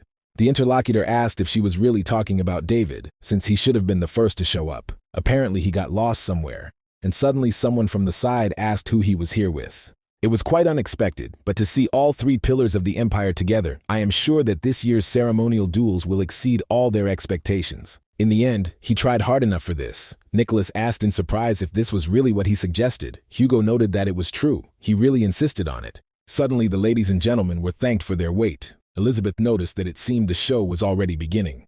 The presenter said that her name was Jessie Luna, and she was a fourth-year student and also today's presenter. Next to her you can see Professor Carter Lowe. He is the combat magic mentor who will go out with the host, and now they will move on to the participants, and the first duel will be opened by the first-year mentor Matthew Sermett. Then she hesitated and said that his protest would be faced by someone with whom he would have a difficult battle. The opponent was a popular newcomer, whose Professor Roger was being discussed by everyone and their dog. The hero thought that the duel had not yet begun, but he was already looking at him, most likely, the aristocrat singing along with Hugo Borutaga. There is not much time left until the last day of the festival, and he, in turn, cannot waste time here on amusing the public. And so, a few moments later, it was announced that the duel was beginning. Matthew immediately pointed his wand in his direction. Roger thought about him simply attacking him, because he would try to merge as quickly and casually as possible, since he would definitely lose. One of the spectators asked her neighbor what would happen. Would they really not fight? The interlocutor noted that they had been standing for 5 minutes and doing nothing. The main character's opponent thought that, as he expected, Roger Chaliki was not easy. He was too obvious. He was allowing himself to be attacked, and he was clearly planning some kind of clever counterattack. Machiavelli himself was already angry at that moment and did not understand how much longer he had to wait. He should hurry up and hit him with something, because he was open on all sides. Soon Matthew finally plucked up his courage and decided not to wait until time was up and it was time to show what he could do. Naturally, Roger noticed this attack on himself and was able to react, so he put up a protective spell. The host announced that he easily blocked the attack with a flow wall, so could it really be the famous source code since she didn't notice the magic formation at all? The opponent realized that he blocked it so easily, and the hero wondered if this was really the best blow. If he loses to such a weak attack, then everyone will understand that he is losing on purpose. It was clear from the face of the man in front of him that he was not well in his current state, and was hardly even capable of attacking any better. So the man immediately used his battle magic and thought that it was not at all polite to drag out the fight against someone who was not healthy. Matthew noticed the attack coming at him quickly enough and tried to cover himself with his hand rather than using defensive magic. A few moments later, a blow occurred, and the hero thought that he would definitely lose the next duel. Soon the host announced that there had already been 2 victories in a row, and Roger Chaliki was the finalist. Machiavelli was horrified and did not understand whether they were serious, why they defended themselves so diligently and then made such weak attacks. He simply has no chance of losing with dignity. The host said that the final will begin 15 minutes after the start of the match. The man realized that it was just in time, because his mana reserves were already running low. He absorbed it even when he just breathed and thought he could cope with it that way, but he was wrong. Just a little more, and he would simply collapse from a mana deficiency. Then he looked into the cabinet where his pills were supposed to be, but saw nothing. He didn't understand where they could actually be because he was sure that he had put them here. After that, I noticed the carpet and saw shoe prints there, so it was unclear whether a thief had really gotten in there. But if you think about it, he didn't touch anything else, and that's bad, because he doesn't have any time to get or make new pills. And he, in turn, was about to enter the arena for battle very soon. The host announced that their finale, which they had all been waiting for so long, was about to begin. She asked to be allowed to introduce their finalists to them once again. The second year's head instructor in combat magic and representative of the noble Barutag family, Evian. And his opponents, on the other hand, are faced with an invincible legend against whom any attack is useless, Roger Celici. The hero realized that he must be a relative of Hugo. He does not hope to win. Who's your circumstances? And let everything end as soon as possible, also announced the beginning. Suddenly, the opponent asked to wait a second, and he heard so much that Professor Roger was great, and yet fate itself brought them together. In that case, if we should have a little chat, there is no need to rush. He, in turn, knows all his secrets. The hero saw that this man took the pill out of his pocket. It turns out that it was he who went deeper into his office. But how did he find out about his condition? Did he really see a man taking pills at one time, considering that all his opponents were aristocrats? Someone clearly set it all up. Machiavelli said that now it was clear to him why all his opponents were stalling for time. Who would have thought that professors would collude in such a childish way? Evian said, "Isn't the real idiot the one who bought into all this? He should have looked after his own medications better." The hero told him to cancel the match right now and give him his medicine, in which case he would close his eyes to all this. The aristocrat smiled and asked if he was serious about not understanding and still making jokes. Roger said that was not the case. He was not joking and let him do as he said. Because it gives him one last chance, he should think carefully while he is still able to use magic. The presenter said that there was a tense psychological battle and the opponents finally started moving. Evian noticed that he was bluffing. Do they really think that it's so easy to scare someone with their adult gaze, and he will gladly show off his best charms? It was announced that Professor Evian had chosen a 4th-level spell called Magic Barrier. The hero realized that it was fast, and it was better to prepare the memory echo in advance. Magic Barrier is a special defensive magic that blocks most spells, but it also prevents you from attacking with magic. Roger thought about it, just so they wouldn't tell him that he was also going to stall for time. When he suddenly saw that his opponent had used magic and was immediately attacking him, it was really surprising because he was attacking the barrier's outlet. The man noticed that he had dodged after all, and his reflexes were really something. It seemed that what he had served was not a lie. Jesse said that he did it. Professor Evian summoned a familiar, and it was a growling asp. The hero realized that he was able to use magic in place of the owner. Or the snake that this man summoned continued to attack the opponent, delivering magical blows. All that was left for the protagonist at the same time was to fight off these quick attacks. He realized that calling back the familiar would require too much mana. Therefore, he is left with only homing mana to use. The creature that Evian summoned not only attacked, but was also able to defend against this attack. The man said he knew all the types of magic he used, because he didn't think he would have come here unprepared. His familiar only knows how to attack. Then he asked how it felt to have all his great magic useless. Roger understood that now everything was bad with paper. The audience asked, "What is this?" As before, Professor Roger only defends himself. It is unclear why he does not attack, as he did at the beginning. Elizabeth asked if the professor seemed unwell and perhaps they should interrupt the match. Hugo asked in what sense interrupt the match. After all, it was the final. Do they have the right to interfere in a duel? And everyone agreed with this, and the woman understood that this man was in bad shape. At that moment, the hero heard voices that said that he was showing off, but he himself could not do anything, and that was the reception of a lousy nobleman.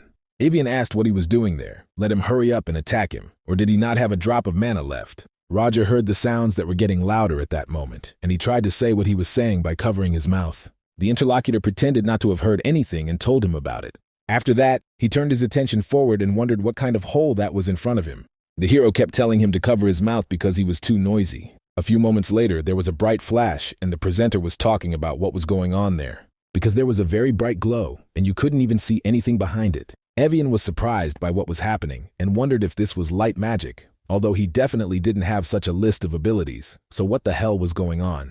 Just a few moments later, the bright light faded, and a huge black hole appeared in the anger. The man was stunned when he saw her and did not understand what it was. Some strange voices were coming from it, and a cracking sound was also heard. Roger continued to hold his head and said that he had told him before. This man needed to give up while he could still use magic. A dark force began to spread from the hole that appeared in the sky and was distinguished in a circle. When Evian saw her, he was very scared and asked her not to come closer to him. He also told her to get away, but no one listened to him. The hero immediately shouted his efforts to make her stop. He went on to say that if this Max suffered, he would give another one a chance. At the same time, he asked whether this would suit her, since he would allow her to act according to her own will.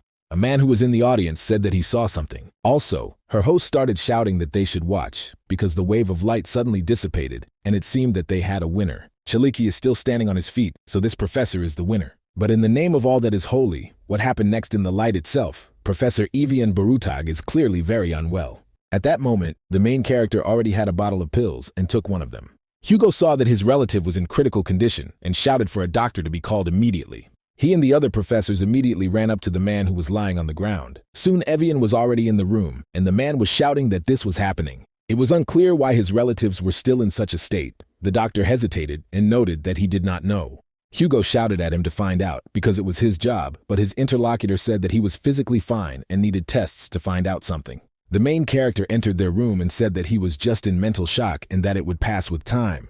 The vice-rector asked how he dared to show himself to them, even if it was just a duel. They hadn't gone too far. Roger asked if he had gone too far. Chris said that he should just wait, because he had a special remedy in the family medicine cabinet, so he would bring it now. The man indicated that he should do this, and then the interlocutor began to leave the room. Hugo shouted that Roger should be sure that he would have to answer for what happened, how it was possible to harm an opponent so much. It was just a show fight, and I'm sure he's pleased with himself, Elizabeth said, because he himself suggested not to interfere, no matter what happened. Wasn't that so? Or maybe she was mistaken. The interlocutor asked what she meant. Nicholas also looked in and said that he had said exactly that. He had heard it himself. Perhaps he had misheard something due to his age. Hugo hesitated and said, "Of course not." He was simply shocked by what had happened. So it completely slipped my mind. The old man approached Roger and said that in any case, the duel had taken place, and his name was Nicholas Katatushin. The hero also introduced himself. The old man said that they shouldn't make noise in the room and suggested leaving. The rector asked if she could go with them, since Duke Loomis was still outside. Nicholas thanked the man for kindly agreeing to follow them. Frankly, he was surprised that he had not heard of him before, especially about his speed and talent. Roger noticed the people who were there and didn't understand when all this crowd had managed to gather there. Then he looked at Elizabeth's smile, and you realized that now everything was clear to him, because all these nobles were here only because of him. The old man said that it seemed to him, or that it was noisy here if they came to him. So he asks for understanding. The hero noted that everything was fine. Then he thanked him for occupying the crowd instead of him, and his interlocutor asked if he really knew, since he knew that he was special. Here he remembered that there was something he wanted to talk to him about. He apologizes that he himself asked him for a meeting, but forgot. If we speak, however, then if he needs something from him, let him ask at any time. The hero thanked him and said that he would be happy to visit him sometime. At the same time, I thought that he was pouring it on so much that he could see right through him, because he wanted to get closer only for his own benefit. But even if he had figured out his true motives in that short period of time, the old man immediately backed down after realizing that he wouldn't get anything for free. This is not just a representative of one of the three great ducal families that are the pillars of the Exilian Empire, even though he acts friendly and casual. At the same time, with literally every step and gesture he analyzes those around him, Roger realized that there was nothing more to do here, and it was time to join Hans and Sheridan. Suddenly she saw a student and asked if it was Flora Lumos. It was unclear what she was doing here. The girl hesitated a little and said that she was just passing by. The hero thought that he doubted it very much. So he asked if she really came to see her father, and her interlocutor asked what he meant. But Roger said that Duke Lumos was currently talking with the rector, so it would be better for her to come later. The student said that she had not come to see him at all. The professor looked at her and did not understand what this strange reaction was. It was unclear whether she really had a difficult relationship with her father. Flora said that she had to go because she needed to prepare for the next battle. The hero asked if she was also participating. Of course, given her skills, he wouldn't worry at all, the girl said. Of course, she participates, and it doesn't matter who her opponent is because she won't lose. Then I noticed that if he was interested in watching, then let him come. But if he was busy, whoever didn't need it, Roger immediately started talking about it. At the same time, I understood that there would definitely be time, so was it really necessary to go? After a short period of time, the heroes were near the fountain and said that his comrades were a bit early. Hans noticed him and asked if he was already here. The hero said that this was not the place for conversation, so they should take a walk. Sheridan said that she had wanted to visit a place nearby for a long time, and perhaps she should drop in, the hero noticed. It seemed he knew what kind of place it was. He agreed, and his comrade asked if he had not spoken of an urgent meeting. Machiavelli remarked that it was quite difficult for the common people in general to conduct a festival, if not for a festival. The man greeted those present and said that he was the first-year golemology teacher Theon Brino, and thanked everyone who came to see them. Then they don't start the demonstration, and the first ones are the latest development of Theon DT-3000. Hans asked what kind of metal loaf this was, and the hero replied that it was not a simple lump at all. The teacher spoke, as expected, a meager reaction, but he assures them that this is far from his true form. It is worth installing a stone of low nutrition quality on him. And immediately after this action, the golem's form will immediately change. Sheridan said that although it is clumsy, it is capable of crushing and moving heavy objects. It is used for mining. It rolls so that there are no problems with transportation. Brino said that he was now satisfied with their reaction to this, but that was not all, because this spirit could also take the form of a steed. The hero thought it was just like the Transformer from the movie, but it doesn't turn into a car. Is it a coincidence? The girl asked if she could watch a little longer. Roger allowed her to do this, but stopped getting carried away, and she agreed. But the informant asked if she really came here to have fun. Machiavelli asked him not to be so boring, because sometimes it is necessary to organize unloading, otherwise who knows how she will do it herself. The friend noted that this is true. Suddenly a girl appeared from behind and asked if she could pass. The hero noticed her and was stunned when he realized who she was. Because it turned out to be Detective Rachel Selmoy, she asked if they knew by any chance where the arena for the magical duel was. Roger turned around and thought he should calm down, because she didn't recognize him. That's why it's better to cover up your guys in such moments, magic and light. Then he replied that the arena is on that side. He also understood that people were bad at recognizing those who had changed even a little, but he still worried whether it would work on her. The girl noticed that if he spoke there, then he was thanking him for his help. Then she stopped and noticed that she still wanted to ask something. She immediately asked if they had seen each other before, somewhere, of course. She apologized for the sudden question, but he seemed familiar to her. Roger continued walking and said that he didn't know, because he was definitely seeing her for the first time. But right now it was time for him to run. Hans asked to wait for him, because he was also in a hurry.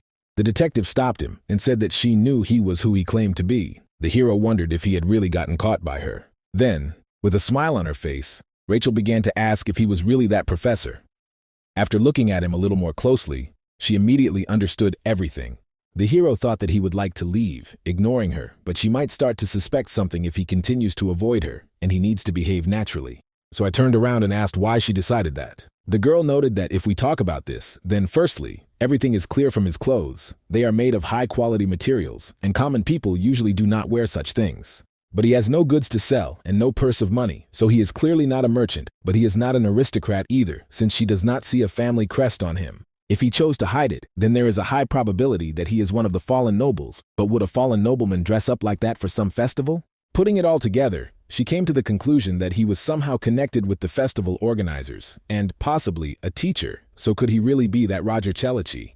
They say it's true, he makes a strong impression. The hero thought that she recognized so much from her clothes, and it was time to run away, so he said that she was right, but he was really in a hurry. Rachel tried to stop them, but to no avail, then asked if that was the whole reaction, since usually her interlocutors were a little more impressed. Suddenly she heard an answer. Is it really so unusual if she has nothing to say? Then he went. The girl didn't understand what was wrong with him because he was so indifferent in principle. She had never met such people before. Although, as she may remember, all this is not so because there was one such person, and now she is thinking about James Moriarty. Although these thoughts, of course, alarmed her, and she would like to catch that man as soon as possible. Her thoughts were interrupted by Betty, who asked what she was doing there because you and the detective story were about to begin soon, and she said that she had wasted so much time on it. Then she used her own magic and sent a few drops towards the main character. At the same time, she changed and noted that just in case he suddenly needed it, she should just contact him, because it was a little noticeable when she was being left without attention. Hans noted to his brother that it seemed he had been exposed, but that it was really a business card. The man declared that it was another annoying thing. It would be much worse if she recognized him, but maybe he just wants to be friends, although he still caught her attention and it pisses her off. Roger senses the faintest trace of magic, and she will know if he throws it away. So, Hans said, it would be a good idea to lie low. Let him get rid of the clothes he is currently wearing.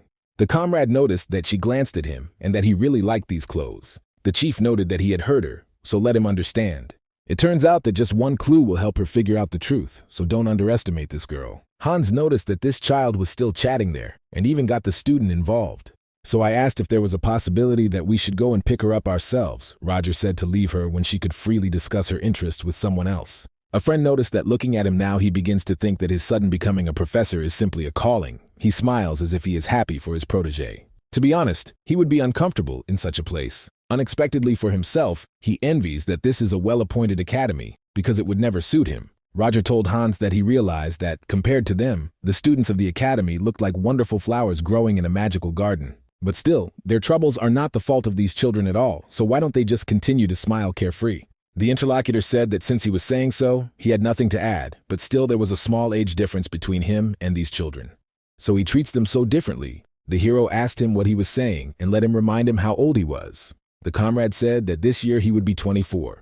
Roger noticed that this was why he called him Big Brother and apologized for it, and his interlocutor noted that he had nothing to apologize for. But the main character continued to say that he was really very sorry. Hans noted that he asked him not to do this. Machiavelli combined how the analysis of the drug is progressing with you incident with werewolves. A friend said that he was changing the topic and seriously, it was he who was wrong. After examining the drug, it turned out that it has hallucinogenic properties and, it seems, this is due to the extract of pelham. The hero asked if this plant really comes from Valtanen. If this is so, then when they investigate this after their affairs, a friend stated that what he said before this, how he did not come here is true or not, that he is considered the first order. The man said that everything was correct, and his friend asked if he was ready for the consequences, since he was close to the professor. Then he saw the reaction, and said that he thought so, that there was no point in asking. Even if everything happens according to the worst scenario, there is no need to feel guilty, because he can say that the man has already experienced something similar. In the end, he can say that there will still be innocent victims, no matter how hard he tries. The protagonist remembered how he was asked to take care of the younger one. And now, looking at his hand, he said that he knows all this. The comrade stated that he only wanted to say that they could not hesitate if it was necessary for the cause, and he himself knew that if he did not kill the enemy, they would be killed. Machiavelli said that they, living in a world of violence, walk side by side with death. The friend sighed rather sadly and said that it was all true. That was the unpleasant truth of their work. Of course, it was a pity enough, but such was their reality. Soon it was already the third day of the magical festival at Theon's open-air banquet. Nicholas was talking about how great it was to drink alcohol all day, and whether the man thought so, the interlocutor noted, of course it was. But Roger was completely unclear why this guy kept sticking to him. Then he said to get straight to the point and what he wanted from him. The interlocutor noted in what sense, because he does not need anything from the professor, but if he is so interested in his intentions, he would say that he wants a show. Machiavelli noted that he seemed to find him an interesting man. The Duke noted that he should just call him Nicholas. He was an old man, so most things were surprising. Even despite all this, he knows his limits, so there is no need to worry. The hero understood that he is a cunning old man. And suddenly I turned my attention forward and saw a familiar face there. And this girl is Flora Lumos, but why is she there? It's unclear because she looks like she's nervous. The Duke noticed that this was a child of the House of Lumos, and the professor asked if he really knew her. Nicholas said that, of course, she was born with incredible talent, but how unfair it was. The interlocutor asked what he meant. The old man said that she was being ignored by her whole family because she was born illegitimately, so it was all very unfair. Flora stood and thought that she should calm down because there was no need to be afraid. She just needed to say hello once, and that was all. She is no longer the same as she was when she lived with her family, so she will show him that the child, who no one cared about, is doing just fine on her own. In that case, right now she would not be afraid at all, and so she wanted to turn to her father. But I heard voices asking who was there, if it was that half-breed Flora. The girl noticed that it was already Brother Camel, as well as Katrina, her sister said. How could a mudblood call them by name? But the guy noticed that she looked good. Before, she didn't even dare to look at them. So he turned to his father and told him to look who was there, and the old man turned around. Then he asked her what she wanted, and they all looked. The girl immediately hesitated, because she realized that her voice was not obeying and she could not say anything. She has to show them that she has definitely changed and that everything is different now, but it is unclear why she came here at all. Flora's thoughts were interrupted by a man who touched her shoulder. The student immediately looked in his direction and realized that it was Professor Roger. Machiavelli turned his attention to her family and asked if they had any problems with his student. The religious order Lumensis oppresses the sexes of people in the name of their one God and is guided by the scriptures about the true man, such as the Church of Lumensis. However, they don't just shy away from humans because purebred humans are considered the highest class. But the half-humans and their descendants are inferior. The church simply divides everything in two, without allowing other opinions to enter into play. Nicholas noted that it was hard to grow up in a Lumencist family that had oppressed her all her life. If only she had been born into a different family, everything could have been different. The hero wondered if that was why she was so obsessed with her grades, thinking that she would be recognized in the family if she became the best student. But even if it does, where is the guarantee that her wish will come true? Roger rose from his seat and his interlocutor asked where he was heading. The professor did not answer and thought that if he intervened, nothing good would happen. Her life circumstances would not change in any way. He just needs to leave everything as it is, pretend to be blind and deaf, but still he can't allow this. That's why right now he's wondering if they really have some kind of problem with his student. It was unclear how he could sit and do nothing. Especially after he found out about her problem, Nicholas said that he still intervened. He is a responsible teacher, despite his appearance. But did this man really stand up to the head of the Lumos family? In the end, this professor is really an interesting person.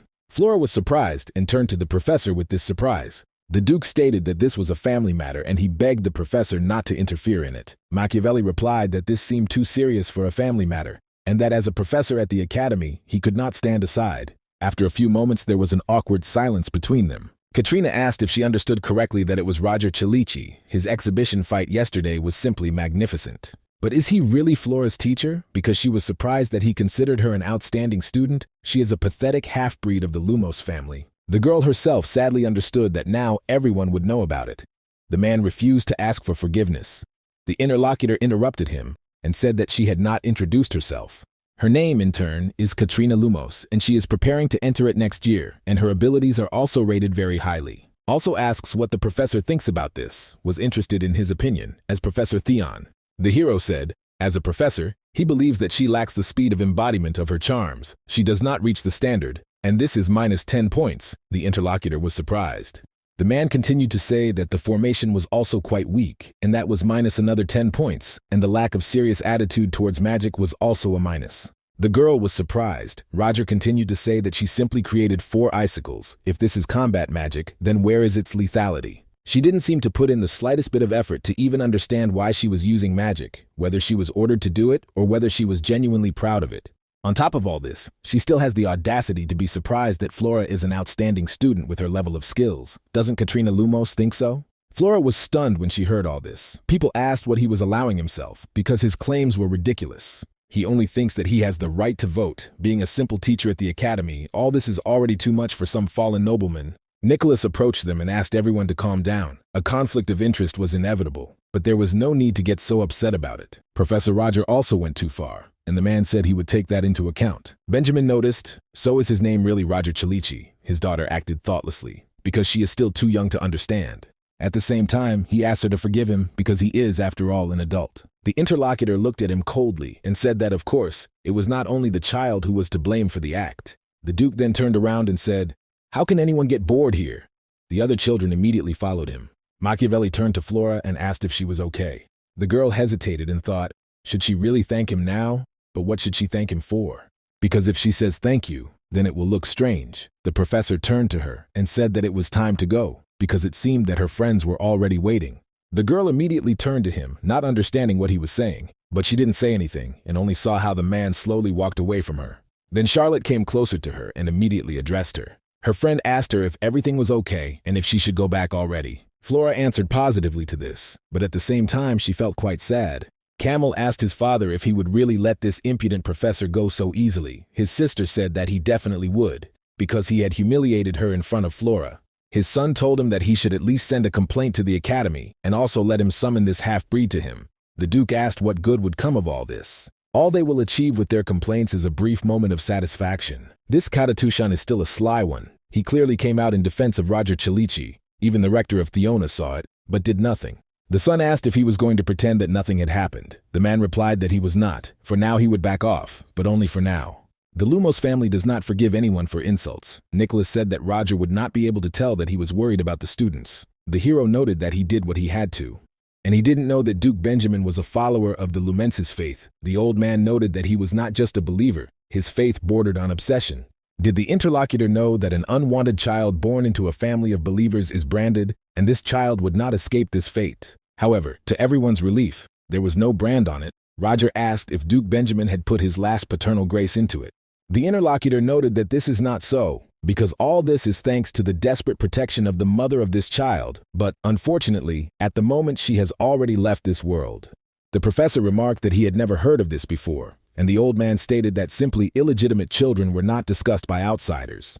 The family itself is doing everything possible for this. The man then asked how he knew about all this. Nicholas said that they have equal status. He should at least know one of his weaknesses, because he can't be sure that he won't target him. The hero said that he understood everything, and they are hiding information about Flora. It was clear that this was not for her own sake, but the Duke wanted to protect Flora out of personal interests, which means that this is what her father is like. But it's not like this kind of person. I can't even bring myself to call him a father. Nicholas noted that he seems to me to be a talkative person, so I can tell him. Now it was time for him to go and greet the others. Roger thought that in that case, he would walk a little in a semicircle and leave. Suddenly, I saw some strange insect in the sky and wondered if this was Sylvia's paper spell. So he aimed at the bugs that were in the air and caught them right away. The information said that in addition to the second order of Joanna, another order showed suspicious activity. The hero wondered if it had really started to act. I'm sure the letter said she would take action on the last day of the festival, and I remembered the girl saying she really had no intention of doing anything. At least until the end of the festival, certainly, given Esmeralda's words when her identity was revealed. The letter speaks the truth. Then the probability that Joanna is now acting for personal gain is quite high. Roger needs to closely monitor the further situation. After some time, the fourth day of the magic festival arrived, and it was in the practical pharmaceutical laboratory. Machiavelli thought he could use whatever he wanted as a representative of the teaching staff. If you are a subordinate, she saw this and went crazy with envy. You just need to indicate in the journal what he uses and can take whatever he wants. It's a pity he didn't come here earlier. Suddenly he heard someone turn to him and say that they didn't expect to see him here. It was Chris who asked what he needed here. The interlocutor noted that he came here to make medicines. The aristocrat asked in surprise if he really knew how to make medicines too. First, let him get briefed by the lab technician, and he was somewhere in the newcomer's area. The man asked if he could also make medicine. The guy got angry and shouted that he actually specializes in pharmacy. Whether the interlocutor knows what a huge contribution to medicine the Benamor family made, the hero without hesitation said that he did not know. Chris was very angry that very moment and thought that he was making fun of him on purpose. But it was unclear whether this man really understood the formation and what he was going to use. When the guy looked at it more closely, he was shocked. So he shouted, "If we talk about these ingredients, is this man really planning to kill someone? He sees the leaves of Patricia, as well as the buds of the doll, and all of this is deadly poisonous." So I panicked and started asking if he really wanted to kill someone now. Even if he mixes these powerful reagents and neutralizes the poison, he will get a drug with a huge number of side effects. The hero noted that he is well versed in this. But it is unclear why he then teaches the embodiment of charms instead of pharmacy. The interlocutor noted that this is not his business. Roger replied that he wasn't pushing for an answer and knew what he was doing, so he shouldn't worry. But the guy was still surprised by it. Chris thought that right now he was sure that he was bluffing, but oh well, he didn't want to get into it. All the time while we were introducing the ocean and creating medicines, he did not stop climbing and watching attentively. Even after seeing this entire process, he still couldn't believe that without a single unnecessary reaction, it happened in one go. He was probably making pills that embodied mana from this. So when he asked the man about the pills that embody mana, Roger replied that naturally he needed it for personal use. The guy noted that they were different from his usual pills. "I wonder what kind of illness he has that requires such dosages," Machiavelli said, so that means he knows his secret, and he thought he wouldn't ask, considering that he used it in exhibition matches. Chris said he didn't know his actions would have such consequences, and he, in turn, only wanted to put him in his place and nothing more, but he didn't think that anyone would get hurt. Although if we talk about it, then to be honest, it's just a pathetic excuse. Therefore, to say that he committed a pathetic act unworthy of a true nobleman and even asked forgiveness for it. In any case, what he made negatively affects everything except mana regeneration, and it can't even be called a cure. His mana conduction system could be seriously damaged, or even completely destroyed in the end. Then he put the bottle on the table and told him to use it together with his remedy. It is a special mana-regulating drug of their family. The hero asked if he would really just give it to him, and his interlocutor noted that he was not guided by personal motives when it came to a patient. And yet he is a representative of the Benamor family. Roger said that it was unexpected, and he did not think that he was such a person, given what had happened. The interlocutor got angry again because of this, but the man said that if his mind gives him something, he won't refuse. Chris asked, and now he's giving me the powder of a magical plant that absorbs poison. It is not clear what he's going to do with it. Machiavelli began to mix it up and said that he couldn't throw it away now. To be honest, the threat is quite real. Soon the professor contacted Hans and asked how Phoebus was doing. The interlocutor noted that he was sitting obediently in his room. The hero told him to keep an eye on him. Then he noticed the thing in his hands and thought that he had prepared it just in case. All that was left was to take care of Joanna Lovett. If she really does act on her own, it means these idiots have split up. The man will take care of Esmeralda, but he needs someone to take care of Joanna. It turns out that Sylvia follows his instructions, but only as long as they strictly correspond to the plans of the Black Dawn. Joanna, in turn, is a student, so you can try to connect several people. 30 minutes later, Adrian was outside Theon's student dorm. He came closer to the door and saw some note, so he didn't understand what it was. But at the same time, curiosity played a role in him, and he lifted it up to look. The protagonist was below and thought that this was great because the message had been delivered. Of course, he wouldn't want to involve the students in this matter. This was the only way she could keep an eye on Joanna, especially so that she wouldn't suspect anything.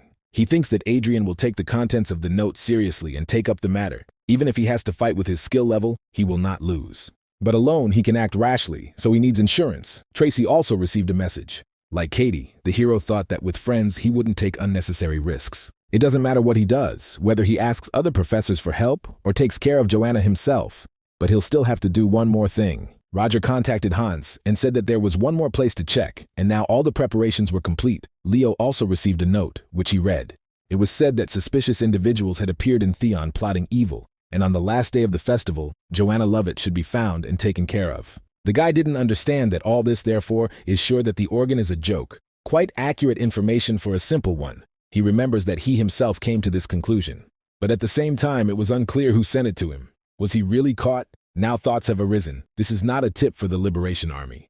The person who sent this to him is clearly threatening. If the guy doesn't want to talk to you about his secrets, everyone found out, you need to do as it says here. But at the same time, it was completely unclear to him what they really wanted. He doesn't want to join the Liberation Army at all. No matter how hard he racks his brains, nothing will change, and it's useless. For now, all he can do is what is said here. In any case, it's better than trying to fix everything alone. He suddenly heard a comrade who turned to him. The guy said that something strange was actually happening right now, and his interlocutor looked at him in surprise. And Adrian said, look, he found a note near his room and read it, and it says that bad people are planning to do something bad on the last day of the festival. Leo wondered if these guys had gotten the letters too, but what the hell was going on? Esmeralda was sitting in the room and hearing voices. She heard about the cry that begged him for help and asked him to spare at least the child. There were also silhouettes in my head that said it was all because of her and they shouldn't have protected her. None of this would have happened if she had just quietly left their village, so this is definitely all Esmeralda's fault. The girl began to calm herself down and said that it was all just a dream and that she should stop.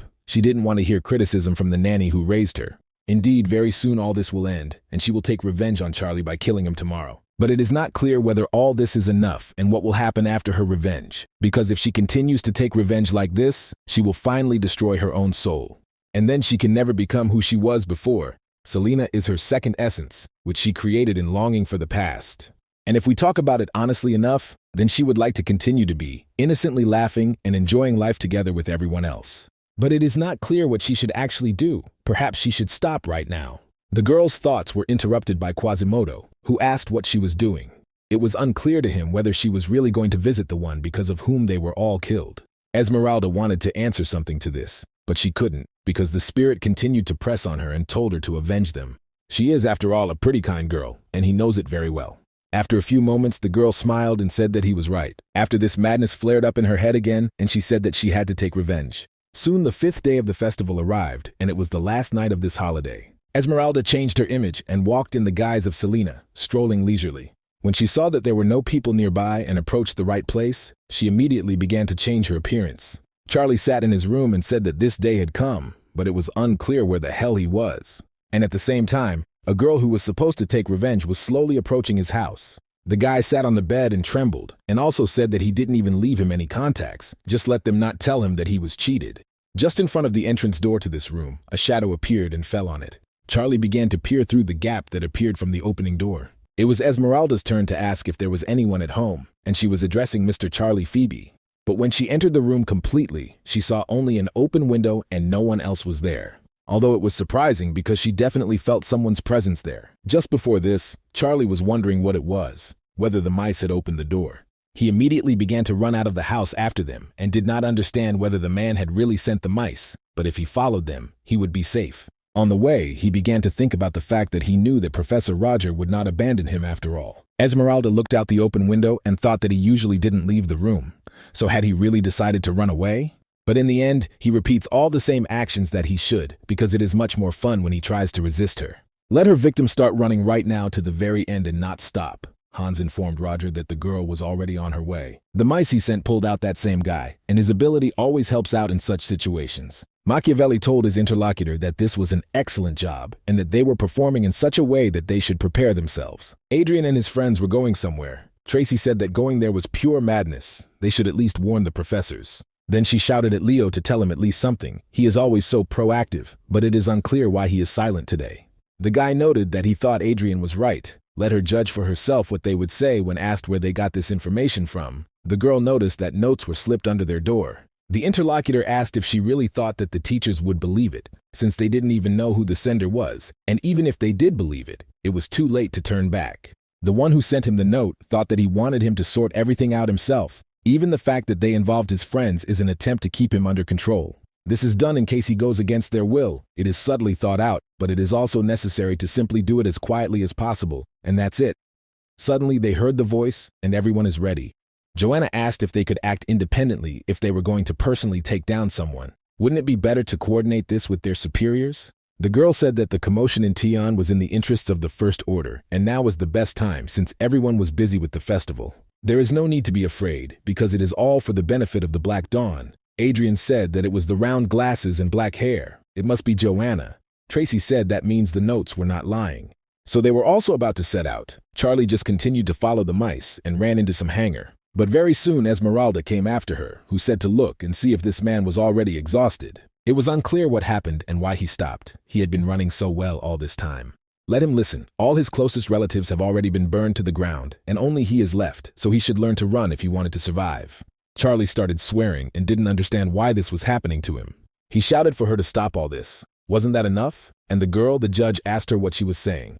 The interlocutor continued to shout how low he had to fall for her to calm down at all. His family had long since ceased to exist. Let him just look at him. Isn't it enough that he killed those villagers? He simply taught them a lesson as an aristocrat for going against him. If these dirty commoners had not interfered, she wanted, nothing would have happened. So all this happened because of her. If it were not for her, everything would not have ended so badly. The girl asked if he meant that it was all because of her. Then she got really angry and asked Charlie how he even dared to talk like that. But the interlocutor continued his speech, saying that all this is true. But to tell the truth, it was all her fault. They lived quietly and peacefully, and then because of her they were all killed. In her head, Esmeralda heard various voices that said that if it weren't for him, if only she weren't there, everything would be fine, because it was her fault that they died. The girl had a panic attack after this incident and tried to say that it was not so. Charlie screamed, in what sense no, because who, in her opinion, burned them all along with the village? Did she really think that anyone was blaming him? It was unclear when it was she who brought the situation to a critical point. So here only she has no right to vote. Esmeralda of his hope screamed that all this is not so, and streams of flame spread throughout the districts. The main character noticed this force and did not understand what this pillar of flame in the warehouse was. Hans told him that it seemed like something had gone wrong, and his interlocutor asked in what sense.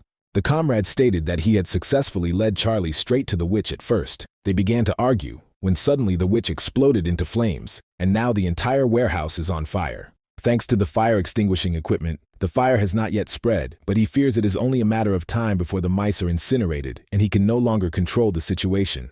So he said that he should run faster. Roger said that he understood everything and would arrive there soon. On the way, he turned to Sheridan and asked what was going on with the festival, whether she had found anything strange, and his interlocutor noted that there seemed to be nothing like that.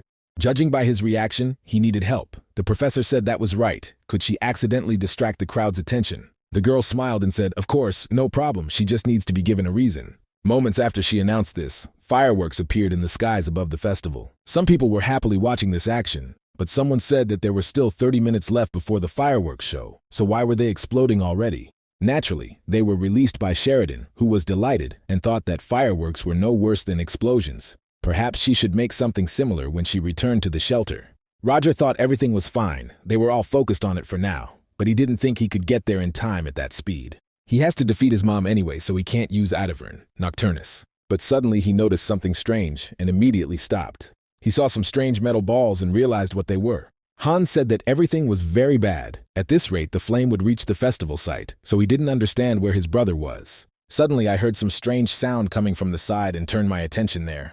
Then I saw the main character who was running on a metal horse. The guy asked if it was really him, who said that this man was riding a golem, also rushing straight into the fire. The horse, which had come close to the fire, jumped up and jumped over it. So very soon the men, if with a horse, stopped right there. At the epicenter of the explosion, he saw the fiery spirit of Quasimodo, who was hanging over Esmeralda. The hero realized that the situation was much more serious than he had assumed. Then he turned to this creature and asked if it was true that they had already met him. True, that time the circumstances did not allow him to do anything with it. The hero doesn't plan to fight Esmeralda, she's his colleague, so he's here to help her. The spirit continued to look at him attentively and said nothing, so the role wondered if he understood him. He looked at the girl and realized that she seemed to be feeling very unwell right now. I also noticed Charlie, who was lying to the side, and I realized that he was also feeling bad and that something had gone wrong. But at the same time, there is a possibility that this might be for the best, because this is the only chance to end everything quickly. If the spirit was summoned by the host, they will be able to simply destroy the host and the spirit will disappear. But if it was summoned by the hotel, they will have to take it hostage in order to influence its spirit. Roger decided to simply use a tranquilizer to capture Esmeralda. He needed to get closer in order to hit her. At that very moment, the man saw that the spirit was attacking him.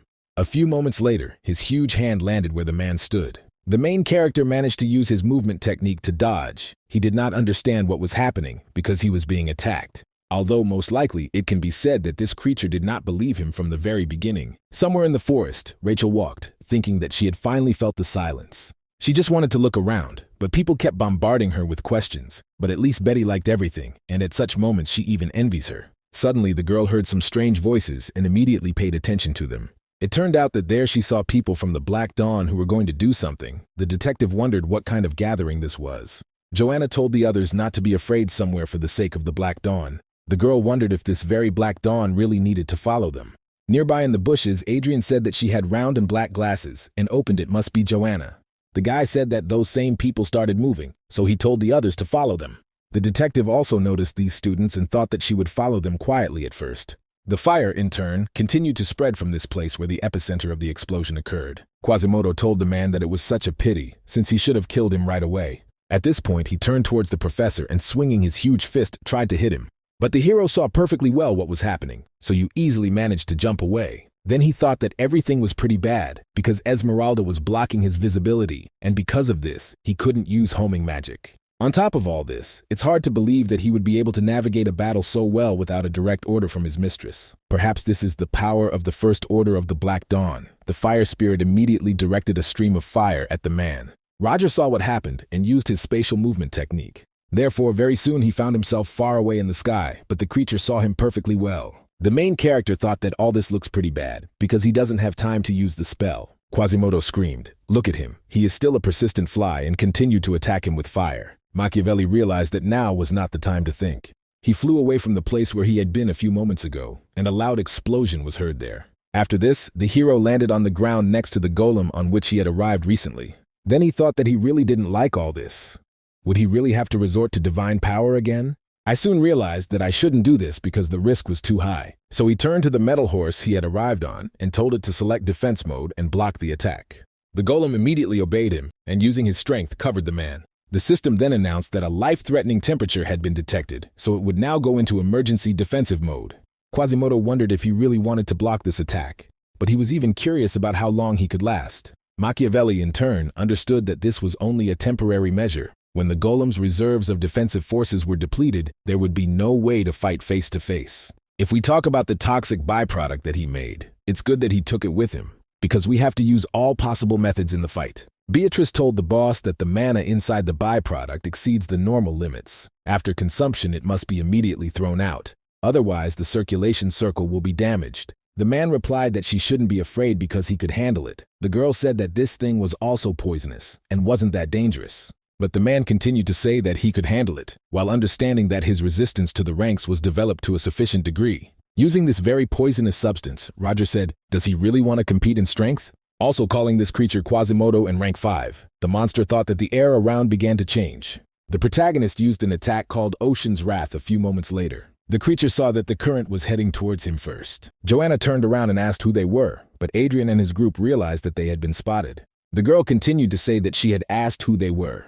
The guy replied that they were not deaf and asked if they were going to harm people. But why was that so? Even though they don't know the reasons, it's still wrong, and to do it during a happy holiday. The girl got angry and noted that she expected to hear a lot from the uninvited guests. But a happy holiday, so is he really serious? Does this man even know that his happiness is built on the bones of others? Adrian responded by shouting that he didn't know and that everything was completely wrong. The interlocutor then told him to cover his mouth and not dare to open it if he didn't know anything. Then, she said to hell with it, he pulled it all out. He's still going to finish them all off and will start with their stupid squad. So the girl used her spell and immediately directed it towards Adrian. The guy didn't see this attack, but he realized that it was fast enough and he didn't have time to do anything. Of course it was bad, but suddenly the detective came to Kim's aid, using her power and putting up a shield. After she did this, she said how much she wanted to just watch the events unfold, but she couldn't stand aside when people were in danger. Tracy asked if she was that same Rachel Selmoy and what the Green Mage was doing here. The interlocutor smiled slyly and said that she was glad that she recognized her. She also has a lot of questions, but first they will settle the pressing problems. Since the girl has personal scores to settle with these guys, she asked if they really are members of the Black Dawn. The protagonist continued to defend himself and thought he had used 5th tier magic, but he was only able to tear off his paw. Eventually, we'll have to use even more powerful magic on him. Quasimodo, using his limb, immediately rushed into attack after he was attacked. When all this happened, he became very angry and said that he would finish off this human. The main character was stunned. At that moment he thought, did he really grow his paw in a second? With the remaining mana, he will only be able to use high-ranking magic twice. And then we still need to find time to complete the spell, but the golem won't last long. In this situation, it turned out that this was all that was left for them to do, and he apologized to his own teacher. Roger thought that most likely after what happened, the golem would crumble, but this would allow it to survive Quasimodo's attack. The blue energy that the robot was emitting in front of the man disappeared and began to glow red. The creature received a large enough influx of energy that it began to hold the hand that attacked it. Quasimodo was stunned, unable to understand how this broken golem was pressing him with pure force, so he asked what the little man had done. Then he attacked again and said that he could not defeat him with his pathetic tricks. But when he pushed aside the robot that stood in front of the man, there was no one there, and it was unclear where he had gone.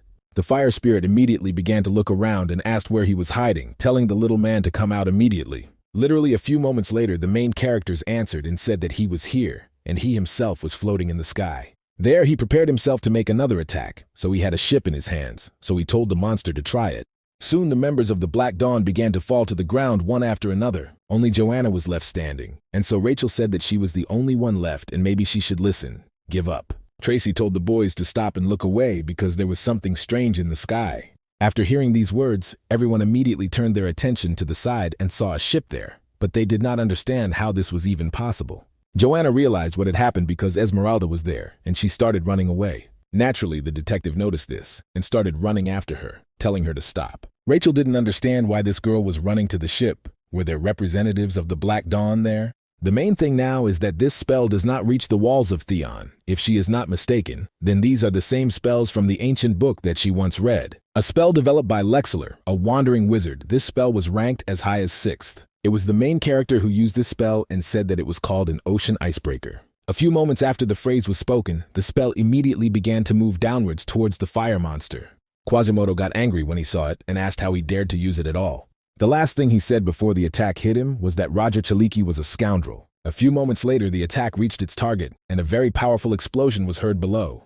The smoke gradually began to develop in the wind, and the protagonist held Esmeralda in his arms. At that moment, there was a needle in his hands, and the man understood that with this tranquilizer, she was now sleeping soundly. The spirits were closely connected with the consciousness of their master. In this case, Quasimodo will soon disappear, but as soon as the spiral wakes up, he will regain his strength and appear to the man who needs to seal him in order to get rid of him completely. And for that very sealing ritual, he needs the soul of a living being. So for now, this is the only chance to deal with Quasimodo and Esmeralda. But is there really no other way out? The man's thoughts were interrupted by a girl who immediately grabbed him by the clothes. The hero was surprised by this and wondered if the tranquilizer hadn't taken effect yet. Esmeralda was indeed conscious and asked him to run, because if she lost consciousness, she would no longer be able to control him.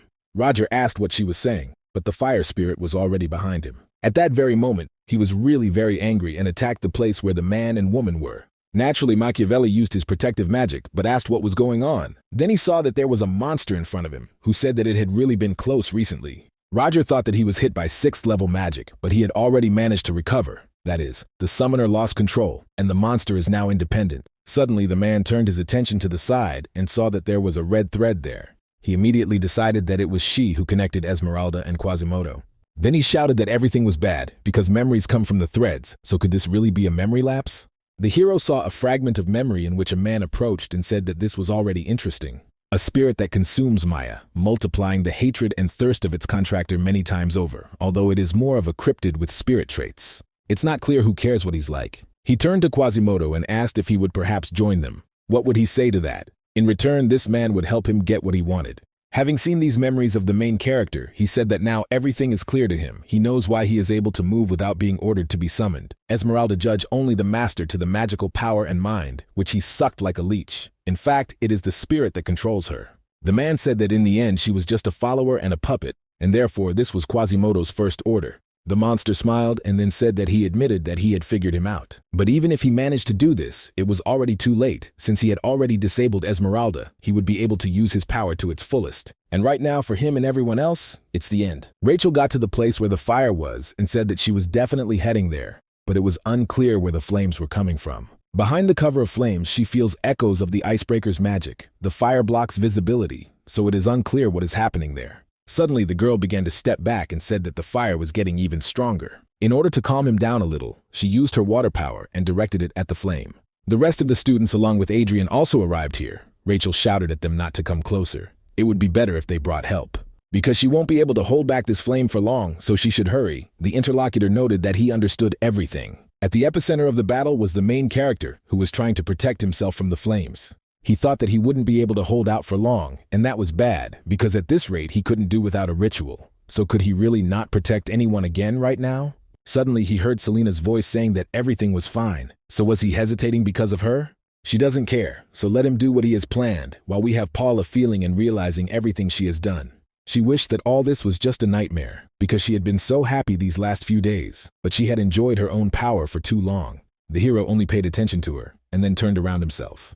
Then he touched his interlocutor's head and said that it would all end as soon as she woke up. The interlocutor wanted to tell him something about this, but after a few moments she fell asleep. Roger said that it was not easy for him to decide on this. But it is thanks to Selena that he is ready, nightmare or not, but it is time for her to wake up. The hero used his technique, and after a few moments, the monster hit the places where they were. Then he began to circle around himself and ask where this man was hiding. Roger was right behind him and suddenly noticed that this was surprising. There were a large number of spirits there, and he asked if they had come because their mistress was in danger, and it was timely, since he would need help to protect her. It is because of this that he asked to distract this creature for a while. The spirits immediately rushed to attack him. Quasimodo saw and asked what kind of small fry these were. It seems he doesn't even have normal plans. Therefore, he tried to fight off those who naturally attacked him and said neutrality. His time, and it was time to leave. It was time to end this. Suddenly, the fiery creature turned its attention to the green light. Behind Roger, a tree appeared with symbols carved into it. The 9th node is the true foundation balanced on a powerful foundation, the root of all that exists, the reproducing element. Quasimodo understood that all this was bad and said that he needed to run and that he shouldn't even think about getting in his way. But at this point, the main character has already used the 9th Sephiroth of the Tree of Life called Yesod. Therefore, the beam that came from there developed incredible speed and hit the creature in front. After this terrible attack, the remade heroes, as soon as a large crater appeared in the ground, he immediately wondered if it was the creature that died. Using such powerful magic was very tiring, and he had to be careful, otherwise he wouldn't be able to contain the divine power. Esmeralda turned to Roger, although she said that this is not true, because he is John Doe. She wonders why he saved her. The hero realized that his second self had returned and said that he hadn't saved her. He just didn't like the way that creature looked down on him. The girl raised her head and said that he was a pretty bad liar. It's surprising to her that the mighty John himself would save someone like her. A few moments later, Quasimodo reappeared and grabbed the girl. The moment this happened, he immediately turned to the man he was fighting. The main character was horrified and asked how he was able to recover after that spell. He did not understand where the limit of his survivability was. But the monster said that he would pull him out of the grave with himself, so he squeezed Esmeralda's body and asked to give him more strength.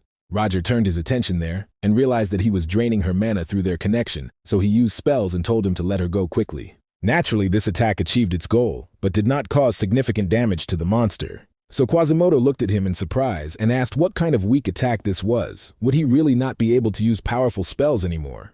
But if this is all really so, then why doesn't he just die? The man realized that everything is bad and there must be at least something he can do. Suddenly I heard a voice from the side and turned my attention there. There he saw Charlie Phoebe, who was still conscious, and realized that he had been here all this time. That's why he can use this person and seal this creature with him. At that moment, the hero dodged one attack, but the monster was already shouting that this time he would miss me. And just as his attack was about to hit the man in front, it was cut off by the green force. It turned out that it was Joanna who used it, who shouted for him to return it to her immediately. Quasimodo then paid attention and wondered if it was Joanna. The hero looked closely at the creature and thought, can't it really regenerate its arm? It looks like it doesn't have much strength left either, and this is a chance. The spirit asked why she was interfering, because he was carrying out her revenge, wanted to stop their savior or what. The girl said to shut up. And the interlocutor said that she could not save anyone. She could not even save her own family. Someone from the outside said to say that Miss Joanna could not save anyone is bad. And also to claim that he himself is their savior is fundamentally wrong. It was Pierrot who greeted Roger and Joanna, said that it seems he arrived here on time. And finally he learned the name of his savior. The girl looked at him in surprise. The man noticed that all this happened after a conversation with Roger about old events. He decided to face the past and already began to think that he had lost his way, but thanks to the spirit he did not get lost. Quasimodo at that moment prepared to attack and said that he talks too much, so he is annoying. Joanna noticed this attack, so she shouted at the bridge not to dare do this. The artist, in turn, easily defended himself and therefore said that he believed that now was not the best time for conversations. Even in his condition, he was still able to blind the monster. He knew his speech sounded brave, but he would have to leave the rest to them. Quasimodo shouted that they were little people and that they were just tiny bugs. This kind of magic is just childish pranks to him, and he will burn them all. A few moments later, the creature saw his hand, who was yearning for chains. This was done by the protagonist, who thanked Pierrot, using the body. Charlie said that he had bought enough time to completely change the situation. And at this point, it's time for them to put an end to this Quasimodo. The monster was dragged towards the chains that had bound him, and he began to scream. The creature began to say that this was already impossible. How could he call him to another person? Because he had a contract with Esmeralda right now. So he can't connect him with anyone else. The man said he was well informed, but he didn't see the whole picture. Ordinary contracts could be rewritten by a more powerful entity, and he wouldn't be able to do anything about it if he became weak. The spirit screamed at the girl to help him. Touching Esmeralda with his connection, he said that she needed him to stay sane. Let him not let their connection fall apart and help him quickly. The hero realized that everything was bad and immediately rushed towards the girl. Joanna also saw the same picture and ran towards it. Esmeralda herself said that if she really wanted so much, then she understood. After that, her personality split and one of them reached out to him, so she told him to take everything. Quasimodo, as well as the other participants in this process, were simply stunned by her actions. The girl changed her appearance at that moment, and now Selena fell to the ground unconscious. The fire spirit screamed that he was being pulled back and did not understand what she was doing. Was she really going to die with him? The interlocutor shouted that everything was true, but she also wanted to die together with Quasimodo. They would immediately put an end to the senseless murders. Joanna screamed at the woman not to do it, but Pierrot tried to stop her, saying that she would be pulled towards them if she came closer.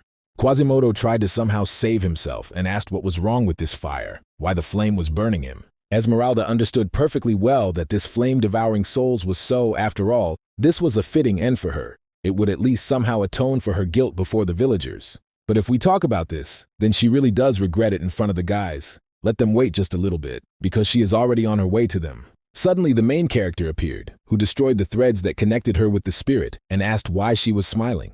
The girl felt that the connection was stolen and was very surprised by what happened. Roger asked her if she thought it would make things easier for her if she just died like that, and if she should stop deceiving herself right now. Quasimodo was already almost completely wrapped in chains and began to scream very loudly after that. Joanna asked what else it was. Piero said that it was energy, the souls of the dead villagers. The fire spirit screamed that everything was really bad, because his strength was leaving him, and he wanted to burn this world. Esmeralda watched what was happening and did not understand whether Quasimodo's energy was running out. The souls of the villagers were finally freed. Roger noticed that something was wrong with her body and she was becoming a spirit. The girl replied that it was true. She had been connected to Quasimodo for so long, but it was okay.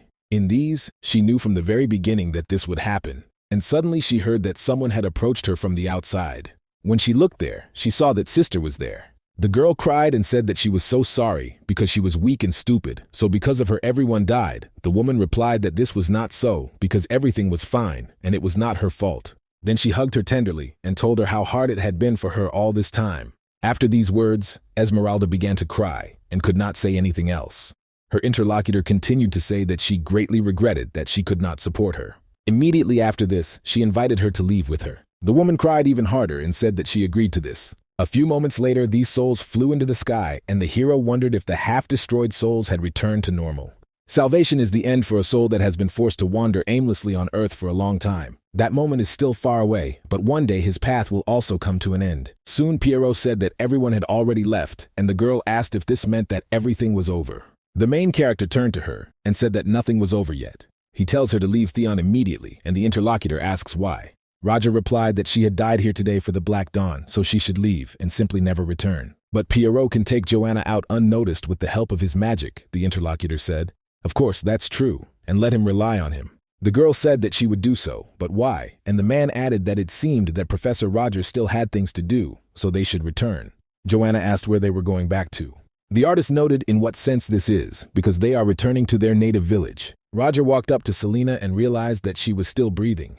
He had assumed that this was possible, but he didn't have much hope. Perhaps they collected and shared not only their own bodies, but also their souls. The woman opened her eyes and looked at the man, and he asked if she was awake. The interlocutor was surprised. The professor continued to say that specialists would arrive soon. Let her hold out a little longer. Selena asked him, even though he had saved her recently. She did some really terrible things. And even if it was her alter ego, it doesn't change anything, the man noticed. It turns out she remembers everything. So I asked her about the promise because next year they promised each other to enjoy the festival again. This was precisely the main reason, after which Selena pretended that she understood everything. Then she smiled sweetly and continued to watch the fireworks, glad that everything worked out this way. So in the end, she suggested doing it for real. The people who arrived at the scene said that there was someone there and that a stretcher should be carried. They threatened Professor Selena, and Adrian asked if everything was okay with her. The woman said that everything was fine and that they shouldn't worry. The boy turned to Professor Roger and noted that he had only asked him to look around. The man replied that he was fine and would walk to the infirmary himself. Rachel looked at the situation and thought that, including him, 2 professors were found there.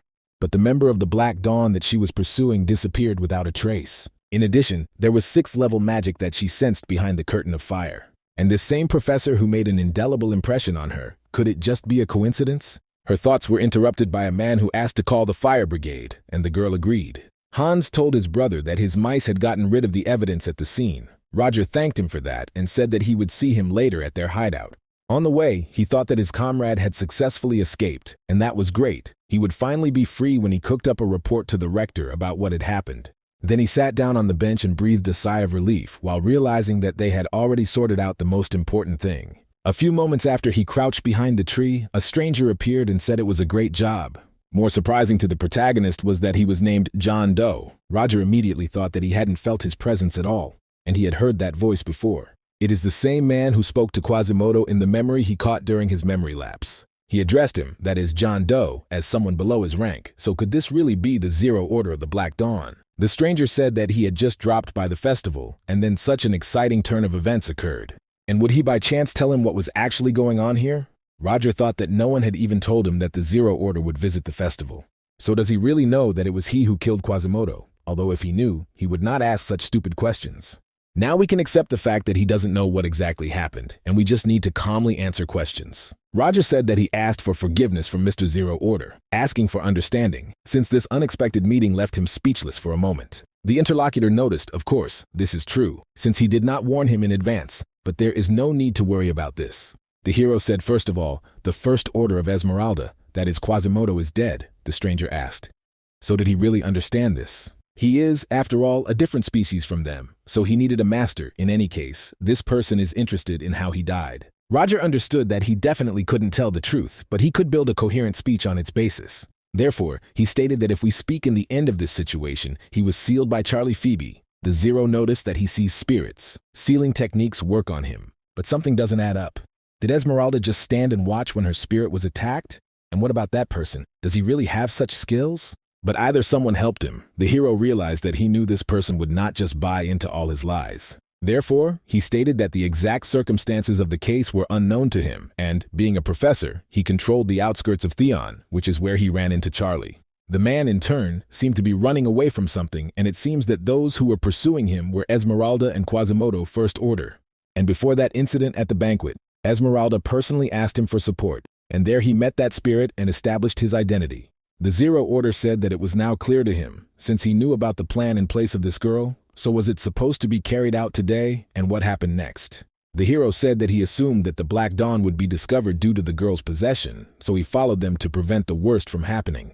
And then cornered, Charlie Phoebe Plus went to extreme measures. Using his soul as payment, he performed a sealing ritual.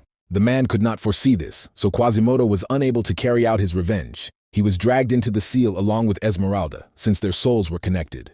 This is how the First Order met its end. If he had interrupted the ritual, he would have been immediately exposed, which is why he did not stop Charlie. He couldn't do anything, so he asks for forgiveness. The boss noticed that the cornered mouse bit the cat, and how he escaped from the scene is interesting. Roger said that after everything that happened, he approached the betrayals of people, and she turned out to be alive, but had already woken up as Celine. Thanks to her, he pretended to be a savior. The interlocutor asked those who pulled their colleague out of the fire if such a soul split and separated unexpectedly. Does it remember anything from its alter ego? Machiavelli said that he asked her, but she seemed to have no idea how she ended up in that place, and if he wanted, he would get rid of her immediately. The stranger said that there was no need to prove anything anymore, even if she remembered something, so she shouldn't do anything. They didn't need any extra worries now. They gave it like that, used his power. The hero thought it was a relief. The interlocutor continued to speak. In any case, the position of the First Order is open again.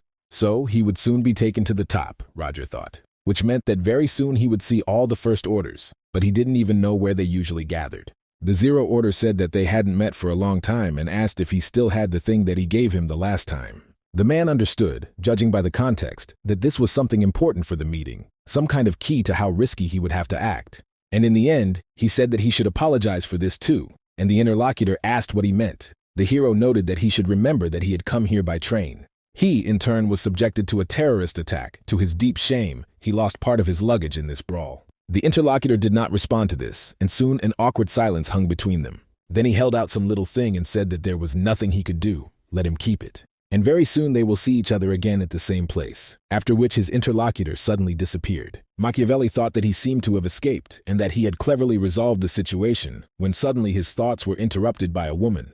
It was Elizabeth who asked what he was doing here already, whether they had given him at least first aid. The hero said, just walking after her and just feeling dizzy in this squat. The rector noticed, if he is not feeling well, then let him seek help as soon as possible. But she will help him get there, so let him get up. Roger said that everything is fine and he can walk on his own. But at the same moment when he stood up and saw that his head began to spin, and a few moments after the incident, the man completely lost consciousness. Soon Elizabeth said that she was very scared when he fainted, and whether he was really better, the man answered that everything was fine already. The interlocutor noted that it was somehow hard to believe that Professor Charlie really planned all of this, and that the students were drawn into this situation.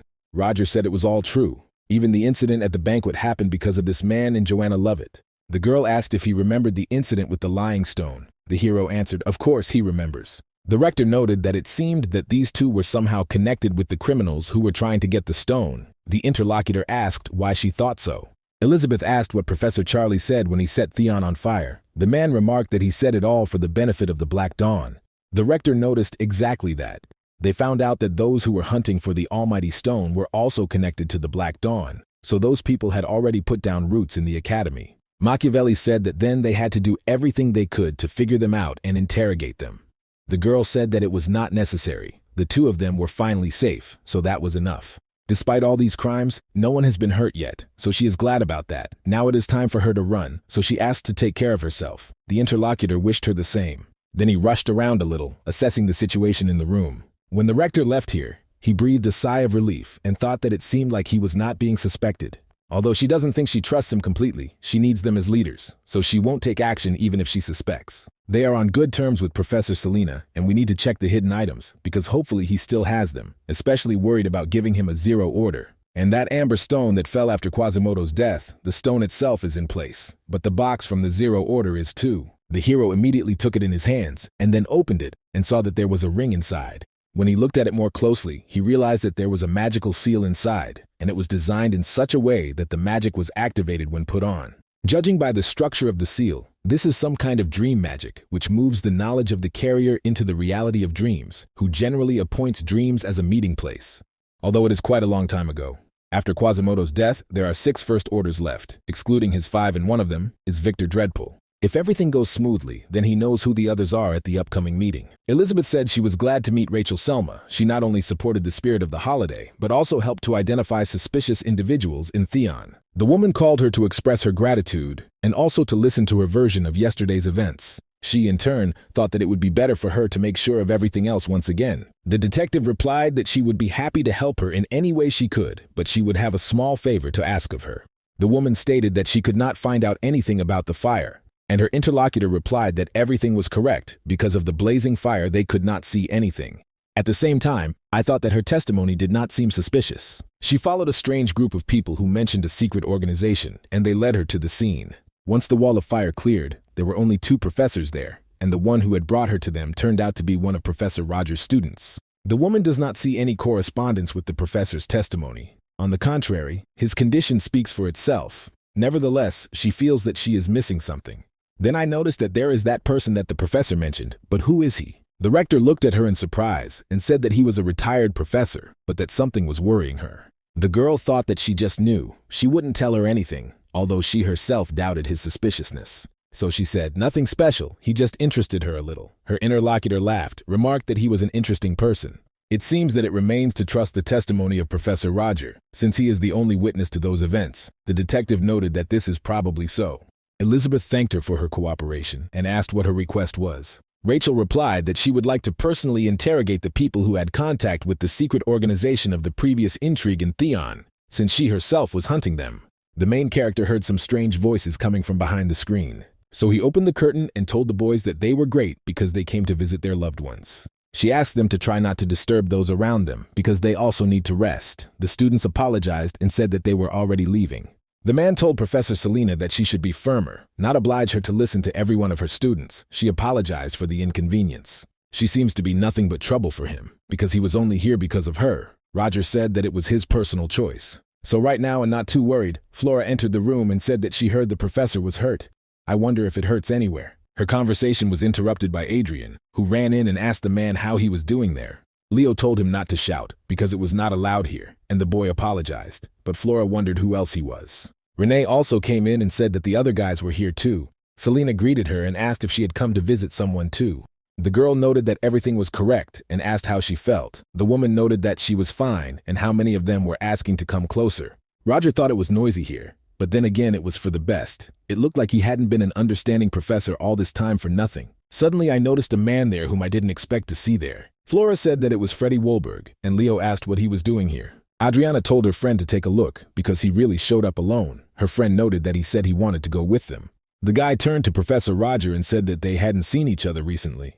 The girls who had been talking about him shortly before were surprised. Soon everyone came out of there, and the princess said that she was very glad that everything was okay with them. Renee noticed that this was true, and asked where Freddie had gone. Her friend replied that he had said that he was leaving, but that she should not pay attention to him.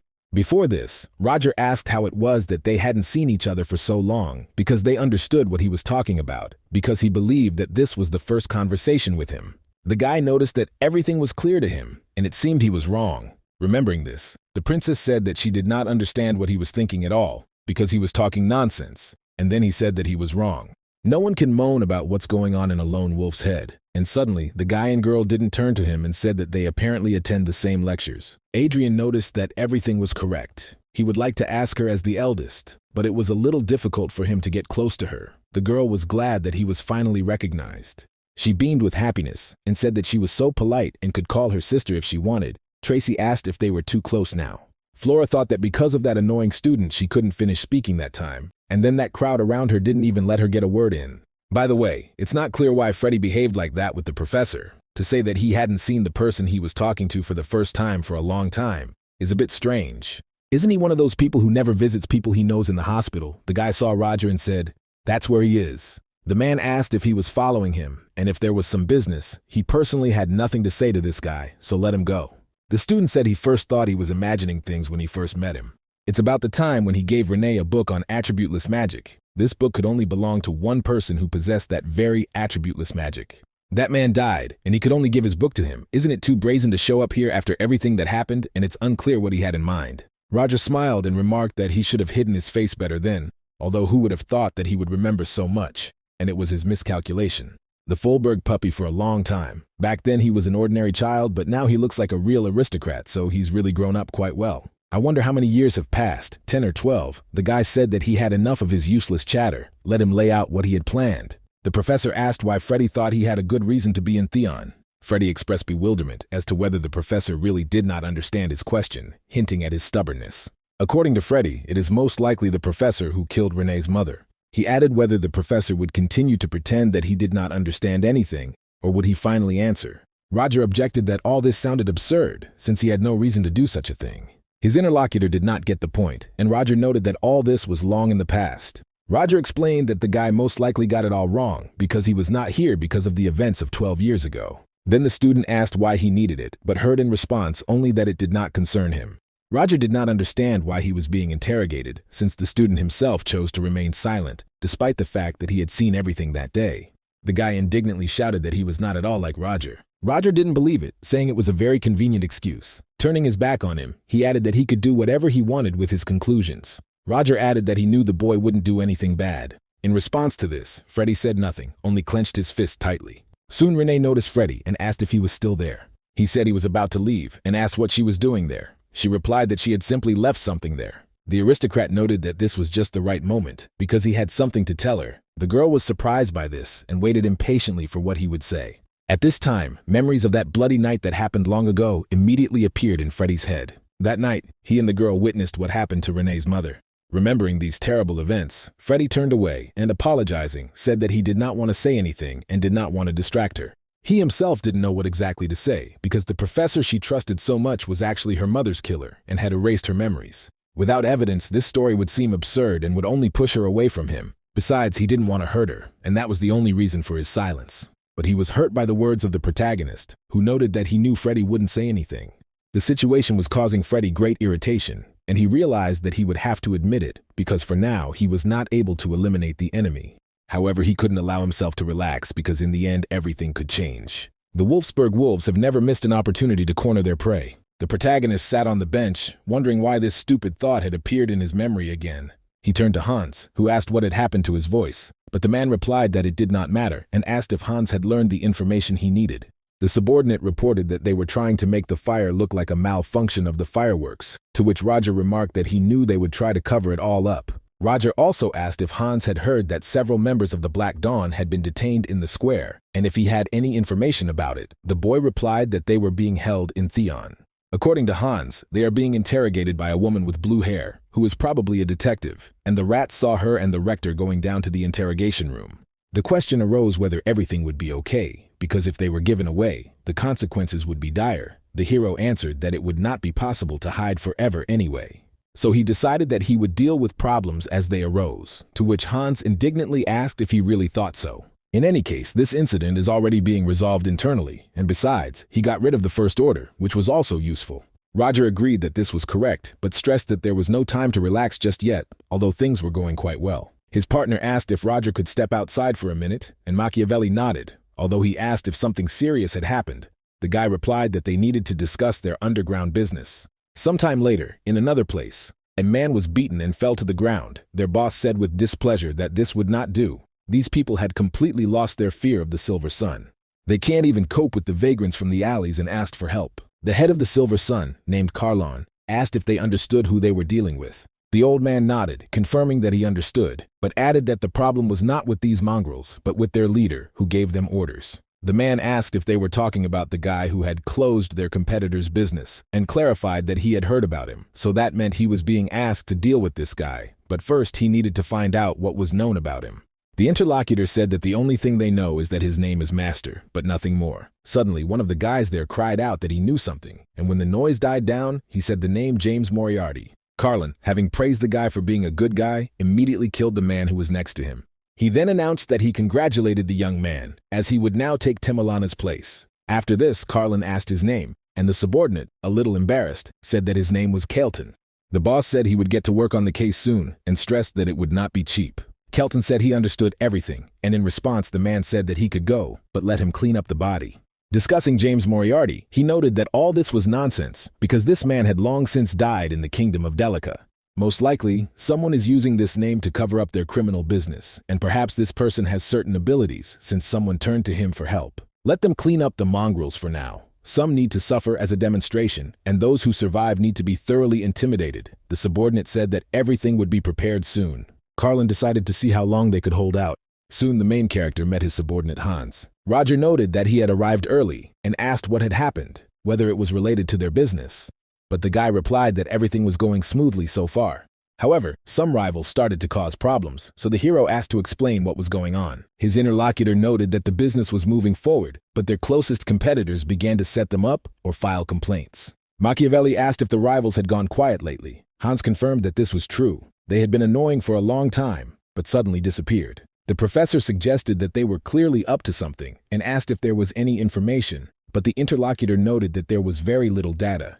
He explained that he only had a vague idea and asked if Roger had heard of a criminal group called the Silver Sun. At first they created an underground gang for shadow business, but soon they grew and turned into a criminal corporation. They launder money and interfere in the affairs of traders, and also actively develop the market for stolen goods. They also don't shy away from dirty work, as his rats have noticed that a group of rivals have taken over the Silver Sun headquarters. Machiavelli said that the situation was clear, but it was too suspicious to ignore, so he would proceed with extreme caution. Hans added that he would keep an eye on them, and suddenly noticed something strange. He asked his brother if he was sure that everything would be okay. The hero did not understand why he said that. The comrade pointed out that his leg was shaking, something that had never happened before, and cold sweat was visible on his face. Roger admitted that he had been so busy since the evening that he had missed one very important detail. There is a possibility that his mistress is trying to find out his location. At this time, a woman who had been lying in the coffin all this time rose from the coffin. She noted that she smelled her own blood, and apparently the student had escaped with it and was now using its power. Why he did this remains a mystery, because she trained him diligently. Apparently he was seriously pressed, since he was not afraid of detection.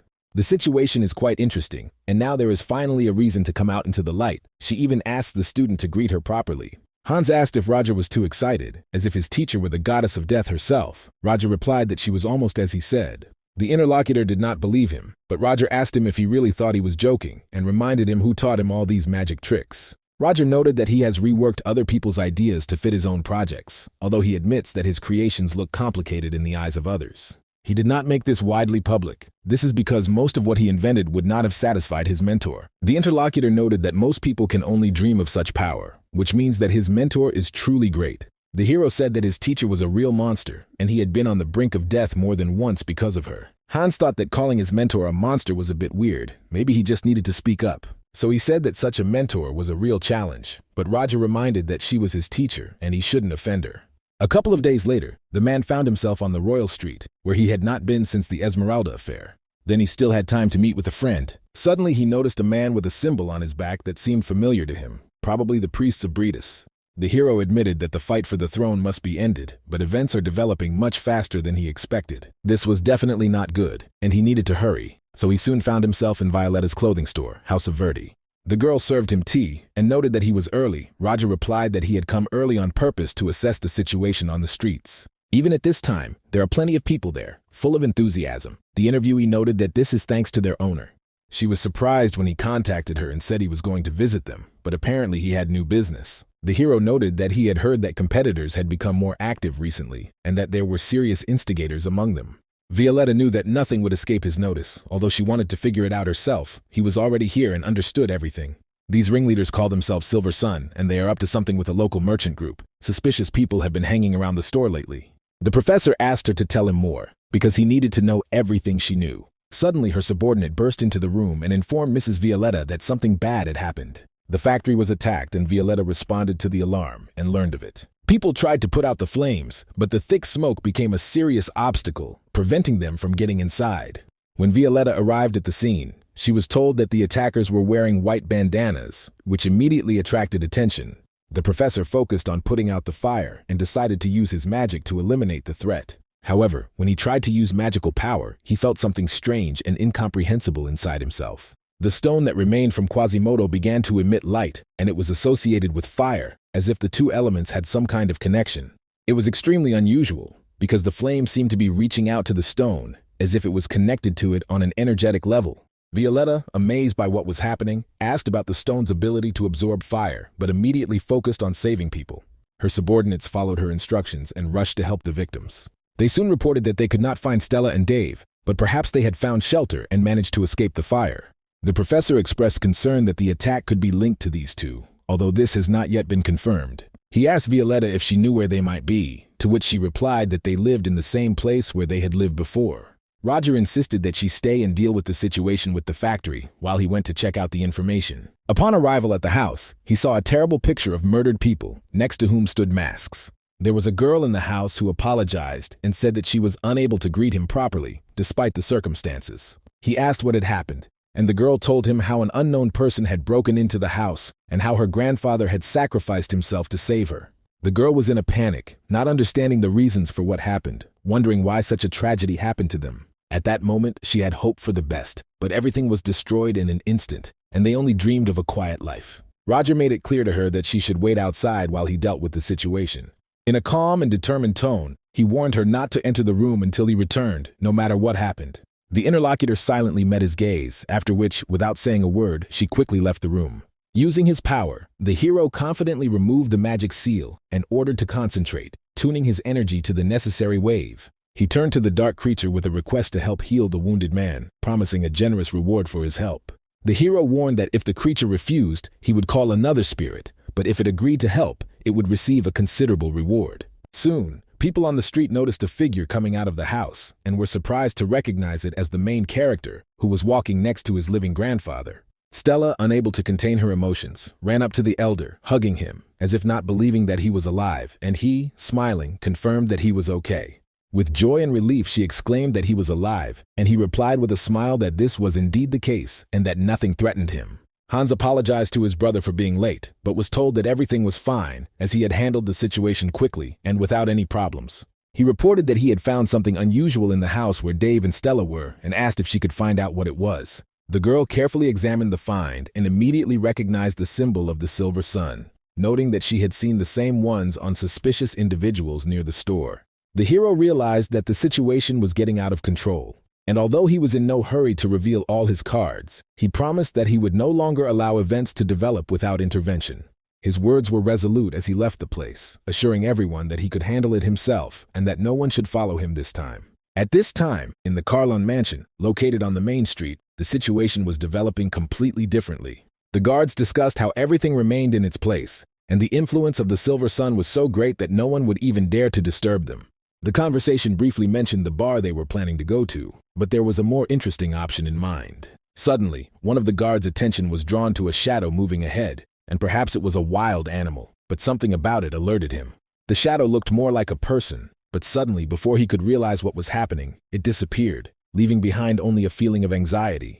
A moment later, the figure reappeared, quickly approaching, and in an instant struck the one who was nearby, not giving the slightest chance to defend himself.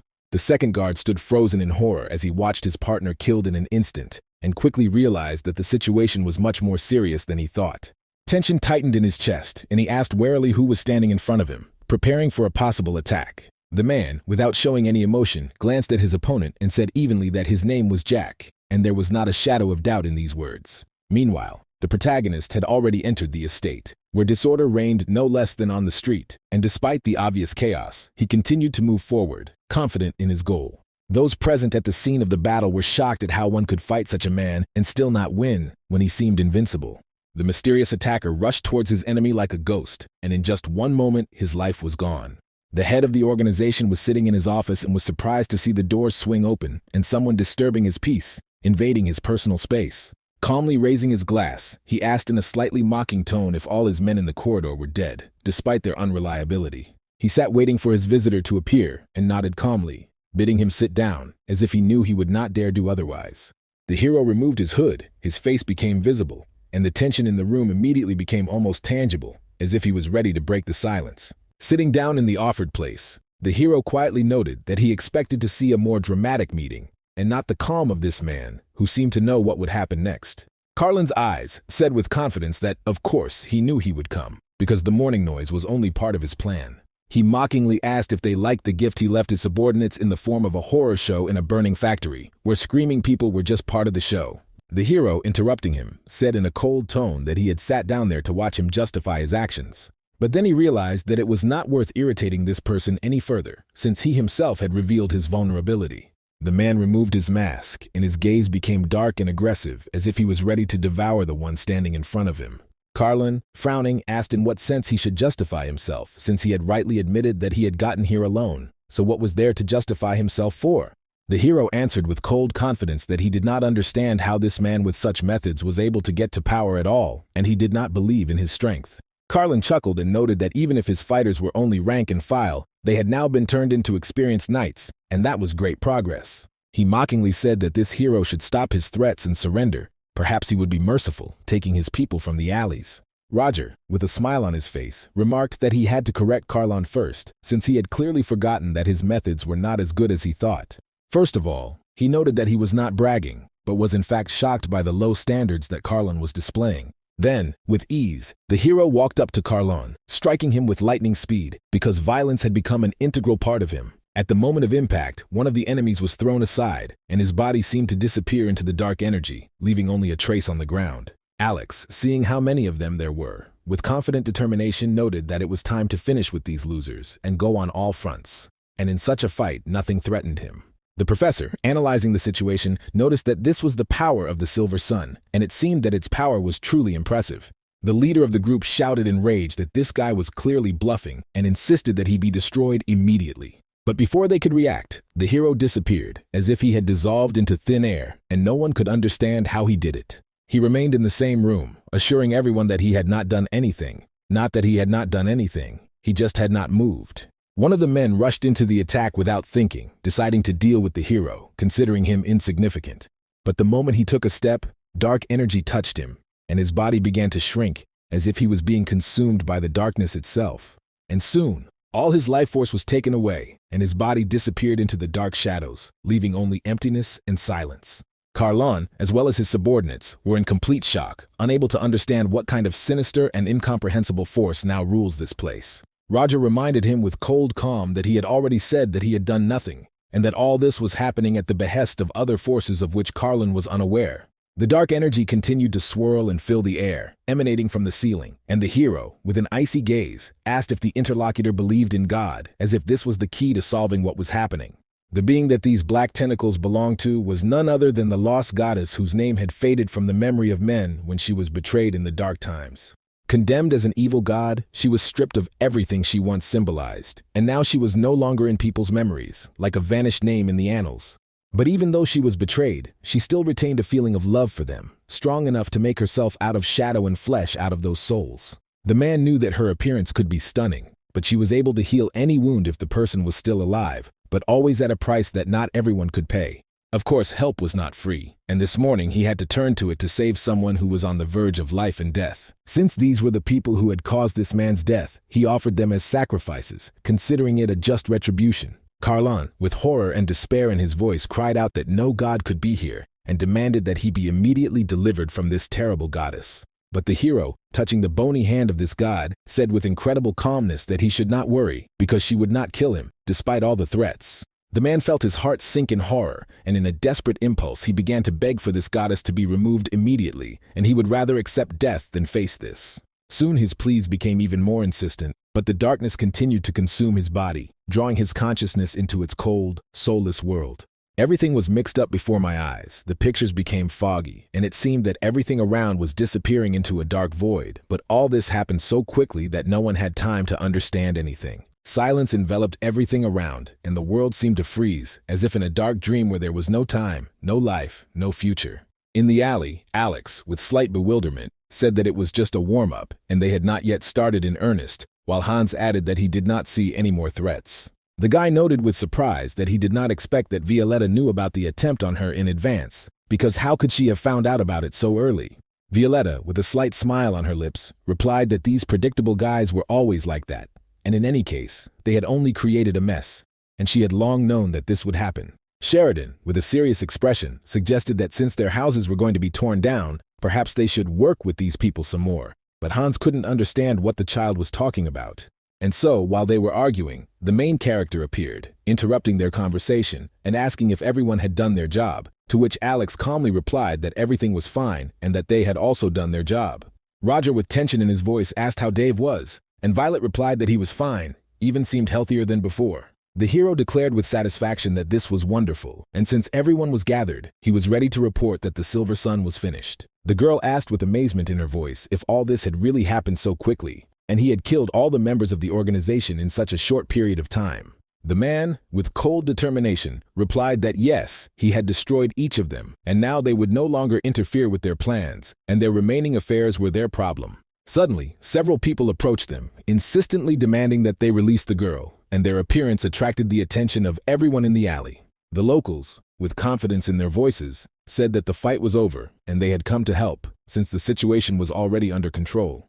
Violetta replied angrily, and with contempt, that she had asked them not to interfere, and the man respectfully noted that it must have taken them a lot of courage to come here. The girl, looking at the owner, noticed that although he looked indifferent, he was clearly not indifferent to these people and their requests. The locals, like comrades, asked to speak, and as representatives of forgotten people, thanked the hero for his help, expressing appreciation for his actions.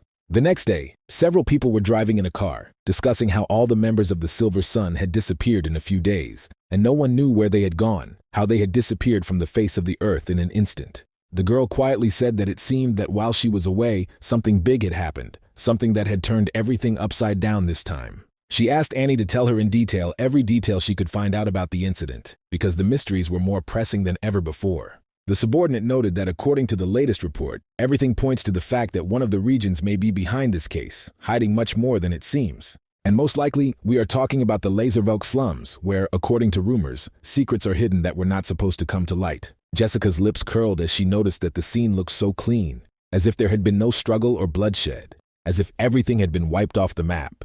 The girl asked the captain what kind of artifact it was, and he confidently replied that it was the latest development, capable of analyzing mana and reading hidden memories, as if reality itself kept its secrets. Annie, with an exclamation of surprise, added that now they would be able to solve all the cases related to Mom, and Jessica noted that the residual traces of mana only lasted for 36 hours. The only downside to this artifact is that it only works for this amount of time, and then everything disappears, as if the magic itself began to forget. The subordinate reported with alarm that this was about a new master who appeared in Laservelka immediately after the disappearance of the enemy group, subjugating the underground and uniting the disparate forces. The captain was skeptical that this guy was suspicious, but she wanted to know more, because even the girl could not find any trace of his past or real name. Jessica wondered if this owner had really brought order to the slums, then he could well have dealt with the Silver Sun, their main competitor. There is no hurry, but for now he is the main suspect, and we will have to meet with him in person to clear everything up once and for all. The artifact suddenly stopped, drawing the subordinate's attention as if the world itself had frozen in anticipation. The captain, with a cold gaze, noted that the device stopped working if it could not detect mana in a given space, and Annie, with bewilderment, asked if this was really what she thought it was. In response, she heard confirmation that everything was correct, no magic was used here, and she was confused, because according to the case materials, the base was guarded by 100 guards. And yesterday, traces of their presence were recorded, but the absence of mana meant one thing: everything that was happening was leading to a dead end, as if the mystery was deliberately hidden. The captain thought that a meeting with this owner was inevitable after all. She had a feeling that before her was not just a person, but something more than she could imagine. She gave the order to take the artifact, but to leave the marks, because the reporters should not suspect that something was wrong. They should remain in the dark. She suddenly wanted to add something else, but suddenly something caught her attention, and she instantly prepared to attack, as if a weapon had slipped out of the shadows. Having repelled the attack, she calmly declared that it was enough to hide, because sooner or later, everything secret becomes clear anyway, and there was no point in hiding any longer. A female voice responded, with a familiar sound, which said that she expected this from Jessica, because her intuition is always at its best. She was a detective, and she noted with a little irritation that the reporters would not have noticed, but she could not be fooled. She always sensed the truth, even when everything around was confused. The captain, happily recognizing her interlocutor, greeted her, since so much time had passed since that incident in the auction house, where she and the assistant had crossed paths. The woman, with a smile on her face, said that everything was correct and asked how Jessica was doing, noting that they had not seen each other for a long time. Jessica, with slight displeasure, reminded them that they were now at a crime scene and that outsiders were prohibited from entering. But the detective, with a characteristic grin, replied that she was, after all, a national hero. The captain, holding back her irritation, asked to be more formal because she, as always, did not tolerate informality, especially in such cases where everything was on the edge. The girl, with a clear hint of an ironic answer, said that it was inconvenient for her to hide, but it took a lot of time, and she did not want to attract unnecessary attention.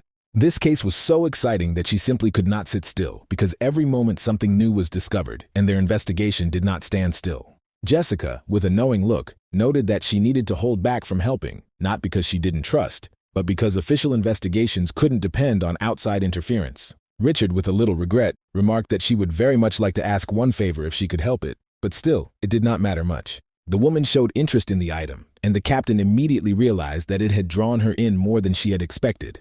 She could have given it up, but her subordinates did not understand how such an important thing could be entrusted to outsiders. The woman took responsibility, knowing that hiding would be easier than stealing. The detective promised to be careful, but Betty scolded her for causing problems. Jessica asked about her plans, but the woman did not reveal them, keeping everything a secret. The woman acknowledged the pointlessness of the conversation with a smile, but there was some mystery in it.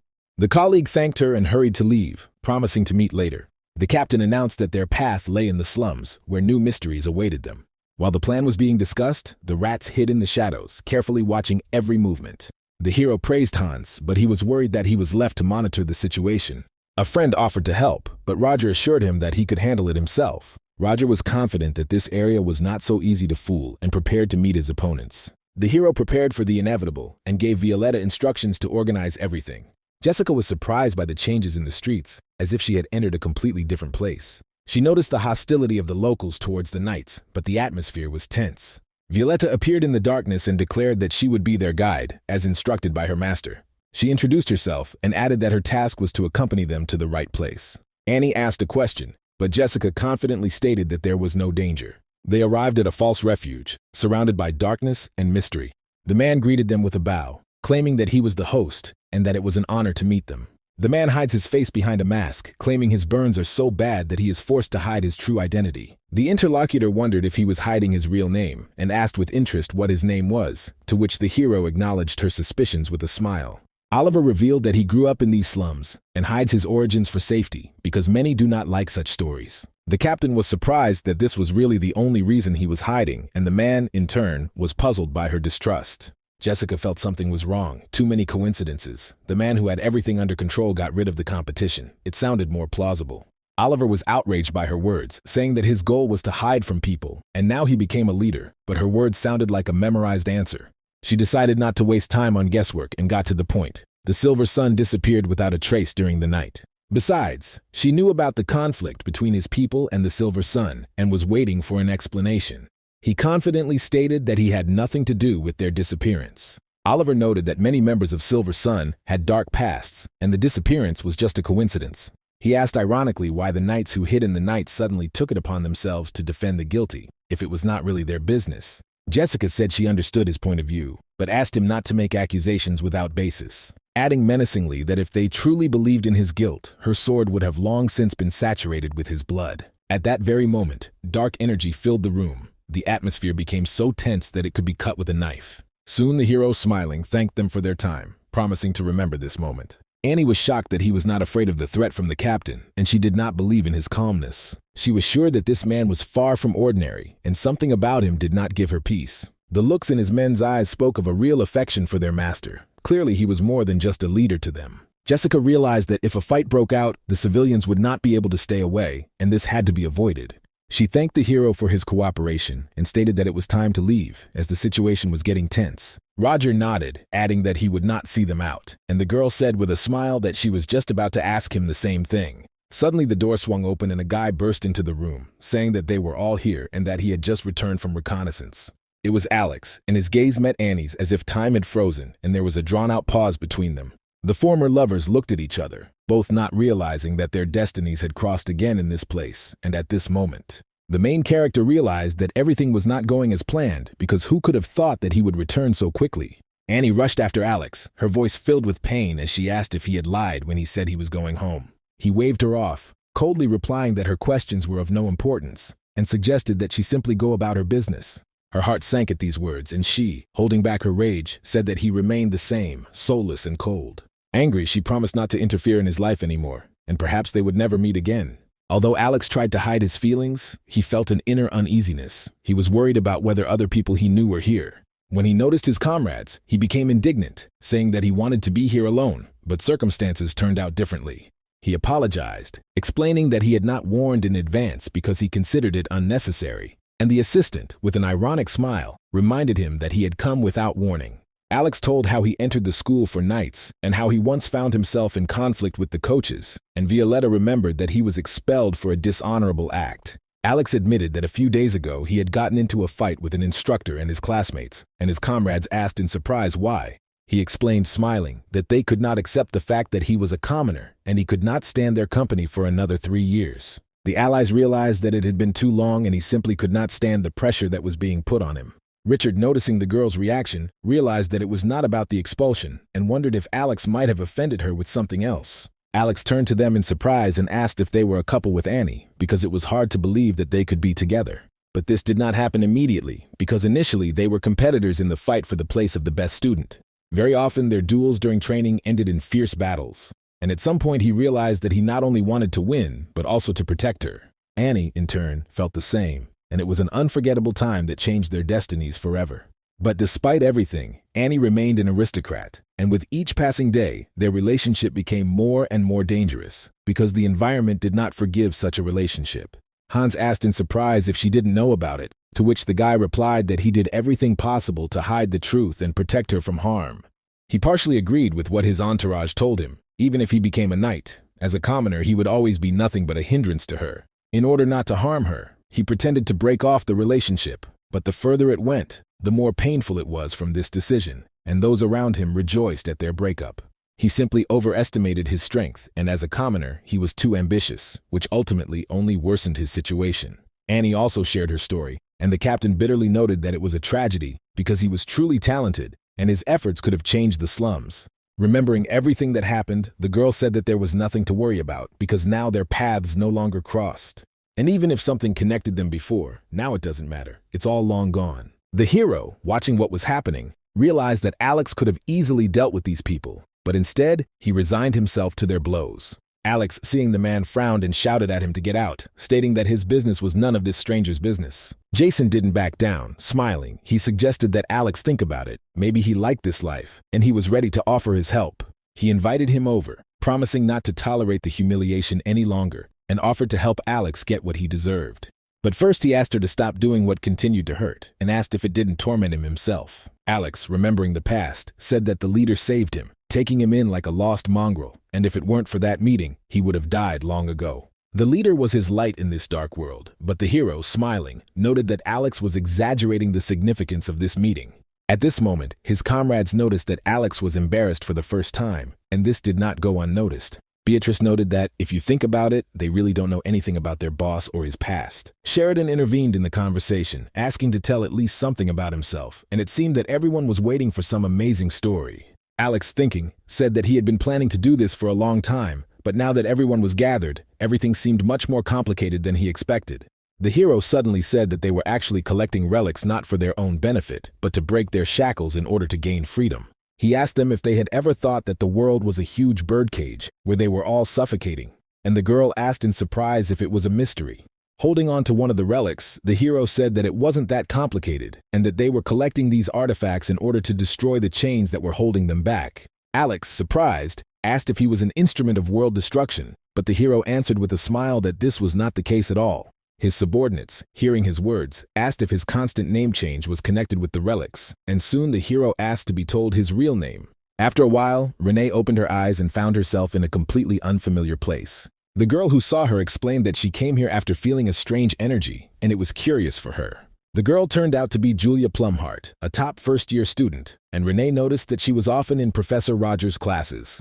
But she wondered how Julia had ended up there, to which she replied that she had been brought there by dreams that she could not ignore. The girl was surprised that she really possessed sleep magic, and Julia, smiling, said that she was perceptive and probably knew about such magic. Julia explained that dream magic is a special spell that allows you to enter other people's dreams or see something specific in a dream, and it is much easier to master than other types of magic. Renee admitted that she had heard of such people, but this was the first time she had met them in real life, and it was truly strange. This girl is truly amazing. She is like a fairy of dreams, but the interlocutor indignantly declared that this is just delirium generated by a dream. The girl couldn't understand how she could be in a dream, and Julia explained that it was something in between, where sleep and reality were intertwined. She remembered nothing amazing, but rather fragments of the days of her youth, but she could not accurately recreate this moment. The top student confidently stated that if it was a dream, then it was more than real, and she could prove it. The interlocutor could not understand what was being discussed, and the girl explained that this was a reflection of reality and a ghost of the past that came in a dream. Perhaps they can look at it again and discuss it with her to find a clearer explanation for what is happening. Julia tried to use magic, but it didn't work, and only then did she notice something dim and unclear that began to appear. Renee felt someone's presence in her dream, but she couldn't figure out who it was, and the girl explained that this was limited by her capabilities. The problem was that this dream was connected to the girl's past, and someone had deliberately sealed it to hide the truth. She didn't know who could have done this, but she suspected that the girl had long been trying to unravel the secret of her past. Renee wondered if this might be a result of the memory loss experiments they had been doing with the seniors. She asked if the girl could remove the seal from the memories, but Julia replied that it was beyond her power. However, she suggested looking for clues in her dreams, suggesting that she remember something clear that she could see. The interlocutor thought and remembered that she did not remember the face, but she knew the name for sure, which sounded like a riddle in her memory. As she thought about it, she suddenly remembered the name, Heathcliff, which involuntarily surfaced in her mind, as a response to deep feelings. He revealed that his real name was Heathcliff Van Breedis, a member of the royal family and the son of the previous king of the Holy People. Renee wondered if she knew the name, but the girl replied that it was the first time she had heard it, and it was not something familiar to her. The name was rare, and she could not make out its meaning, as her memories were too vague. The girl thanked her for her help and asked what was wrong with her body, to which Julia replied that she would wake up soon. It was time to go, but this conversation was fascinating enough to remain in her thoughts for a long time. Renee asked if they could continue the conversation later, but her interlocutor answered sharply that they could not.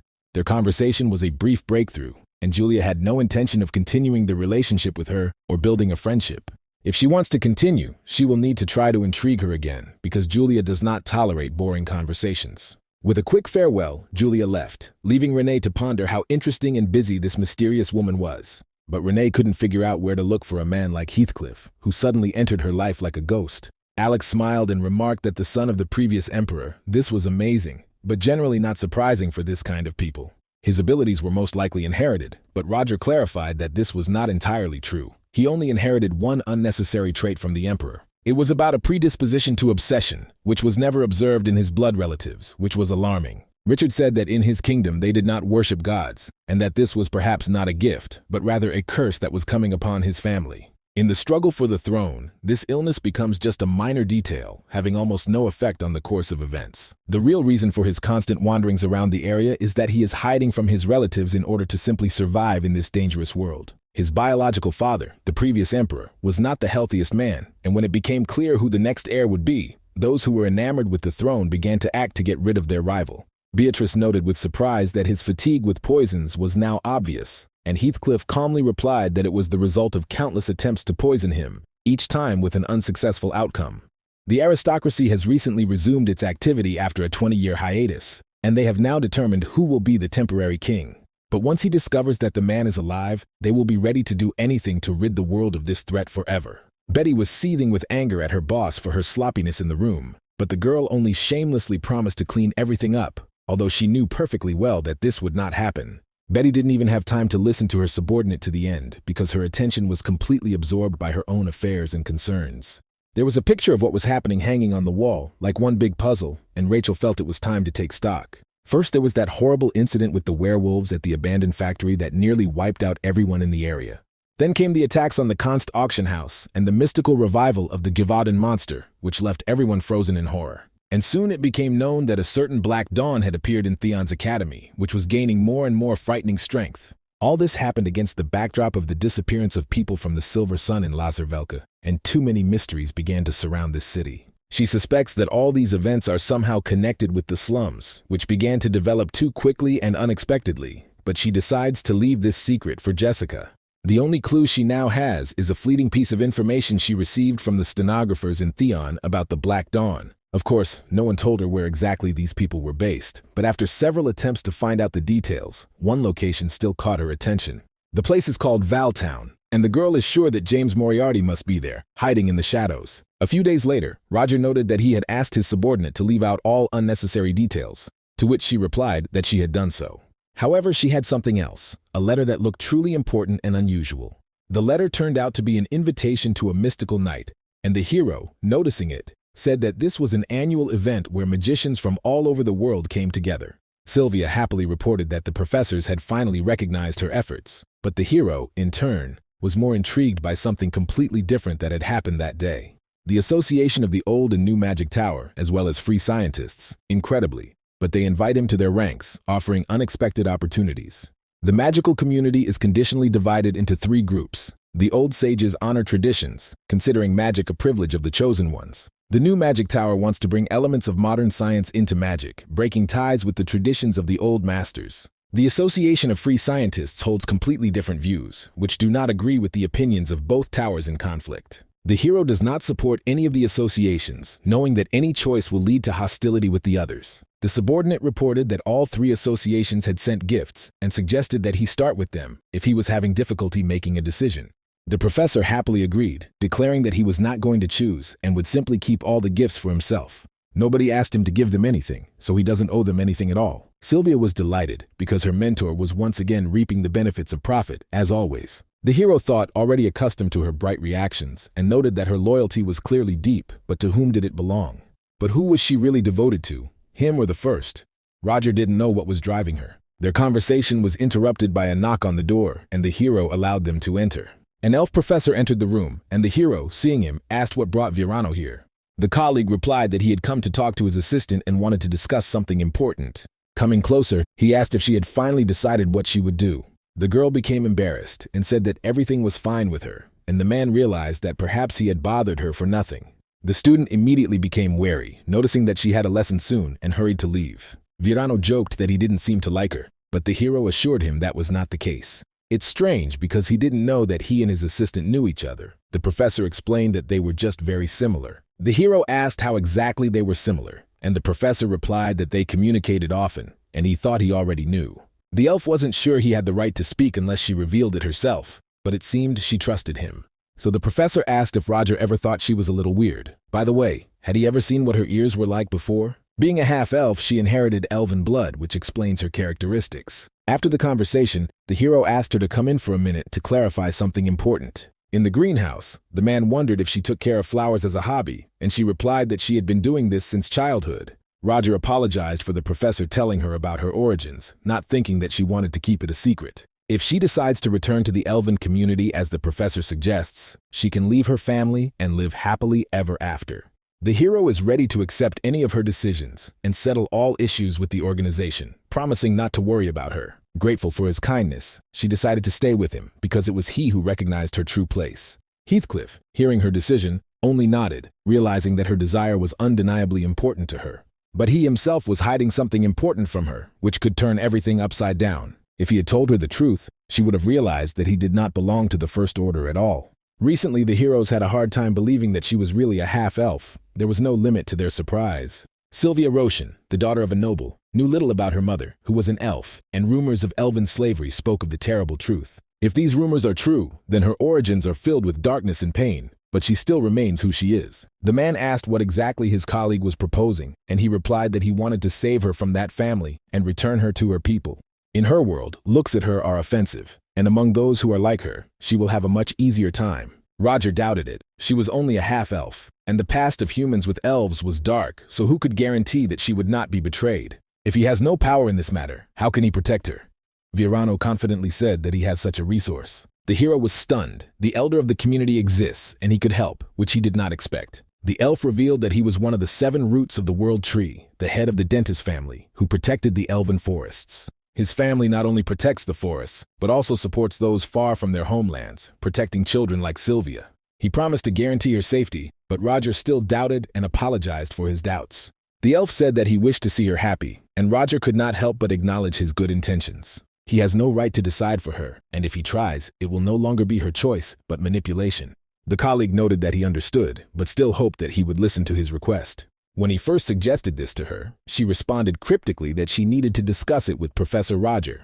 She seemed to trust Roger wholeheartedly, and her decision depended on his opinion, no matter what. He was the only one who could listen to her soul, and she trusted him with her deepest thoughts. So he begged her not to be shy and to answer honestly what she really thought. Sylvia couldn't hide her surprise that he couldn't be the First Order. It was too unexpected. The professor gently confirmed that, although it was difficult to accept, he was indeed not the First Order. The real First Order is John Doe, and the hero is only using his guise after the tragic attack on the train. All this time they followed not the First Order, but the one who bore its name. The girl was shocked and immediately asked if he had just been lying to her all this time. Roger approached her and tried to calm her down, promising that everything that happened was not his will.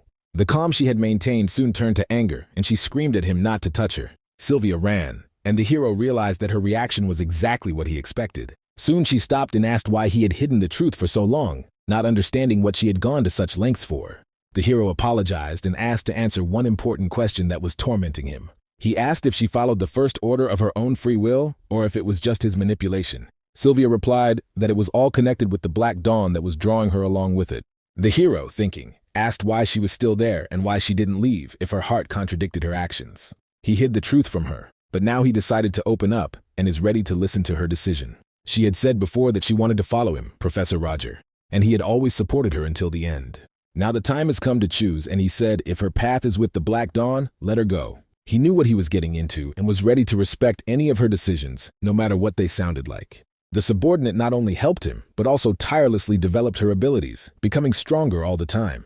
The work she did was impressive, and she did it very well. Sylvia remembered the first time she stepped into the Black Dawn and how naively she believed their words. She had long since realized that she had been accepted into the Black Dawn because the Roshan name was beneficial to them. The girl herself made a choice in favor of the First Order because she was always kept in the shadows, and she was looking for her goal. But this man was different. He accepted her as she was and listened to her words with respect. He was the first to praise her sincerely, and this meaning could not go unnoticed. After these words, doubts appeared in Sylvia's eyes, and her heart sank from the weight of the confessions. They sat together, and she admitted that her real name was Sylvia Flaunt, to which he replied that it was her mother's last name. The girl confirmed his guess, and now everything fell into place. The secrets were revealed. She asked what they should do now, and Roger confidently told her not to worry, but to continue to behave as before. He needed every detail about this society, because he was on the verge of discovering the darkest secrets of the Black Dawn. The girl was shocked, but he continued, assuring her that since they had already exchanged secrets, she should know everything. He told her to stand up, because in front of her was the person she had to meet right now. Virano walked down the corridor, thinking that the professor had promised to talk to the girl, but he didn't believe that it would give the desired result. But he couldn't leave everything as it was, because he finally found his own blood, Flante, right in Theon. The daughter of the Flante family disappeared during the race wars, kidnapped by the Roshan family, and thus Sylvia was born. Even if the girl simply forgot about her mistrust, he would be glad, but he knew how hard it was for her with her family. The best thing would be to offer Roger some elven herbal tea. Perhaps he would appreciate such a gift. After a while, he introduced his subordinate as a new member of their society, and she was received with surprise. Beatrice immediately became interested, claiming that she had seen her somewhere before, and suggested that it was a family connection. Sylvia was a great sorceress and a master of information extraction, and Hans began to worry that he would be pushed into the background. He asked if that was why Roger had brought the girl here, but he replied that he had come to find out about the progress of the assigned mission.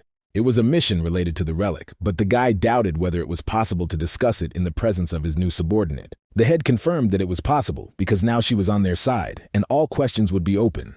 The hero asked how many fragments they had left to find, and the guy replied that there were only 3, after one was found at the auction house. One of the fragments may be in the capital Lindebrunn, but the hero, unfortunately, ended up here due to a terrorist attack. So the informant had pinpointed the location of the fragment. Hans confirmed that yes, it was the result of his process of elimination. This place, the Fortress of Debalk in the Exilian Empire, was the only one he didn't have time to study in the capital. Roger agreed that the fortress would be a difficult task, but they would find a way to get into it despite the guards. The hero was confident that with Sylvia's help they would cope, and with such a reliable assistant success would not be long in coming. Soon they were going to end the Black Dawn, and the hero planned to go to Valtanun. He was already in the designated area B13, ready for further action.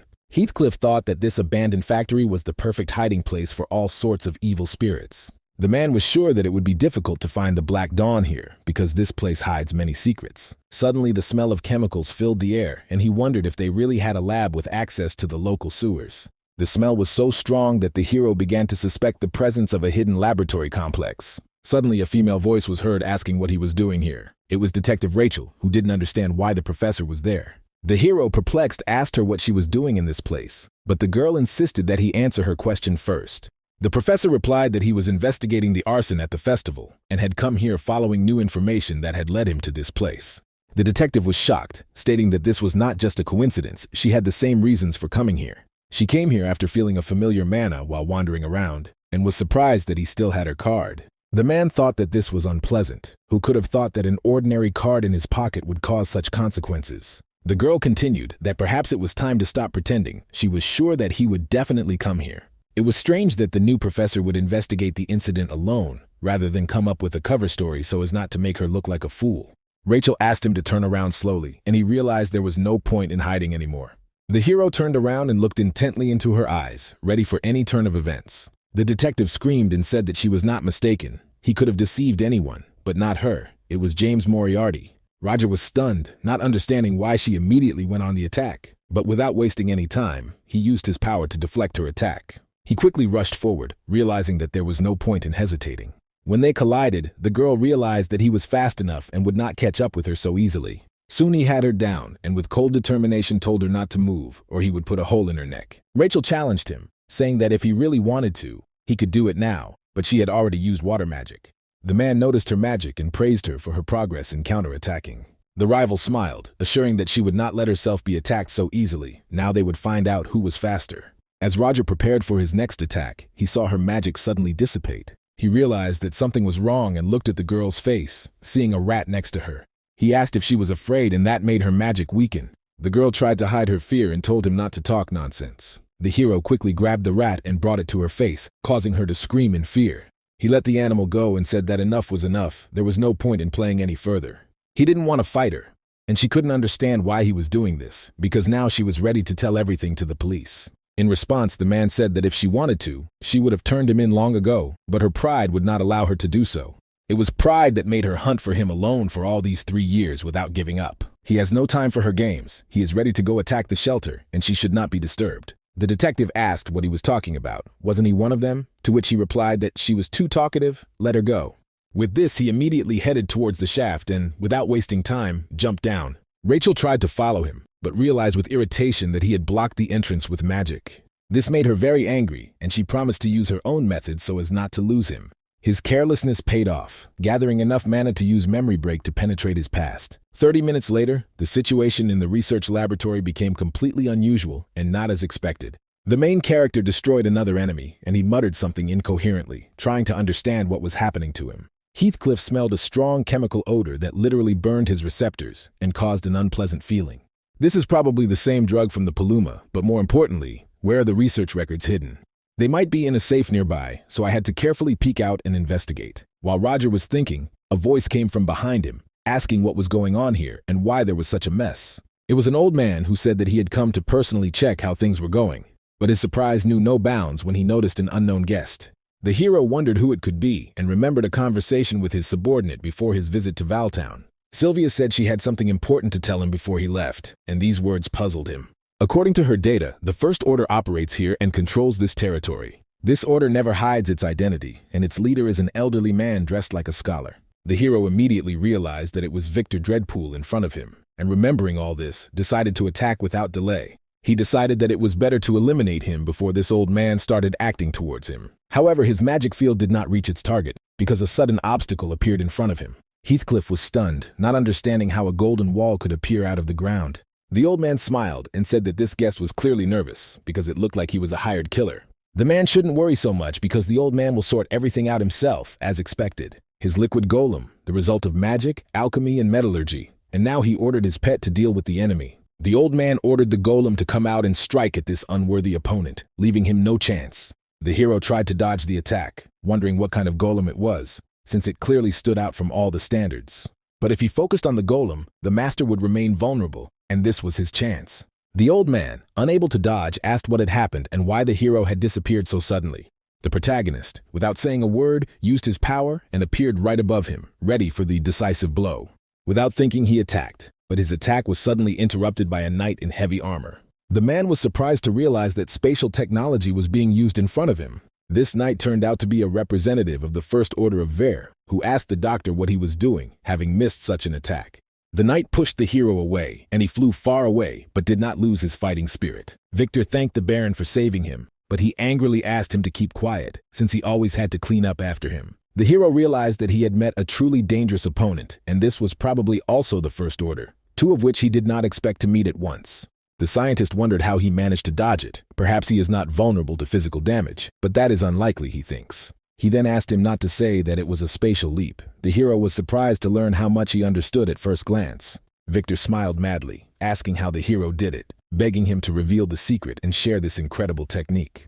A moment later, the hero noticed a powerful wave of bright red energy rushing towards him, ready to tear apart everything in its path. He realized that he had to dodge immediately, and at that moment, a terrible explosion thundered in the place where he was standing. Roger turned around and realized that he had almost lost his head from this monstrous attack, miraculously managing to dodge. Verum sternly asked why the hero thought this guy would answer, because he was an outsider and shouldn't forget about it. Sometimes he gets too carried away. The doctor snapped his fingers and said that nothing could be done, but he would like to take him alive if at all possible. He felt that he had before him a unique and rare specimen that could not be missed. He then ordered his newly created subordinates to catch the hero and deliver him to his feet. The hero encountered these creatures, trying to dodge their quick attacks, and they turned out to be much more cunning than he expected. He realized that they had a lot of textbook tricks, but he managed to get a little bit ahead, and this was his opportunity. But as soon as he was distracted, red energy appeared in front of him, and he realized that he was being attacked again. He realized that there was no time to think. The enemy was not leaving, and it seemed that he was forced to retreat in order to survive. Victor watched silently, trying to figure out what new technique his opponent was using this time. The hero stretched his hand forward and activated the skill of the 8th Sephira, causing a powerful flash. At that very moment, a flash from the sky fell on the place where they were standing, burning everything in its path in a bright light. A huge destructive force passed through the buildings, leaving only ruins and blue flames that continued to burn. Verum, barely surviving, said that if he had hesitated even for a second, it could have turned into a disaster, and now he had to retreat. The scientist immediately burst into crazy laughter and commented that this was not his biggest problem right now. Everything he had recently placed in the safe was gone, and among the lost items were all of his most important research notes. The knight thought that this scoundrel had probably stolen the documents, but why he needed them remained a mystery. Meanwhile, the hero, without wasting time, was right next door and was taking medication, thinking about his next step. He thought it would be great if they all died there, but the attack was weakened and its damage was much less than expected. Using the confusion, he quickly obtained the necessary information, which actually achieved his goal. The documents contained information about experiments conducted by the Black Dawn Group. These were the development of a special non-flammable gunpowder and experiments on people trying to reproduce animal powers. But among all this data, something caught his attention and seemed especially important. And it was that same incident that happened 3 years ago in the Kingdom of Delica that changed the course of events. It was in these documents that Roger found a report on experiments with automatons, which became an important link in the investigation. The next day, the hero, now a professor, found himself at Theon Academy, ready for new challenges. He became lost in thought, wondering how the Black Dawn had become connected to this experiment in a way he had never expected. Dave and their conversation immediately came to mind, where he offered his help, and the hero could not refuse. Soon the man helped the boy with his homework, and in gratitude the boy asked to be called a teacher, which touched Roger. After some time, Dave announced that he had received an invitation from the most prestigious academy in the Ordo Kingdom, and it was the chance of a lifetime. The boy was enthusiastic about asking the teacher to go with him, but Roger knew that the decision was not his alone. Suddenly, the memories were interrupted by Wilfred's voice, who came in and asked what brought the professor here. The old man calmly replied that there was nothing alarming. The rector simply wanted to meet with him and discuss important issues. The professor replied that he would go to her immediately, and soon the rector offered him the position of head of the academy's dean's office. Elizabeth explained that the position had been vacant for a long time, and Roger immediately realized that the position would be quite influential. He could not understand why she was offering such a high position to him, a man with such an unusual past. The rector noted that his contribution to the academy is significant, and she simply wants to pay tribute to him for all his merits. She knew about his skills and achievements, so this offer was not accidental, and he deserved it. Roger thought about it, not understanding what she really meant, but still decided to accept the offer. He felt like it was some kind of trap, but the position could help him figure out what was going on in Theon faster.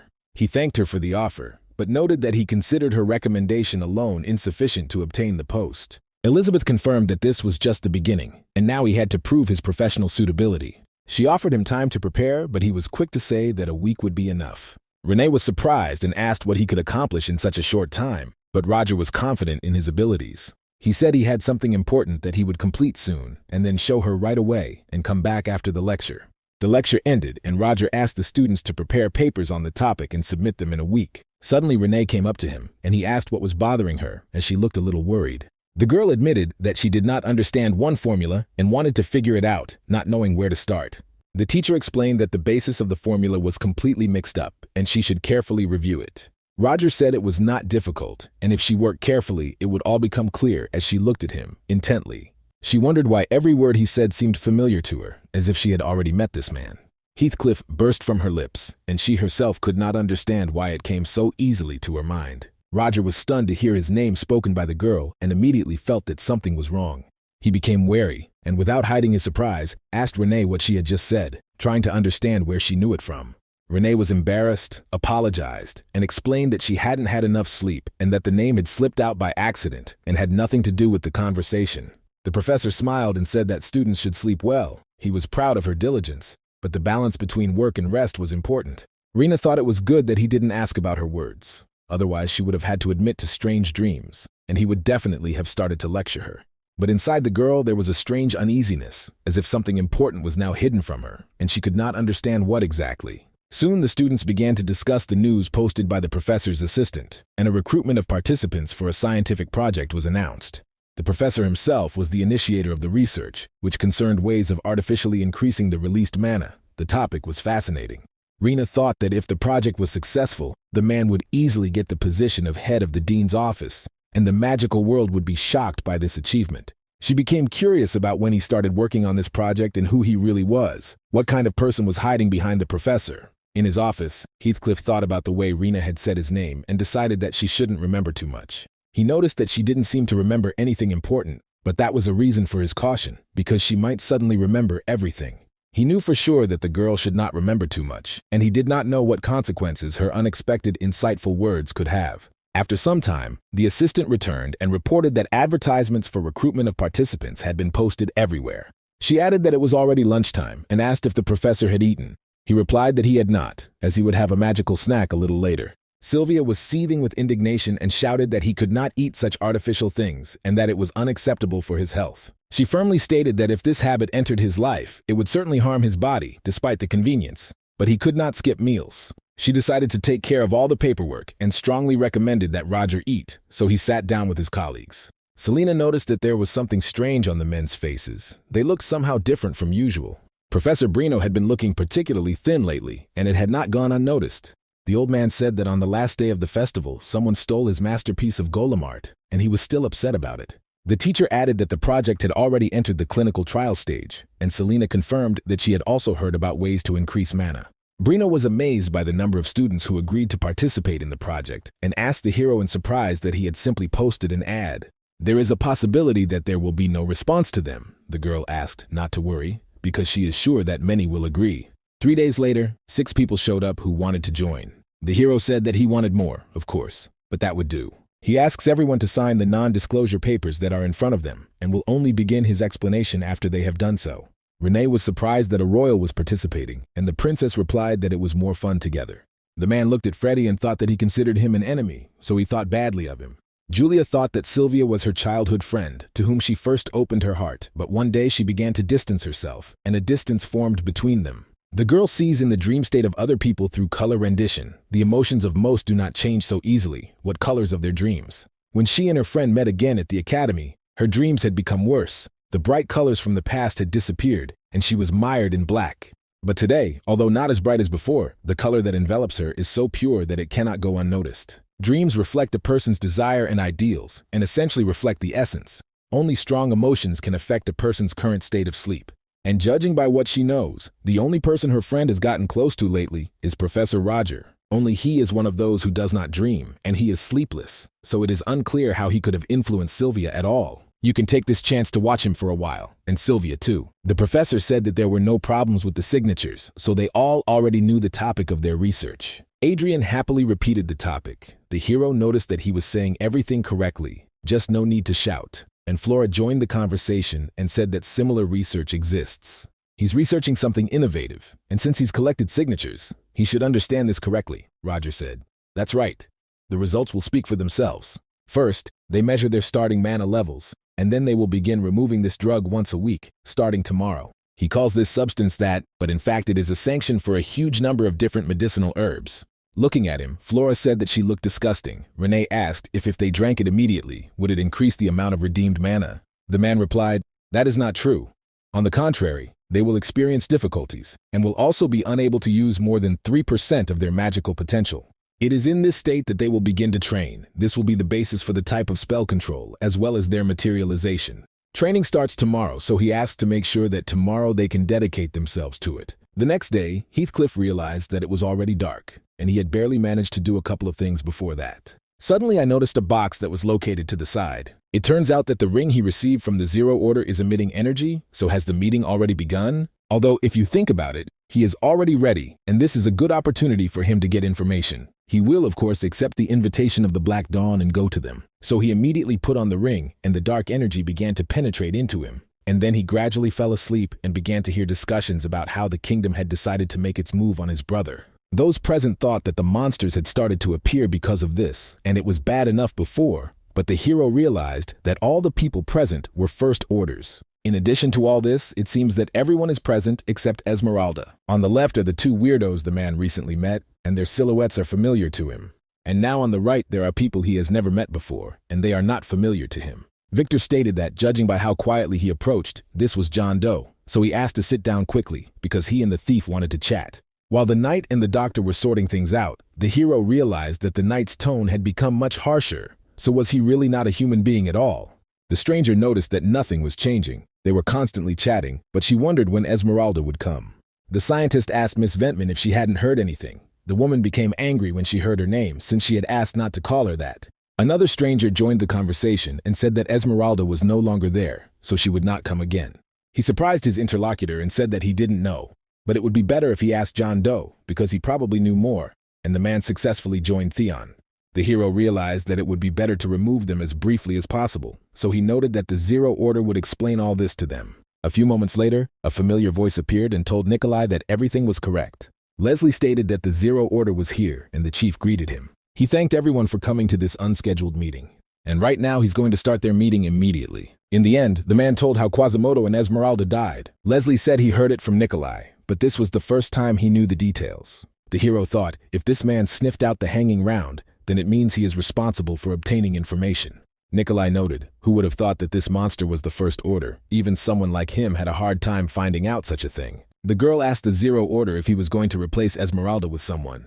The chief said that he had already noticed someone, but if they had any recommendations, they should say so right now. Nikolai stated that the master always chooses them personally, so they all respect his decisions. If you have already asked him not to interfere, the guy smiled and remarked as if, that is, his opinion on this matter. The Zero Order asked to move on to another topic and let them tell if they were coping with the job. At that moment, the hero realized that this was an excellent chance to get new information. The man said that the old magician was almost finished. They would accidentally destroy themselves one fine night. Heathcliff thought maybe the old move was a reference to the old magic tower. If they were going to do this on a beautiful night, then it was most likely a mystical night. Having joined the conversation, Nikolai said that soon the little people would get nervous and start inciting bad things behind the liberals' backs. Vetmin would also like to please, but she still hasn't found that little thing, and she needs a little more time. Just as Victor wanted to say something, his interlocutor interrupted him, and said that he already knew everything. It seems his research lab was attacked twice and he still wouldn't shut up about it. The doctor shouted that it was not his fault because these subordinates were always unable to do their job properly. Then she asked the Knight Verum to say something, but the man didn't want to get involved in this. However, Leslie asked if he had a more precise explanation, and the other man replied that when he returned to the Valtanunu branch, he had already been attacked. The head manager was already dead, and the man barely managed to cover their crazy scientist, but the attacker was all alone, and they fought, but he turned out to be stronger. The man noticed that since he was talking like that, it meant he was an unusual person, so he asked if he had any special features. Verum said that he had disguised himself well. The only thing is that this man knows how to use shadows to teleport, and also magic that can incinerate a factory. Nikolai noted that if you think about it, the branch in Lazarvelka was also burned down. Could it be that the same person did it? So I immediately asked John Doe if he knew anything, since he was near the incident in the city. The hero asked if he should stick his nose in there. He only gave instructions on his own behalf so that his subordinates would take care of the consequences. The guy said that everything was clear. He was busy with this Theon of his. It was a mistake that he expected him to be more knowledgeable. Roger said he actually had some idea who it might be. Right now she's talking about Rachel Selmoy because she's suspicious. There is a huge chance that she is digging under them. Plus there is a person in Theon who is under her suspicion. But Mr. Nikolai did not provide him with this information. Verum noted that she was indeed seen in Valtown on the day of the attack, but the attacker uses flames as well as shadows. Victor said that this girl could have water, as far as he knew. The hero noted that one cannot rule out the possibility that she works with someone in a pair. The girl said that she was not a simple person, but a magician with a colored title, and that she could not be discounted, but it was unclear how to get rid of her. Nikolai said that they would kill her and asked John Doe not to do anything because he was a respected professor, so there was no need to interfere. The hero said that he would follow any order from the Zero Order and thought that this man clearly didn't like him. Perhaps they had some kind of problem. However, he already has enough information, and now the men are above suspicion. But he feels a little guilty for saying her name, and maybe he needs to be careful for a while. Soon the chief announced that they were finishing here. He was glad that everyone was working hard, of course. Problems happen, but let them stand in their way. He said that the meeting was over and that everyone was doing well, but he asked John Doe to stay a little longer. Of course, the hero agreed to this. She did not understand what they would talk about. After just a few moments, everyone else had simply disappeared. The Zero Order asked how he was enjoying the meeting.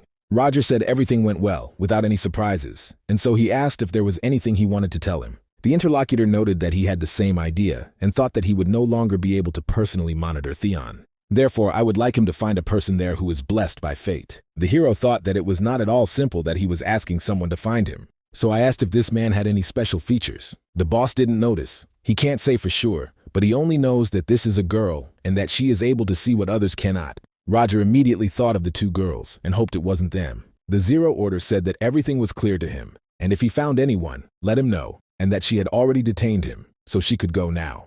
When the protagonist left, he immediately turned to his subordinate Citadel, and he said that he wanted to send him to one place. It is quite a harsh place, and it is called the Arat Mountain Range. The interlocutor told Nikolai that the colorless magician is a difficult opponent. He understands and will prepare properly. Then the guy said that he believed in his skills, but he was not in the mood. Out of anger, he immediately hit the table hard, saying that John Doe was a scoundrel. It was unclear how he dared to take advantage of the mercy of the Zero Order. And to also brag about having information that he doesn't have. Do you really want to say that even in terms of obtaining information, you are better than him? Dared to return alive after the attack on the train and probably hides his true strength. Nikolai underestimated him and should not have relied on his subordinates. But he certainly doesn't intend to make that mistake twice, and this time he will prepare carefully and definitely kill John.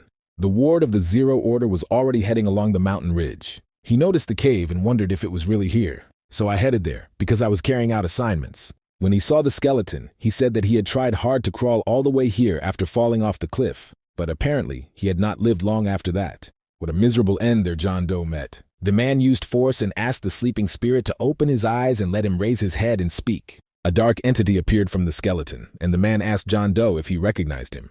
The spirit stated that before him stood Citadel, namely the assistant of the Zero Order. He doesn't understand where they are and what happened to his body. Did he really do this to him? The interlocutor said that they needed to get straight to the point, and he had been dead for a long time. He doesn't seem to remember anything, and it's probably because he just came back to life. They need to go back to the past, and he asked what his task was. The guy said he had to infiltrate the academy, and he had to introduce himself as Roger Chelici. After boarding the train, he remembers talking to another passenger, but then there was an attack, and it was a terrorist attack on the train. That same passenger was arrested, and at the moment when they tried to interrogate him, he self-destructed. Having weakened the pain shock, John used magic to take refuge in a nearby cave. He had terrible injuries from the explosion, and he could not last long without food. Citadel asked him to wait, because it turned out that something didn't add up. He then asked if it was correct to understand that he had first spoken to a passenger on the train, but this did not look like the usual John Doe. The interlocutor stated that this was not an ordinary passenger at all, because this was the man who shook the entire continent by changing his masks. Even when he investigated, the guy could only identify 3 of his identities, namely the mysterious thief Arsène Lupin, the famous detective Eugene-François Vidocq, and Machiavelli. He was also undercover that day, but after John mentioned one of his personalities, he noticed a weak reaction, albeit briefly. The interlocutor asked if this was really the Machiavelli with whose help the Kingdom of Utah won the war. If his words were to be believed, then he was definitely not an ordinary person. It's just not clear what this changes because he still has no reason to talk to someone like him. Citadel stated that it was he who had summoned him, so he should not evade the answer and let him speak right now. John was a little hesitant and said he was a fan of his, so he did it out of respect. The man said it was an unusual reason and that he seemed to have misjudged it. The guy asked not to talk about it anymore and asked what happened to his mission now. If he was dead, the ally said that everything was taken care of by his colleagues, so he shouldn't worry. And I thought, if the man John Doe is talking about is the current Roger Celici, then everything falls into place. The guy asked if he had answered all the questions. The man said it was a good job and immediately chained him up. John didn't understand what he was doing, but Citadel said that the Zero Order only ordered to find him and didn't say what to do with him after that. That's why he told his interlocutor to rest and not bother anyone else. A few moments later, the spirit that had spoken to him disappeared and there was an explosion. The man didn't know who Roger Celici really was and didn't care, but they were going to play along if he helped him get rid of the Zero Order. Renee sat in her room and said that she was more tired than usual. Perhaps it was because of the drug, because the professor said that it would not be easy. Each mage has his own mana conduction system, which allows the maximum possible amount of mana to pass through, but those who do not have channels can also cast spells. Roger talked about this and said that when they take the mana suppressor, a secret channel opens up for them to use. And if she opens this channel, the amount of mana they can use will increase dramatically, and they themselves will soon witness incredible results. It only took a week. Renee thought that in words, everything was simple, but in reality it was different, although 3 students succeeded, and she was lagging behind them. It's okay, it hasn't happened yet, because there is time, and you just need to try harder. A few days later, Roger said that the average amount of mana emitted was 12%, which they showed a week ago. And today it's already almost 36%, that is, the flow has not increased threefold. Adrian said he'd been feeling energized lately, and Flora said the daily workouts with those nasty drugs had been worth it. Freddie wondered if he was the only one feeling a growing sense of bitter resentment, and the hero did not understand why this scoundrel was staring at him. While it is good that it is over now, the students who took his instructions with due zeal made a huge contribution to the research. And now all that remains is to present them properly at the conference. In just a few days, that very conference was supposed to take place. Rachel sat in the audience, dissatisfied, thinking that she didn't even want to come here. But once she heard that Moriarty would present his own research, she simply couldn't pass by. Seeing him single-handedly destroy one of the Black Dawn branches, she was convinced that he was not in league with them, but it was unclear who he really was. The girl will be able to find out with the help of this piece of paper with his change in Mana Storm, but if the truth turns out to be not what she believed all this time, then it will be bad. The thought was interrupted by the announcer, who was announcing the next candidate. This was the last and most important speaker for today, because he knows how to make an impression. Heathcliff greeted everyone and said that his name was Roger Celici, and he was from Theon's Academy. He asked to allow him to present his research to them. He told everything and noted that in this way, as a result of 3 experimental students, the open gas increased the outgoing flow of mana threefold. The results of additional tests, which also passed successfully, indicate that this effect is not temporary. The key to this was the introduced mana suppressor. A man from the audience said that this was the first time he had seen this medicine, so could it really have been he who developed it himself? Roger noted that he created the drug, but not its recipe, since it was taken from an ancient manuscript, which he managed to restore. Those present can see on the screen the very text he is talking about. People paid attention to it, but they didn't understand what kind of language it was, because it looked quite familiar. And the hero explained that the language used here is Larsil. He was able to translate it, and thus restored the ancient recipe. Someone stood up and shouted that no one would be able to decipher this language. It was unclear how he would be able to lie in the holy mystical hall. Roger replied that this judgment was incorrect, since he had deciphered it long ago. Immediately around all the dust, memories of how he once came to the master and said that he had a question. He wants to read this language, but without her help he is afraid that nothing will come of it. The woman said what kind of language it was and noted that it was too tough for him, but the boy did not understand why. The teacher said that this was a lost language, about which almost nothing was known, and he would never read it without her. The student said that in that case he asked to be taught, but the master said that it was a boring lesson and she did not want to do it. At that time, the hero didn't like it, and he said that he would try to study it himself. The woman laughed when she heard this and told him to try harder, and at the end she added how his teacher was roasting with us and would reveal something. After this, she said that this language is composed of 3 others, so let them remember these words well. In the end, the teacher was surprised that the boy had not left his room for 3 days. She thought he would give up quickly, but this time he really set his mind to it. Heathcliff came out with huge bags under his eyes. The master said she knew he would last a long time, but he shouldn't be upset, because it was almost an impossible task. The student stunned her by saying that he had coped and completed the language adaptation, and then thanked her for her advice, because it had helped him a lot. At the conference, the professor said that Lucille's language is a mixture of 3 different languages, so it may seem that the meaning is elusive. We should take, for example, the sentence that is on the screen. In the initial translation, it is written there that it gives the blessing of light, but it cannot be taken completely. Now we should remember that in ancient times people often used words in a figurative sense, so we need to take this into account and consider the hidden meaning of these words. In the end, it simply says that the man woke up early in the morning, but he didn't manage to have a proper breakfast, and the hero hopes that this explanation is sufficient. I also asked if he had misinterpreted the recipe. Would he have been able to carry out such a test properly? Rachel didn't understand, since when he spoke in lost languages, the more often they met, the more questions she had.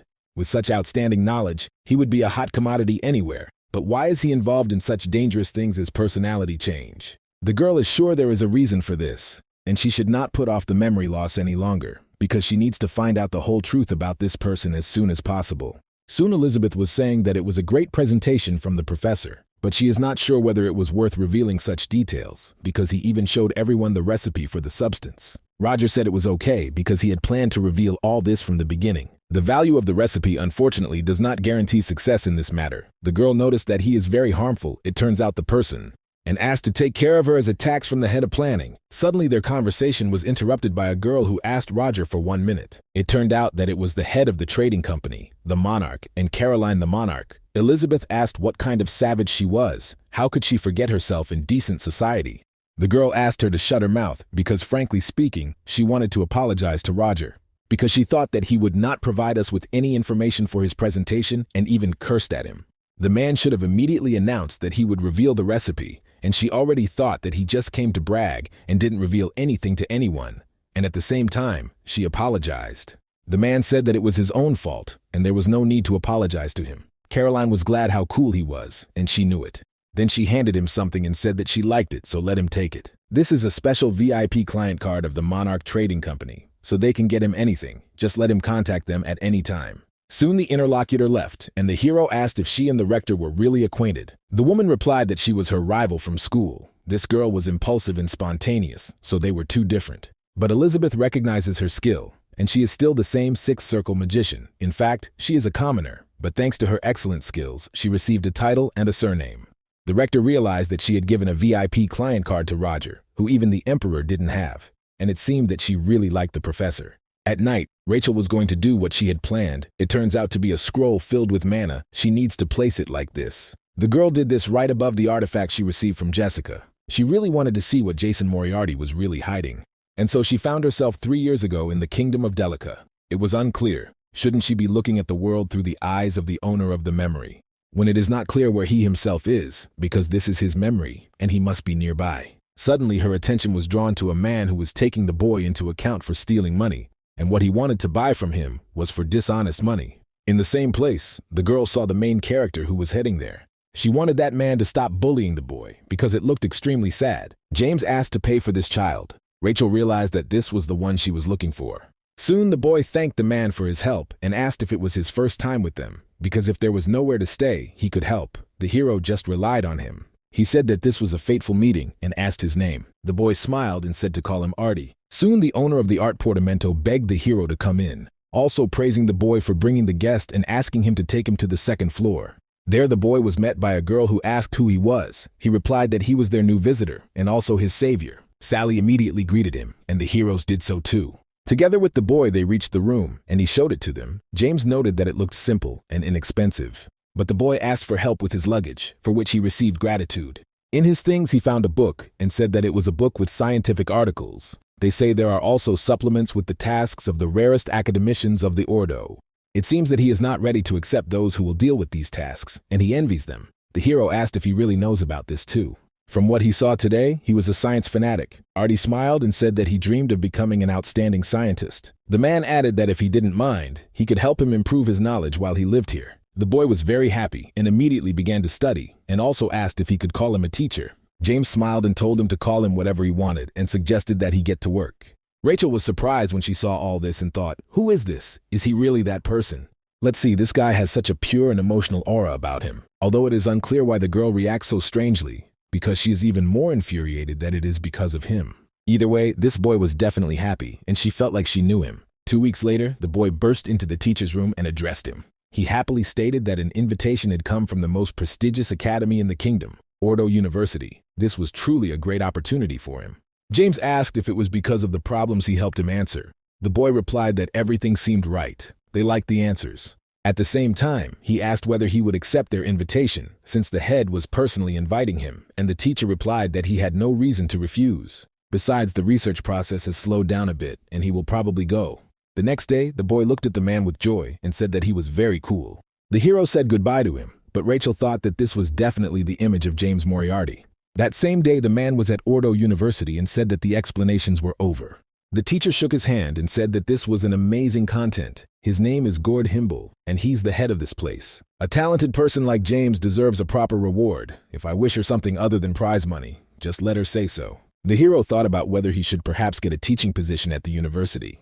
But the boss said that it would be difficult for him to give him a permanent job now, and perhaps he would be happy with a part-time job. James replied that everything suited him, and he thought that even part-time professors are provided with free access to the university's central library, so he can look for materials for research. After that, they shook hands and hoped that they would work well together. Rachel looked at the scene and wondered if this was how the story began, and he would become a notorious criminal consultant. The girl saw only this, and now the story is just beginning. This is the part that no one knew yet. But is this really what we were so eager to see? After all, this is the boring everyday life of a professor. The detective didn't understand whether he really could just sit in one place and read books. He was completely different in nature. How could she know? Suddenly someone knocked on the door and the man said that you had come in to see him. And then it turned out it was Rachel who asked if she had come to the right place. James said that everything was correct. She didn't understand who she was. She definitely wasn't his student. The girl was surprised and asked if he really didn't know who she was. This is interesting, because she is sure that rumors about her have reached him. She is Rachel Selmoy, a brilliant detective who has successfully unraveled a couple of complicated cases.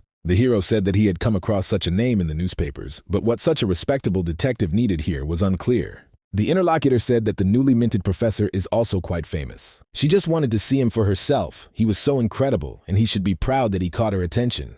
When I saw her for the sake of a man, I was shocked and thought, was she really such a show-off 3 years ago? It is clear that he looked at her with disgust. Then the girl handed over the book and said that she was here to get his autograph, that it was his book, and that he was asking to sign it. He has a rather flowing handwriting, as if written on a typewriter, and the man replied that he would consider all this a compliment. Rachel said that if graphology is to be believed, there is a high probability that he is a big perfectionist or is hiding his true identity. James didn't understand what she meant, and the girl explained that she felt like he wasn't telling her a lot about himself. The hero replied that this analysis sounded funny, but graphology, as we know, is an imprecise science. As he understands, she never finished his book, and the girl was surprised by this. And the man continued to say that it was made of such paper that the binding could easily be creased, so that one could understand up to what point she had read it. Even a genius cannot become dull if he begins to neglect reading. Rachel felt a little embarrassed and thanked the professor for his concern. Then she got ready to leave because due to the surge in criminal activity, free time was running short, and in the end James simply wished her luck in this difficult matter. When the detective looked at what had happened, she became very embarrassed and thought that he was a strong boor.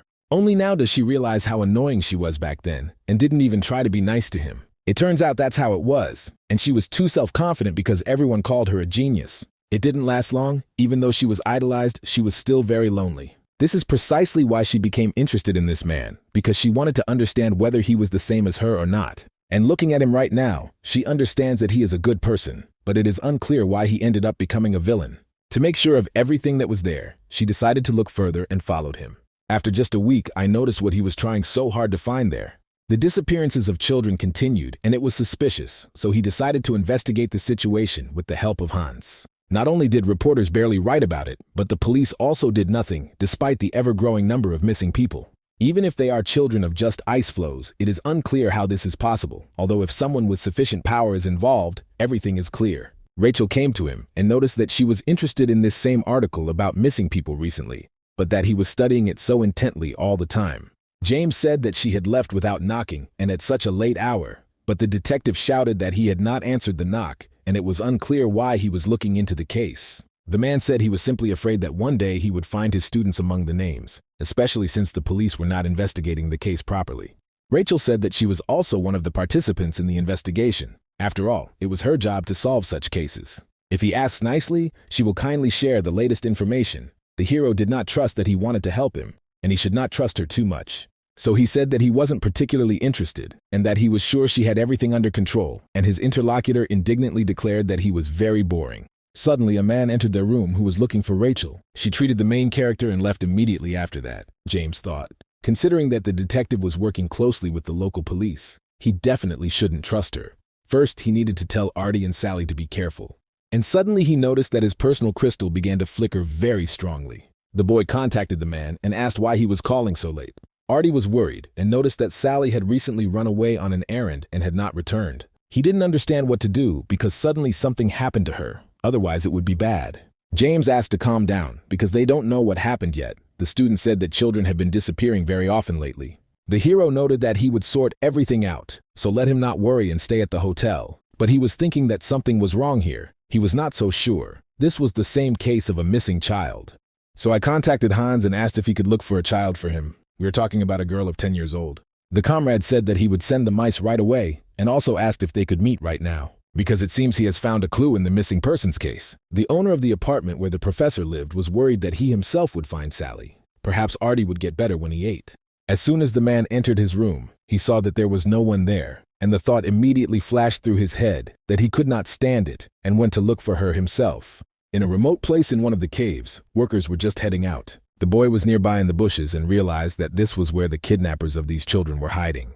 They were just stuffing the children into sacks and loading them into the cart, and he decided to secretly follow them. And if he had hesitated even for a second, there could have been problems. Although it was unclear what he could do now, he should probably go there and try to look for Sally. But this is a bad idea, because if he gets caught, everything will be over. You need to quickly retreat and ask adults for help. Suddenly, the boy turned his attention to the side and saw that there were police officers there. This was a relief for him because he could ask.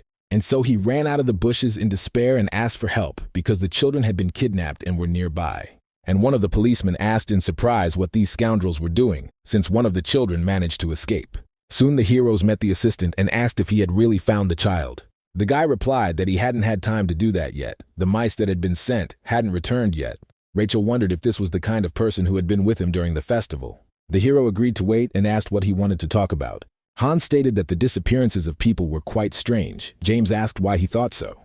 The interlocutor noted that he had received many reports of people disappearing, and it was noteworthy that only children, common people, were disappearing. Something was clearly wrong, and he decided to look deeper into the matter. So on the day when the children first started disappearing, the activity of iron buyers increased in Valtown. The hero asked if he wanted to say that this was somehow connected with the kingdom of Derman. Hans noted that this was very suspicious, but these phenomena began to occur at the same time, and the police were somehow reluctant to investigate the whole matter. The hero thought that maybe it was just a coincidence, but if it was true, why inform children who were unsuitable for physical labor? Although now is not the time to think about it, because the search for Sally is now a priority. At this time, the mouse returned to his friend and told him that they had finally found the child. So the guy reported that they didn't find this girl, but they saw other children being kidnapped, and they also saw a boy who secretly entered the kidnapper's cart. After these words, the man immediately thought that it could be Artie. That's why he shouted to his comrade that they needed to move there immediately. He agreed and said that he didn't want to turn into a werewolf, but now was not the time to think. Rachel was surprised when she saw what happened, because she didn't understand why he undressed and pierced his hand with a fang. And immediately after that, he became a werewolf, and they ran away somewhere together with James. Although it was clear that now was not the time to be surprised, because it was necessary to hurry after them. After some time, Artie woke up in an unfamiliar place and could not understand where he was and why he could not move. Suddenly, I heard a man asking me to be careful with him because he might die before the experiment. The boy realized that he was being dragged, and he had previously asked the police for help, but they hid him, although they would think that the police were in cahoots with these scoundrels. On the way, the boy saw a stone near him, so he grabbed it and immediately threw it towards the policeman. Then he shouted at this scoundrel to immediately return his sister to him. But the man became very angry because of this act, and asked if this ragamuffin really didn't know his place. Then he and another policeman beat the guy very badly until he bled. And in the end, they came to the conclusion that it wasn't even scary that he would die, since they were going to be thrown out anyway. At the same time, the main character made his way here and looked at the boy's body with horror. The police realized that it was Professor Moriarty, but it was unclear how he could find them in general. James completely ignored the police and walked up to the boy, trying to ask him to open his eyes. At that moment, Artie woke up and apologized to the professor for what happened, and the hero asked him not to talk. But the boy continued to say that he did not listen to him and was a bad boy. The teacher again shouted not to talk, because that would make things worse. But Artie's awareness was already lazy at that moment, and he only asked the professor to take care of his sister.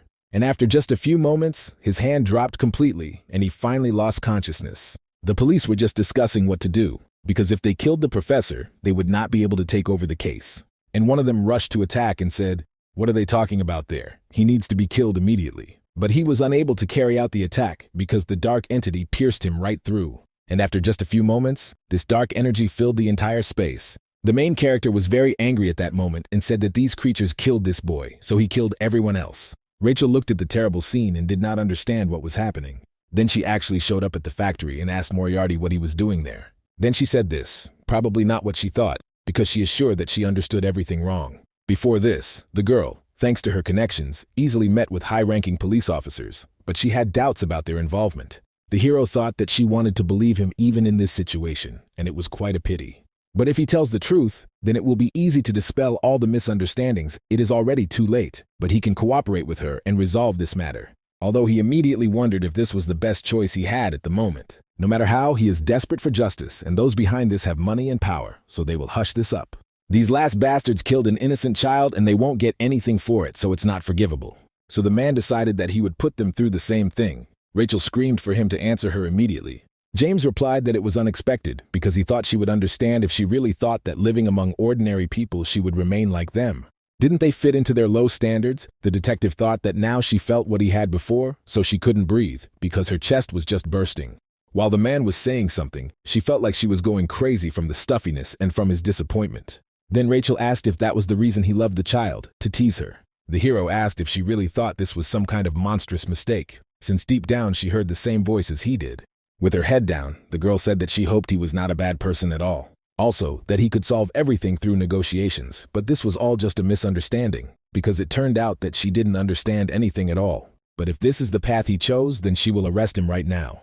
The protagonist confidently declared that she should do it right now, and deep down he told the boy to wait a little longer. No matter the cost, he will still put an end to everyone involved in this matter, even if it means his own demise. At that moment, the girl immediately rushed to attack, using her power, and the heroes did not lag behind either. So at that moment, their forces collided and a huge explosion occurred. Rachel thought she couldn't let her guard down. She was unlikely to defeat him with something like that. Using his instant attack, the hero knocked the magic wand out of his hands. But the girl did not lose her head and immediately captured it with the help of one element. And then she attacked him with the fire element, with which he attacked and defended himself. Then the man did not understand how she managed to control the water in the air if she lost her wand.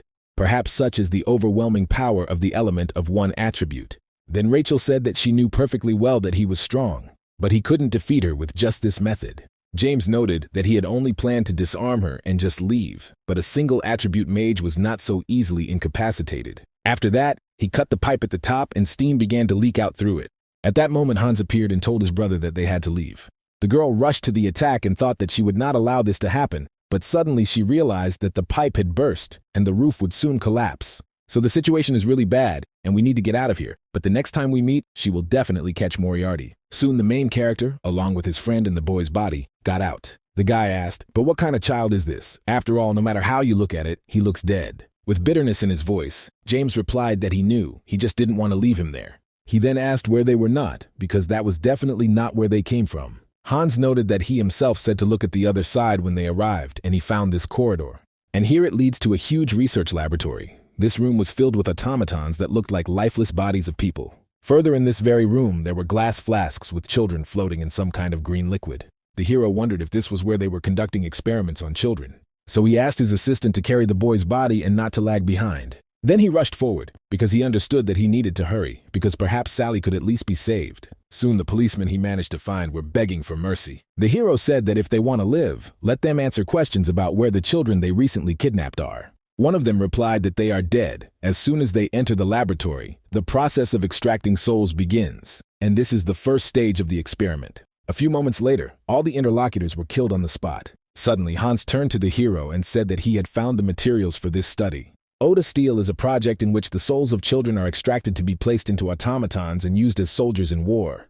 After many experiments, they achieved their first success, and the first soul successfully migrated, and the code name of this soul is Beta. James was very surprised and could not think that the authorities were involved in such a terrible experiment. Then he turned to his comrade and said that perhaps this was the way to get Artie back. Soon the hero said that he was not going to change his soul, like those scoundrels. He just wanted to transplant it into the last empty alpha prototype. If he had known he would have to do this, he would have left a couple of prototypes, but there should still be enough materials. And while the soul is moving, he will study the case materials in detail. And he also plans to kill everyone who took part in it. Of course, the man knew that this would happen, but he doesn't know where to start. The first is a supply line of rare materials from which automatons are made. Since this is a top-secret project, there is a high probability that their mine is disguised as an abandoned facility. Hans said that he would find out if there were any. The hero agreed to this and noted that he would look for clues in the records. Looking again at the boy's body, he apologized to him for not being able to fulfill his last request. The events continued the following night at an abandoned rare metal mine.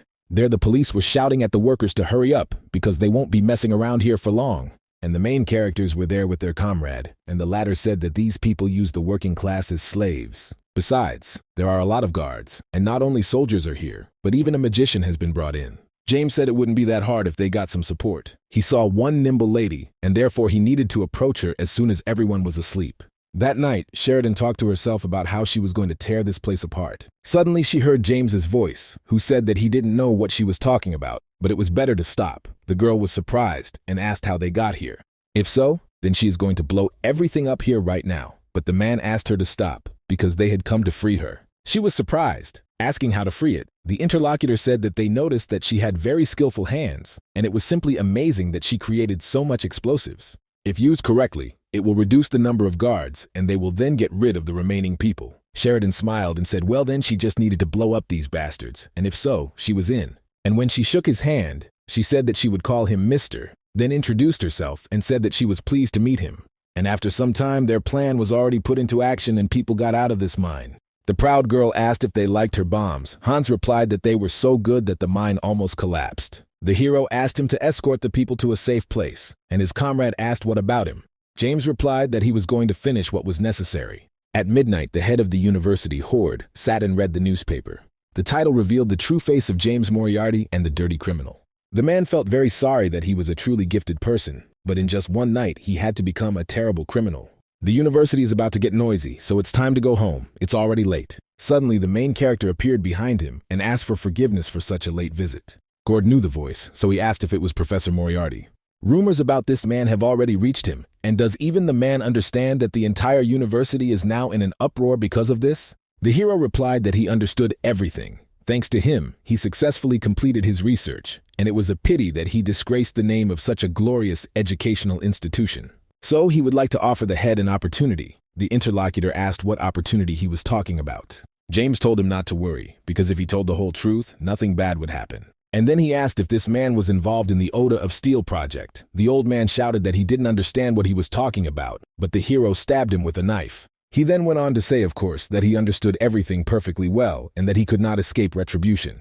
If it was so difficult for him to answer this question, he would ask another one. Let him tell about everyone involved in this matter. But the leader resisted. The hero replied that in that case he was forced to force him to tell. The detective had already run to that place and thought that everything was bad.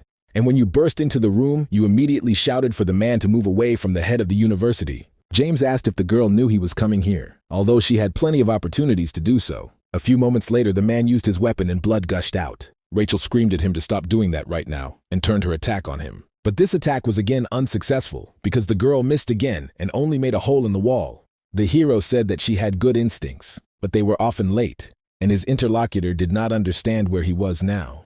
James continued talking and asked her to guess, but he recommends not to pursue him anymore. The detective noted that he must understand perfectly well that she would not give up so easily, and in response, she heard that in that case, he should try to catch him with all his might. And the hint is that his next target is in the main capital of Dartansa. She of course may believe it, or she may not believe it. The girl shouted that she accepted his challenge and that he should just wait a little. The next day, reading the newspaper headline, Hans said that his brother had committed the murder of the head of the university, and then there was a press conference about non-human slaves. But it is unclear what will happen if they are caught again, the hero said not to worry, because now the people know that they can act as they want. Suddenly Sheridan came to them and said that she had made a rope launcher. A man no longer needs to carry a rope with a hook as long as he has this. The hero said that it was incredible, because she had finished it in just a couple of hours. Soon Hans asked if he understood correctly that they were now going to Dartangs, and also wondered what their purpose was there. James said that he had suspected something while reading the Ode of Steel Materials. An army of automatons is a dangerous thing, but they can do quite a lot on their own. Even if you create enough of these creatures, they won't be able to defeat even half of the world's magicians. Moreover, given the silence of fire, mages remain a formidable force in combat today. One only has to activate it and all firearms will become useless. That's why they were probably concerned about something to counter it. And as the man suspected, gunpowder had already been created that was immune to the silence of fire. The comrade shouted that it would be really effective against mages, the hero said. Everything is correct considering the number of factory workers in this place. I'm sure that the head of Himbel knew the answers, but he didn't say a word. So we'll have to find a factory to produce this gunpowder ourselves. Suddenly Sheridan asked if there really was such a special gunpowder. She in turn knows how to smell gunpowder very well, and perhaps she could help them somehow. And in the evening, on site, it was said that there was a smell of white gunpowder in front, which is not often used in industry. The protagonist looked ahead and did not understand what was wrong with this factory. Hans said that he knew the man. In front it was Lieutenant General Ghetto Davino, is also a military man. The guy remembers this name, since they often write about it in the newspapers. James noticed that the military came here, and that means Hans should launch mice under the van. Suddenly Sheridan asked if maybe they should just tear the place apart. The hero said that if they were not fools, then they probably enveloped this place in the silence of fire, but then it was unclear what they would do with such a level of security. The man said he had a plan, and to start with, he would find out where the gunpowder itself was stored. The subordinates immediately noticed that it was not difficult, and the mice told him that the storage facility was located right in the center of this factory. Upon hearing this information, James said that knowing the location was enough and asked to move away. Then he used his magic at the designated coordinates ahead, and a few moments later, in that very right place, a huge explosion thundered. The subordinates were surprised by how powerful the explosion was. James stated that he calculated the coordinates of the warehouse's location and planted fireworks there, a type of magic control used at Ordo University. They've already finished here, so they can leave, since all the gunpowder has been burned. Moments later, Rachel arrived on the scene, desperately saying that she had found nothing suspicious.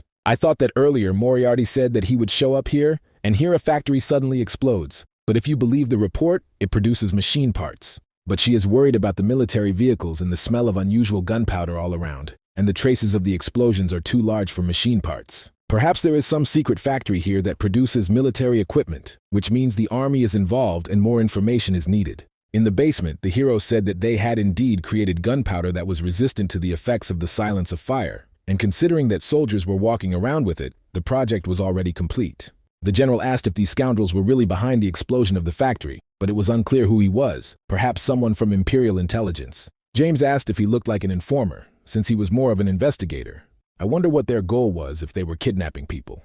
Ghetto was horrified that it was probably this man who had cut off the oxygen to their project. But it is not clear who cares about the deaths of this scum. Only thanks to the war, their kingdom, iron and flourished, so it is simply necessary to return to the old days. The hero said that he didn't want to hear anything else, because it was disgusting. It was all in vain. He let him open his mouth, and then a shot rang out. Soon, newspaper headlines reported that 6 military leaders had been killed, and Detective Rachel accused James Moriarty of all these brutal murders. She also arrests those involved. Police officers who were in power were arrested for suspicious activities and prohibited research. But in the end, everyone agreed that James was behind it. Rachel sat in the banquet hall and was shocked because they accused this man without even consulting the one who was stalking him and just wrote such an article.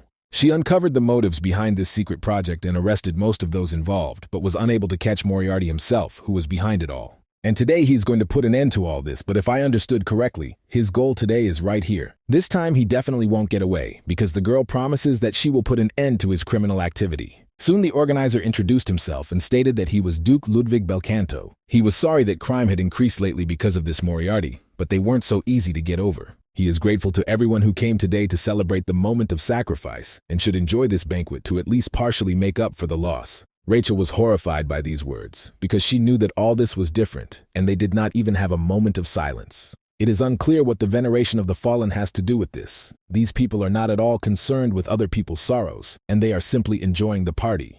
Suddenly, some guy approached the girl, but she apologized and said that she wanted to be alone. I thought that I had asked her not to bother me without reason, because she was only here for the food. That scoundrel Moriarty is probably somewhere nearby, waiting for his time to come, and rather than languish in anticipation, it's better to immediately stay close to the Duke.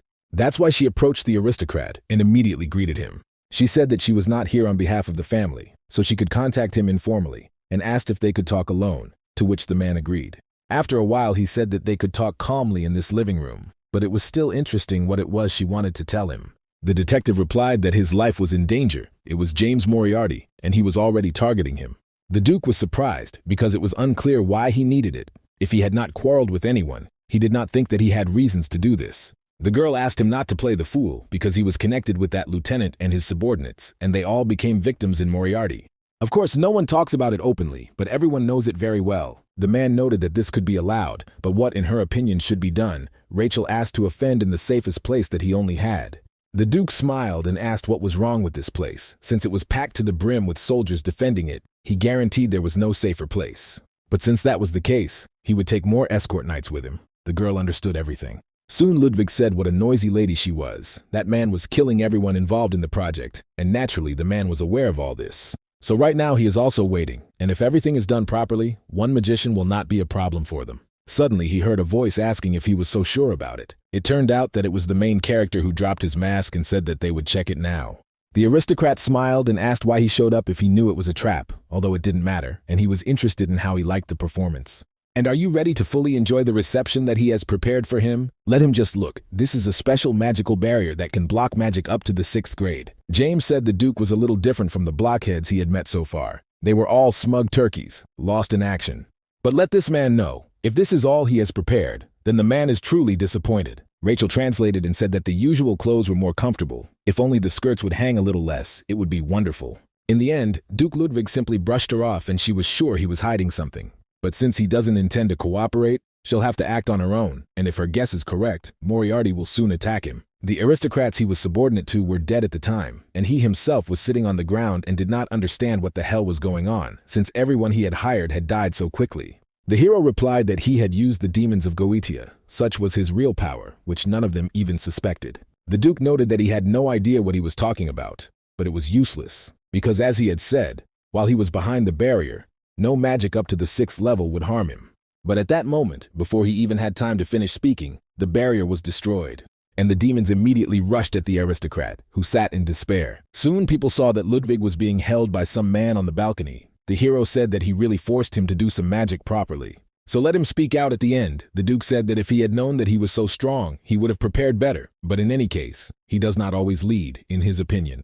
The man can destroy everything, but he misses one thing. The Oda Stali Automaton Industrial Complex. Before Moriarty came here, he sent his cleaners there. The hero was angry with him at that moment. Energy appeared behind his back. Ludwig realized it was Rachel and immediately asked her to help quickly. Indeed, it was the girl who said that she was right, but she would not repeat the mistakes again and would catch this man. Right now, this estate is surrounded by a water dome from the nearby lake, so he can no longer escape from this girl. The hero realized that this was incredible and becoming dangerous. He didn't think that he would encounter her at the very moment when he had spent most of his mana.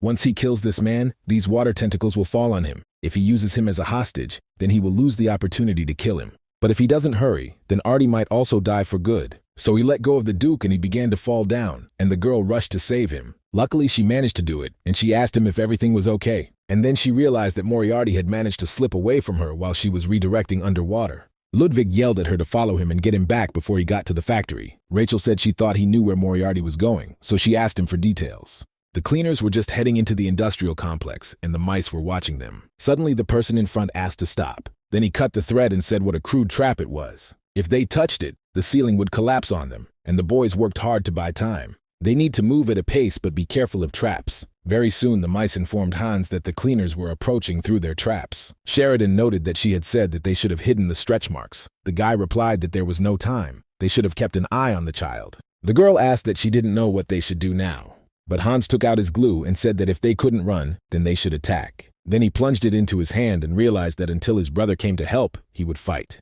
And the heroes were already heading here and mentally begging to do everything in his power until he arrived. The remaining man said that all of his subordinates were dead, so they shouldn't expect a quick death. Sheridan noted that they were out of explosives, and that was bad. Hans told her to run, and he would join as soon as he bought some time. But the opponent did not stop and immediately rushed to attack them. And when he tried to attack his subordinates, the main character immediately appeared and pierced him with a blade. Sheridan, as well as Hans, were very glad that their chief had appeared. The hero said that they held up well. But I wonder what's going on with the experiment. The informant noted that the transfer was successfully completed, but it needs a little time. Suddenly, everyone heard some strange sound and something was shaking right above them. James said they had to leave, and the subordinate asked him what about him. The hero asked not to worry about him because he would cope quickly. The man knew Rachel would follow him and probably decided to go for it from above. Soon he said, "What barbarity, isn't it customary to knock first?" She always gets in his way and probably wants to grab him so badly. The girl said that of course she wanted to, because a detective's job is to put a criminal in jail, and he certainly didn't think that she would just leave him alone. Who would have known that there was such a laboratory under the place of their first battle, even though it was so dark here? This time Moriarty doesn't run away, but deliberately waits for her here, probably planning something. The hero stated that she was simply talking nonsense, and then he asked her if she was tired of chasing him all this time. The detective must understand perfectly well that she won't be able to catch him so easily, but then why dream about the impossible and let him just accept it? The girl said that he himself gave her money for vodka, where to look for him, so why did he change his mind so suddenly? Perhaps there is something keeping him here, namely something that is supposed to protect. James wondered if she'd noticed. Even though Hans and Sheridan had already moved on, he had no idea when Artie's synchronization would be complete. Although he is far from being in the best shape now and has wasted most of his resources just to get here. Rachel thought she had been up for several nights chasing him. Most of her mana was spent raising a ton of water at the banquet. Both opponents were weakened at that moment, so there was every chance to win. And after just a few moments, they did not collide with each other. The hero used third-level magic, namely the breath of the Ice Queen. Rachel realized that ice was also, yes, but how hard it was to control water when you saw ice. Although it doesn't matter, because there is enough water under her control, even he wasn't able to freeze all of that water. The man understood that he could continue to freeze the water, but its creator magician didn't care, so it was useless. There was no choice, and he had to hit it directly. So I immediately used the magic of the 5th stage, namely the lightning ballista. The rival screamed that it wouldn't work and immediately summoned a water guard. He stood up and began to protect her without settling down. Soon the hero saw that the laboratory had been damaged and realized that it could be damaged. So Artie is in danger, so he rushed there. The girl asked if he was running away again, although this time he couldn't get away. But I saw that the laboratory was deteriorating even more. James looked to see that the synchronization was almost complete. They needed to pick him up and get out of here. So he looked at the boy's real body and sadly apologized to him. Rachel ran into the lab and didn't understand where he had gone. The man had rushed so desperately, and he was definitely hiding something here. Although the situation was bad, and she needed to get out of here before she was buried, she soon saw some kind of cavity between the walls. So I went there and thought, is there really something so important here that it needed to be hidden in the wall? Then I saw a girl who was lying in a capsule and didn't understand who it was. The main character at this time, using his spatial teleportation magic, was nearby. He realized that he had overdone it with his mana expenditure, but now was not the time to writhe in pain. Then he used the medicine and approached the boy, because time was running out while Rachel was on his tail. Now he needed to check if the synchronization was successful, just to avoid another place to start. He used his power again and promised Artie that he would return soon. And 15 minutes later, he himself was standing on the edge of a large waterfall. That's exactly where the tired Rachel was led, and said that Moriarty had nowhere else to run. The man noticed what a beautiful waterfall it was. It was one of the brightest sounds of nature. So does she know what this waterfall is called? Rachel said it's unlikely anyone has ever come here. I'm sure it has no name. James said then it's Nameless Falls and they'll call it Reichenbach. After all, it is in this place that everything will end for them and Rachel. Then he asked where her attacks were, although she probably had no more deception left. The girl was very tired and said that he still had her. The hero said that her powers were not that great, but now she was in a much more dangerous situation than he was. Having faced a mana deficit for the first time, she clearly cannot compete with him in this state. Victory was almost guaranteed, but the girl didn't like it at all. She felt that this man didn't understand how much she had gone through to corner him, and she wouldn't give in that easily. Without thinking, she attacked, continuing to draw mana from herself, which confused him. He didn't even have time to try to block the swift attack, which was too fast for him. Suddenly, he looked ahead and saw that the girl was almost next to him. The next moment, Rachel rushed at him and fell off the cliff with him. The hero asked in horror if she had gone mad, because she would also die if she stayed with him. She replied that she didn't care because she was ready to sacrifice herself to punish him for all his evil deeds. Gradually, her consciousness grew dim, but she understood that she needed to hold on a little. When she lost consciousness, the hero used a rope and grabbed the cliff, saving her at the last moment. He held her hand tightly and said that Rachel had won because justice had prevailed after all. The news reported that the detective had finally caught James Moriarty, and the fight with him had broken out at the waterfall. Brave Rachel jumped off the cliff with Moriarty, defeating the evil criminal, and she herself miraculously survived and was taken to the hospital. In the hospital, reading the news, she thought that perhaps she really had won. But the fact that she survived the fall into the waterfall only confirmed that he could have survived too. A nurse entered the room, happily announcing that she had woken up. The girl smiled gratefully, but did not understand what exactly she was being thanked for. The nurse replied that she had rid everyone of the evil genius, and now people could sleep peacefully. From the window, one could hear the joyful cries of people who came to visit their heroine after reading the article about her. Rachel saw people celebrating her victory, thinking that they were now safe. She waved her hand at them, but her soul remained uneasy. Rachel soon found herself in front of the Duke, who apologized for disturbing her. He then asked if James Moriarty was really dead, as officials had said. The girl confirmed that he was officially declared dead, but the interlocutor asked what it meant, officially. Rachel explained that his body had not been found, and so she was not sure he was dead. The man was very worried about this, but she said that if nothing else was needed, she was ready to leave.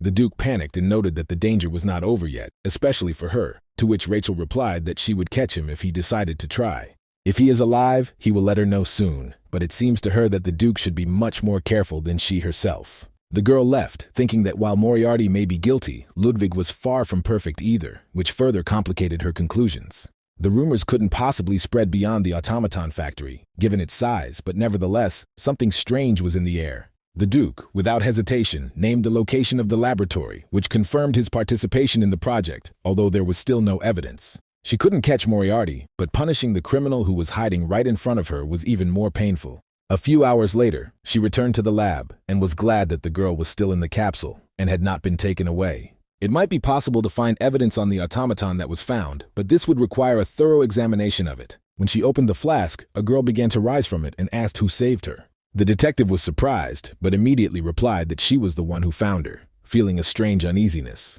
In the shelter, they discussed that the hero had spared Ludwig, which caused bewilderment among his allies, because he did not deserve mercy. The hero was going to kill him, but seeing him shaking with fear, he realized that for Ludwig, this was the worst punishment, to live in fear.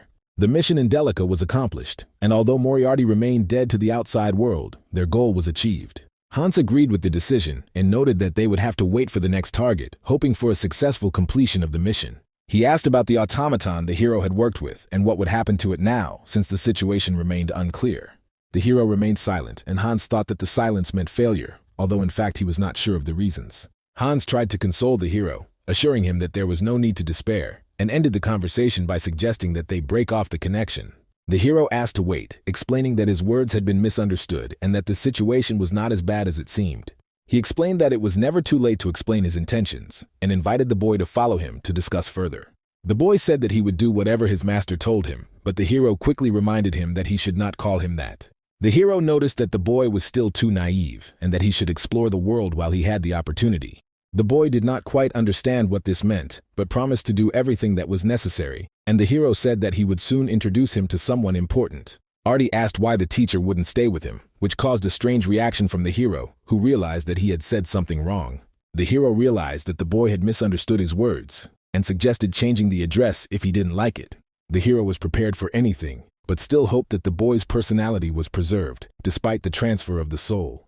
He wanted the boy to start calling him teacher again, hoping that he remembered everything and his soul was not lost. He asked not to call him teacher, because he has things to do, and they will not stay together for long, so they need to decide on a name. The boy said that he didn't mind being called Alpha, or that he preferred another name that suited him. The hero thought, because the boy's soul belonged to someone else, and he wanted this name not to disappear without a trace. He decided that he would now call him Arfa, hoping that this name would give the boy a chance at a new life. The boy said that the name was familiar to him and that he liked it, which became the first step towards their new relationship. He promised to do everything not to let the hero down, despite the difficulties, and was ready to fight for his role. The hero said that everything had been discussed at this point, and they should go, ready for new challenges and important decisions.